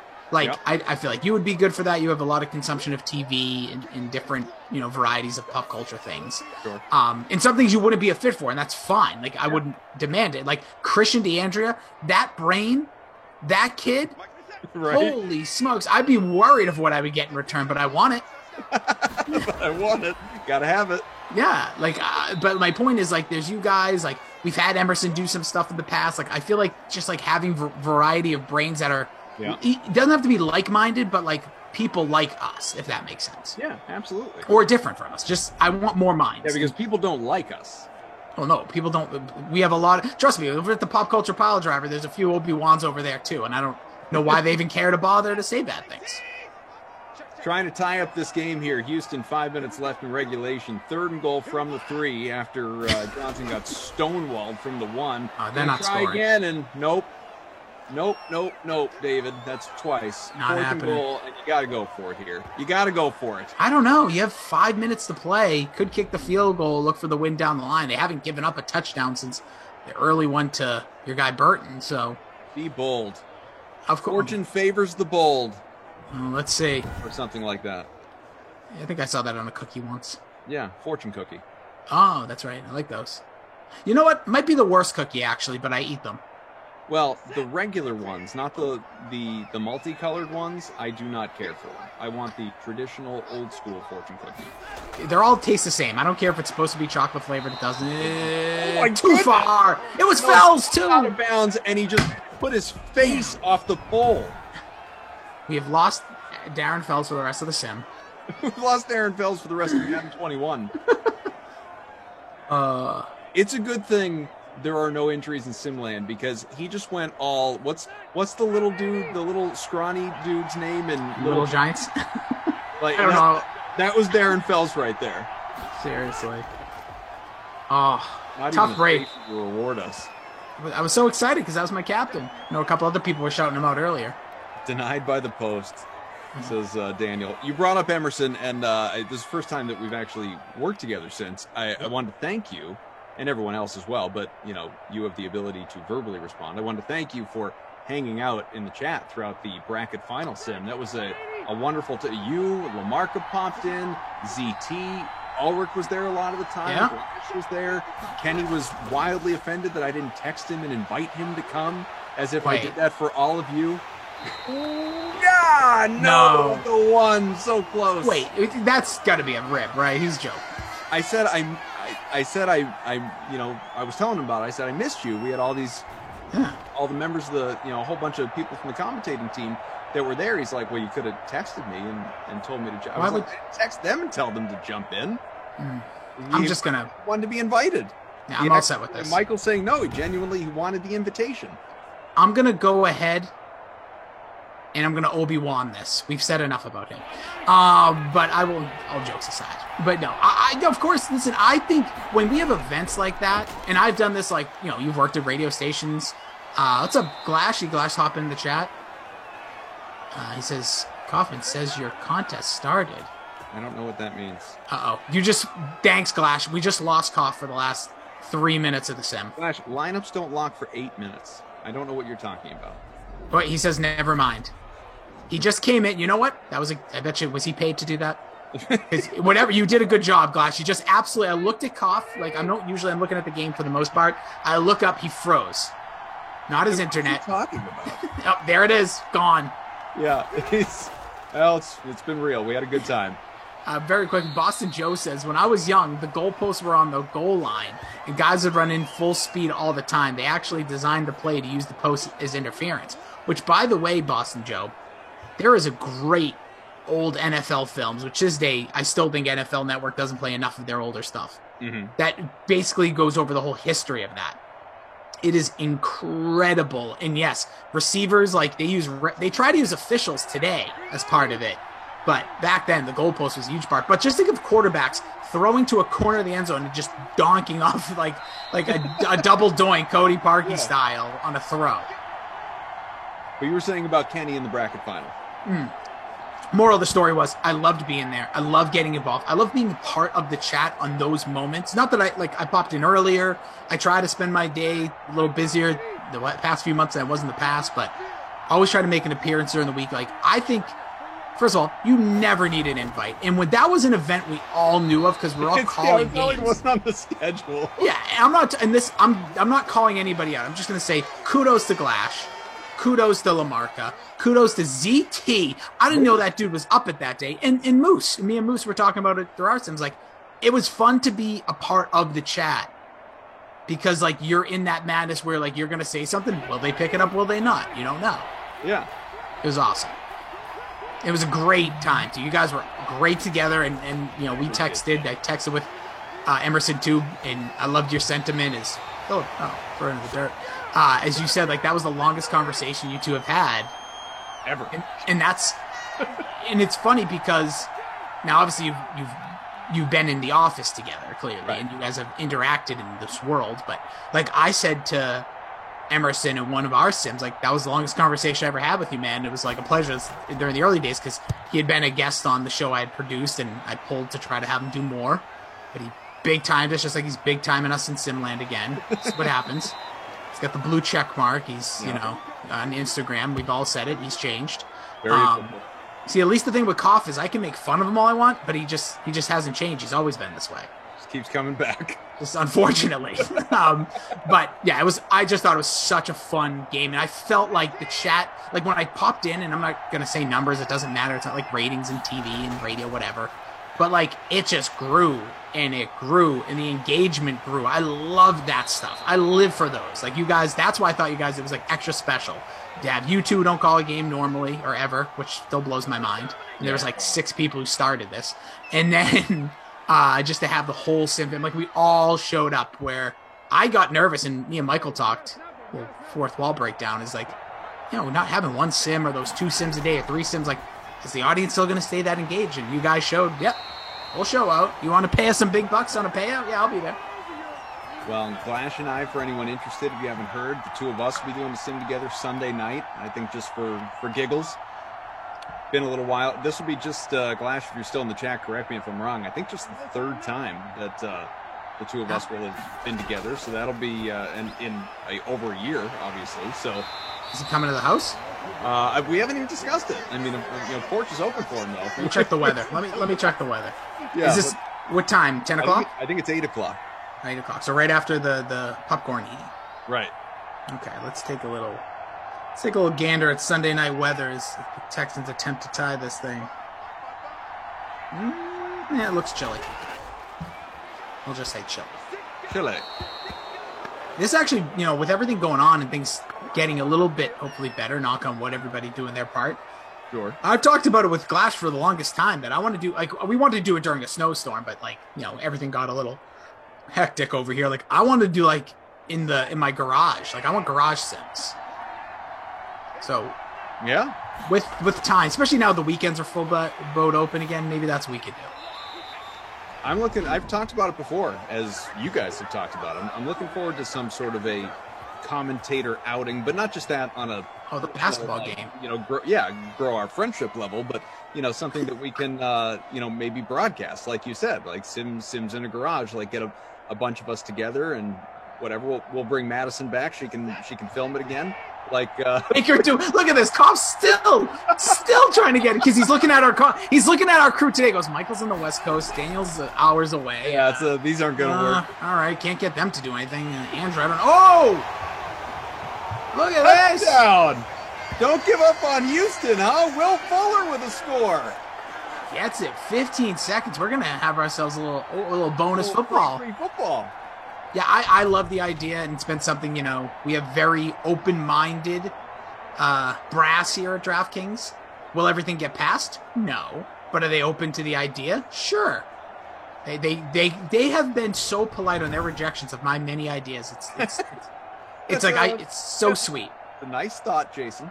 Yeah, it's more like, I really like where your head's at, not at this time. Or right. This is not something we would be this or that. I'm like, okay, cool. Don't worry about it. I'm just going to email you the same thing next time. Rushing bonus for Deshaun Watson, by the way. You heard me right. The rushing bonus for Deshaun Watson. Hey, garbage time play at the end of the half. He ran for 20 yards. That'll help. Mm-hmm. Absolutely. Yeah, we'll see will the freezing of the kicker actually work? As Koff is right now seeking through all the producers. He's like, producer Drew, let's see. Who's available? Let's see what he's doing. Oh, I don't know enough about Jordan. I don't know if he's a local.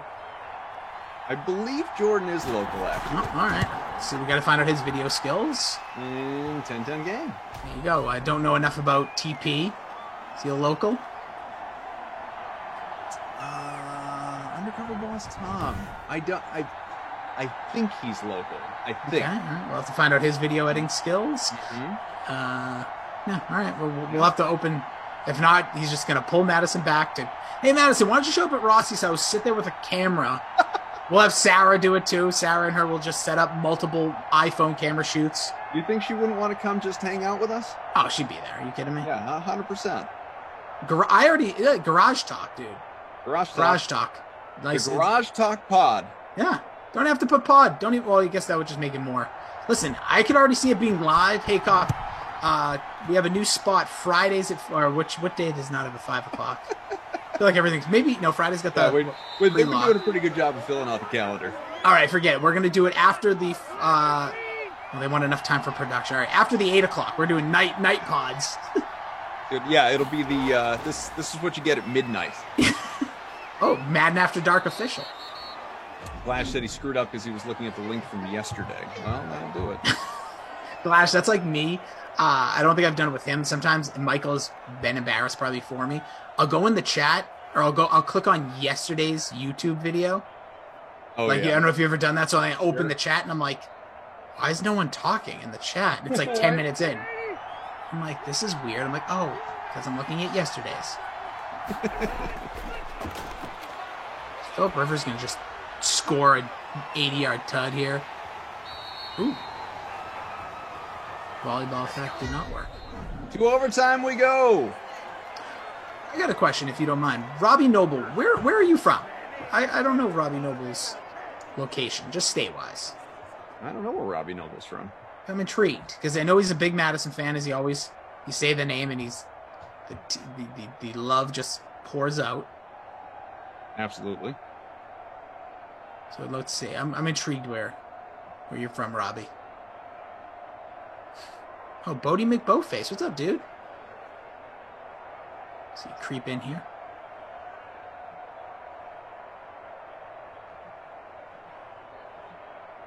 So obviously the way this works for OT folks, team that gets the ball first, and that is clearly the Texans. A touchdown will win the thing. Field goal will give the Colts an opportunity to tie or take a lead. If we remain even, be it at 10-all or 13-all after each team's had one possession, we play on. Sudden death. There are no ties in Simland. Oh, Cali. Mike Bizzle says Cali. Robbie says Killer Cali. All right. So he's a West Coast boy. You can go team up with Mike. I was going to say, if you were local, we could just get, random DK Sim fan in the garage.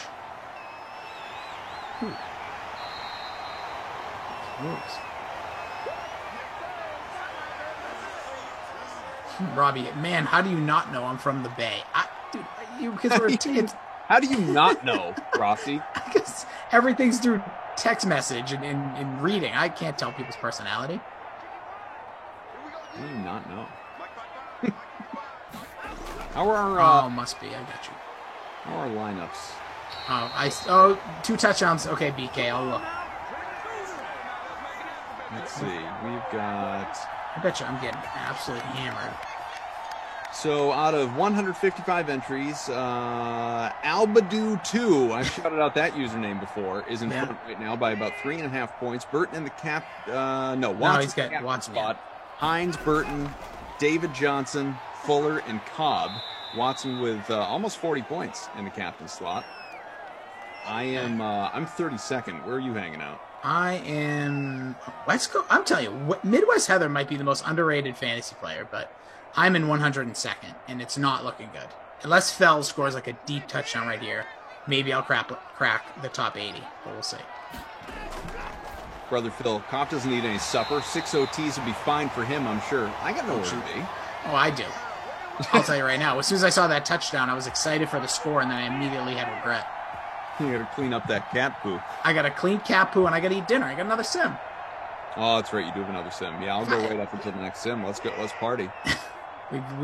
We've talked about this many times. We've got a couple of close calls. Yeah. Production's way more sophisticated now than it was then. It's true. No disrespect to anybody, the crews. The guys are probably thinking, we've got some content and stuff we'd actually like to use between sims. So if we could not, that would be cool. Yeah, at least this is like the same team. You brought up, presenting ideas, having, things accepted, rejected, whatever feedback, different things that we could do. I was just thinking about something earlier today, about I don't know if it would be fun or if it would be awful. And I also don't know that I'd even get clearance for it. It's one of those things that, I think we would just have to do one night during, a Madden After Dark. If you have a good soundboard here, let us have it. Yeah, exactly. Do the people support this? And as I ask that, know that it would be very difficult to even sync it up. But here's my idea on the subject of movies, TV shows, whatever. Find a short movie, like an hour and 20-minute long movie, max hour and a half. Because again, 30 minutes or less, just like we were talking about 30 minutes or less, or like The Benchwarmers, or something like that. It's got to be something really short that fits well into into kind of a sim window. The idea is this: we have ourselves people have like Netflix watch parties. Oh, yeah. We have ourselves basically a watch party, except we can't obviously put it up in the Zoom, and because with the sim is the priority and the lineups and all that. But if we all on our own queued up a movie together and just like it for us on the air, we'd have to have the volume real low because people are still have to hear us and the sim sound and crowd noise and all that stuff.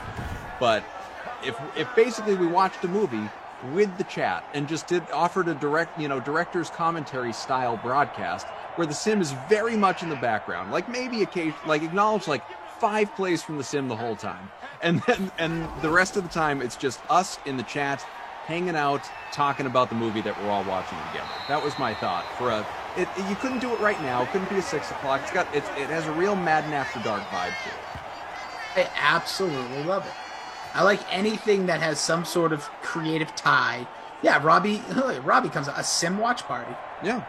Because we are doing that technically, but we're watching the sim. But I think that's a great idea. Something like that. And then if you just, whoever was doing like the 10 p.m. Eastern, if you just had the production crew all on board, where we just say, hey, we're going to go over for the next, 25 minutes. Right. And then like we wrap up, talk about, it's an interesting thought. Especially if it's not something we have to promote technically, we just do. You know what I mean? Like, just do it. Get clearance, and then like, because you don't want to promote, because I'm sure movie companies and all that stuff. But it's an interesting idea. Yeah, and if you're into it, hang out in the chat, be with us, and if ball game. Not. And how about being John Fells winning this sim? Our guy, Captain Fells, Darren Fells with the touchdown halfway through overtime. Houston walks off a winner. He's the Krusty Koff player of the game, Darren Fells, baby. Not my kid award, even though it should be Watson, but nope, not giving any awards to that guy. The winner of the Babysitter Billy Not My Kid award is going to be Marlon Mack. Didn't have a horrible game, but I overhyped him. We all did. We all felt good. See you later, dude. You disappointed me. And again, I'm going to say this, and it may not be factual. The Texans have become a very odd team here in Simland. They score the games are averaging under 20. So be aware of them in your lineups. Marlon Mack, hot garbage, 3.4 points, just 34 rushing yards. He's in our lineup, the two of us. Not great. Let's see. Watson about 50 in the captain slot with 140 on the ground, 220 passing. So if that thing had gone much longer, double bonus was absolutely in play, which I don't think we've ever seen a quarterback double bonus. Running back, we've seen it a couple of times. Maybe Lamar Jackson. No. Once. Maybe. Unless it was a crazy game. I ended in 41st. Russell Wilson has maybe flirted with it. Josh Allen has maybe flirted with it. Where'd you land? 41st? 41st. So I was in 102 going into overtime. That touchdown jumped me up 61 spots. Well, good for you, not for me, but best for Bubbaloo Bufford. Where do you guys come up with these? I love it. Babaloo, Nevada. Yeah, it's Babaloo. How dare you? Buffalo Soldier is projected to have the win here. 102.22. Okay, 102.22. Albadoo 2 has 102.2. How about that margin of victory? 0.02. If that holds after all the manual scoring. I got nothing else. With very different looking lineups, too. That is ridiculous.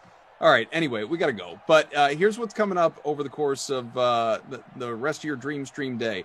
So you will have Rossi coming on back with Moose, Jeff Ulrich for Broncos Titans in a little less than an hour. That'll be the 8 o'clock primetime sim, Madden After Dark. Moose will stick around with Brandon Cristal, Bills and Eagles. That one is 10 o'clock Eastern. So coming up, though, you will have on the Dream Stream here DraftKings contributor Julian Edlow and ESPN betting analyst Doug Kazarian. Those two will chat a little NBA regular season betting strategies, preview the NFL draft, give out their best bets as well. All of that coming up on the latest edition of the Unreasonable Odds podcast. Our thanks to Mike, to Daniel, to Jim, Rossi. Always a pleasure, buddy. I am anxious for when we are together next.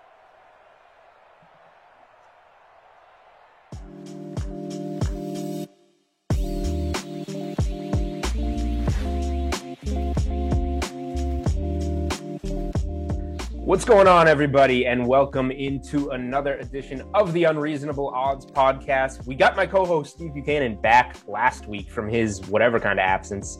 He was going to be on today with us again, and he conveniently says that his internet died. So as our guest said when he popped on, a bad beat for Steve Buchanan there. But as you may notice if you're watching on YouTube, Our guest for today, Doug Kazarian, ESPN sports betting analyst. You probably know him as the host of Daily Wager on ESPN2, and he's got the Behind the Bets podcast going on. So, Doug, thank you for joining us on Unreasonable Odds. Oh, it's good to be with you. I know my crazy schedule was a late cancellation for the last time we tried to do this, so I appreciate your flexibility and psyched to be with you, man.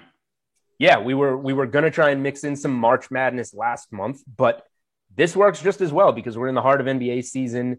MLB's rolling on, and we have the NFL draft coming up next week, which something we were just talking about before we came on. Last year, the NFL draft happened in the middle of nothing because there were no sports going on.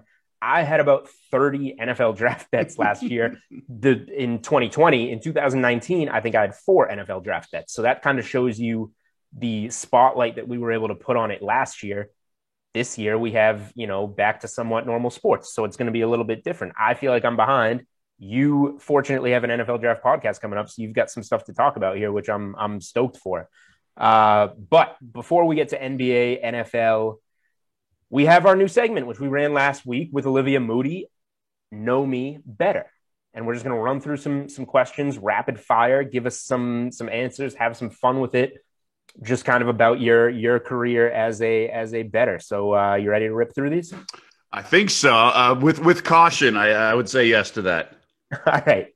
So we're going to start with just your biggest win. Doesn't need to be a dollar amount, but kind of your biggest win. It can be dollar value. It can be the best plus odds that you've ever hit. Both, whatever you want to bring up.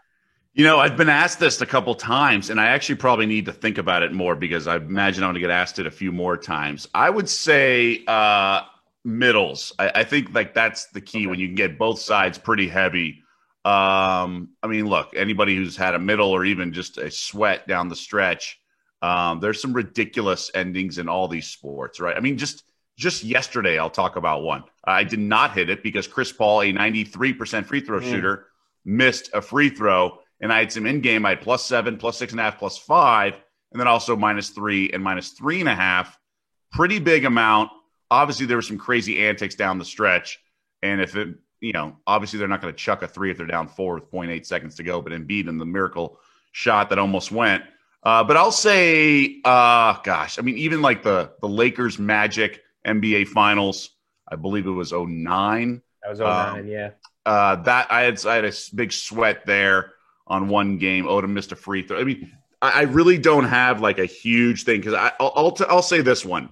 I had a future on the Astros to win it all the year they got Clemens and ended up going to the World Series and lost to the White Sox. And I had Roy Oswalt in the NLCS pitched a huge game to get me there, and then I hedged out of it. So I remember just trying to figure out, and obviously that was much earlier in my betting life, but just trying to figure out the math and work backwards of stuff. So that one will always stick out. That was like really sort of like I had like 50 to 1 or something like that. So I remember I just had to like really play with the numbers, and that was a significant sort of like, all right, this is like pretty lucrative. I can do some damage here. All right, well, this is one of the reasons we have you on today. You're a sports betting vet. Yeah. I was in high school for that World Series. I didn't bet on sports at the time. It's something that I've gotten into the last 5, 6, 7 years. So having that type of experience is the type of stuff that we want to learn about today. I played this game last week. People probably don't want to hear from me again, but I always like to have fun with my guests and then brag about something that I've done. So my most memorable bet, my favorite plus odds was Steve Pearce at +3,000 for the 2018 World Series MVP. Wow. Not the biggest dollar amount I've won, but that is my favorite bet that I've ever won. And our listeners will hear about it every week because I'll just continue to tell our guests about it. All right. Everyone's got a pretty good answer for this. Your worst, and you have been doing this for a while, your worst bad beat that you can recall. Again, they all blend together, and I've done a nice job of just kind of like moving on to the next one. But I will say, last year, I'll even say 2 years ago, the playoffs, whenever, when Jokic had that marathon series and they went to 7 games, I believe, with the Blazers, and there was like a 3 overtime game, that series, not that game, but that series, I needed McCollum to hit basically one of 2 free throws to get a dribble out situation, and he missed both, and it was just so painful. And then the Nuggets like chucked. It was a horrendous situation. I remember like he's got to make one of these 2. It was like 3 seconds ago, something ridiculous like that. But I mean, they literally, I have like handful a week. You have to understand. So like, I totally get it. I'm just trying to, all these stories blend together. There's a couple bets every week where you're just like, man, like that swing right there could have made the week right there. So I get more resentful and bitter towards like other losses that aren't necessarily bad beats. Like I'm still upset over Mac Jones not winning the Heisman. Mm-hmm. I was like, if you're not going to give it to a quarterback, which is fine, you're just kind of bored with QBs and he's not a household name like Trevor Lawrence, I would go Kyle Pitts. And I said this at the time, and obviously we've learned since then more so how great Pitts is, and nothing against Devontae Smith, but I just thought it was like contradictory that one guy would get dismissed for being in the Alabama offense and the other guy would not. I think Devontae Smith was incredible. Yeah. But Jones was 41 touchdowns, 4 picks. He was not a game manager, and obviously he could go as high as 3 in this year's draft. I just thought it was like, of all the years to pick, like, take a stand and like, we're not doing quarterback automatically this year. It just seems so like clear. And I actually had plus money, and I had, I didn't even like take a bet. I wasn't like a big loss. I was just like dumbfounded, and I still am. So that's top of mind, I guess. Yeah. So games happen, and games, like you said, I kind of just move past it because they happen. So I feel like I forget a bunch of my bad beats in terms of games. The single worst bad beat that I've ever had was the 2020 NCAA tournament. DraftKings Sportsbook had some awesome futures out where you can just bet on 1 seeds. And I had Kansas plus 250 as to be a 1 seed. And by the time we got to a week before the tournament, they were minus 2,000 to be a 1 seed. They were going to be the top overall seed in the tournament. Right. That bet got voided because we never got a bracket due to COVID. That's the one that's always going to stick out to me that I got robbed blind on. Fair enough. No, I have a buddy who had 200 to 1 on Dayton to win it all. There was a lot of tickets out there, and I did not have any along those lines. But you're right. Like, there are legit. I got bailed out. I had some yes/no playoff stuff. I took some positions. I think I had the Thunder under last year that I had never lost because the season was cut short. Of course, Chris Paul did a wonderful job with OKC. So I've been bailed out a few times. You've motivated me and inspired me to like really rack my brain and go down the line in some of my bad beats and all that. But I know last year we talked about draft. I had Chase Young under 2.5, pretty heavy at like minus 300 or something ridiculous. And then he went second overall. So I got way ahead of it. So there's some nice wins out there and things like that where you just laugh. I'm going to really rack my brain because obviously we've all had some big futures cash as well, whether it be Heisman, MVP voting, and things like that. I will say, like, not my coming out party, but on the behind the bets, I touted 100 to 1 prop on the NFL, the Super Bowl a couple years ago, and it was no touchdown the first half in the Rams Patriots Super Bowl, and that closed like 30 to 1, and I still recommended it. So that was one of the ones I was like really pushing hard. I did it for back-to-back weeks on the podcast. One guy was tweeting at me, he's like, I thought you were getting pretty annoying talking about this on back-to-back weeks, but look at they actually cash. So if you cash that, that's not annoying. That's probably the one I'm most proud of because ESPN had started to go a little bit more. The volume started picking up in terms of like betting coverage on all the platforms, not just like my podcast or Chalk. So just going out and doing that and flexing was certainly helpful and a nice thing to do. There you go. So we're going to take you from your high of flexing right now and go to our next question, which is the worst advice you've ever given.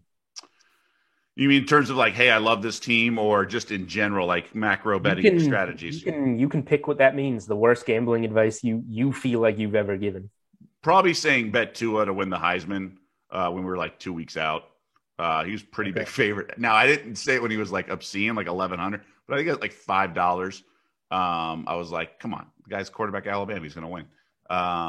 Clearly, Heisman, I haven't had a good pulse of things. No, I will say. You're all in on these Heismans. Oh, yeah. That's probably, I mean, when you're on air and stuff, you're very careful and very measured with things because especially an ESPN platform. I mean, I've done TV in the past at previous employers, but obviously there's a visibility that comes with ESPN. So I'm trying to be pretty measured, all things considered. When you're giving advice or whatever. And it's not even advice. When I talk about plays, I talk about things I'm doing, and that's my whole sort of approach. And I think that's a healthy approach in this industry, where it's almost like telling the viewer or the listener that you're eavesdropping on a conversation we're having, if you will, or we're all part of a conversation. And this is what I'm doing, and this is why I'm doing it. You're in charge of your own action. I absolutely love and put my 100% stamp of approval on that, because people don't always get that. And like, I was going back and forth with somebody on Twitter recently, that is like, there's no way that your articles come out for free, this and that. There's no way that can make any money sports gambling, or you would have to, have a subscription for all of your service or whatever.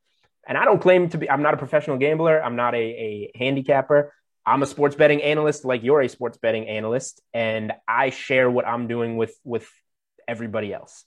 And you can tail what you want to tail, and you can criticize what you want to criticize. But hopefully the information helps you.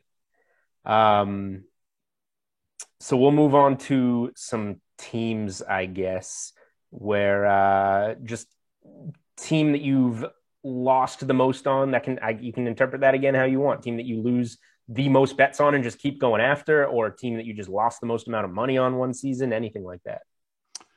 Oh, that's a good one. I think I'm part of the masses, at least for a little bit, not the entire time, that got sucked in by the Falcons and even the Chargers over the last handful of years. Those have been some couple teams that have definitely plagued teams and that just don't add up. But for the most part, I'm pretty good at just aborting and ejecting early on some stuff. I did take a part in the Grizzlies last night, but this Clippers team has done some amazing things. Shorthanded, right? They came back and beat the Pistons. And the Grizzlies went up big right away, and it was like, should have seen this one coming. I was mad I didn't bet it, and then Clippers run away with it. I had +2. I got ahead of the curve, and I hedged a little bit out of scalped my money line plays on it, but that was a bummer last night. I had some pretty good positions, but I think just all season, like they won at the Heat earlier this year, shorthanded. They've had some incredible wins. And I'm sitting here with a Suns Pacific Division future. I got +800, +550, +500, +320. I just kept betting it, and obviously the LeBron injury bailed me out.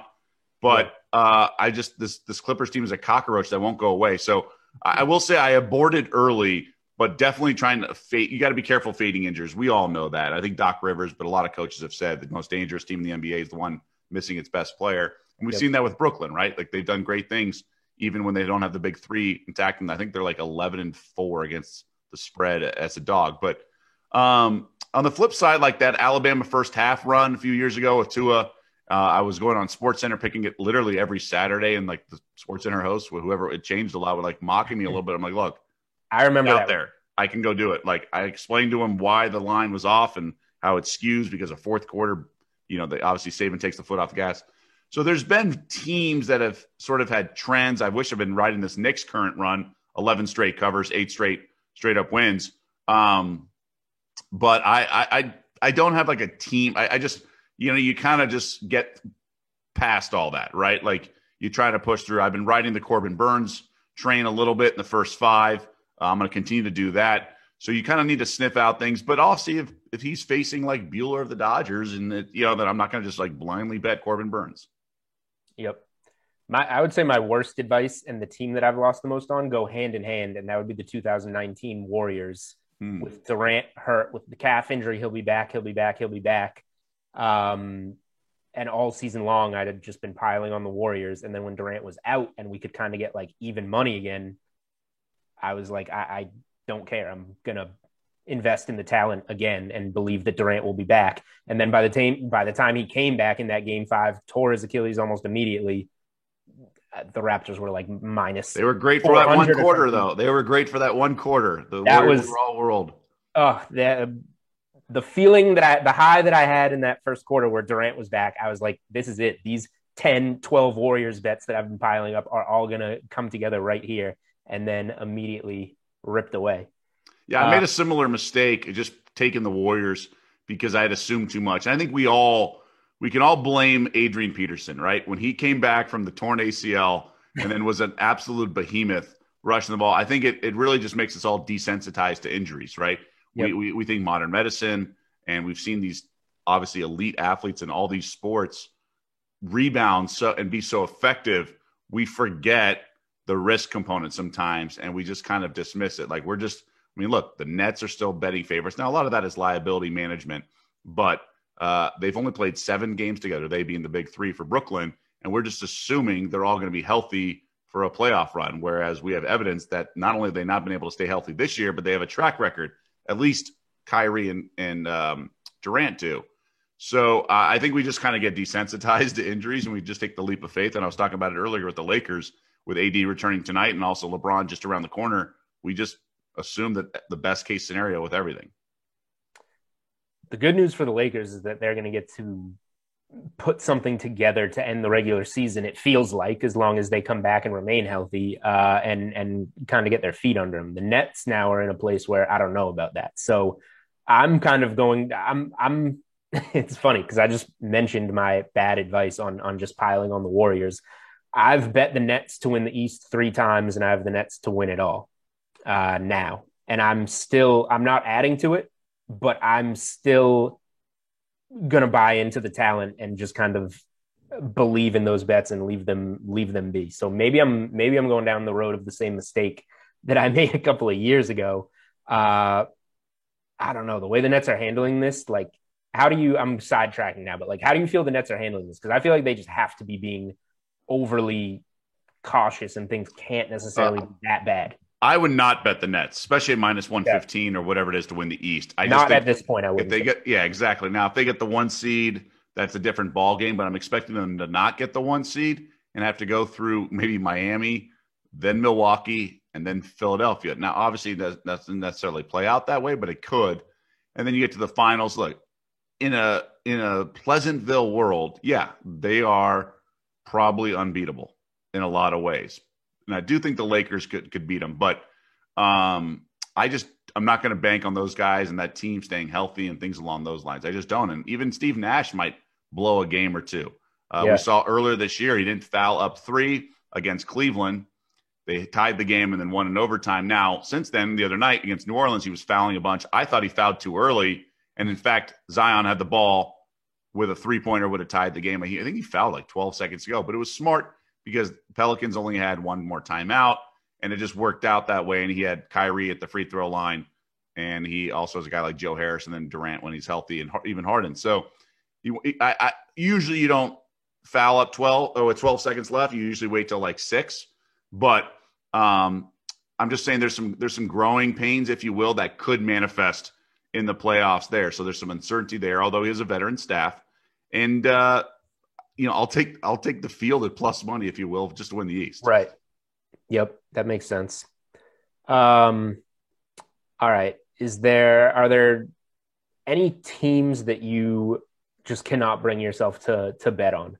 And that's kind of a season by season thing. Like, is there last year's Jets? Right. Example? No. I actually, kind of liked the Jets in that Rams game. I thought it was a huge opportunity in the flat spot. I'd actually been tracking the Jets all year, and they were finally getting healthy. I'll never say that. I think that's, I know a guy that only bets underdogs. I mean, I think that's kind of silly to shut the door on half the board, right? I think if you dismiss now, I have a buddy who says you can't complain about when bad teams do bad things. You can't be like, oh my God, they didn't, it's like, well, yeah, that's why they're 30-point dogs in a football game. So you just kind of have to measure your expectations and things like that when you take some ugly dogs. Like I've been on the Rockets a few times the last month or so, and there were some bad situations. They're getting a lot of points. And yeah, they've gotten better too. Yeah, like OKC last weekend, right? They're plus 10.5 at Toronto. You saw the reports on Sunday. And then they closed, I believe, 5.5, and Toronto won by 6, I want to say, something like that. So if you get the right number, you can bet on any team. It's really just about getting inside the number if you're on an ugly dog. But no, I won't shut off the board. I won't swear off teams. I mean, there's been a few teams where I'm just like, I can't figure them out. So it's not that I'm opposed to betting that team because of how bad they are or whatever. It's just, they zig when I think they're going to zag kind of thing. Yeah, that makes sense. I like that advice.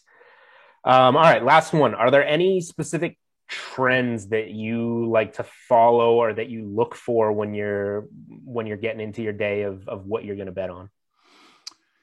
Trends has such a negative connotation in the betting world because it's like, oh, it's a get rich quick sort of, farce. And I think that's a fair way to put it. I do think there's something to a trend when the betting market just hasn't adjusted yet. Like we talked about Alabama first half, there was actually a rational, legitimate presentation of that trend and the value is because the game line is based on this, and the first half is based on the game line, but the first half is all the starters playing and things like that. So there was a logical presentation to it. One thing I've been really big on in the NBA to kind of embrace the load management component is odds makers have a really tough time, whether it be props or just game lines in general, when all these guys are out, right? In an odds maker's perfect world, it'd be both teams full strength, both good teams playing with a lot of incentive. Like that's easy. They're going to get two-way action. It's pretty easy to use your power ratings and come up with a line. But when there's all these moving parts, like it's really hard for the odds makers to stay on top of this. So, one play I've been on a few times is Isaiah Stewart on the Detroit Pistons. He's got some Ben Wallace, Montrezl Harrell flavor to him, although he's a much better offensive player than Ben Wallace. When Plumlee and Jeremy Grant are out, and they've been kind of doing this alternating thing, he's like a double-double machine. Now, odds makers did a decent job, put his rebound prop at 10.5. It's not like it was 6.5. But, I mean, I'm on air saying, like, look, this is a banger. Like, this is solid. And, of course, he had, 7 in the first quarter, and he got there. And double-digit had a double-double. So I kind of like to keep – what are you going to do? Put a prop of Isaiah Stewart, 12.5 rebounds? I would, but they're not going to do that because they're stubborn and they get the under money. Now, I was on the Draymond Green run for a while, had him last night. Just no one could make a shot, and I lose by a half assist. But there are opportunities there to sniff it out. And so I guess we can call it a trend, but I don't know. I think it's just if you break down the why and it makes sense, then it's good analysis, and you can call it a trend if you want. All right. Well, that actually transitions perfectly into us talking about NBA because betting NBA this season is so different. Like I cannot bring myself to – we're recording this at 12:34 right now, p.m. on the East Coast. Doug's out in Vegas, so 9:30 in the morning. I would never bet an NBA game right now because so much can happen between now and tip-off, and so much will and can happen with teams playing so many more back-to-backs than usual. COVID protocol, health and safety protocols going on that can rule somebody out at any time, and guys just resting more in the shortened heavier load of a season. The term load management was new to us a few years ago, and now it's just like, yeah, this guy's resting tonight. That's how it is. Clippers had a back-to-back last night. I tweeted out and this is something you got to be quick on. As soon as Paul George is ruled out, I want to take Marcus Morris over 22.5 points, rebounds, assists. It's only going to be up for 2, 3, 4 minutes until books react and take it down. But I was specifically paying attention to that news, got it, bet it within 30 seconds. And he had 25 points alone in that game. Sorry to you. Maybe he could have scored a few less and Memphis could have won that game, and we both could have won those bets. But that's the stuff I'm paying attention to this year and reacting quickly to player props. And like you said, so I was on the Suns -1 last night because that's what the line was in the morning. I kind of broke my own rule by betting it earlier in the day, but I bet it as soon as we knew we knew Simmons and Harris were questionable. And then as soon as the Embiid Curry questionable news hit, I bet it. And I said, it's going to move. If Simmons and Embiid both end up playing and I don't want it, I will take some Philly plus whatever. It wound up being 3.5. I'll take some Philly plus 3.5 and get out of there. But I am not betting an NBA game, early in the day and saying, that's it. This is the side that I'm taking without a plan to hedge out. I'm looking at, okay, once this injury report comes out, I'll back this team. Or once we see this injury report, I want to get on this prop quick. I just want to get your overall thoughts and strategy in terms of betting the NBA regular season this year. It all depends on your own appetite and everyone's personal preference, and you just did a nice job explaining yours. I would say because it's the NBA and it's such a volatile in-game market that you'll usually be able to play out of it. And it comes down to this, and this is not new to this year because we know about load management the last few years, but you can sort of kind of beat the market on this. And I've been pretty aggressive with it. Sometimes it burns you. Like I was almost positive that Steph Curry was not going to play on Monday when they were at Philly. I just thought the road trip, the injury, how he rolled his ankle. So I actually took a position -9 with the Sixers because I was like, oh, this has blowout written all over it. And sure enough, it ends up closing 4.5 because Simmons is ruled out, Tobias Harris is ruled out. And I was like, all right, I'm just going to have to take this one on the chin. Yeah. But Sixers open up 10-0 or 12-0, and they call a timeout. Live line's 10. I abort. So I got out of it and actually had a -9 +10 situation. Now, that was really lucky, but in game lines that are like 3 and 4, like you can play out of it. So on the Suns game yesterday, I was on SportsCenter yesterday morning doing a hit. My best bet was actually Phoenix -1 because you can anticipate certain things. Yeah. I anticipated when I had OKC, we talked about it earlier, +10.5 on Sunday against Toronto. And there are things now. It's always been inherent with the NBA the last few years, this load management. Hopefully you get the better line more often than you don't. So I would not run from it. But if you do, that's fine. That's just your appetite. And I can't fault you. But to your point earlier about the Morris twin, like you can get opportunities in the prop market. The derivatives of all sort of the I mean, there's all sorts of domino effect derivatives that, like, for example, if it's like -4 and it, like there's a bunch of guys out and it goes to like 9, they'll move that. They'll move the total. They'll sometimes move the team total even. But there's like random props, like the team to be leading at half, also win the game. You know, those things don't always move. Odds makers are asleep at the wheel. There's so much going on. That's why I think it's really hard. You'll hear odds makers complain about booking the NFL draft because you're competing against so many different specialists, and there's only one team of odds makers. And yes, you can allocate domains or sports that each guy is in charge of, but it's just not that easy. You'll have scratches. You'll have whatever changes in the lineup. You'll have whatever, and it's just. You got to keep track of everything. So there are vulnerabilities. You just got to seize them. So I don't want to just swear off the NBA because there are opportunities. But yeah, I've been hung on numbers for sure. But that happens in every sport, right? That happens in football with injuries, not as frequently as the NBA. Yeah, it's like I would call myself more of an opportunistic NBA bettor this season than trying to be sharp and give out sides that are going to, hit it 55-60%. Last night, so that would be Wednesday, April 21st, I took 4 sides, which was my most in a long time, and I did well. I went 3-1. I missed on the Warriors -2, who were getting blown out and then were easily going to cover and then lose to the Wizards. So like go figure on that game.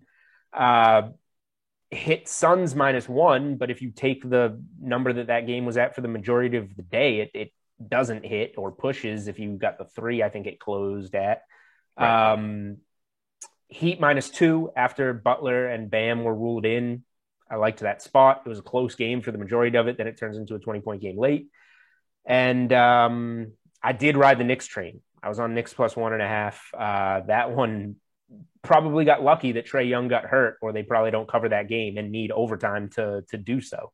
So went 3-1, but it was some of it was some. Oh, the NBA is a sweat. The NBA is a sweat. There was a good luck game, a bad luck game, a game where the number moved and you didn't cover it. Like betting NBA sides right now are wild. So I will say I really feel like those little windows that you have until odds makers make adjustments are the way that I'm capitalizing on NBA this season, whether it be the Morris example that I gave from last night and getting a prop before it's off the board when you know, Paul George and Kawhi Leonard out.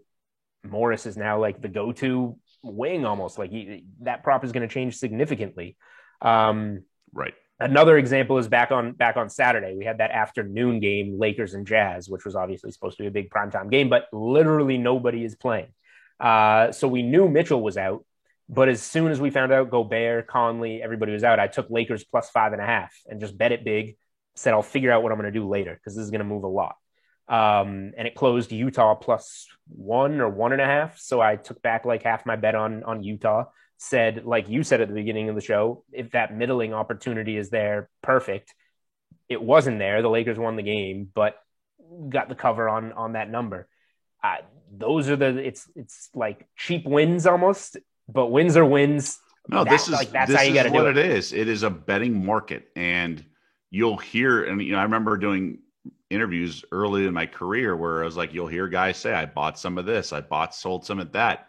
It's commodities, and you really have to think like that. Now, a lot of it since the legalization 3 years ago has been presented in this is entertainment. This is, just like having a beer, watching a game. And I'm in that camp too, but I'm also in the camp where this is a market, and you have portfolios, and there are ways to approach things from that sort of view things through that lens.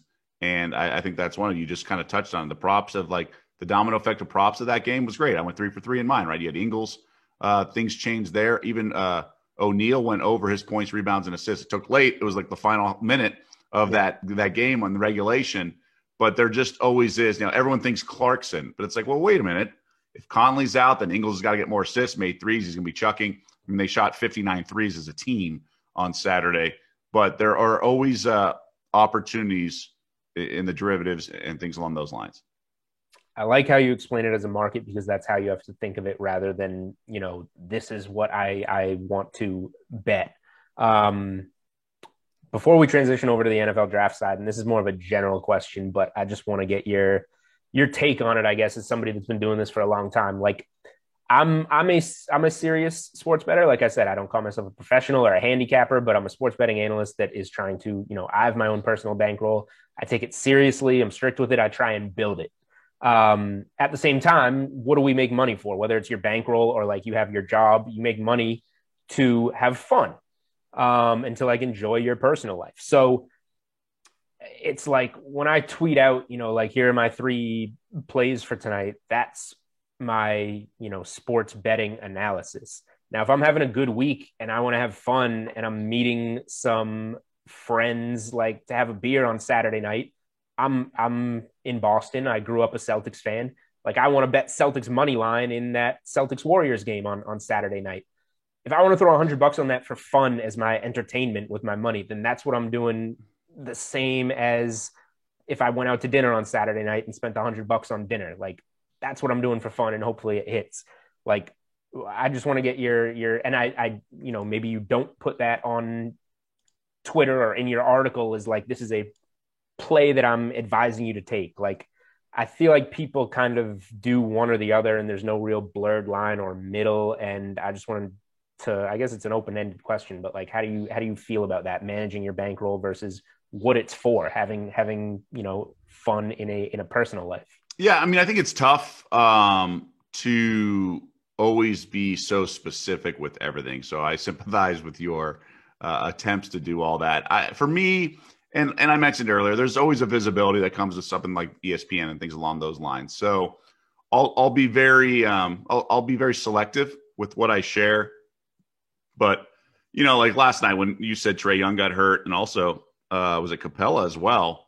The live line was based on the closing line algorithm, right? So I actually had some Knicks -2, which looked great. Then they come back and it was a 1-point game, 4-second shot clock difference. I'm like, oh my God, it's going to land 1. Then obviously Randall hits the layup and go up 3. So I had a little buffer, and then they force overtime after the 3. So I got lucky there, but I should have tweeted out. I was like, hey, this is opportunity, but I'm very careful because, as much as I implore people to say, this is what I'm doing, it's not what you should do necessarily. It's, it inevitably comes with people tailing. And there are people on the show or who watch the show and tail. And, it's great when things are going great, but it is what it is. Now, I just say this, I'm very, I don't know want to say combative, but, I'll play devil. I had a ridiculous run in February. My best bets went 18-2 for the entire month. It was silly. And then I've had some printed records, whether it be the Las Vegas Review Journal when I used to work out here, and also my chalk plays for the last few college football seasons, and even the NBA right now. I'm at 23-11 or something insane.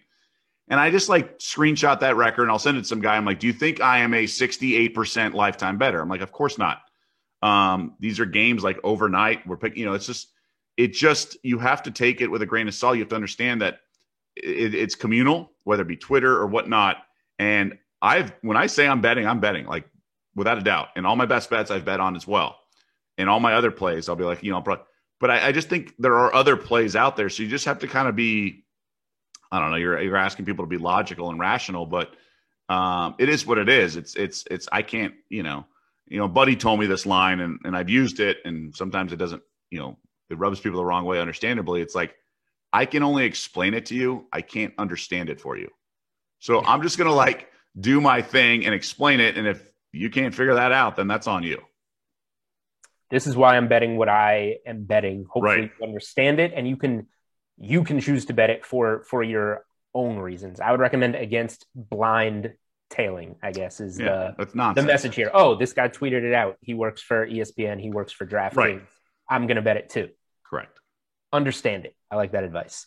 And we keep getting wrapped into things, but really quick, that live betting advice, betting the NBA live has presented some ridiculous opportunities. One of the biggest NBA bets I made this season was a very sharp bet, and one that I wound up in the end getting extremely lucky with.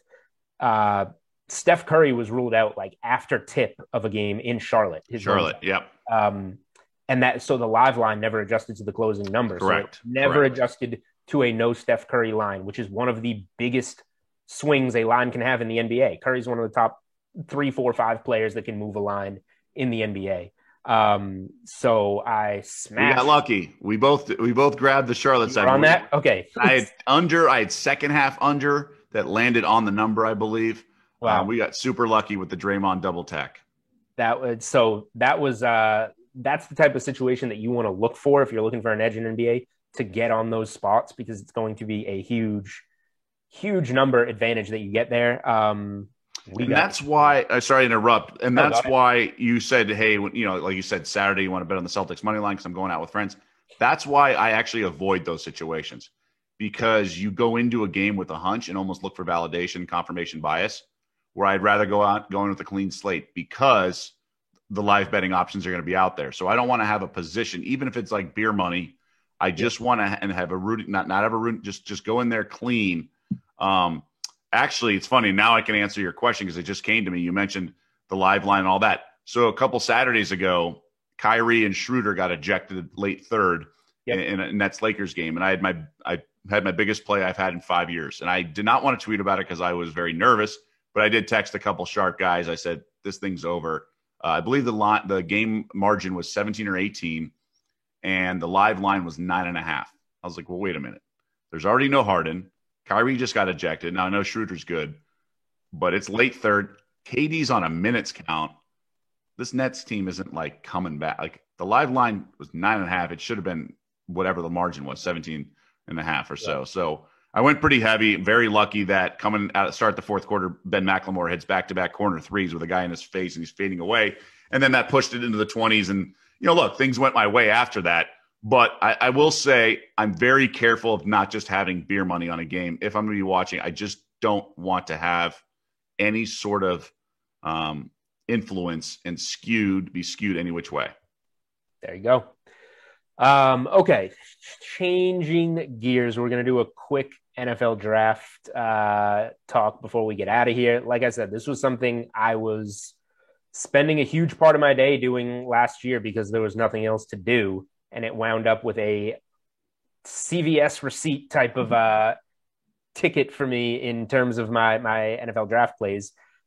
This year, so far, I've bet one thing, and I'm gearing up to bet more. But I got Jalen Waddle to be selected before Devonta Smith at plus 110. I've just been hearing a lot about his draft stock, and people are knocking Smith for being the size and weight that we already knew he was. But I'm just hearing that Waddle profiles as the better NFL draft prospect. Right now, that sits on DK Sportsbook at minus 125 on Waddle. That's what I've put in so far. Waddle's a guy that I'm kind of high on. I like the under 11.5 on him. But overall, I'm not too invested here. And it's a draft where there's not that much at the top of the board. It's going to be Lawrence. It's going to be Wilson. Last year, you mentioned that you laid 300-ish juice on Chase Young to go under 2.5. I was in the same spot. It was pretty clear that he was going to be that number 2 guy, and it was even people get afraid of laying that minus 300, but it was obvious what was going to happen there. So you just kind of lock that in. Where, I guess, what have you covered so far in terms of the NFL draft market? Because there's so much out these days, and what types of things are you focusing on? All right, it's a good question, and I think it's a good thing to remind yourself, and I say this out loud to myself and then remind everyone. It is a very fluid market. And so if you see something that's like minus 700, off the top of my head, I'm trying to think, but that would be like, I don't know, the Jazz at home to like the Thunder, right? Or maybe it's not that high. Maybe that'd be like 1,400. But you just have to remember that minus 700 could be minus 300 in a day or even later that day. And so nothing is guaranteed when you're dealing with a space that is very based on misinformation, and the winds can change with a trade. For example, right now, Jamar Chase, I believe, is about minus $7 to be the first wide receiver drafted. And obviously that is the perception of about 20 teams. But what if one of those other 12 teams that may prefer Devontae Smith or Jalen Waddle, to your point, goes up in the draft, or the wide receiver, there's a run in QBs and Pitts and tackles, and it's, you can't just assume things are just blanket. There's a lot of misinformation. We've learned that with the quarterback movement over the last month or so. And I'll just present this. Why are we so positive that Wilson is going to the Jets? Why? I'm interested in that as well. We know Lawrence is one. And obviously I would assume I have minus 263 right now on Wilson, number 2 overall. And I have a great position, and I'm very happy. And he's like minus $1 million everywhere else. But I just, like, why do we assume that? Now they traded Darnold, so they're probably going quarterback, right? We can deduce that. But it's just 2 other quarterbacks that could go in the top 5. So we've had tons of movement the last few years, right? The Baker Mayfield story going 1 overall didn't surface till Monday of draft week. And I've scalped out of positions like the Chase Young thing. I did scalp out because you don't know if another team, and this is a reminder for everyone. For example, this year, it's like, will Kyle Pitts go 4 overall? Well, what if Atlanta trades down, right? It's not, will he go to the Falcons? Or in a lot of these cases, especially when we were talking about the 3rd pick, there's a lot of props out there. Is it the 3rd overall pick, 3rd quarterback taken? I would prefer 3rd quarterback taken if I'm going to make a bet, because you don't know if the Niners are going to take Kyle Pitts. Now, we don't think they will, but would it be that crazy if they already have Jimmy G in these contracts? Now, that could be the grooming. It's all misinformation. Look what's happened with the favorite. Now, I have Mac Jones at plus 750 right now to be the 3rd overall pick. And that, I beat the market. You talk about you have like 90 seconds to do it. And I did it when the report started surfacing, but I'm not convinced.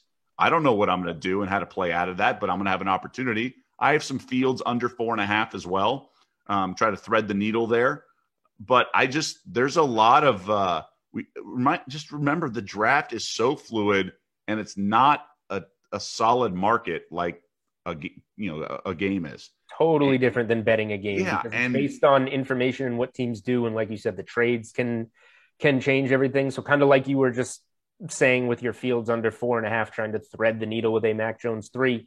This is a market where you want to have your bets like working together to either create a hedging situation that you want to create, or I guess that's it, to create a hedging situation, but also open windows to maybe you get Jones 3 and somebody trades to get Fields 4 and you get both of those. Like, you want to keep the door open. Or you just open want to grab value. Like, I have Penei Sewell from, I don't know, 2-3 weeks ago, over 5.5 minus 0.5.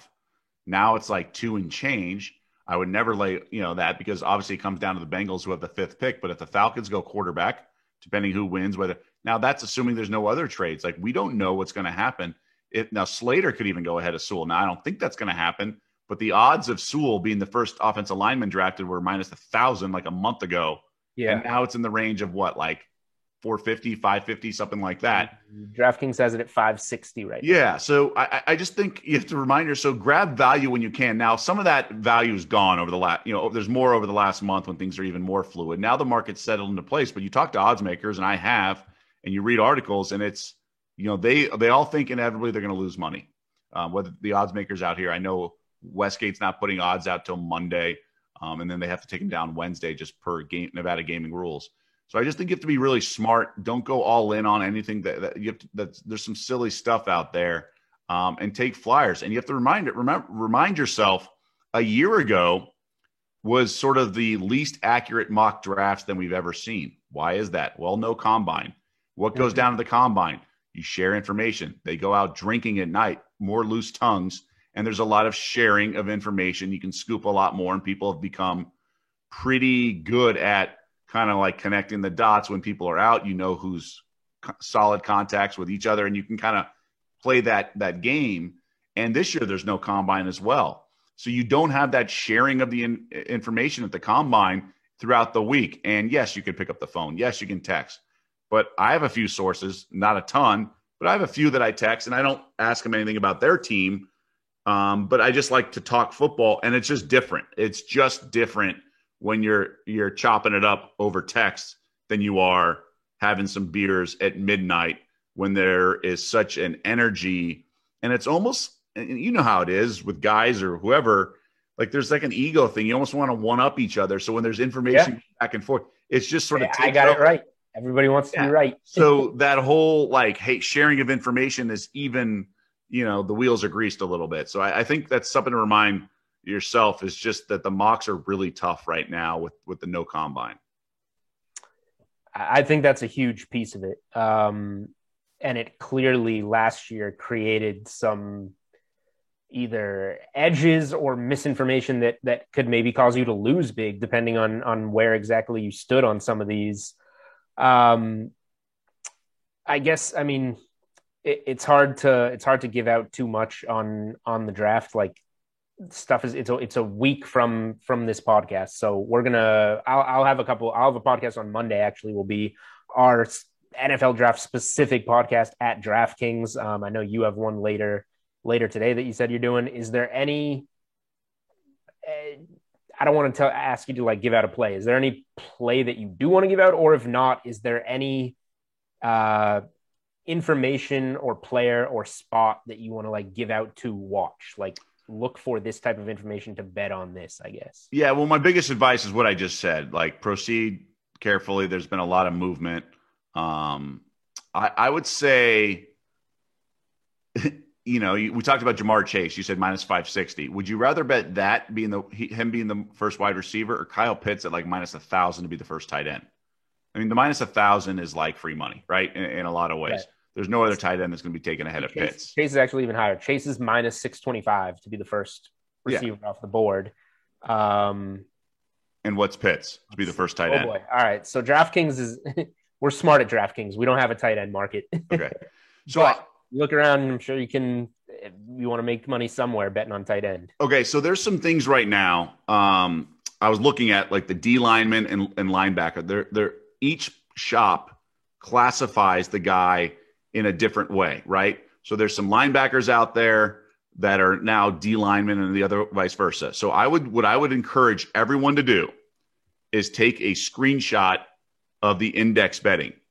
So if they're like the draft in the NFL when you watch the NFL draft and some guy is like, oh, it's the, D lineman. And it's like, well, on your website, it was linebacker. So you can at least get your money back or things like that. So I would encourage everyone to screenshot all the options on the board and just have that, because there is some fine print there that you could be missing out and could because they may not know that. There's a million props. They're not trying to pull a fast one necessarily, but just have your bases covered. So I would encourage everyone that, because there's also going to be some value in that index betting, because they may, a lot of times they've copied a book from like a month ago. So these lines are stale, and then there's a lot of movement, and they just don't move it in synchronize it. So that's my number one advice. Also, just like know the rules, like under 4.5, usually you think worse and it's higher on the draft. Under 4.5 means 1 through 4 picks, because the number 4. So it's good to go higher. So like Pitts under 4.5 would have to be drafted in the first 4 picks. So things like that, just kind of understand that. I would say I do like Pitts minus 110 first non-quarterback drafted. I think there's a lot more scenarios where Pitts gets drafted outside the QBs first. I mean, obviously Penny Sewell can go ahead. There's a Pitts. It seems like, because I was going to bring that up, because it seems like there's some O-line depth here, but not necessarily studs like a Chase or a Pitts. So I feel like if you want a lineman, you're going to either trade back, or you're just going to be a team that's already back there waiting. Which is why I think Sewell over 5.5 was my initial play, and that's why the markets move. I do like Vikings offensive line. If you can go offense versus defense, I think I saw some -170 with the Vikings are going to do offense versus defense. I think they're going to go O-line. Mel Kiper's written about it. He's like, look, I've done 4 mocks. It's all O-linemen. You can get even money on O-linemen or even -170 on offense. I would recommend that. And then, again, trying to find the value. Like you can do Broncos linebacker with first pick at +350, but I would go screenshot wherever they classify linebackers and what the guys are, because there's a chance. Now, usually you don't waste a linebacker pick that high in the draft, but it looks like they're committed to Drew.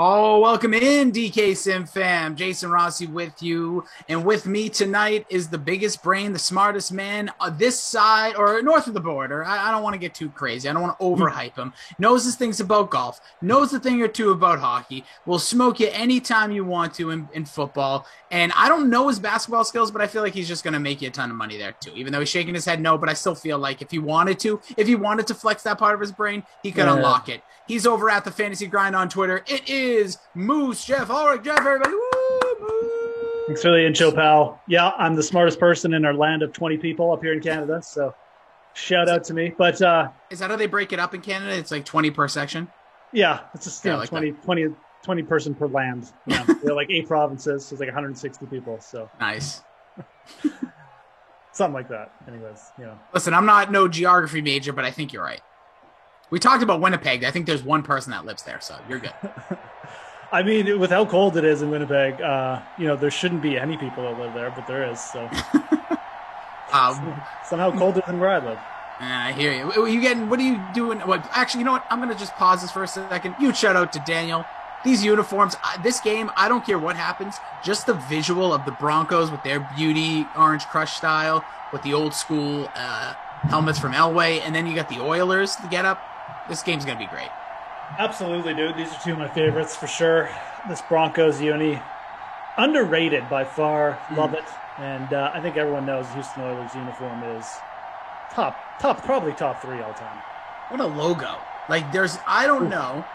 This could be a whole different debate we could talk about, but is there a logo that just emulates exactly that just nails it? It's a damn oil tower. It's just, I don't know. I feel like I get a bird, maybe a falcon looks like it, but I don't know, a falcon, they have coloring to it that doesn't look like an actual falcon, but this literally looks. The Atlanta Falcons looks like it was taken out of a Japanese comic book or something. Modern Exactly. So definitely a great logo. I'm trying to think of some other ones. The Pats had some good logos. They did, but please, I love that the flying Elvis is nice, but the just center, I guess you could call it, the snapping the ball, but that one doesn't define the logo. This Oilers, it's so True. funny. Yeah, literally just an oil tower. It's hey, that's where oil comes from. Yep. Oh man, yeah, a lot of love, by the way, Daniel, in the chat so far for the unis. I think who else has really good logos? The Dolphins classic logo is pretty good. Yep, I'm a fan. I guess that's true. Also, just a dolphin, that makes sense. Yeah, we're Dolphins. No, nothing fancy. It's just it's not like a streamlined dolphin or a modern art dolphin. It's just dolphin, At least the classic one is. So I like it. Yeah. Also, the Guru jumps in and says, "Love the unis. This is why I started watching NFL as a little groom." I don't know what that means. He says, "Love the Broncos in Elway. Because kids only choose teams that are in Super Bowls." It's true. That is true. Yep. Kids always go after the winners. Smart. We're smart when we're younger. We don't put our allegiances behind losers. Yeah, there was not a lot of big, let's say, Cleveland. Well, I guess at that time, I'm trying to think who was the worst team. The Bucks. Yeah, there you go. Bucks or the Saints. You weren't going to school in a Tampa Bay Buccaneer jersey or a jacket. That's for sure. Nope. And now look how times have changed. Now the kids are all repping that Bucks gear. Yeah. Kids these days. Back when I was 10, Tampa Bay Buccaneers jackets, you get on the street. There goes Derrick Henry. I don't know why he didn't just keep running a straight line. Probably would have scored. He didn't want to. He's like, nah, I want to keep this thing Too moving. easy. Too easy. But Moose, did you put a lineup in for this one? And if you did, what's it look like? Oh, did I get a lineup in? If you did, I did. I did. Oh. Hey. Okay. What are we rocking with? What's the top 10 finisher? Sutton and the captain, Tannehill, Locke, Judy, Humphreys, and Gostkowski. So I not very smartly faded Derrick Henry. And basically Drew Locke, Cortland Sutton stack. It's usually what I do with Denver. And Sutton gets like one catch for 13 yards. Denver, another one. We had Houston in the last game. Fickle teams. You don't know what they are, boom or bust. Yeah. I went A.J. Brown, the captain, Henry, and then for some reason, 4 Broncos here. No kickers. I didn't play one kicker today. Something's wrong. Feeling okay? It was my Fauci Ouchie. Must be getting to me. But I do have Cortland Sutton. I have Fant. I have Judy and Philip Lindsay. Oh. See how that out. I don't know what that was. Was running the wrong way when he caught it. Basically, no yards. So, cool play. Yeah. My actual cat and my version of my cat in the chat says, "What's up?" To you. Says, "Hi, Moose." I was wondering how that sentence was going to be finished. Virtual cat. Yes. I can get virtual. Yeah, like that's like the next thing. Oh my God, we just came up with $1 million idea. Oh, you did. Virtual pets, Jason. Oh, like Gigapets when I was a kid? No, like just like virtual pets. Let's create a virtual pet store. Oh my Lord, this could be like you could download apps. Hold on. We'll hash this out. Daniel, if you want in, Michael, if you want in on this, after this, we have to sit down. We'll be on Shark Tank within the year. In the chat, put down how much you want. 1% is going for $10 million right now. So, if you want in. Daniel's in already, yep. Everyone, shares are going up as we speak. I mean, this is brilliant. You can buy land online. There's like an Earth online now where people like buy property and it goes up. Let's start like a rare cat business or something. Your buddy, what's your buddy's name? Melvin? No. Desmond. I always get it wrong. Hey, hold on. Ball's loose. Back up, going the other way. Here comes Tennessee. Desmond's in. Desmond, you went on the virtual cat thing? He's sleeping. He already dropped his heat during the last game, so. Des. No, doesn't care. Not moving. Derrick Henry bouncing. Oh, no, stopped at the 1. I called our free roll today that we both gave you our lineups. We'll see where we finish. I called it I'm not calling a player wrong tonight. So that means I'm probably going to call about 6 plays. There was one. It's up to our Twitch fan, by the way, and YouTube. I like that our play-by-play guy just refuses to spell play-by-play. Yeah. It's not a refusal. It's just I'm going to just be smart, strategic. Just we play-by-play.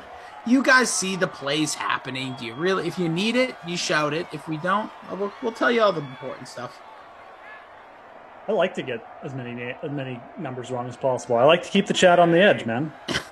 Hey, speaking about that, there's going to be a lot of players getting their names said wrong when all this number switching going on in the NFL. That's Derrick Henry into the end zone, so finally gets there, looking strong, looking good. I want to see these uniforms back next year. It's a real shame that these aren't incorporated. Again, we had this conversation. I mean, both these uniforms, how don't we see them at least 2 times a year? Well, here's the other thing, Bruce. I wouldn't even be mad if the Houston Texans busted them out. Now, I know it's not their actual, historical franchise, but, hey, they're in the city. You're in Houston. Yeah. Why not? And in Rome. That's what I think. I just want to see more. It would be like Houston should just come out in those one day. It'd be like the NWO or something, They're breaking we're back, baby. Yeah. We're the Oilers now. Might come get us, Titans. See you in court. I'm sure that would go over well. Oh yeah, Roger. He would just. He'd literally have a brain aneurysm. He'd be like, an alternate uniform on a regular uniform day. Yeah, it's like, come on, guys. We talked about this. It's like a nun busting out the ruler on girls in Catholic school back in the day. Hooligan, I am 100% not making a free roll Good. for the last sim. So you sir can get on that. Sorry, guys. I know. Maybe one day I'll make a contest, but I respect this. It 100% isn't going to be tonight. Let me tell you that. So yeah, are you teaming up with BK? Is that what I'm thinking? Yeah, cool. Like BK's dropping in to do a late nighter. Matt After Dark. I'm with him tomorrow at 4. We'll have some clips for you guys just to set a little stage. At halftime we got a little moment from the sweat that will bust out here into the sim. We get some good content after the sim as well, as we got the unreasonable odds in between. We had the interview with our guy from ESPN, Julian Edlow. So more content. Smash that thumbs up button. But you said, Roger Goodell having a brain aneurysm. Yeah. Wait till Tom Brady. Have you seen Tom Brady? What he's been Instagram storying about these number changes? Oh, dude, yeah. Tom Brady had like a hissy fit today, didn't he? He did. And in the beginning, I first see it because now whenever I see Tom Brady things, I'm thinking everything's a joke. Because I don't think he does any of it. I think he has a guy that does most of his social media, as most celebrities do. And I'm thinking, okay, first I took it with a grain of salt. Then I'm like, no, knowing Tom Brady, the famous quote, I have all the answers to the test and all that after the Atlanta Super Bowl. Been pretty good since. Mm-hmm. And I'm looking, I'm like, no, I think he's actually mad. Because then he talks about how he calling out Mike linebackers and why he's dead serious. He's dead serious. Yeah, why offensive linemen can't change their numbers. If we're gonna do it, just let everybody do it. Yep. No, he was dead serious, and he was highlighting passages. He's like, "This is stupid."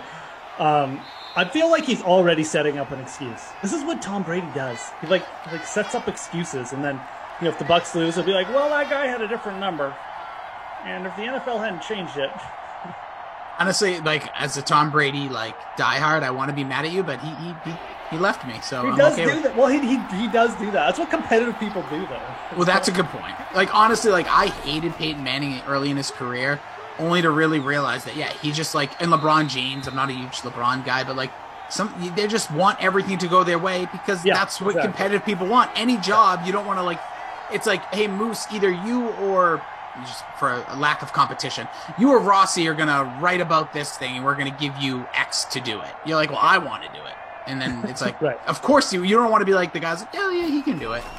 Yeah. Unless you just, in most work, it's a lot different because it's a little different competitive nature. But if you're in any sales side of things, you got to that's the juices. So yeah, I give Brady that, but it's so unlike him to do something like this as well. I guess in the Twitter world or the social media world, I've never seen him go out and highlight and circle and. Yeah, that's fair. I guess he had to be sort of radio silent too during the whole Deflategate thing. So he's still angry. Yeah. Oh, absolutely, dude. I still believe, again, all this information now coming out about the Patriots. I think even since the last time we were on with Seth Wickersham, going on literally somebody probably in the Chats podcast, talking about, Belichick which I've heard a lot from being involved with the team at that time and covering the team and having a little bit of insight. You're going to be a BK who knows things that have gone on with that Broncos organization just by, osmosis and being around the team. Mm-hmm. I'm nowhere near. I've never been a reporter. I'm not going to say that, but just being on a radio station that covers it, being next to someone who's as close to someone that was with TB12 and all that, of all the things I heard, I never heard Belichick was looking to potentially be the coach of either the Giants, the Dolphins, or the Redskins. I can say it because at the time that's who they were. Right. No, that I really don't believe that. Yeah. That's nuts, isn't it? A part of me, I need to do the alternative world, or I need Secret Base, formerly the SB Nation YouTube, to making a what if of Belichick becoming the Washington head coach. He would have so less wins right now. It would be ridiculous. Yeah. But anyways, but the moral of this whole thing with numbers changes, I really, to me, I could care less. I don't think that, is a big deal, but yeah. I mean, what is talking to teams? Like, what is like entertaining job? Was it like, oh, he like had lunch with the owner one day of the Redskins at the then? No, you think? Yeah, you think first of all, Bill Belichick and Dan Snyder? Like, no, there's no way. Yeah, that would not work. I mean, there's no like. I think Dan Snyder would love Belichick because he loves like signing big name players. I still have a feeling he's going to be the guy that trades up to that number 4 spot potentially in this draft because he's always hungry to have like marketable players. Yep. But I don't know. I laughed when I saw that. Like the Giants, there's history there. Yeah. The Mara family. Okay, I could potentially the Giants. Dolphins. Yeah, the Giants make sense, right? Yeah, the Dolphins. Like, come on. The Giants were the ones that, I guess made the most sense. But again, it feels like something small that just got blown way out of proportion. Yeah. Which everything. That's I think we talked about it. If somebody lights put some fuel on a little bit of fire, it becomes a big deal. Yeah. I mean, I haven't read enough about it either to give you like a definitive, but I know I know about the rumors and stuff. Yeah. There's nothing to read. It's just Seth Wickersham just said it on literally a podcast from a kid who has like legit 10 followers on Twitter at the time. And kudos to that kid, by the way. That is not me being disrespectful. It, again, just goes to show if you guys want to do anything in media, there's no like trope. Got to go to this school. Got to do that. Just find connections and call people and ask questions. I could see right now Choker starting it and getting some insider and be like, yeah, hi, my name's Choker.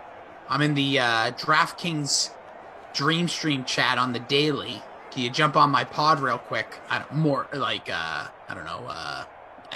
Ian Rappaport. I never know.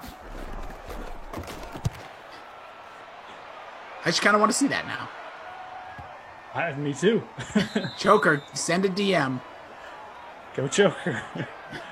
Oh, sorry, to go back, Daniel dropped in our Slack channel a virtual cat. Oh, gotta check this out. Well, there he is. Yeah, as always, somebody already stole my idea. No, I already see, we're going to take to the next level. It's going to be an actual cat, but virtual. That's the way you do it. That's Talking Tom. Oh, that was such a bad throw by Law. Virtual cat, and if you don't like open your computer and visit it like once every 12 hours, it just your computer just breaks. Yeah, I was gonna say, or like it's funny because by the way, I will get to that story in a little bit because you saw some of my stuff on Twitter today about things breaking. But, yeah, your TV. I was gonna ask you what happened there. We're gonna get bossy. We're gonna get to that. That's a story. But yeah, like if your cat, I don't know if anybody's had a cat, how it works.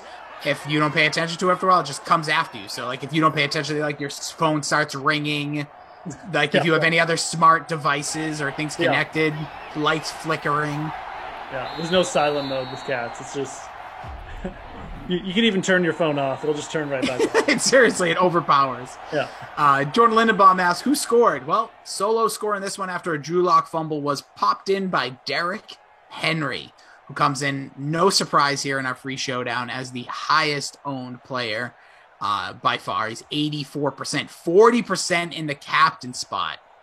Michael, good stuff. We got Michael, Daniel, Jimbo, our dude on ops here, and June in there as well. Love it. What the hell is Talking Tom and Friends?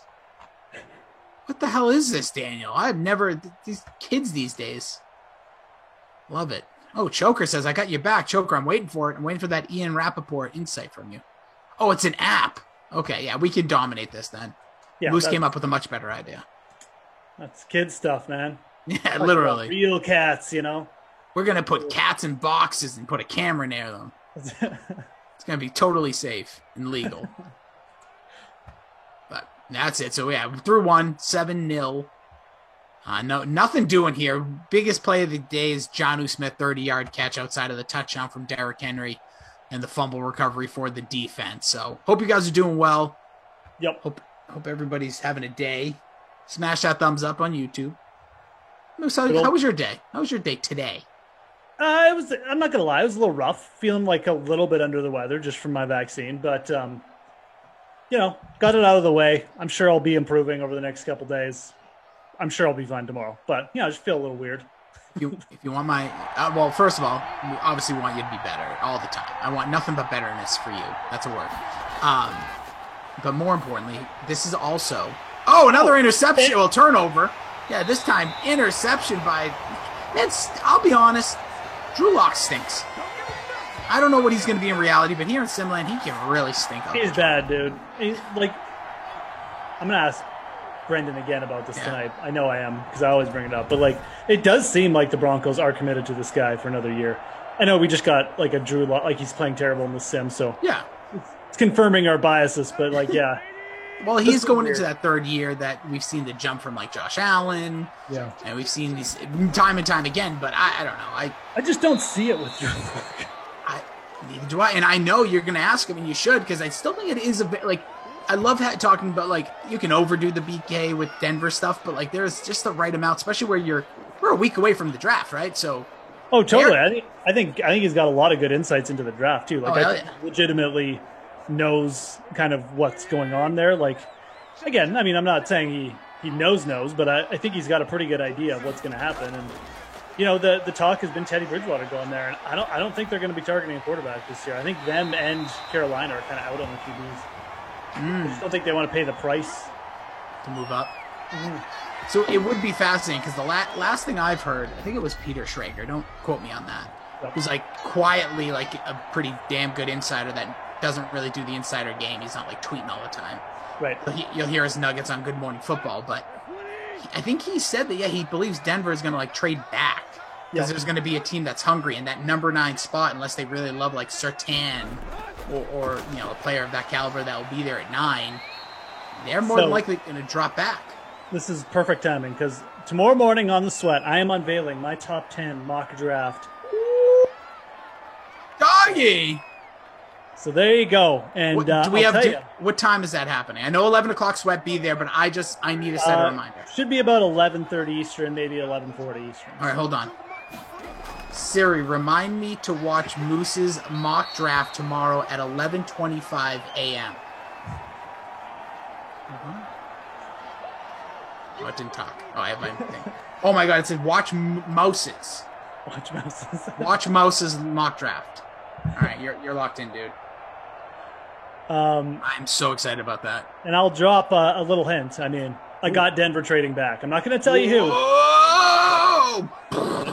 It involves Denver trading back. So bombshell.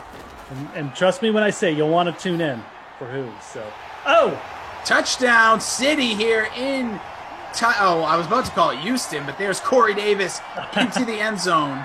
I'm not going to call the receivers wrong, but just the team. No, just the city, state, and team. Amazing. Also, Reed's T, did you know, says, hi, Moose. Yeah, Reed's T. He's excited. Diss earlier. That's okay. Oh. It was a good diss. So, Choker, I got my first. I do have to get a second at some point. Not looking forward to it, but I'm going to get it. Tough it out. I actually have to tell you, I wonder if you had this. So I don't like needles. I don't know. Okay. Eat them. So even dentists, I always have. I'm like Eminem in I can't think of the song, but palms sweaty, nerves are up. So I'm talking to the woman who's giving me the shot. So I got mine. Well, like I said, I call it the Fauci Ouchie, and they give me they put the, I don't even know what it is, the alcohol on your arm. Yeah. And I tell her, I'm just she's like, oh, put your arm straight. I'm like, no problem. And I just sit straight up. I always try to break it. I'm like, I'll be honest with you. My hands, I'm nervous a little bit. I'm not scared in any way. It's just a foreign thing to me, taking blood or getting a shot. And she's like, oh, no worries. Do you faint? I look over at her. I'm like, no, I've never fainted. And I just about fainted when I watched someone take blood from me once. Oh, see, I used, dude, Moose, I don't blame you, but I forget what it's called now. And a lot of people in the chat are much smarter than I, especially the people, production crew as well. But I forget the name, but this woman goes, then while she's giving me the shot, goes into this whole situation about what it's called and why people faint and why they get weak in the knees. And it's a trigger from your brain. It's in the back of it because pain is only an objection of our brain. And it was just this bizarre thing. This all happens. Shots in, shots out. And then as soon as she's done, she's like, all right, go sit over there for 15 minutes. I was like, this woman just literally like it was like she put me, like, again, we talked about being like hypnotized. I felt like she did that by trying to like go to worst case scenario and these people that have like potentially what you're talking about. Yeah, they're usually good at that. The people give needles, just talking through it and then relaxing it, because it's easier for them if you just relax, right? Absolutely. The guy who gave me my needles, like, hey, could you relax your arm? And I'm like, actually, that's about as relaxed as it's going to get. So sorry.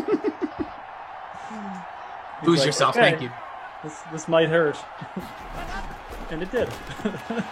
See, I'll be honest. I never find things to actually, like, everything's worse in anticipation, I believe.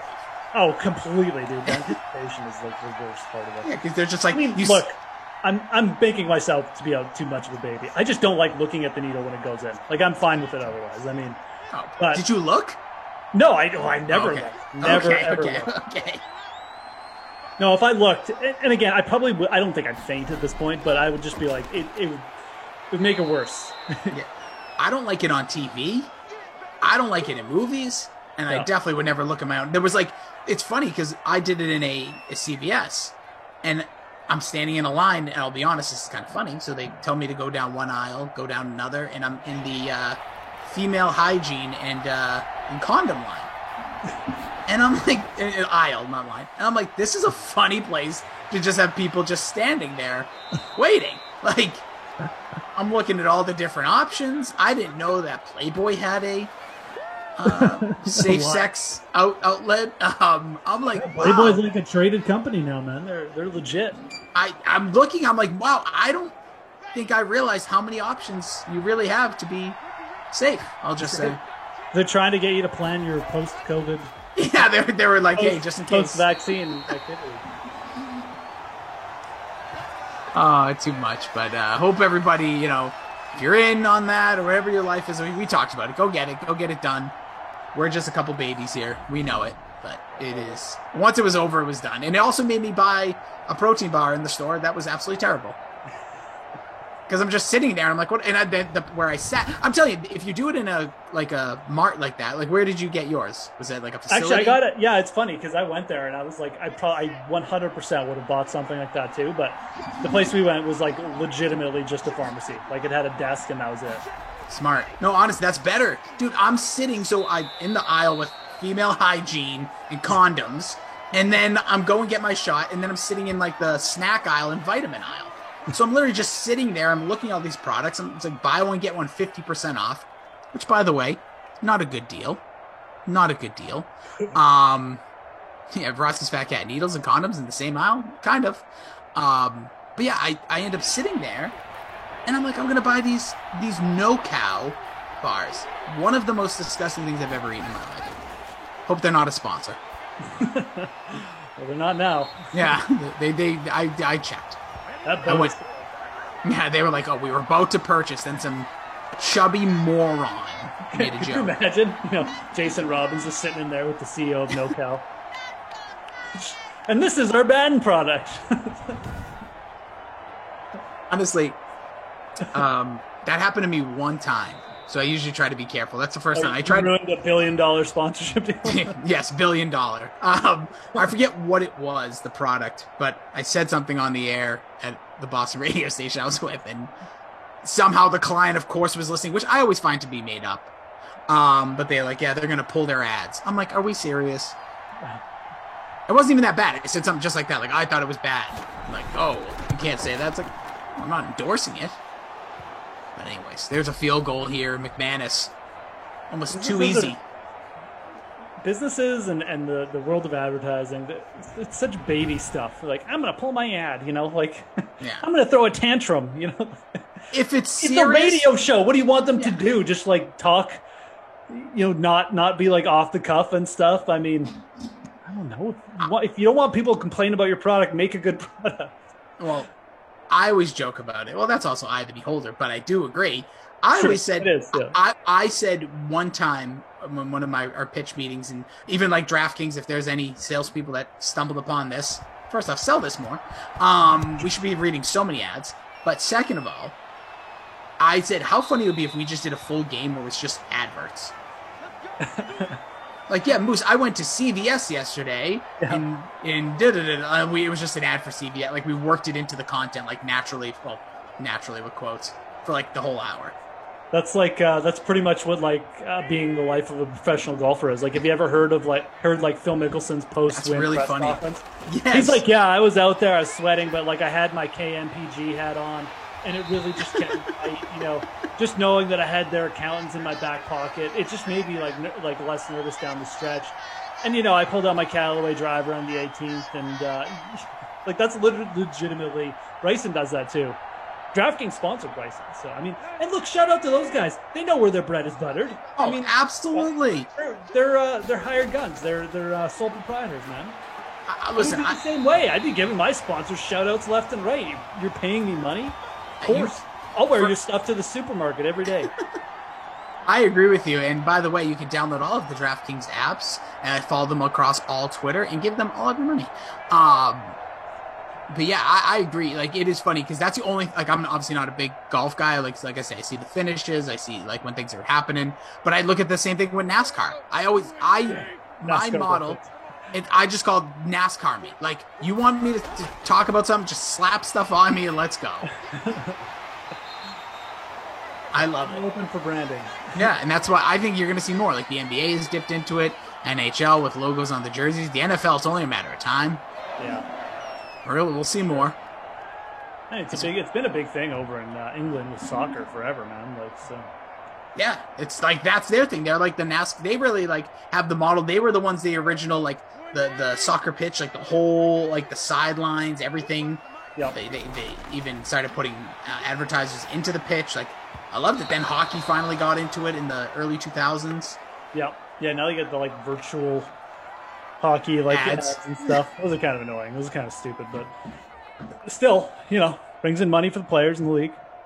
Dude, it's funny you say that. You probably watch like sometimes I'll just watch like old, like not even that old, like 90s hockey games. Like, I'll watch Sure. Yeah. some of like the great Penguins teams and stuff like that, and you look at the it looks like you're watching something out of a high school. Yeah, because the boards are all white. Boards are all white. It's obviously the definition is much different. It's just so funny looking. It's just so different. Jarringly different. It's like you're in, like Soviet Russia or something, watching a hockey game. Yeah. Honestly. Oh, yeah, look at this jersey that Daniel just dropped, the Liga jersey. Speaking of good jerseys, Soviet Russia is a great jersey. I'll have to give it a bing. Liga. Yeah, look at this thing. It's just add. I don't even know if there's a name. Is that the dude's name? At the top or in the middle? I think in the middle. Tech 8? Is that his name? That's a Chivas jersey. Who's? I don't see any that says Chivas. Or Chavis. Chivas is the... Oh, name is on the front. This is the back. 1, 2, 3, 4, 5 different advertisements on it. As we're talking, AJ Brown just scored. I'm telling you right now, unless he's got an ad on his back that tells me I'm not interested. AJ Brown, my captain. Get in there, you son of a gun. One of my favorite players right now. One of my favorite young players, AJ Brown. Big touchdown. Yeah, it's going to be interesting to see his year. No more Jonnu Smith, no more Corey Davis. He's really going to be the major focal point in the passing game. Yeah.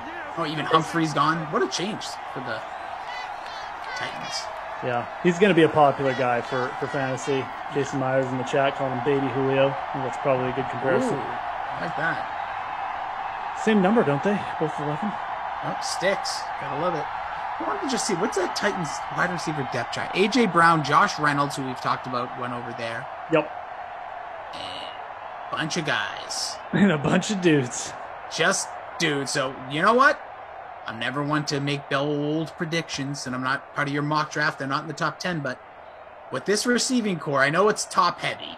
I wouldn't be surprised if they snag somebody that's in maybe like a second round. Right, yeah. Because they're gonna need, like, the one thing that was, I think, that really made the Titans, obviously Derrick Henry made them go, but having the Corey Davis, AJ Brown 1-2 punch, Jonnu Smith, vastly kind of like underrated in a sense with his pass catching ability, so they're gonna have to fill that void. All these images, what is that? I'm getting, what in Daniel, what is this? I don't even see I'm done. I see like Office Depot on both shoulders. This is like, can people walk around with this stuff on, like as fans? It's nuts, dude. Like, yeah. No, the soccer jerseys are just out of control. Amazing, insane. Yeah. That's what it says. How many things? Oh, there's a little Gonzo. Ding-a-ling. There's a house call all the way. As I'm looking at La Liga jerseys over here, whatever I'm looking at. Deshaun Hamilton. Wait, Deshaun Hamilton? What are we doing? I remember looking when I was setting my line, I'm like, I'm going to find a real cheap play because the Hamler's kind of gone quiet. It's not ham season. But Deshaun Hamilton, what? Wow. Would have never guessed he'd even be. I was looking at, he hasn't had many points at all recently. No. I mean, I don't even remember the last time we talked about him. Wow, a Deshaun Hamilton house call with 31 seconds left here in the half. It's going to be 21-10, just like that. Nice strike there. If you had Drew Lock, he's had a bad first half, but one play like that makes up for it. Wow. Yeah, we know there's a stat correction that needs to be made in the contest, guys. Apologize about that. I say we keep it. I say we keep it too. I mean, roll it. Let's just see what happens. I mean, I'm pretty sure we've been talking, so we could have missed 44 Jonnu Smith touchdowns. It's possible. I'll be honest with you. I saw it. I just didn't want to say his name wrong. That's right. It's Moose. It's Rossi. We got Michael, Daniel. We got June. Still in the up and up. We got Jimbo. So patience is a key virtue. Remember that.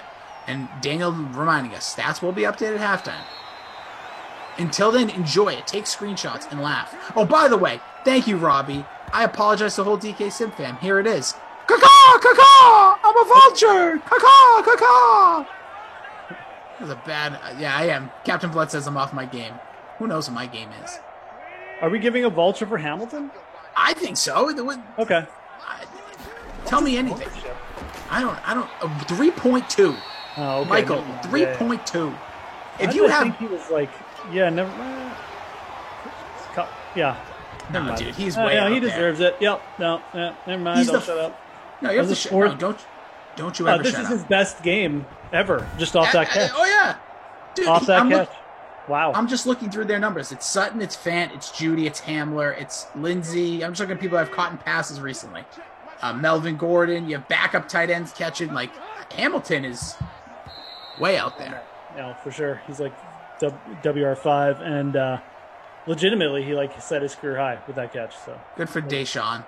Probably already putting himself right in that potential Moose mega player of the game, but definitely one more catch. If he even gets a target, I think at this point, we got ourselves a 11-point ball game. It was real tough for Drew Lock. He had a fumble on his first drive, picked up by the Titans. They took it to the house with Derrick Henry. Then there was an interception by Drew Lock that ended in a touchdown for Corey Davis. And then A.J. Brown struck gold there towards the end of the half. Deshaun Hamilton with a long one. So those are your scores. It is 21-10 here at the half. We are going to actually check out something, Moose, because you're going to drop some great knowledge tomorrow on the Sweat. But here's a little something from the Sweat that came in today as part of the NBA. Actually, sorry, yes, it was the NBA in this edition of the NBA Price Check from the Sweat. The guys talked about players under 5K on tonight's slate, and conscious choice. How do I always say his name wrong? Is it Kentavious? Yeah, Kentavious. All right, I always say that. Caldwell Pope. Check it out. 5K and under range. Where are you going? Perfect. Kentavious Caldwell Pope at 5.2K. I guess I'm cheating again here, but it's a weird slate, so we can get away with it, right? He's the only Laker that sees a bump in usage rate when Anthony Davis is on the floor this year with a 0.2% bump. And look, I think that, Anthony Davis, there's an unquantifiable element to his return here, and that is the energy that he's going to bring to the Lakers. The Mavericks have not been playing good defense lately. They've been taking their foot off the gas on that end of the floor. They had been playing good defense, but not anymore. He's also hit value in 7 of 8 games. He saw 30 minutes last game. He's been seeing around 30 pretty consistently. So his playing time is back up into the range where I think he's definitely a play here at $5,200. He plays well with Anthony Davis. And this offense in general, not only the unquantifiable where they'll get energy, Anthony Davis adds 12 points per 100 possessions on offense. So whenever he's on the floor, good things are going to happen. He's going to draw attention. I think KCP here, $5,200, the price is right on him.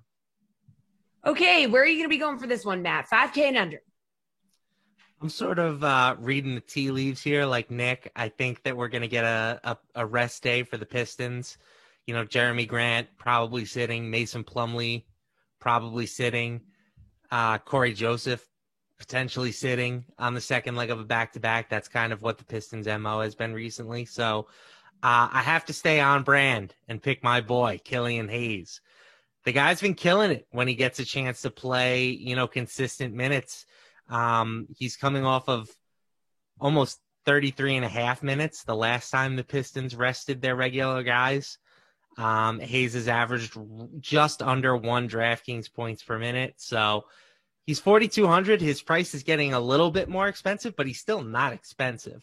I think that he doesn't need to do particularly much to return value here. And assuming all those guys are out, I think Hayes will be able to do it pretty easily.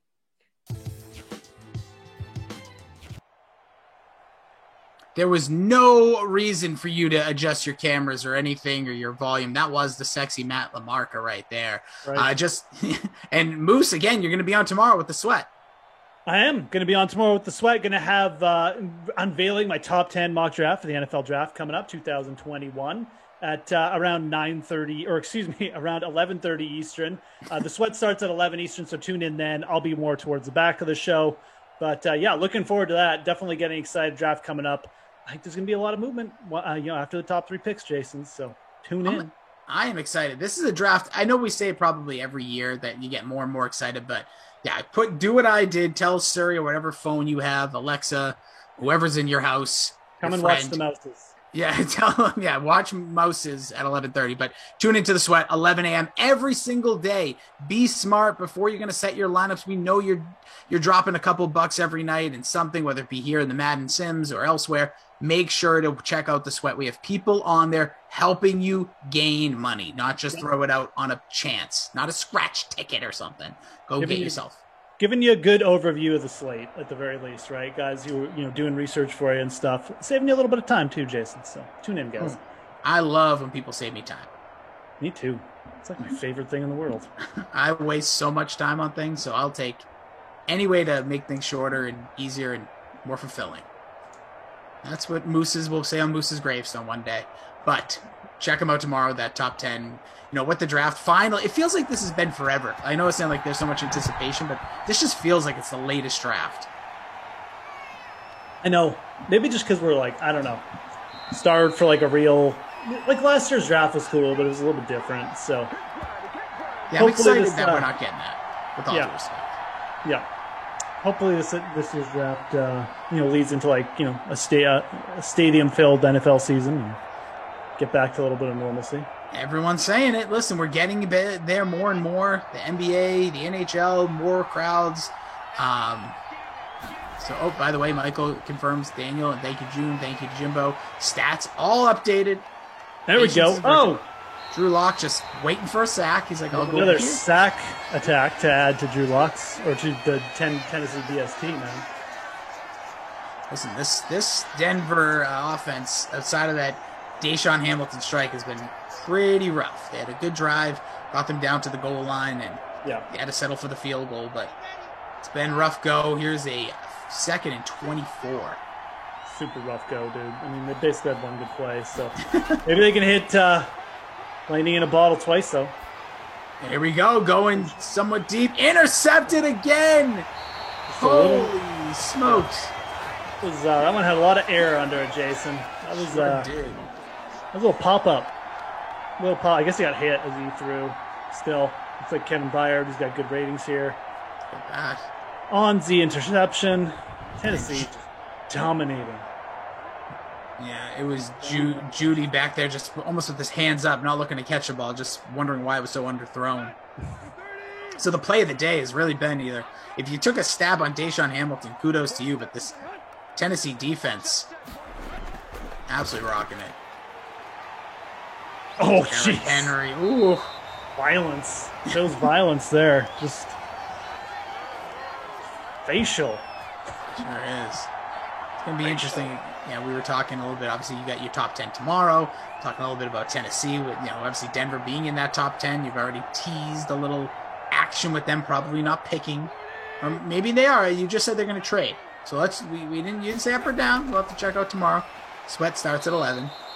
Smash that thumbs up while you're here. Appreciate you, Jeff Ulrich, a.k.a. Moose, a.k.a. at the Fantasy Grind. Well, that's not really a.k.a. He just is at the Fantasy Grind on Twitter. We got Michael, we got Daniel, we got June, we got Jim, and I am at Jason D. Rossi over on Twitter as well. Yep. Oh, you were going to tell me about your TV, man. It's a hell of a segue there. Yeah, so it was yesterday. I don't know how many years ago that was now. I want to say, we'll just say it was 5. No, it was whatever. It was years ago yesterday. Oh, another violent. Derrick Henry is literally he is smashing through this defense like my TV got smashed. I got a call. I was at a wrestling event with Babysitter Billy. Okay. And a small thing, there was a major actual title change. So they're called house shows when wrestling travels and it's on a televised event. Yep. Very rarely are there major title changes, but at the time, the wrestler by the name of Samoa Joe won what was known as won the NXT title in Lowell, Massachusetts.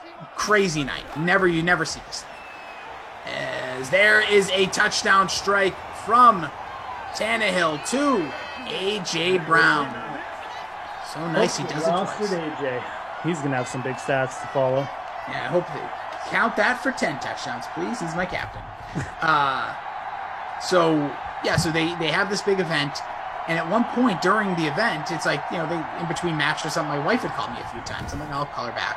She wasn't with me at the time. Yep. So going in between, we're going to get a hot dog, a Sprite, or whatever you want. And I answer my phone. She's like, you're never going to guess what happened. And it didn't sound excited. So I'm like, okay, this can't be good. Yeah. And she just goes, the TV shattered. I go, what? She goes, I had no idea what's going on. So first my cat, I'm like, is Des okay? And she's like, yeah. And I'm like, okay. So what happened? She goes, I don't know. She tells me this. And this, my wife is very on the up. She's very bright, smart. Yeah. Aside from the decision to marry me and allowing me into her life, very intelligent person. She was home and we lived in an apartment at the time. Not upstairs, downstairs, a 1-2 bedroom, an apartment complex. That everything is like when you see what you get. And this is a 72-inch television, massive television at the time. Yeah. This thing was on let's just say it was 6 o'clock when she got home. She called me at 7:30 and told me she just realized it. Like, she didn't notice, if you go in most rooms where there's a television, it's kind of like you see the centerpiece of the room. It was like that when she got home. She got home, it was like that, but she didn't notice it because she was she wasn't going to the couch. I don't know what the hell this woman was doing, but she literally noticed everything but an entirely smashed. If people want to know what I'm talking about, it's at Jason D. Rossi. I tweeted out this picture. It's destroyed. Our whole entertainment center smashed. Yeah. And to this day, we don't know the facts of what happened, but I had to put that on a little two-wheeler. I was up all night almost trying to get rid of all the glass. Okay. And I just dumped it at the end of a hallway. That's the one thing about when you live in those apartment complexes, you just ditch. Hopefully nobody sees you. And I left this massive television at the end. It was gone 2 days later. I don't know what happened. But do you ever the best part of that story, by the way. Do you ever live in one of those places? I have, yeah. Okay, so you know what I'm talking about. It's like I do kind of actually know what you're talking about, yeah. You can just drop stuff in a certain area. It's near the trash, but not exactly. Yeah. And then and somebody just takes it. I'm like, I don't know. And there was always warnings not to do that, but I was like, oh yeah, there's warnings everywhere not to do that. Everyone does it. Yeah, I just delete the emails whenever I see notification about trash area. I'm like, nope, not even, because I know what it's gonna say. But yeah, it was so this thing shattered, Moose. To this day we have no idea how it happened. A lot of people blame Desmond, but I even said what could he have really done? People say, oh, he pushed it over. There's no way. This isn't like a 72 and flat. Like, if you it's like check out this picture, it has a honking base. Those things are so heavy. Yeah, so my belief is that I think the base, the thing we had it on our TV center, shattered. It was glass. I think the weight finally gave in. Yeah, if it was glass too, that's probably what happened. Yeah. Daniel first says must have been random lightning strike, and then says Desmond must have been watching Steve Austin at WrestleMania 17. That pop. I wonder what your cat did. Well, that's what. So I guess he was under the bed. That was another thing she said. Like he was terrified. The black box is angry. Yes, but like I'm telling you, like I sometimes have to like look back at that picture, and I'm so glad that popped up in my memories. That like when I tweeted out again, I was like, holy crap, this is like no joke. This is like legit like devastation. And two, like that was such like, just so you guys know, I'm gonna spoil something else. Like I worked in radio, I did marketing department at TV. A quote unquote friend won that from a contest. That was like I told my roommate, fill out this contest, and I'm gonna pick you as the winner because I wanted the TV. So sorry, that does happen sometimes. Not here. This all the great info on this stream, man. Oh yeah, Rossi's apartment adventures, fixing radio shows. Oh yeah, well, it wasn't fixing the show. It was just a contest. It was online. It was random. Listen, if you haven't done it before, you have to. That's crazy though. That would be like a mystery. I'm trying to think of anything weird like that has happened to me, but there has to be, dude. Especially when you live in places like noises, smells, random places, things disappearing. That's that would be pretty sketchy though. TV's just smashed. It was just like, but I still to this day, like I think about my wife, what she did for an hour in this not that big apartment. Oh, dude, girls are again. It's not that they're oblivious; it's that they're just very focused. She probably came in, was thinking about something very specific, and just like was off to that because they're focused. They're obviously harder working than us, so I guarantee she was probably just came in, I'm going to do dinner or something, and was like. Oh, that's a nice catch by Sutton. That's his first catch, probably. Finally getting involved. That is crazy, though.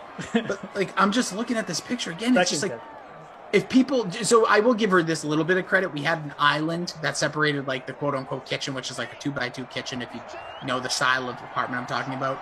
And then right behind that is where, like, the TV fell. But still, like, you just don't walk into a room and just be like, oh, like, how do I not notice a TV?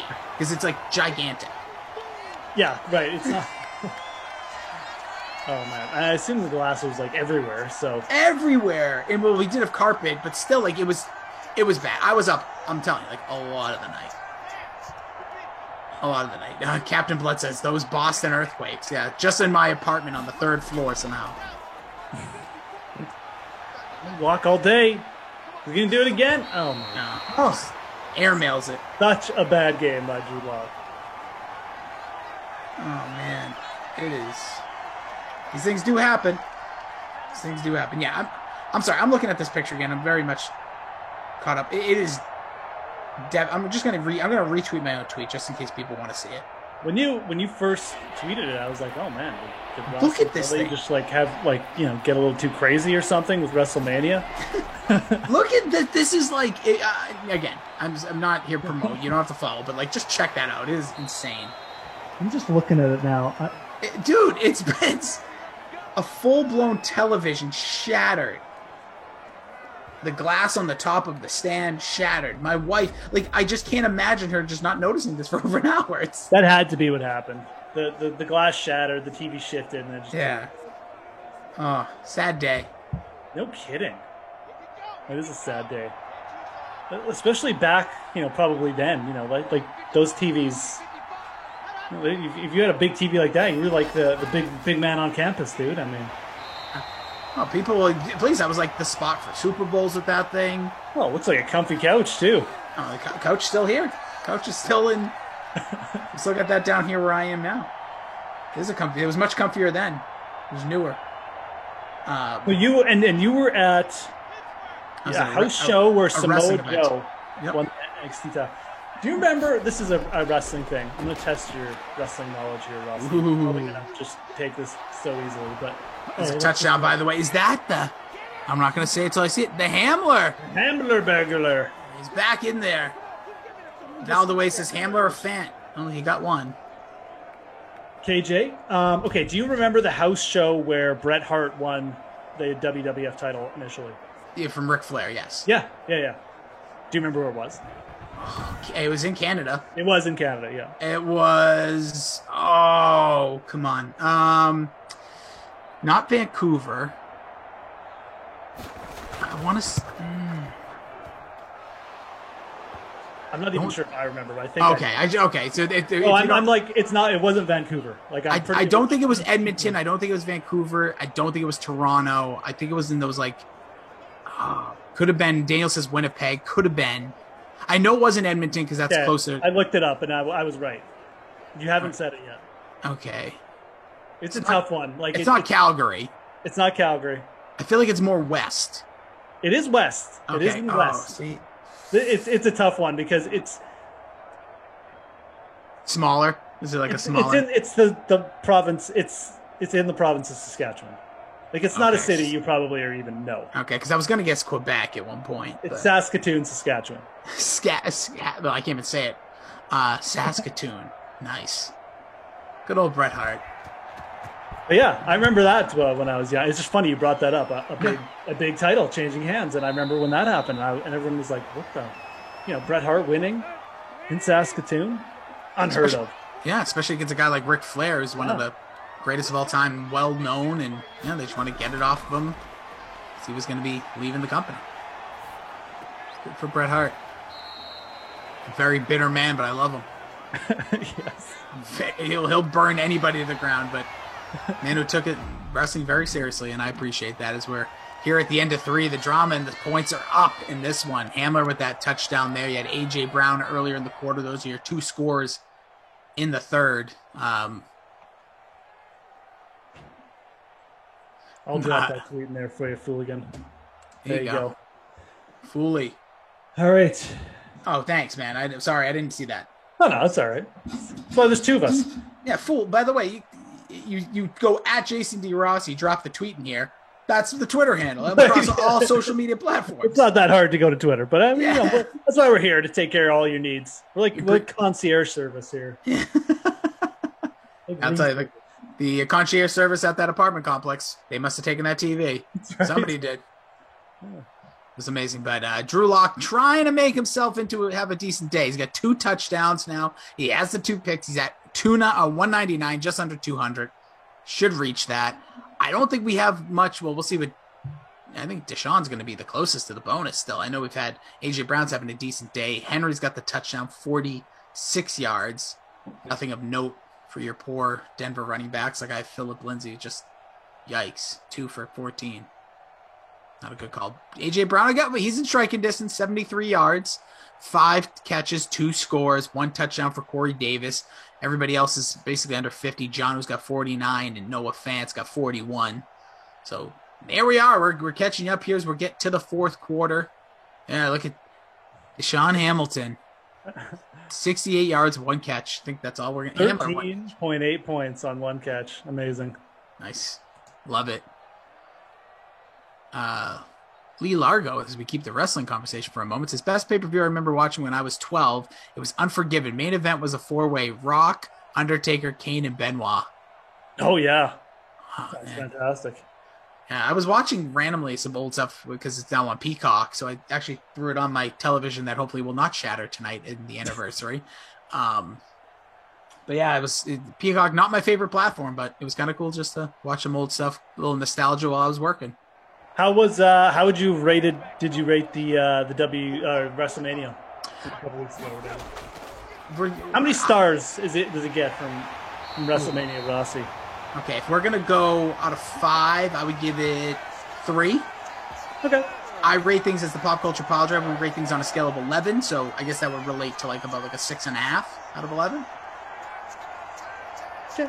There was some down it was just strange. It was a good show. It was great to see fans and hear fans. That was cool. But yeah, it was WrestleMania is never their best like pay-per-view, is it? Very rarely. Very rarely, yeah. Yeah, like usually like the Royal Rumbles kind of has like more bigger feel to it, just because like they just cater to the mainstream in the WrestleMania, don't they? I forget if I was talking to you about this, but it's kind of become like I call it like the Coachella effect. It's just like almost like a hire the big guns to come in for this show and then let them go back. Like it's not what it was when we were younger, where there was like these storylines, like you're waiting for this collision course of two guys that never faced, where there's just so much programming now. It's, Even the one I went and saw in Arizona, God man, this was back in, oh man, what a great time to be alive.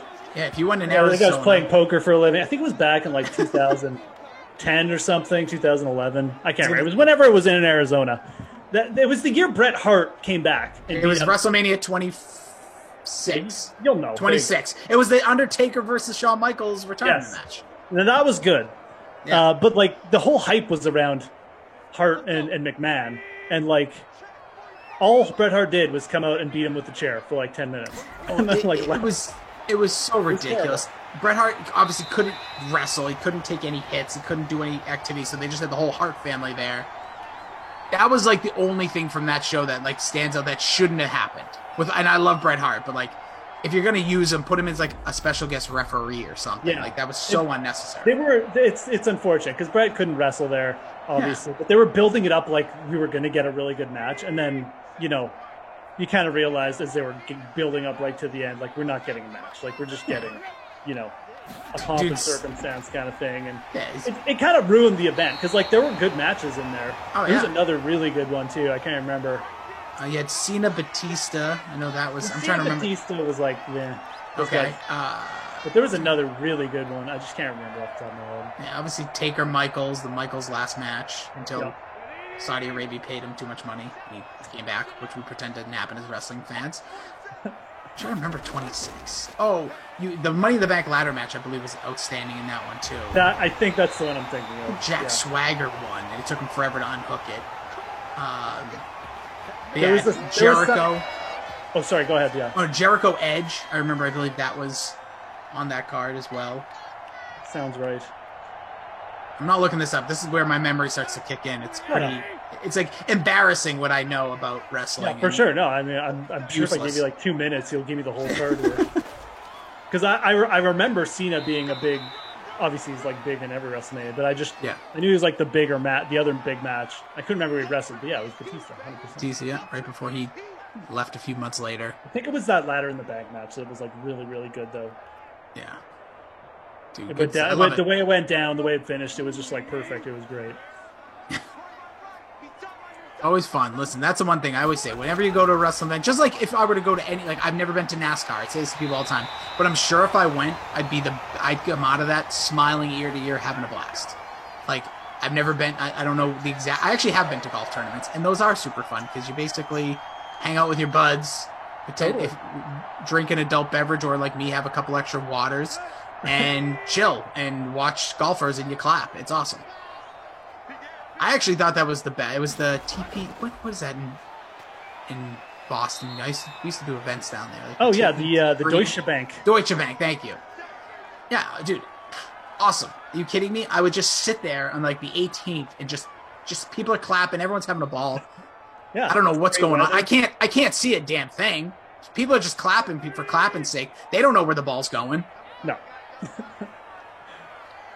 Oh, golf's a great spectator sport, especially if you're in the right place. You got a good setup. It's great. That's a good point. I definitely. Well, we had access to the night, like everything after the 18th, so that was cool, like the clubhouses and stuff. But like just standing there, like when, like I remember one time Tiger Woods teeing off, it was madness. But like you just hear the. Yeah. I'm like, this thing could be going into the trees. We have no idea. Oh yeah, people clap whenever. Like a dead shank. Then people are like, "Oh yeah, I didn't see one of those, but I could hear the gasp, and I find that to be the most hilarious thing. Like, did somebody fall? No, he shanked him. It's like he already you don't have to make that sound. The poor guy already knows. You hit a poor golf shot. Deltfish over on Twitch is Rossi. I was at this is the greatest. Just love when people write like this. I was at the pay-per-view in Denver when Vince took on that kid with one leg. It was awful. That was Zach Gowen. I remember that. Yeah. Oh my. Different times. A lot of people with their late 90s. Oh, please! I loved it, dude. I honestly, I'm not even ashamed to say it. Like that was like my favorite program from that period of time. Like it was so good. Well, Moose, like with all no jokes, like all jokes aside, it was one of the highest rated television programs. Like with two wrestling companies sharing like 10 million viewers or 10 million shares of viewers on Monday nights. Like legit, like ABC at the time was running movies.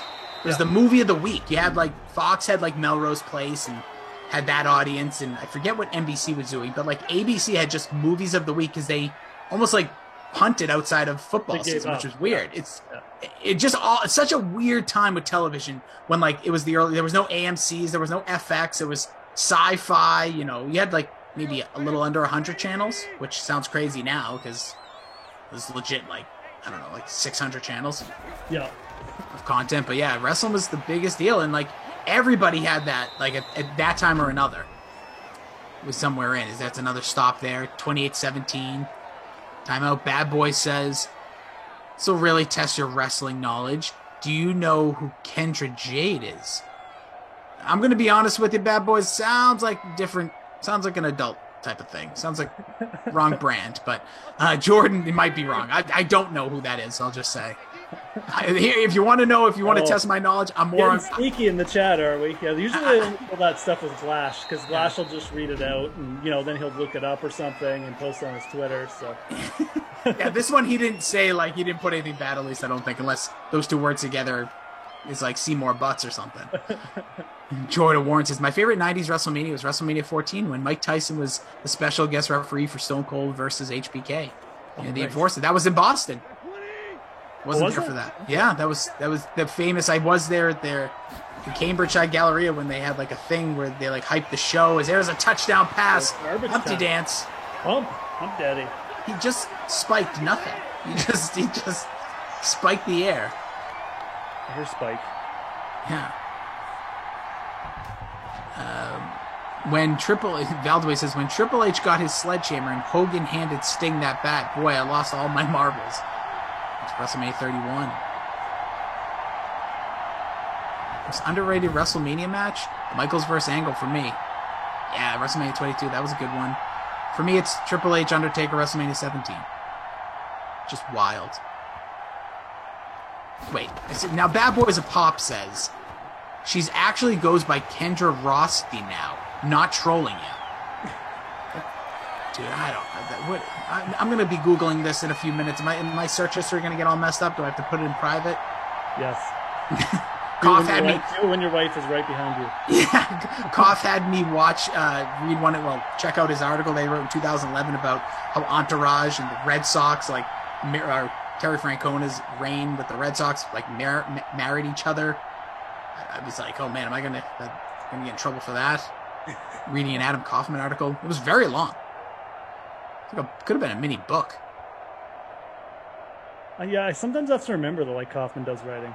It seems very well. weird. He doesn't. I asked him. He says he doesn't do it anymore, but he says he would, and I'm like, okay, that doesn't make any sense. Again, Kaufman, everything with him, and I like the guy a lot. I really do. We give him a hard time here, but like he's such a I bet you if somebody said, hey, we'll give you X to do B, he'd be doing it, but he won't do it for like a passion project.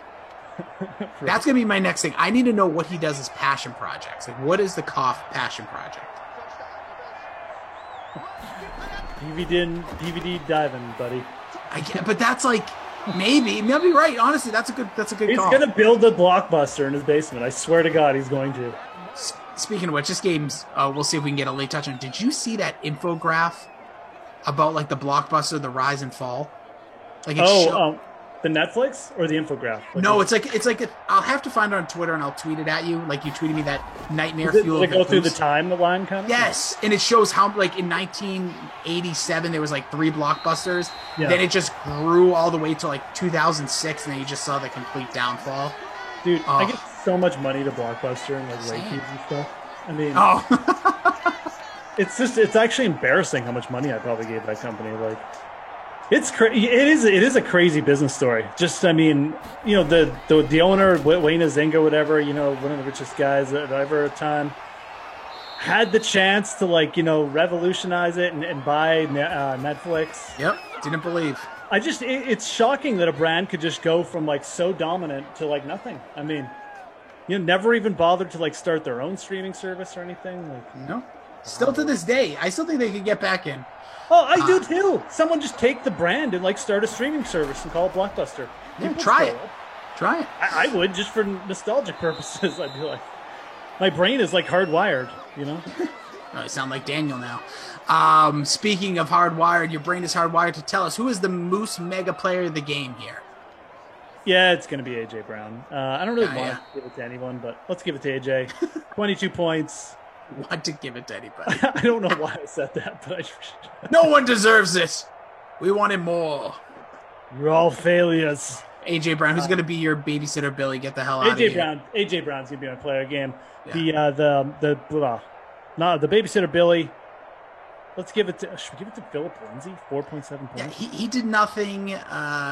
Sutton was bad too. My guy. Yeah, you could go Sutton actually if you want. He was Let's go Philip Lindsay. Sutton apparently hit the bonus. So. Oh, what are we talking about? Well, that's what happens when you're talking about wrestling, cats. Let's give it to Jerry Judy. Final call, final answer, Jerry Judy.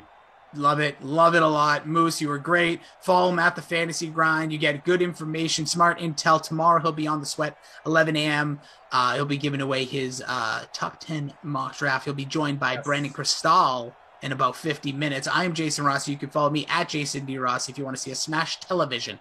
If that doesn't get that follow, I don't know what will. Stay tuned here, though. Like I said, we got one more Man After Dark, Moose and BK. But right now, coming up, here is DraftKings Dream Stream. Up next, a little bit of content from Ross Tucker. He is joined by Senior Bowl Executive Director Jim Nagy to talk about preparing for the NFL Draft. It's the Ross Tucker Football Podcast. Oh, yeah, it is. But it's not just any Ross Tucker Football Podcast. It is a Wisdom Wednesday presented by DraftKings, America's #1 rated sportsbook app. And if you are watching on YouTube, I have to lean up a little bit. I got my DraftKings shirt on today. Love the DraftKings Sportsbook. Love when you guys throw the code Ross in before you make your bets. By the way, today's wisdom coming from Jim Nagy from the Senior Bowl, the executive director. Absolutely an awesome guy to talk to. You want to talk about imparting wisdom? This is his time of year. Well, this and late January when they run the Senior Bowl are his times to absolutely shine. We'll get to Jim in just a minute. You can check him out on Twitter at JimNagy_SB. We'll have a Spread the Word winner tomorrow with Greg Cosell at Ross Tucker NFL, at Ross Tucker Pod, sponsor confirmation email winner tomorrow, and the YouTube shout out winner, youtube.com/Ross Tucker NFL. We've got some stuff to get to a little bit later with some retirements, Alex Smith, Jordan Reed. But right now, it's Big Show time. The Big Show.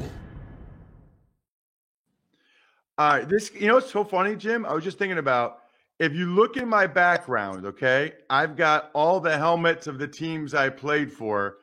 I think, Jim, you were with me for three of the 4 helmets or 3 of the 5 helmets. Both of those Washington helmets. Although I don't know if you were there in 2002 or not. And then certainly the Patriots again in 05-06. Yeah, I was there in Washington when you came out, and I was in New England when you came there as well. I remember actually speaking with you in the building in New England a couple times. Yeah, I've told the story when you've been on before, and Jim's been on the College Draft podcast as well. But you were the first person that ever told me about ProFootballTalk.com. That was like 2006. I had never heard of it, and you told me about it. Before we get into this time of year and the draft stuff, you're killing it, man. I mean, you've done an unbelievable job with the Senior Bowl. Kudos to you and the Senior Bowl staff for getting that game played, getting everything you got done when all the other ones just kind of canceled. And then obviously all the stuff you're doing on ESPN now, really, really cool to see you flourishing in your multi roles, and it seems like you're liking it. Yeah, it's been a nice change, Ross. I mean, this has been a challenge here at the Senior Bowl. Really made the jump from the NFL to the Senior Bowl. It's a family decision. We just happened to be living in Mobile, Alabama for 13 years when this job came open. And son's getting to play high school sports now. My daughter's, growing up faster than I wish she was. And this was an opportunity to be around more. When you're on the road scout and you're gone 175, 200 nights a year, and this job was it came along at the right time. I feel very blessed that I was their guy, that they picked me, and it's been a fun, really 3 years. It's been a fun 3 years. It's been a blast. Yeah, well, you've done an unbelievable job with it. Hard to believe it's been 3 years already, by the way. And I'm sure this year was the most challenging. But you also have how many years of experience with what teams as a scout, Jim? I was in the league 18 years, so did an internship year in Green Bay in '96, the Super Bowl year there. So got really fortunate to be around a great team and see how that team was built and what made that team great. Then went to Washington when you were there. And from there, I went to New England. I had a nice long run in New England for 7 years. Then went to Kansas City with Scott Pioli. I got a really good experience there. Kind of, a promotion kind of got me all over the country, traveling all around the country, seeing players. And then didn't work out, which it doesn't always work out in football. We didn't win enough games. So, and then ended up my last 5 years in Seattle and again, got to be around another Super Bowl team. So it's great experience, like seeing, and they were all different. That Packers team, the Patriots team, the Seahawks team, very different ways of team building in the three places, place value on very different things when it comes to players and their makeups and what they're looking for. So really valuable experience. And then coming here to the Senior Bowl, like I said, the last 3 years. So I think that's interesting. This is what I love about you is like, I got a bunch of questions for you, but that is interesting. Because you've been a part of 3 different Super Bowl franchises, but you said that what they value, how they build it, is very, very different. Can you expound upon that a little bit? Because I do think at times, there's a narrative in the media that like, this is the way you win. Like, this is the right way to do things. But it sounds like those teams all obviously did the right things to win the Super Bowl, but did it differently. How were they different?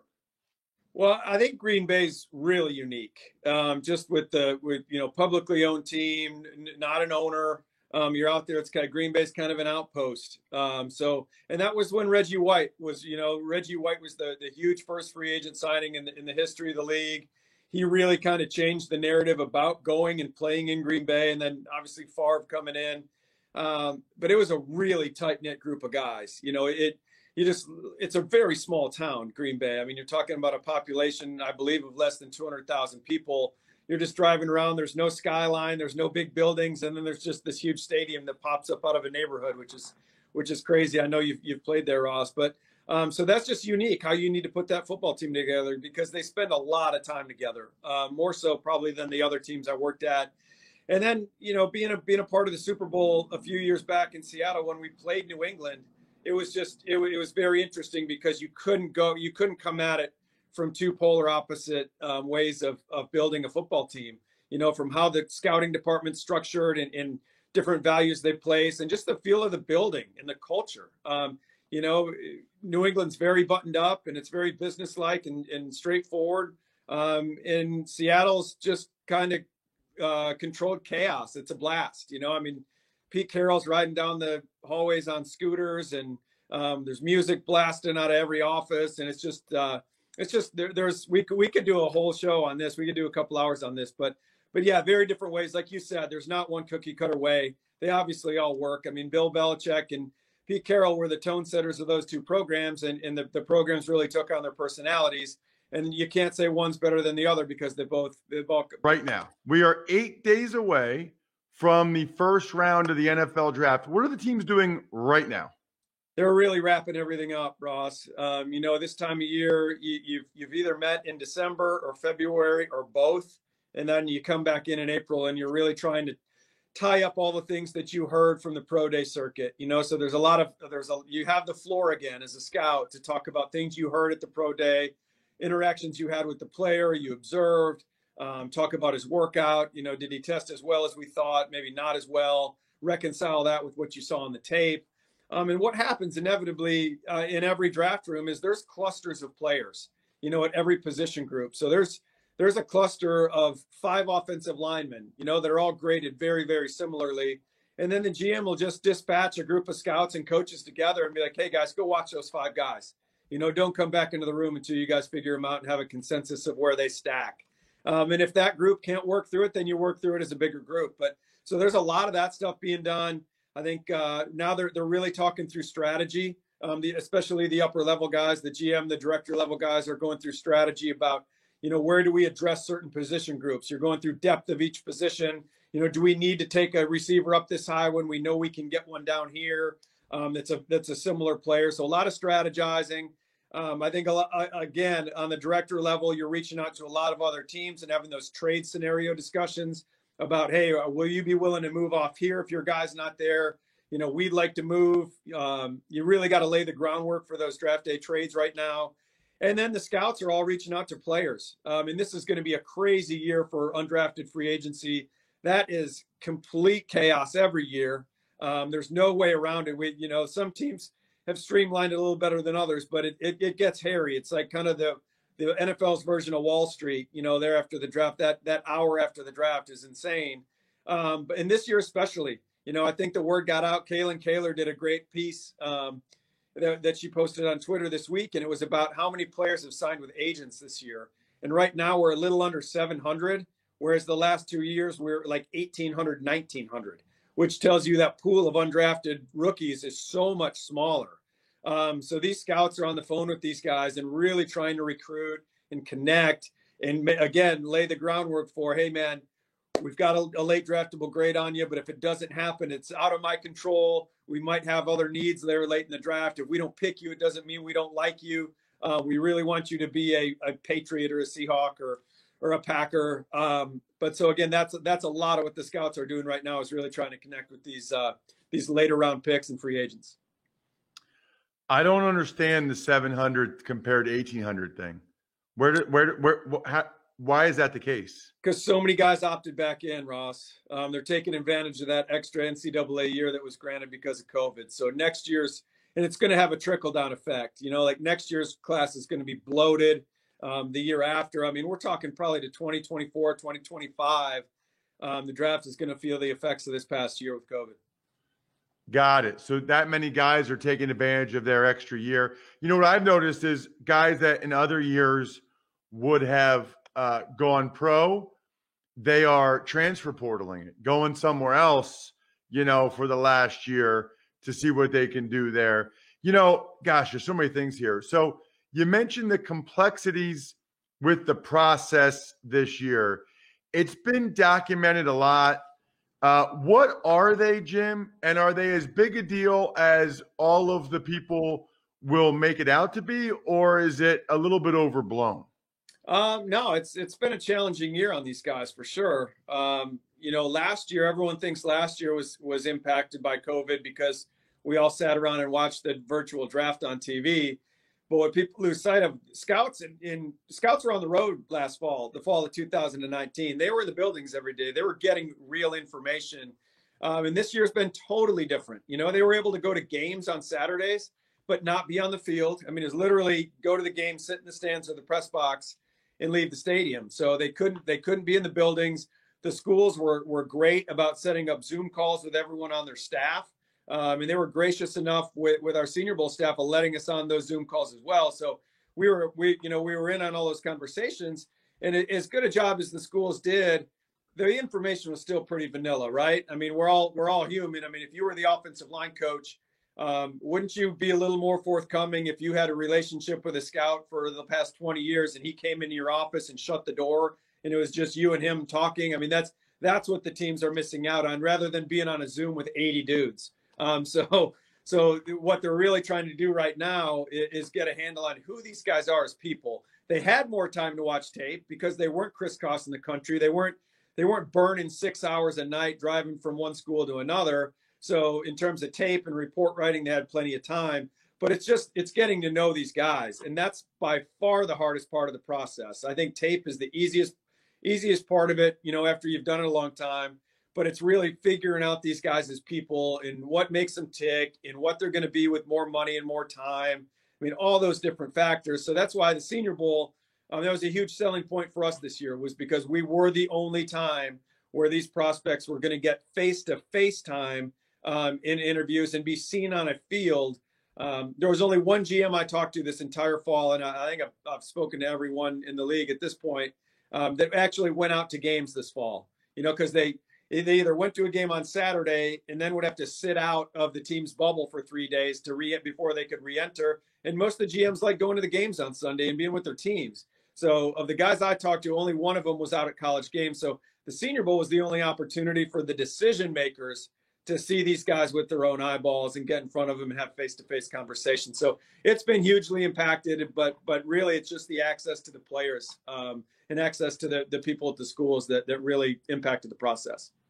You mentioned the higher level guys and going over the strategy stuff.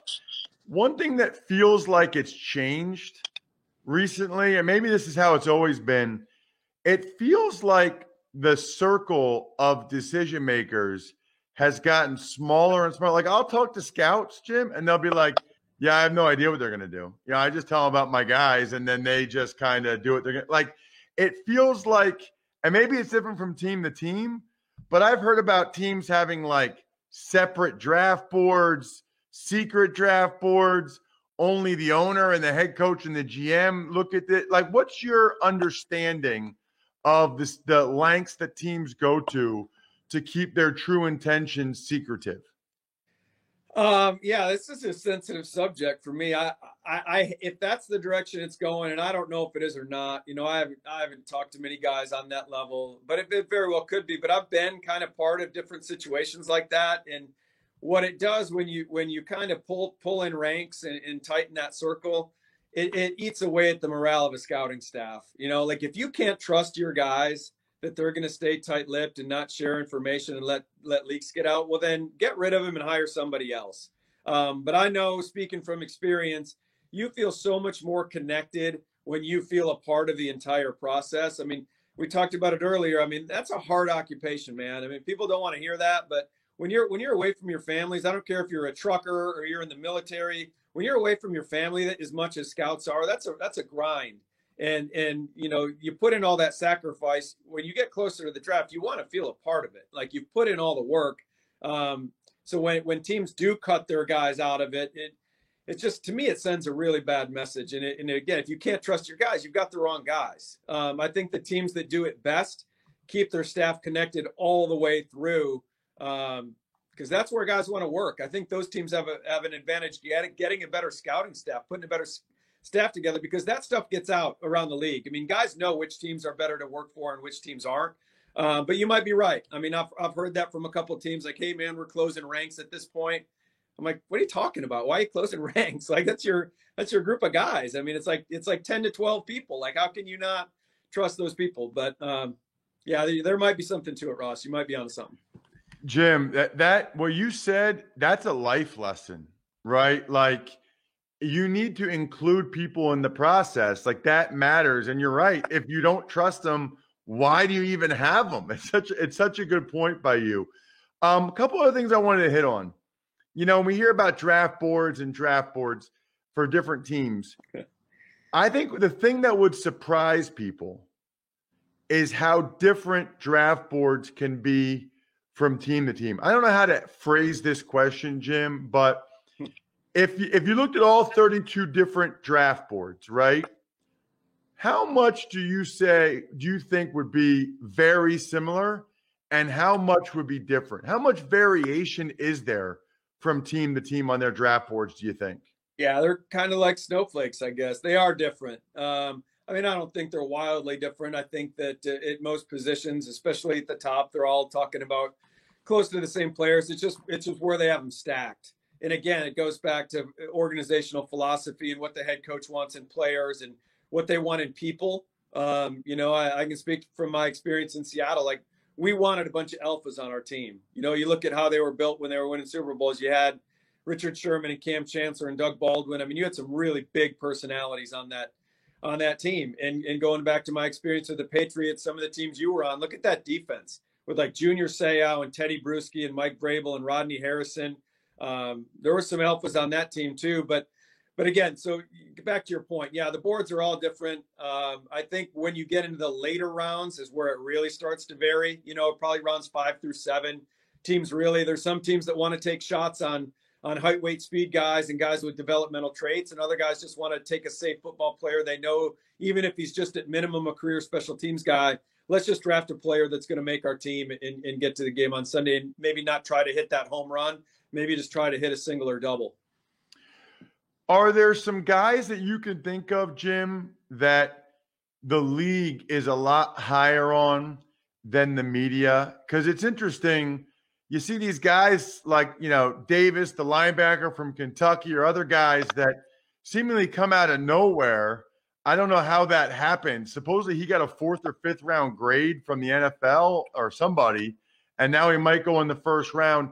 Are there guys that you know about that teams are generally higher than maybe the draft gurus, the analysts, the guys that do the mock drafts realize? Yeah, for sure. And that really more so like a couple months ago, it was really out of whack, like around Senior Bowl time, January, February, and then stuff does start to leak out. It does start to trickle out to the media, who the league's really on. So it's tightened up a little bit. That's when in the media, when you see it looks like guys are falling, it's really the media catching up to where the league has players. So they're not, that's the interesting dynamic here in like March and April, is you hear a lot about guys climbing and dropping. They're really not in the NFL. That's where they've always been. They're really dropping and climbing on the media side. So particular players for this year's draft, I'm kind of peeking over the camera now at our board right now of where guys have players. There is a handful. There is I would say Landon Dickerson is a guy. I'm looking at the center position. Creed Humphrey. I haven't seen Creed Humphrey from Oklahoma in any mock first-round drafts. This guy's going to be a 10-year pro and Pro Bowl player. And, and if you have a chance to get one of those, why wouldn't he go in the first round? Just looking across this board, Trey Sermon at Ohio State, the running back. The league's high on him. You don't see him in barely anything in the media. So there's a number of them. Divine Diablo, safety from Vatech. I don't think he's getting out of the first 40, 50 picks. You don't see him talked about a lot. So there's a number of guys, but again, it's probably tightened up in that area since January, February. It's interesting because I saw you tweet this morning about Damar Hamlin and from Pitt and his cover skills. He was a really good corner in high school. That's what he played. And I don't know if he played corner his first couple of years at Pitt or not. I don't know what they did there, but I think people thought he'd be a corner. And I'm sure you already knew that, but that's like, I do all the Pennsylvania State high school championship games, and he was a good high school corner, which obviously benefits him. How much, I guess that's the last question, Jim, how much research do these guys do into like the high school backgrounds, right? So I'm here in Harrisburg, Jim. Micah Parsons never played a snap of linebacker in his life until he went to Penn State. He was maybe the best high school edge rusher I've ever seen. It was crazy, but he's only been off the ball, Jim, seeing things like that for 2 years. Like, I just think he can be so much better when he actually can process things that quickly. I wonder, I'm curious, how much work do they do on the high school side of things to really see how much these guys have left? A lot. And what you just did, Ross, that's exactly how you would make your case in a draft room for a player. When you can go back to high school and talk about what he did. Divine Diablo, another guy. He played like he was like a big wideout or H-back type player for Vatech his freshman year. He was only played defense for 3 years. So it really helps you build a case. Again, when you're talking about guys that like maybe like projection guys, when you're talking about running backs, do they play some fullback in high school that we haven't seen yet? Or if you've got a linebacker that maybe you want to, kind of a down the line linebacker who's going to be nothing more than a backup as a linebacker, but you need a fullback. Say your team likes a fullback. Well, dig back into his high school background, and maybe he was a great high school fullback. And just being back there and even doing it at the high school level, there's some familiarity. He's done it. He knows angles. He knows where to insert and how to strike from that side of the ball. So they do. They dig in big time. And that was always the first question that Pete Carroll asked any player when he came into the combine interviews in Indy was, talk to me about your high school experience. You know, what other sports did you play? What positions did you play? Really to dig into that background of the athlete. And I think, and more to that point, Ross, I think teams are really digging into high school track stuff. And so and we do that at the Senior Bowl. We use the high school track stuff a bunch because Phil Savage, my predecessor, gave me a great, heads up before I took the job. He's like, Jim, your draft is in late November, not April. Like, you got to figure those players out. And so we've really dug into the high school speed stuff because we don't have the benefit of the combine when we invite these players to the Senior Bowl. So they do. Back to your question, they really dig into high school stuff pretty heavily. So the key now is to follow Jim on Twitter at @JimNaggy_SB. Follow the Senior Bowl at Senior Bowl. That way you can see the great tweets from Jim. He usually has video clips with it, and you can see what he's up to. Jim, fantastic stuff. Really appreciate the time. Keep up the great work. Yeah, thanks, Ross. This was fun. Thanks for having me on. Love Jim Nagy. Love that guy. Was awesome in Washington. He was awesome in New England. He's still awesome now. You know what else is awesome? MyFrontPageStory.com. Mother's Day will be here before you know it. Most of you are loyal listeners. Most of you have heard me talk about it before. Most of you have not ordered a story from MyFrontPageStory.com for your mom. Trust me, she'll love it. Being able to give her that framed picture that looks like it's on the cover of the newspaper and saying, hey, Mom, I want to do something special for you, so I wrote a story about you. That's unbelievable. Had a story written about you? Incredible. And then when she actually reads it, she will cry happy tears. Trust me, fellas and ladies, MyFrontPageStory.com. Tux Takes. Good morning, Ross. Let's start with a couple of notable retirements. You alluded to them earlier in the show. First, Alex Smith, 16 years in the NFL. The other, tight end Jordan Reed, after 9 seasons in San Francisco. So, and that's after a nice season with the Niners, not 9 seasons, Bri. You're right. Sorry. For those of you that aren't watching on YouTube, Bri just put his glasses on, his reading glasses on. When did they start to go on you, Bri? About 2 years ago, but it's I need them on pretty much all the time. How old are you? 48. So when you were like 46? Yeah, 45, 46 is when the I really started using them all the time. And you only notice it when you're reading, right? Correct. Or staring at a screen. Like if I'm reading a book or a newspaper, it's not as bad. But if I'm staring at a screen for some reason, it gets worse. Okay. That hasn't happened to me yet. Got to look forward to, Ross. I know. Gosh, getting old stinks. Anyway, Alex Smith, 16 years. What he did last year, I will never forget the rest of my life. Unbelievably impressive. I'm excited to see what he does next. I just don't think he was that interested in just being a backup. I just think he'd rather do something else with his life. So kudos to him. Sounds like he had some opportunities to sign places. Jordan Reed evidently got some type of scan of his brain and was advised to retire.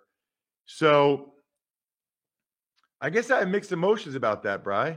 On the one hand, I am really happy that Jordan Reed, who's got a lot of concussions, got a scan of his brain and got that information and made what sounds like the smart decision to retire. On the other hand, it makes me sad that there was something on the scan that compelled him to retire. Tux Takes.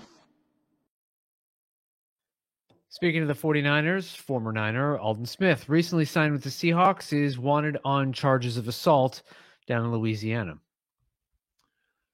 it's weird because I guess he hasn't turned himself in yet. We probably would know about it if he did. Maybe they're making those arrangements. It also seems like he didn't tell the Seahawks about this before he got signed. Yikes. He's been a troubled young man throughout his time in the NFL. And, there are people like that I think we all are rooting for and hope figured out. I don't know. I'd be interested to hear the percentage of how many of those guys ever actually do. Tux Takes.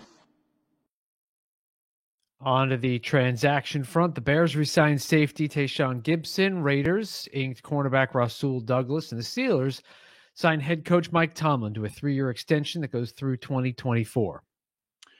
Gibson started every game for the Bears last year. It's interesting. Some of these guys that sign now, there just wasn't a lot of interest in their services. He probably got about the minimum, Tayshaun Gibson, even though he started every game for the Bears. Rasul Douglas, I thought had a decent season for Carolina. Evidently, they didn't think he did. They didn't have much of an interest in bringing him back. Mike Mayock, very familiar with him from the Eagles preseason when Mike Mayock called the games before I did. So he obviously knows the good and bad of Rasul Douglas. Mike Tomlin deserves it. He's an outstanding coach. Obviously, everybody's already tweeted about the fact that, the Steelers have only ever had 3 head coaches, which is just unbelievable, like in the last 60 years. But Tomlin's an excellent head coach. And the only other thing I'd mention is Daquan Jones signed a 1-year, $4 million deal. Oh, geez. And now I'm blanking with who he signed it with, Bri. Unbelievable. Now I got to look it up. That's embarrassing. I just saw Daquan Jones sign. Who was it? He signed with Carolina. They needed a run stuffing D tackle. He actually got $4 million, I think, fully guaranteed to be their run stuffing D tackle. So he waited. Good for him to get to get $4 million fully guaranteed as a run stuffing D tackle. Other than that, Bri, some shout outs are in order. Pizza Boy Brewing, Sporticulture, Vision Comics with an X, HumanHeadNYC.com. They are all, I think we're done here, patrons, patreon.com/RT Media. Yesterday on the Even Money podcast, we went over the DraftKings $50,000 free-to-play pool. So even if you're in any of those states where you can't legally bet on DraftKings Sportsbook, you can do the free-to-play pool. You just answer 10 questions. Listen to the Even Money podcast yesterday. You'll enjoy that. Today, we are going over the rookie running backs, the draft prospect running backs on the Fantasy Feast podcast with Graham Barfield. He's got that awesome yards created metric that I think you'll really enjoy. We'll have Greg Cosell talking draft DBs tomorrow on the Ross Tucker Football Podcast. And Andrew Brandt today is going to go over the Super League. And I have to listen to that or watch it on YouTube because I don't really know what's going on with the Super League. So make sure you listen or watch the Business of Sports podcast. Other than that, I think we're done here. Thanks for listening to the Ross Tucker Football Podcast. Make sure to also subscribe to the Fantasy Feast, Even Money, Business of Sports, and College Draft. All available at Apple Podcasts, RossTucker.com, or wherever podcasts can be found. A lot of times on the show, I mentioned DraftKings. Here's what you need to know. You got to be 21 or older, New Jersey, Indiana, or Pennsylvania only. New customers only. Restrictions apply. See DraftKings.com/sportsbook for details.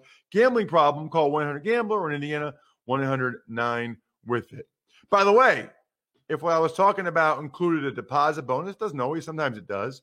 Deposit bonus requires 25 times playthrough, and deposit bonuses are paid out in site credit.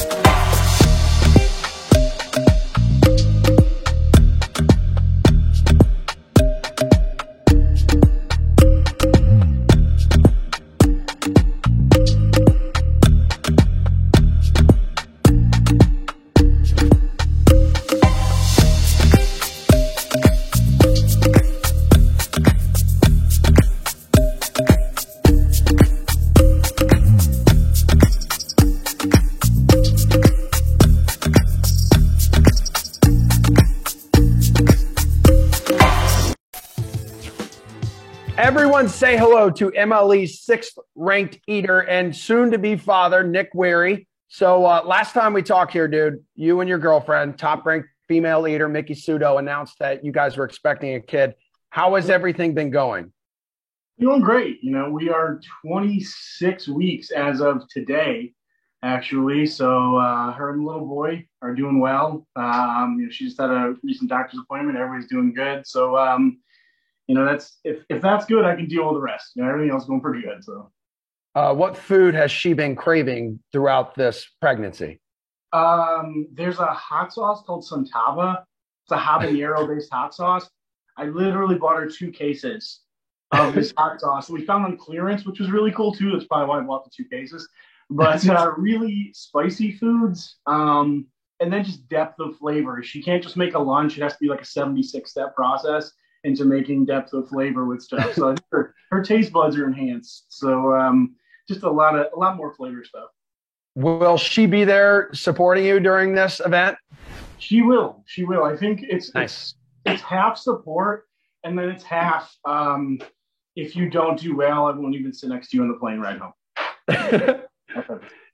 Yeah, but you got like that dad strength now. So like I'm confident in you here because you're going to be competing in like one of the undercards at the DraftKings Red Carpet Film Feast, right? So this is like the hard-boiled egg contest, 3-person event in which all contestants will be served 50 hard-boiled eggs in a standardized bowl. So the first to finish, or whomever consumes the most in 6 minutes, will be declared the winner. So what is going to be your strategy here for this one?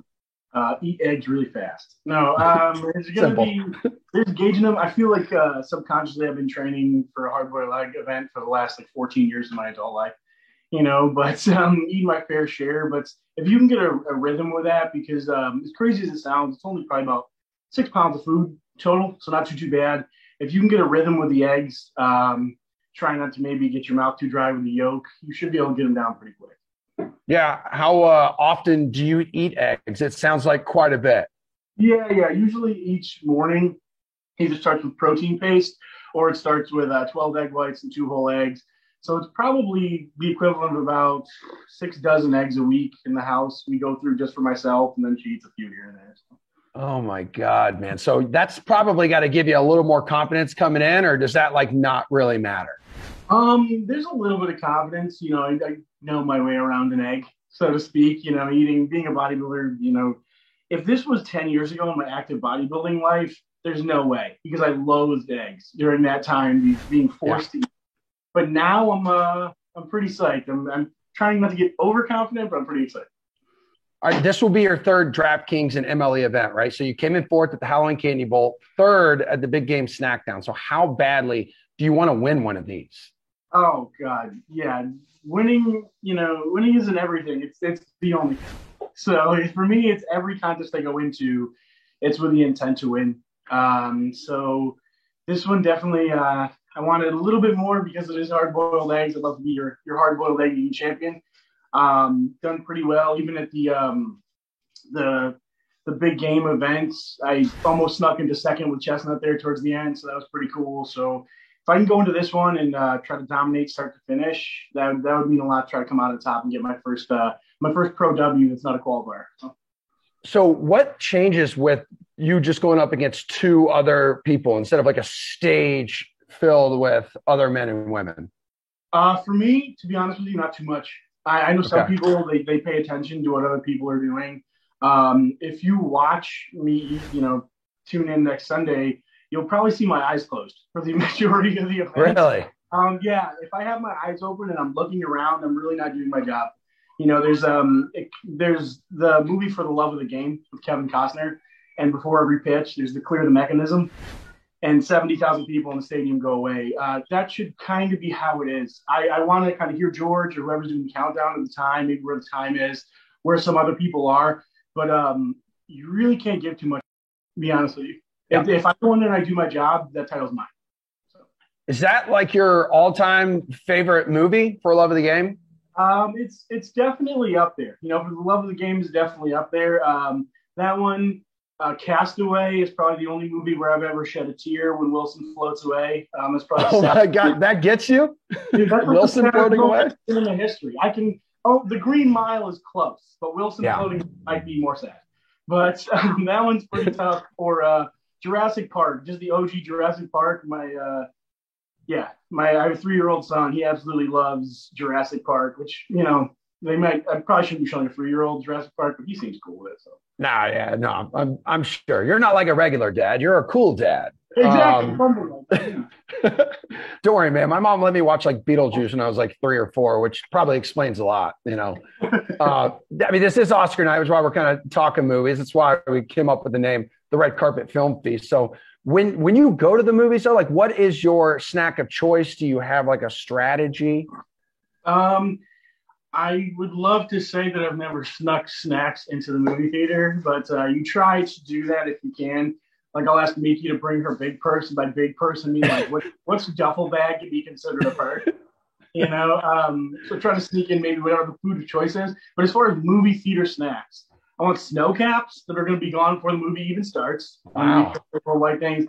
And then I want popcorn. I'm going to tell the kid behind the counter, look, Seth, or whatever your name is, you layer that butter, kid. Don't be giving me that little strip of butter down the middle. I need layered butter. So like legit buttered popcorn and snow caps, and then I'll probably go through about 6 giant Diet Cokes and miss a bunch of plot points because I'm not peeing. So. All right, so this isn't like you walking in with a fanny pack filled with like hard-boiled eggs. I mean, you never know. If I have to practice, something might be a good time to practice. No one's going to be staring at me in the movie theater. Amazing, man. Nick Wehry, happy eating, man, and we're going to talk to you soon. Good luck. Awesome, man. Thank you so much for having me on, guys. Appreciate it.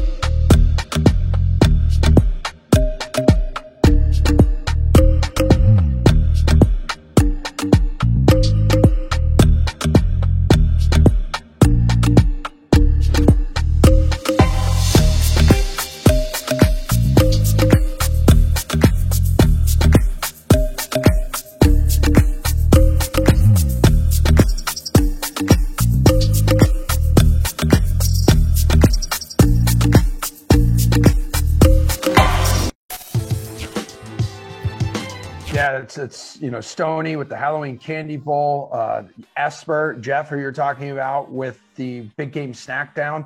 It sounds like you want to beat them like badly and get that title. Yeah, this is the third one. It's strike 3, and I'm going to start. People are going to start saying I'm not number 1 anymore. This is, and also we're going into 4th of July season. Hot dogs are coming up. Oh my God, 2.5 months away, I think. And that's all it is. So I'm going to be, this is, I want to get ready for hot dogs by getting a win right now. How nervous are you that people could start doubting you if you don't deliver here? Oh my God, am I nervous? Yeah, I'm. You know, if people start doubting me, that's one thing. I just can't doubt myself. I need to. Every contest, both contests I lost. I believe if I'd made changes, I could have won. If I go 3, 4, or 5 contests without winning, then it's harder for me to believe that. And I still believe I can get the win, and so my head's in a good place, and I'm gonna do what it takes.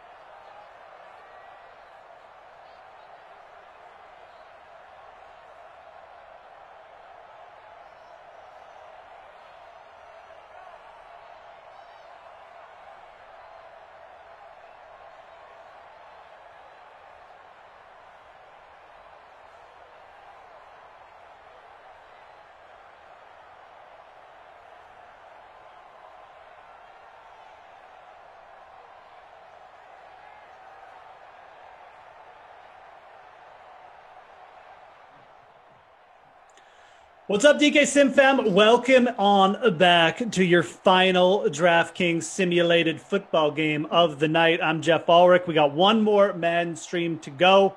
And to kick off our last slate of the night, we've got the Buffalo Bills. We've got the Philadelphia Eagles. Should be a good game. A couple of, one rushing QB that everybody likes to play. Lots of chalk there. Happy to see everybody back. And joining me tonight on Madden After Dark, Brandon Christelle. How you doing, man? I'm doing good, buddy. I made a contest. I hope you got a lineup in. I didn't do it as early as I should have. You said you did not? Oh, well. I got it in the main free roll, so I do have a All lineup, right. but I completely forgot to go in the league this time. 92 people did get in. I made it at the dinner table probably about 90 minutes ago, give or take. So to get 92 people in there, it's pretty good. I feel like my lineup isn't very good, and sometimes that bodes well for me. All right. Give us your captain quickly. I captained Miles Sanders. And then I got both quarterbacks in there. John Brown, Lee Smith, and then I went with the kicker, Elliott. I wanted to try to have Diggs in there too, but there was no way to make that work and not have a Dawson Knox or such a big punt play that it would be almost impossible to get any production. Yeah, that's pretty much what I did. I did go with the Dawson Knox, Josh Allen combo, praying for a tight end 2 or 3 touchdown, whatever. That's kind of the way I went. That's what you have to do if you put Miles Sanders in the captain and play Josh Allen and play Carson Wentz. So, then who was your other big play? Did you play Diggs? Did you get him in? No, I didn't play Diggs. I played Allen, Wentz, Sanders. Oh, Sanders instead of Diggs. I got Goodwin in there too. So. Oh, Goodwin. Okay. All right. Well, maybe you'll have the winning lineup. I finished not very good last night with Glass. 2 nights ago, I think I finished 18th. I mean, I don't hate my lineup if I'm being dead honest. It's probably better than the one I made in the first stream, but still. Anyways. What place did you finish? I love that we got the throwback jerseys on a Throwback Thursday. Oh yeah, that's right. Oh, these aren't necessarily my favorite Bills throwbacks. I'm not going to give Daniel too much of a hard time, but their current uniforms kind of look a lot like their throwbacks. I do love these Eagles uniforms though. They take you back to Randall Cunningham throwing it to Mike Quick on the outside, or Reggie White rushing the passer. These Eagles uniforms are absolutely legit. You know, they look so fresh, just so simple. The great, shade of green, whatever you want to call it, forest green. I don't know. The big forest eagle green or Kelly green? I don't know. Right, Kelly green. Yeah, I don't know. It's like a blend or something. But they get the big eagles on the side. Oh, yeah, these ones are right up there. I'm not really about these Bills uniforms either. Like they got the weird, navy on the patch on the top. Yeah, and then it's like a weird stripe down the side. Like choose a lane. It looks very art fresco-ish or something. So no. I'm not about it. I don't really like them either, but hey, they had to get in the rotation. At least we got the great Eagles uniforms. I know those things are great, man. I know last time we had the old Oilers uniforms with the old Broncos uniforms. Those were great. Pretty good, yeah. Although everyone likes to bag on the new Broncos uniforms around here. They're kind of over it. Yeah. But, they lost a bunch of Super Bowls in those old uniforms. Some people are trying to go out with, and you'll see, mock-ups on Twitter or whatever, Instagram, trying to kind of use some of the new stuff and some of the old stuff to make like a blend that honors the old D logo, because that's what they wear when they do Color Rush. It's the darker blue helmet with the D logo with the horse in it. Yeah. A lot of people would rather see that than the running horse or whatever it's called. I know what you mean, though, because they did kind of, they went away from it because they just, they never really had success in them. And then, right when they went away from them, that's when they won their Super Bowls, right? Yeah. Yeah. Almost immediately, I think, 2 years into it. That first year that they wore them, I want to say, is when they lost to Jacksonville and when they won the next 2 Super Bowls. So I kind of understood the move, but when you look back now and when they wear them now, well, it's the kind of same thing with uniforms. Yeah, it's kind of same thing the way people like the nostalgia of the Bucks. It's like these uniforms in some ways are better. I get that the history wasn't great. Yeah. Obviously. And so it'd be cool to see Tom Brady in that creamsicle orange once. But I don't think you'd want to see that every Sunday. Probably not. You're right. I mean, like I always say to Rossi when I know we said this last time, I just like to see at least once a year where the good throwbacks, and maybe set aside 3 or 4 games where you have different uniforms. But yeah, I think the NFL could do a bit better job working them in. But you're right, they still need to have their modern look. I think that makes sense. Eagles here. I guess that call went against the Bills. I thought it was going to be holding, but 2nd and 9 here. I love these Eagles uniforms, though, man. These are just classic. Yeah, when you grow up in Dallas, certainly I don't like the Eagles, but I do like these uniforms. Yeah, they're simple, right? Like they're just a great color scheme. Helmet goes great with them. The bird, obviously the Eagles wings on the helmet, like you said. It's just awesome. So you grew up in Dallas, eh? Yeah, the Cowboys won 3 Super Bowls the 4 years I was in high school. Oh, nice. That's like me when I grew up, because I grew up in Edmonton. Like when the Oilers had like Gretzky and stuff like that. Well, I wasn't very old, but yeah, kind of same thing. Championship teams. Yeah, will they win 4 cups? 5, yeah. 5 cups. Okay. 1 without Gretzky. Oh, right. Right, so 4 with Gretzky. Yeah. Is that all he won? Yeah, because he never got it done. He didn't win in L.A., he didn't win in New York, didn't he play in St. Louis for a year? Yeah, he did. It was bad scene. But no, he never got it done outside Edmonton. Yeah, that's kind of like the one drawback in his career. He really would have cemented his career if he had grabbed a Stanley Cup with L.A. He did get them to they got to the finals, right? Yeah. Did they lose to the Penguins? Am I making that up? Somebody that knows hockey better than me. I think they lost to the Canadiens. Okay. Barry Melrose was the coach, right? Luke Robitaille was on the squad. That's right. Yeah, Barry Melrose and his mullet. Yeah. I saw this the other day because somebody on Twitter put, "What's a crazy sports stat that always blows your mind?" And somebody wrote that Wayne Gretzky could have scored 0 goals and would still be the NHL's all-time leading scorer. Yeah, that is a good one. So many assists. It's unbelievable. 4th and 2 at the 40. We'll see if they go for it here. Where do you think Gretzky's living these days? Because he was in Phoenix most recently, but did he stay there after he quit working for the Coyotes? Worst places to live. I want to say his son. Wasn't he going to high school in LA for a bit, or maybe that? Yeah, maybe. No, that might be. I feel like his son's like a good high school football player, maybe. Yeah, he was like pretty. And good he was like at Harvard Westlake or something. Yeah, he was some fancy prep school for like football. Yeah, I wouldn't know, but that was a weak punt by the Eagles. Yeah, not very good. Punted there from the 40, 4th and 2. Usually see him go for it, but yeah, I don't know where he's living. I mean, I assume he's got multiple residences, but yeah, I always assumed he was in California. Peyton Manning lives here, and he has multiple residences, but he still lives here. Yeah, I mean, I'm using that as an example because he's somebody that, while he won here, he certainly could live in New Orleans or Tennessee or Indy, but he sold his Indy house. He has like an apartment in downtown Indy. Let's see, Wayne Gretzky's son. I know his daughter, C. Hurl, I guess. And, Dustin Johnson. Yeah, no kidding. This is a story. Trevor Gretzky, the middle child, is chasing. Oh, he's a baseball player. He's in the Cubs organization. There you go. Trevor Gretzky, middle child of Canada's best and most celebrated athlete, chasing the legacy of his own. This is on the Sportsnet. Right. CA story. I think he had. Did he maybe have another kid who was played football in high school? Maybe. And this kid may have played football in high school too. Yeah, maybe it's the same one. I can't remember. But actually, it's funny you bring up Paulina Gretzky. I saw Paulina Gretzky sing the national anthem at an outdoor game in Edmonton when she was like 9 or something. How was it? It was good. I mean, she could sing, like for a 9 or 10-year-old, however she was. She might have been a little bit older than that. I can't remember, but no, man, she's obviously talented. I don't think she ever did any singing like in her career or anything, but it was. It's always funny, because she's obviously like the big Instagram star now and married to Dustin Johnson. But I don't know if they're actually married yet. No, they're not. That's true. Yeah, I know. Seem like it. They're not. No, you're right. It's common law. They're partners. They're common law, whatever. All right. Buffalo. Gretzky's 6'4", 190. So he needs to put on 25 pounds to be able to hit the ball harder. Yeah. Generally. That's what you want. Oh, Josh Allen. That was a terrible run. Josh Allen, the big dude.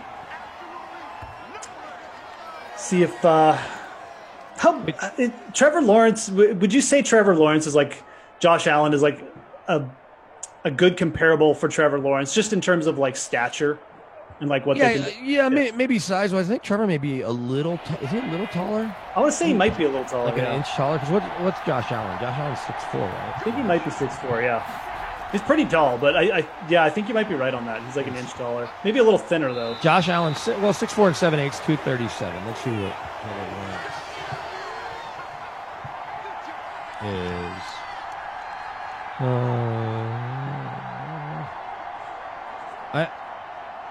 I think that Trevor Lawrence, while he's not maybe as accurate as Mac Jones was, he's more accurate certainly than Josh Allen was in college. Yeah. Oh, yeah, in college? Oh, absolutely, dude. Yeah, like Josh Allen. Okay, 6'5" and 5'8", so he's almost 6'6", but he's only 213. Josh Allen measured at 237. Josh Allen, the comparison with him size-wise is almost Cam Newton. Yeah, no, it's true. Yeah, he's a big dude. I don't know who Trevor Lawrence reminds me of, because he moves better than people realize, but he doesn't move great. So who would fall into that category that's that tall? That moves. Paxton Lynch. Yeah, no, Paxton's 6'7". But yeah, what Trevor Lawrence? Did he ever run a 40? He may not have run a 40. He's pretty athletic. Like Said he ran a 4.78 coming out of high school. So yeah, let's knock that down to low 4.7s, right? You're not getting a tenth of a second fat. Maybe. I don't know. Yeah, no. It's interesting the pushback though. People are like, I don't know if he's going to be good. It's like, don't overthink it. He's not accidentally getting compared to Andrew Luck. I get they didn't play well against Ohio State, but Andrew Luck is probably a pretty good comparison for him too, for being honest. Like a big dude, live up, can run a little, but isn't super fast. You know, like Andrew Luck's a pretty big guy too. So yeah, Andrew Luck ran faster. Fuller, skinnier Andrew Luck. Yeah, maybe that's probably here. So let me look at Andrew Luck's measurables and his. Down goes Wentz. BK looks up Andrew Luck's weight. Luck probably weighed more. He ran a 4.67. Cam Newton ran a 4.59, and Luck is listed at 6'4". See what his weight was. 6'4", 240. Okay. So yeah, big dude. Trevor's skinny. He is. That's the one worry I have about him. Wentz is going deep here. Deep, double coverage, but he came down with it. Oh! The 5 touchdown, and let's get the number. Is that Deshaun? Oh, my God. I'm not lying when I say I thought about captaining him, but he just doesn't ever do anything when I do Eagle Sims. I don't do too many of them, but he's never done. Certainly didn't do that in any of the ones I've called. No, 5'10" Deshaun Jackson going up and getting it over 2 cornerbacks. Don't see that very often. Looking like Tyreek Hill. Tyreek Hill will do that, but not Deshaun. True. Deshaun will get behind you and keep running, and maybe drop the ball at the 1. Oh, man. Look at this play. Yeah. Oh, okay. That's one way to get this game going here. Anyways, if you roster Deshaun Jackson, you like that. But yeah, back to Lawrence. That's kind of my one fear about him. Like, he's tall, he's a little bit skinny, and he likes to run. Yeah. Like if you look at Trevor Lawrence in college, like he'll run the ball. Like he'll take on linebackers. He's that fiery, competitive guy. So. Trying to see who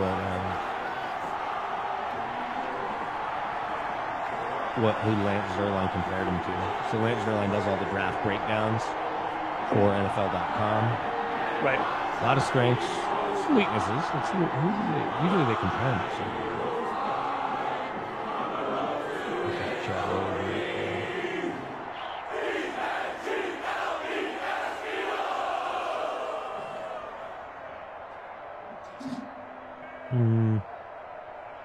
Yeah, I just want one comparison. Not getting it. Strength, plays rare volume of high leverage games. Okay. 86-4 record going back to high school.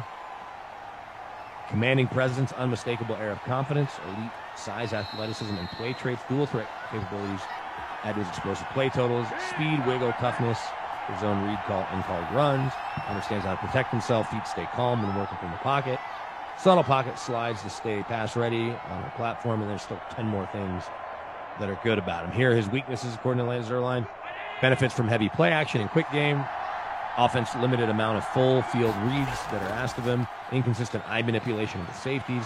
Play can become frenetic when pressure arises. Struggled deciphering blitz and coverage packages against V Tech. Has ball dip in his passing delivery. I haven't really noticed that. But can improve throwing receivers open. Sailed a few more throws than expected. Makes ill-advised throw instead of taking a sack on occasion. Average deep ball placement. Will need to incorporate a slide into his game as a runner. And if he didn't play baseball, I'm always worried about that. Yeah. So here's their grading scale. 8 is the perfect prospect. 7.3 to 7.5 is perennial All-Pro. Pro Bowl talent, 6.7 to 6.8. They graded him 7.4. Okay, so there you go. Right up there. It's funny they put that slide thing in, though. That's exactly what I thought of when I. Well, and think about how many quarterbacks you watch. Like with Russell Wilson and Kyler Murray being the gold standard, you watch other QBs. Like I remember Joe Flacco. I'd always think, has he ever even seen a baseball game? Yeah. Like, has he ever seen anyone slide? So we can go through some of their highest rated prospects here in a minute after we look at the stats. Yeah, for sure. I'm sure a guy named Andrew Luck might be in there. Well, this is just this year, but then I'll go look up Andrew Luck's rating and see if anybody else. Oh, yeah, they did. Oh, you're just looking at this year's. Yeah. Well, I just clicked on view all prospects and it gave me the rundown of this year's. And since we're a week from the draft, might as well look at it. Also, it won't take you very long to do the stats. No, Carson there's not Wentz, much to do. I think it's 4 for 5. Sanders, 17 yards. The one touchdown. It's all Deshaun Jackson. That's all pretty much we need to know here. Oh, he's already at the bonus. Yeah. 2 catches, 100 yards. I guess that was like an 83-yard touchdown. So yeah, that'll do it. Yeah. Deshaun at the bonus, 2 catches and a touchdown. Deshaun leading candidate for the Krusty Krystal player of the game. Definitely, man. Krusty Krystal. That sounds like a pretty good. I know I'm not as crusty as Koff by any means, but it's good. The stats are all set through the first quarter. So Trevor Lawrence is the highest rated prospect at 7.4. The next prospect is 7.19, and again that scale 7 to 7.1 is Pro Bowl talent. 7.3 to 7.5 is perennial All-Pro. Right. And it doesn't even say 7.5 to 8. This is 8 is the perfect prospect. So Lawrence is the top prospect, 7.4. Kyle Pitts is 7.19. I was going to ask you who. I cheated. Sorry. So Kyle Pitts is second. Not a big surprise. Guess who's third? This might surprise some people, especially because he's been a little hullabaloo about him the last couple of days. Oh, okay. Feels like a word that you use in Canada. Yeah, no, I've heard it before. It's definitely used up here. I'll say Sewell, the old lineman. Devontae Smith. Oh, interesting. 7.13. Interesting. And then 166 pound. Jamar Chase, yeah, because that's why he's in the news. Yeah. Jamar Chase, 7.12. Surtain, 7. So all those guys are your Pro Bowl or close to it. Then your next, without reading the scores, all these guys are over 6.5. Micah Parsons, Jalen Waddle, Jeremiah Owusu-Koramoah, Penei Sewell, Travis Etienne, Rashawn Slater, Christian Barmore, the defensive lineman from Bama, and then Zach Wilson at 6'5", Trey Lance 6'4", J.C. Horn 6'4", Najee Harris 6'4", Justin Fields 6'5". And so again, that scale, so 6.5 or higher, boom or bust prospect to year one quality starter when you get 6'7", 6'8". Okay. Let me see if I can do. I don't do all. How far back? Oh, these only go to 2014. More Deshaun Jackson. 2014. We'll see who came the closest to Trevor Lawrence. Just guessing. Oh, I got one person ahead of Trevor Lawrence already. So you got to think the last 8 drafts. So one person ahead of him. Let's see who else. One person tied with him. Another 2 ahead of him, and another tied with him too. It's crazy to see the way these guys are graded. This one, yeah, I'm trying to think off the top of my head, guys, who might be up there. I'm sure there's just people I'm completely forgetting, but well, a couple of these guys have made all pros. Oh, for sure. That I'm in Pro Bowls for sure too. Is Chase Young one of them? I haven't gotten there yet. I'm on 2019. No, okay. 2019 was higher. Let's see where Chase Young was rated. Chase Young was the number 1 prospect. He was just under. So Chase Young, 7.37. There were none in 2019. 2018, 1 prospect, 7.45. 2 prospects, 7.4. Same as Trevor Lawrence. And that was a year with 5 quarterbacks taken in the first round. I'll give you a hint. None of the 5 quarterbacks were rated as high as Trevor Lawrence. So you have 3 position players that are not quarterbacks in that 2018 draft. Oh, 2018. Oh, yeah. Okay, right. Oh, right. Yeah. So Darnold was the highest quarterback at 7.1.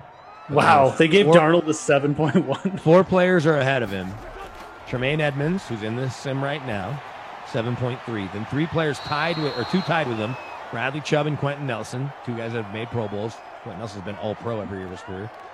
I guess all 3 years. Saquon Barkley, 7.45. I don't have a problem with that rating based on what we saw at Penn State. Yep. 2017, 1 player ahead of him, who I'm pretty sure was all-pro this year, if not was last year. Myles Garrett, 7.5. No one's been over 7.5 as I was glancing, so no one is a perfect prospect. But 2 7.5s and a 7.4 in 16. Laramie Tunsil, Miles Jack, both 7.5. DeForest Buckner, 7.4. And then I got 2 more for you. 2015, Leonard Williams, also a 7.4. Feels like a stretch now based on seeing his whole career. Yeah. And 2014, Jadeveon Clowney, 7.4. Right. Yeah, Clowney. So a lot of defensive players up there. Yeah, some interesting grades for sure. The Darnold one definitely is interesting. Yeah. It's fun to go back and read these guys, and when you look at what they're good at or what they're bad at. Here, let me go. Here, I'll pull up Josh Allen's real quick to see what the criticism was. I mean, Josh Allen was the 2nd or 3rd best quarterback in the NFL this year. So yeah, no, for sure. Actually, yeah, that'd be interesting to see what they do. There goes Josh Allen getting sacked in the backfield. Buffalo still without a touchdown. Any points? I'll filter by QBs. 2018, like I said, Sam Darnold's the highest at 7.1. Rosen and Baker, both 6.7. Lamar and Josh Allen, both 6.4. Here is the criticism. You just want criticism or what he does well? I'm sure we'll talk about his record, right?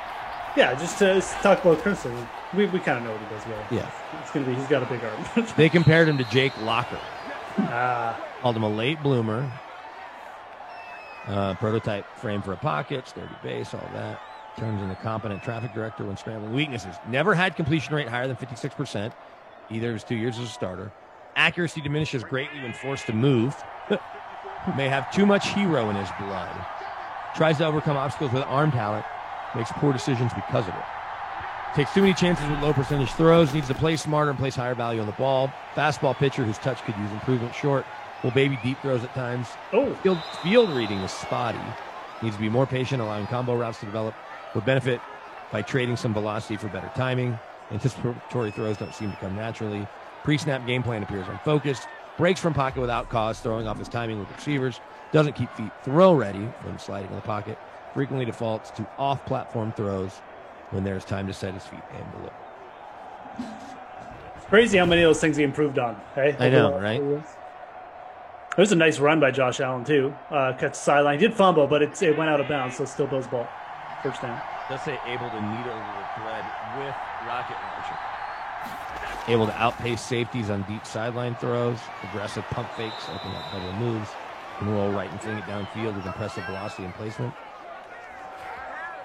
No throw is too challenging. Yeah, experience in poor weather. That's like Josh Allen's biggest flaw. It's just that he can do everything, so he tries to do everything. Yeah, exactly.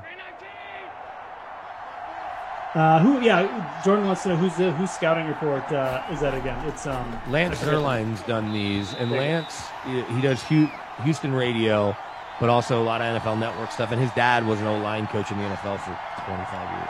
Lance Zierlein, college and pro. And look, just because your dad does something doesn't make you the expert at it, but odds are you're probably having conversations with other people aren't. Yeah. Absolutely, dude. Right, talking with your dad. Well, Ty Gretzky was also, he was a pretty high hockey prospect. He's 30 years old. Okay. He played AAA 1800 with Shattuck St. Mary's. I want to say Gretzky had like two sons, but I honestly can't remember. Yeah, he has 2 boys, Ty and the baseball player, Trevor, and then Pauline. There you go. Wait, who's this one? Who's Tristan? Tristan plays golf at Pepperdine. Oh.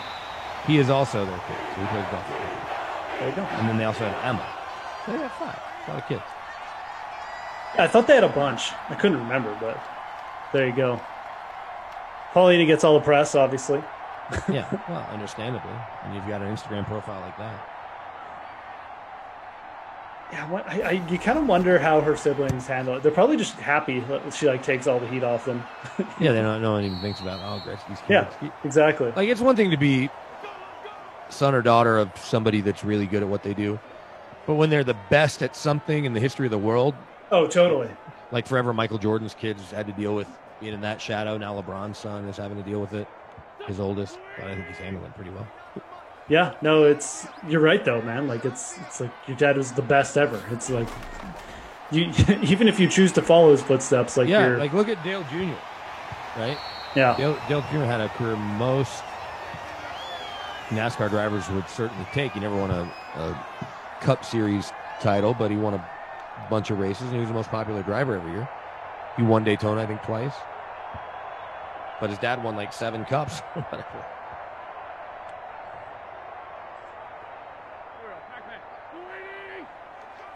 Oh, someone DMing me here. Yeah, I'll get it. I'll get to you, Smash Lana. Give me a sec. I just saw that. There you go. Send me some cards. There's Ertz action over the middle. Zach Ertz still. He doesn't have a team yet, does he? Like a new team? Still. They're going to trade him, but I think it's still on figure, right? They weren't just trading him to trade him.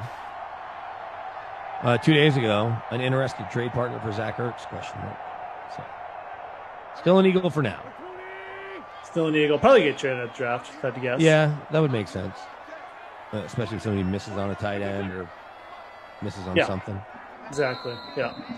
The Bills are the rumored team, which would be a really interesting fit. They already picked up Matt Breida. Hit the 2-minute warning here. Philly. Their own 38. Man, this whole, since that one Deshaun touchdown, feels like they've just been between like the 230s. Going back and forth. Yeah, no kidding. Oh, this little bullet gets over midfield at least, but still in that zone. There's Zach Ertz letting us know it's first down.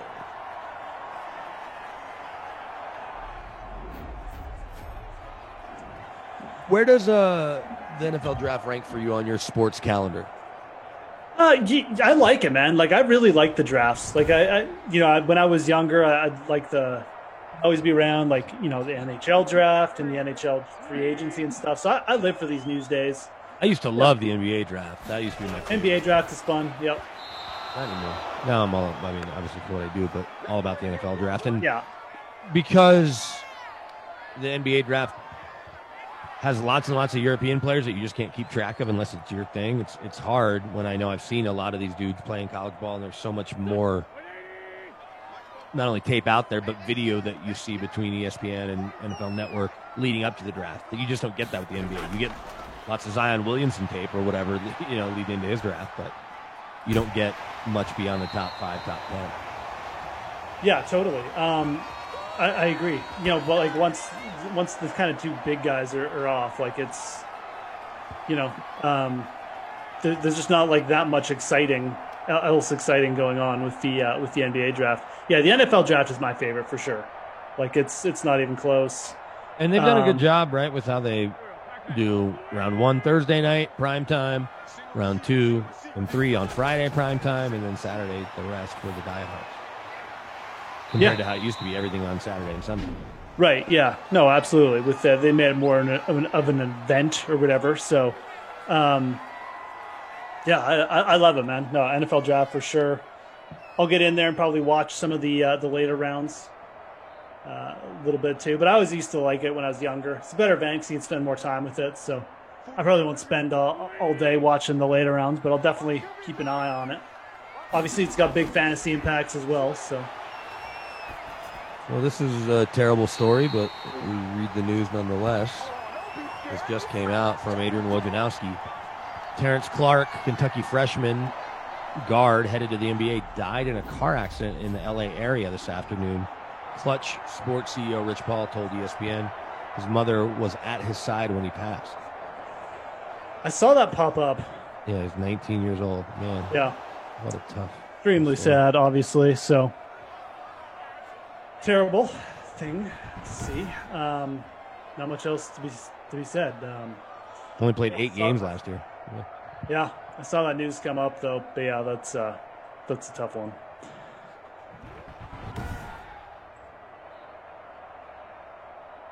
Do you think this year, because the draft will sort of be back to normal, everyone's biggest complaint last year, as much as I think people liked seeing Belichick's dog and all the fun stuff, Cliff Kingsbury's cool house, Sean McVay's cool house, the over touchdown, by the way. Is that Deshaun again? Oh, man, just give him the player of the game now. Yeah, Deshaun Jackson with the second touchdown of the game. Philly just dominating this half, quite frankly. I mean, they're the only ones that moved the ball a little bit. That was easily the best drive of this game, just moving right down the field. So I know the whole second half, but I think,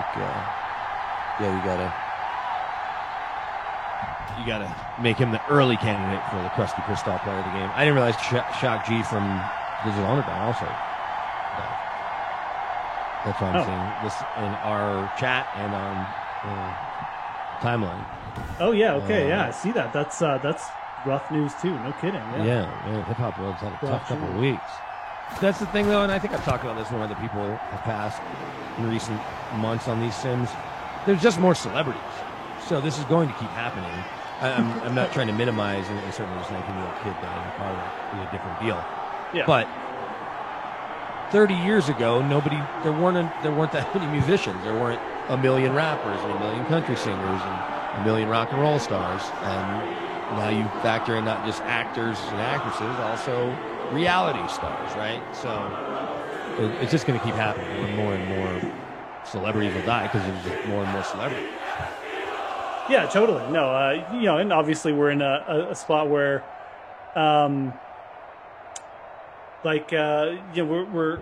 because of social media and stuff, we hear about them, more readily, right? Yeah, readily. Yeah, you don't miss much. I remember I was on here with Kaufman one day, and I broke the news to him that John Travolta's wife had died. Yeah, Kelly Preston, I think it is. And he was shocked. He's like, "Oh, she's like one of my favorite actors growing up." He was legitimately shook about it. So I was like, "Sorry, dude." I mean, obviously it's a bad story. I think she passed away from cancer, but yeah. You need to clarify. You get news like that fed right to us now. So.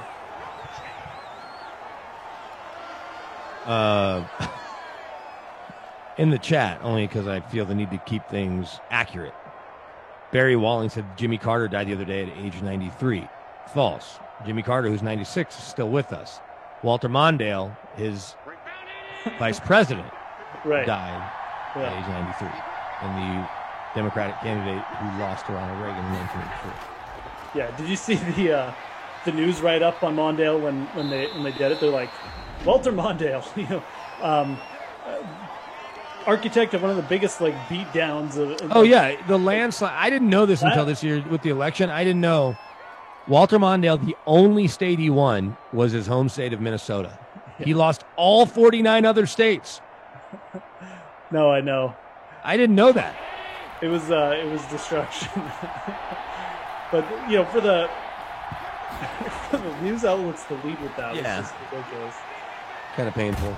It's stupid. But, look, a 93-year-old passing, they had a good run. Okay, I'm not going to. Oh, absolutely, exactly. Yes, right? It's sad for his friends and family. The Colorado Avalanche clinched the playoff spot. He got pretty high up in the, the political sphere. He was almost president of the United States. Yeah. Anyways, that was funny, but yeah, Jimmy Carter's still alive, 96. Still building houses. Absolutely. What else we got in the chat here? Someone mentioned Mortal Kombat. When does that come out, guys? Does it come out this week? I saw one of the Broncos players, Justin Simmons, saw an advanced copy. CEH says it's out tomorrow. Tomorrow. And it's out tomorrow on HBO Max.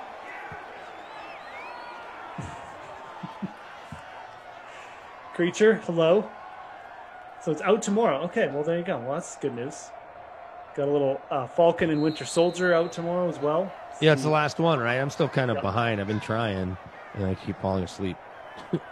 Last episode was kind of boring. Like, I like the first 4, but the last episode, but they're all just trying to set it up for like the big season finale. Yeah, sure. So, yeah, the episode 5 was easily the worst for me. It was, there was some good dialogue, I guess, but anyways, that's kind of where we are. Oh, guys, yeah, just again, I mean, we go through this a few times, but this Sunday, you need to get your popcorn ready. Get your popcorn ready. Because the Major League Eating is back on the DraftKings stream, hosting the Red Carpet Film Fest event, Las Vegas, Nevada, this Sunday. Starts at 6 p.m. Eastern. Actually, there's a lead-in event, too, at 5:30 Eastern, but you can watch that here on the Dream Stream. DraftKings also offering a free entry to the DraftKings Sportspool. They're going to hand out $10K in prizes, answering a series of questions about the Major League Eating Contest on Sunday. So check that out on the DraftKings Sportsbook. $10K free prize pool. Why wouldn't you get in? And like I said, there's the DraftKings Red Carpet Film Feast. That's scheduled to stream on YouTube and Twitch starting at 5:30 Eastern. The preview show. So there's a nice preview show. And it goes in, go over to the DraftKings Sportsbook. You get the free play pool. You get it all. So don't forget about that, guys, this Sunday coming up. I'm definitely going to be checking that out because they're mowing down the popcorn this time, Brendan, and I want to see how that plays out. So I'm just excited to watch the award show, the real award show. The real awards? I watch all Oscar junkie? I watch all the best pictures every year. I've still got 3 left. But this year, just with COVID and everything, this year just... JL wants to know if I'm getting choked by my headphones. I'm not, but I had to switch headphones right before we came on air. They're the exact same as my other headphones. They're just both Apple headphones. But anyway, stats are good through the first half. I know this. My stats aren't great. I kept slipping because I don't have Deshaun in my lineup. Yeah, I don't have Deshaun either. So I haven't even checked just because I'm probably in last. So, if you got Deshaun, obviously. I'm not sure what his ownership percentage is, but I'm going to check it right now. He is, let's see, 32% owned in the free roll, 7% owned in the captain there. So not overly chalky. If you got him in the captain, you're loving life right now. Especially if you're in any of those paid contests on DraftKings, which we got a ton up. Make sure you check those out. Get started for the third quarter here in these amazing Eagles uniforms and these terrible Buffalo Bills uniforms. Daniel in the chat dropped the old Pepsi can logo as a comparable. I saw that. We spent a lot of time the other day talking about Pepsi, but we're not going to do that today. And Mountain Dew and Crystal Pepsi. Crystal Pepsi. I was around for Crystal Pepsi. Yeah. Glash had no idea what I was talking about. But he was born the year it came out. So. He didn't really. So he didn't even know it existed. He didn't know it existed. Now, that's God. not necessarily a fair excuse because the Beatles broke up in 1970 or whatever. I know the Beatles. Yeah, Crystal Pepsi is famous as the Beatles for sure. So. Well, different, but I'm actually surprised Crystal Pepsi faded out. I thought it was. We got us down this rabbit hole. We're not going to do it again, but all the Mountain Dew flavors, which are insane, and maybe there's some special Canadian Mountain Dew flavors that we didn't even get into. Probably. So you guys went through them all? Yeah, it took almost the whole third quarter to read them. Literally half of the third quarter to read them. And then they got the upcoming ones. Don't they have the fans make the flavors or something? Maybe. We were talking about the marketing people. That made more sense. I like Mountain Dew. It's just if you drink too much of it, it just makes a hole in your stomach. Yeah, absolutely. I can't do too much of it. Really ever. As soon as this little girl starts sleeping through the night, I'm going to drink that soda. Josh Allen looking like J.P. Lossman out there. It's true. Definitely not a good game for Joshy. Takes off there a little bit.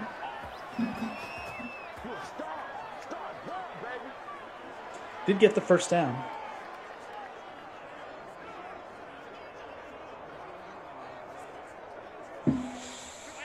Okay, Buffalo, let's go. In midfield.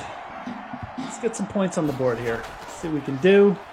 Oh, boy. That's not gonna do it. D-line, the Eagles is ferocious. Going nowhere. Sounded too much like crystal meth, says Go Hogs Go. Could be a reason why Crystal Pepsi never took off. It was popular, though, dude, for like a year. There's a chance that it was around before crystal meth was really a thing, too. Yeah. I guess I don't know when crystal meth I don't know became a how thing. I don't know how old crystal meth is. Yeah. I feel like it's older than Crystal Pepsi, but I could be wrong. Daniel says they allowed the fans to vote on new flavors a few years ago. I think I kind of remember that. I guess just vote. They didn't get to like create them. But It's crazy, the flavors. like, how many were there? Was there like a 50? It had to be close to that. A couple had been discontinued, but right, it was wild. There goes Josh Allen. Oh, don't fumble. Oh, he held on to it that time. All right. Getting up there with rush yards, trying to do it with his legs. Over 50 rush yards, yeah. 52. Trying to do something for you guys. Did you hear me say the Avalanche clinched the playoff spot? I did. They've been on a good run. Them in Vegas. Guy. Yeah. Well, they were going to clinch it before Vegas. Not that clinching first matters. Playing last, holding the cup up matters most. Nonetheless. Oh, wow. Daniel found an article and be ranked. Awesome. The Mountain Dew flavors. But, they had the little COVID pause, missed 3 games. Pretty good. All they did was practice yesterday. They haven't done anything in a week. And then they go into St. Louis for the win. They got to play them 2 more times because of the reshuffled schedule. Yeah, I mean, it's funny with that division this year because like Vegas and Colorado legitimately might be two of the top teams in the league. So they're gonna have to play each other, I guess, in the second round, right? If they earlier, how are they doing the Canadian teams? Because obviously the travel back and forth isn't really going on right now, and then there's been some spikes in Canada, right? So are they just going to send those teams over here and they'll play home games in like neutral sites or something? I have no idea. I think they're probably just hoping it clears up before that. They only have about a month. A month, I know. I haven't heard anything, to be honest. But yeah, it's like if Detroit's not in it, you have Montreal or Toronto or somebody like Toronto will play their games in Buffalo because the Sabres are terrible, figuring that there's some Maple Leafs fans that'll find their way and hockey fans up there, so that'll be their home. I think worst case scenario that would be. And I don't know how good Toronto is either. I mean, that much attention. Yeah, I think that'd be like the worst case scenario. Yeah, it could. Of course, it would be. Well, the worst case, relatively. Worst case would be canceled. Yeah. Yeah, with the Canucks, having like basically the entire team get COVID. If that happened in a play, oh wow, fumble on the ground, Eagles ball. Oh my God, he had the first down too and everything. Bills just cannot do anything. Eagles defense continues to pitch a shutout. A little turnover there for the Eagles. And, they might have just closed the door on any comeback hopes here. But, yeah, if a team if a team starts getting COVID in the playoffs and it runs through their entire team, I mean, good luck, The one thing that I've gathered, and I was talking to somebody with the Avalanche today because I'm starting to, as things are ramping up towards the playoffs, cover Nugs and Avs a little more in addition to covering the Broncos. And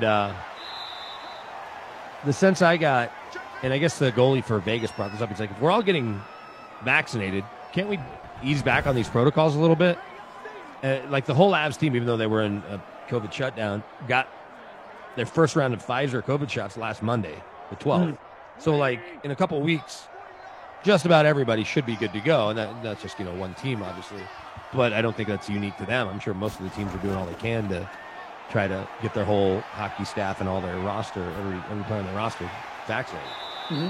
So I just think it seems almost impossible that we'll have more COVID shutdowns from this point on if teams are getting, everybody top to bottom. Completely agree. The NFL is a little trickier because there's a bunch of players that seem to not really want to get it. Yeah. The league sent out a memo saying you have to, if you want to be in tier 1 or 2, so not players, but if you're a PR staff, equipment guy, whatever, obviously coaches, if you want to be around the players, tier 1, tier 2, you better get the shot. So like here in Denver yesterday, they had shots available. They had 200 vaccines available for anyone in the organization, alumni, their spouses that live in their same house. It was a pretty successful event, I guess. And I saw like some of the video the Broncos put out. 3 or 4 different assistant coaches were either being interviewed or were in the video because obviously they want to do their job. Kind of hard to coach remotely when everyone else is in the meeting room. Yeah, no kidding. I mean, want to help out, obviously. So you're right. I mean, I don't think the outbreaks will be as bad from here on in. It's mainly Canada, like I said. I mean, the Canucks right now are a worry spot. So, but the situation in the States getting better. So, Sanders really hasn't done much this game, has he? No. Not a good captain. No one's done much outside of Deshaun Jackson. Not a good captain's play for me. I'm going to have to read this Mountain Dew article after. It's pretty wild. It is wild that they have that many flavors. I don't know how that's profitable for them, but obviously it is. So,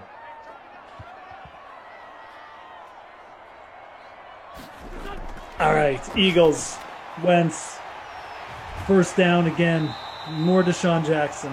Basically the only player doing anything in this game. BK Sim fam. Thanks for joining us, though. Obviously, you guys still playing in a couple contests. People probably waiting for the late classic to end. Hope everyone's having a good Thursday. Smash that like if you could. We're almost at 300. Appreciate it. Go Hogs, go. Talking about NFL teams. CFL was not going to exist. Just moved from Ottawa. I don't know. I don't know what you're referring to.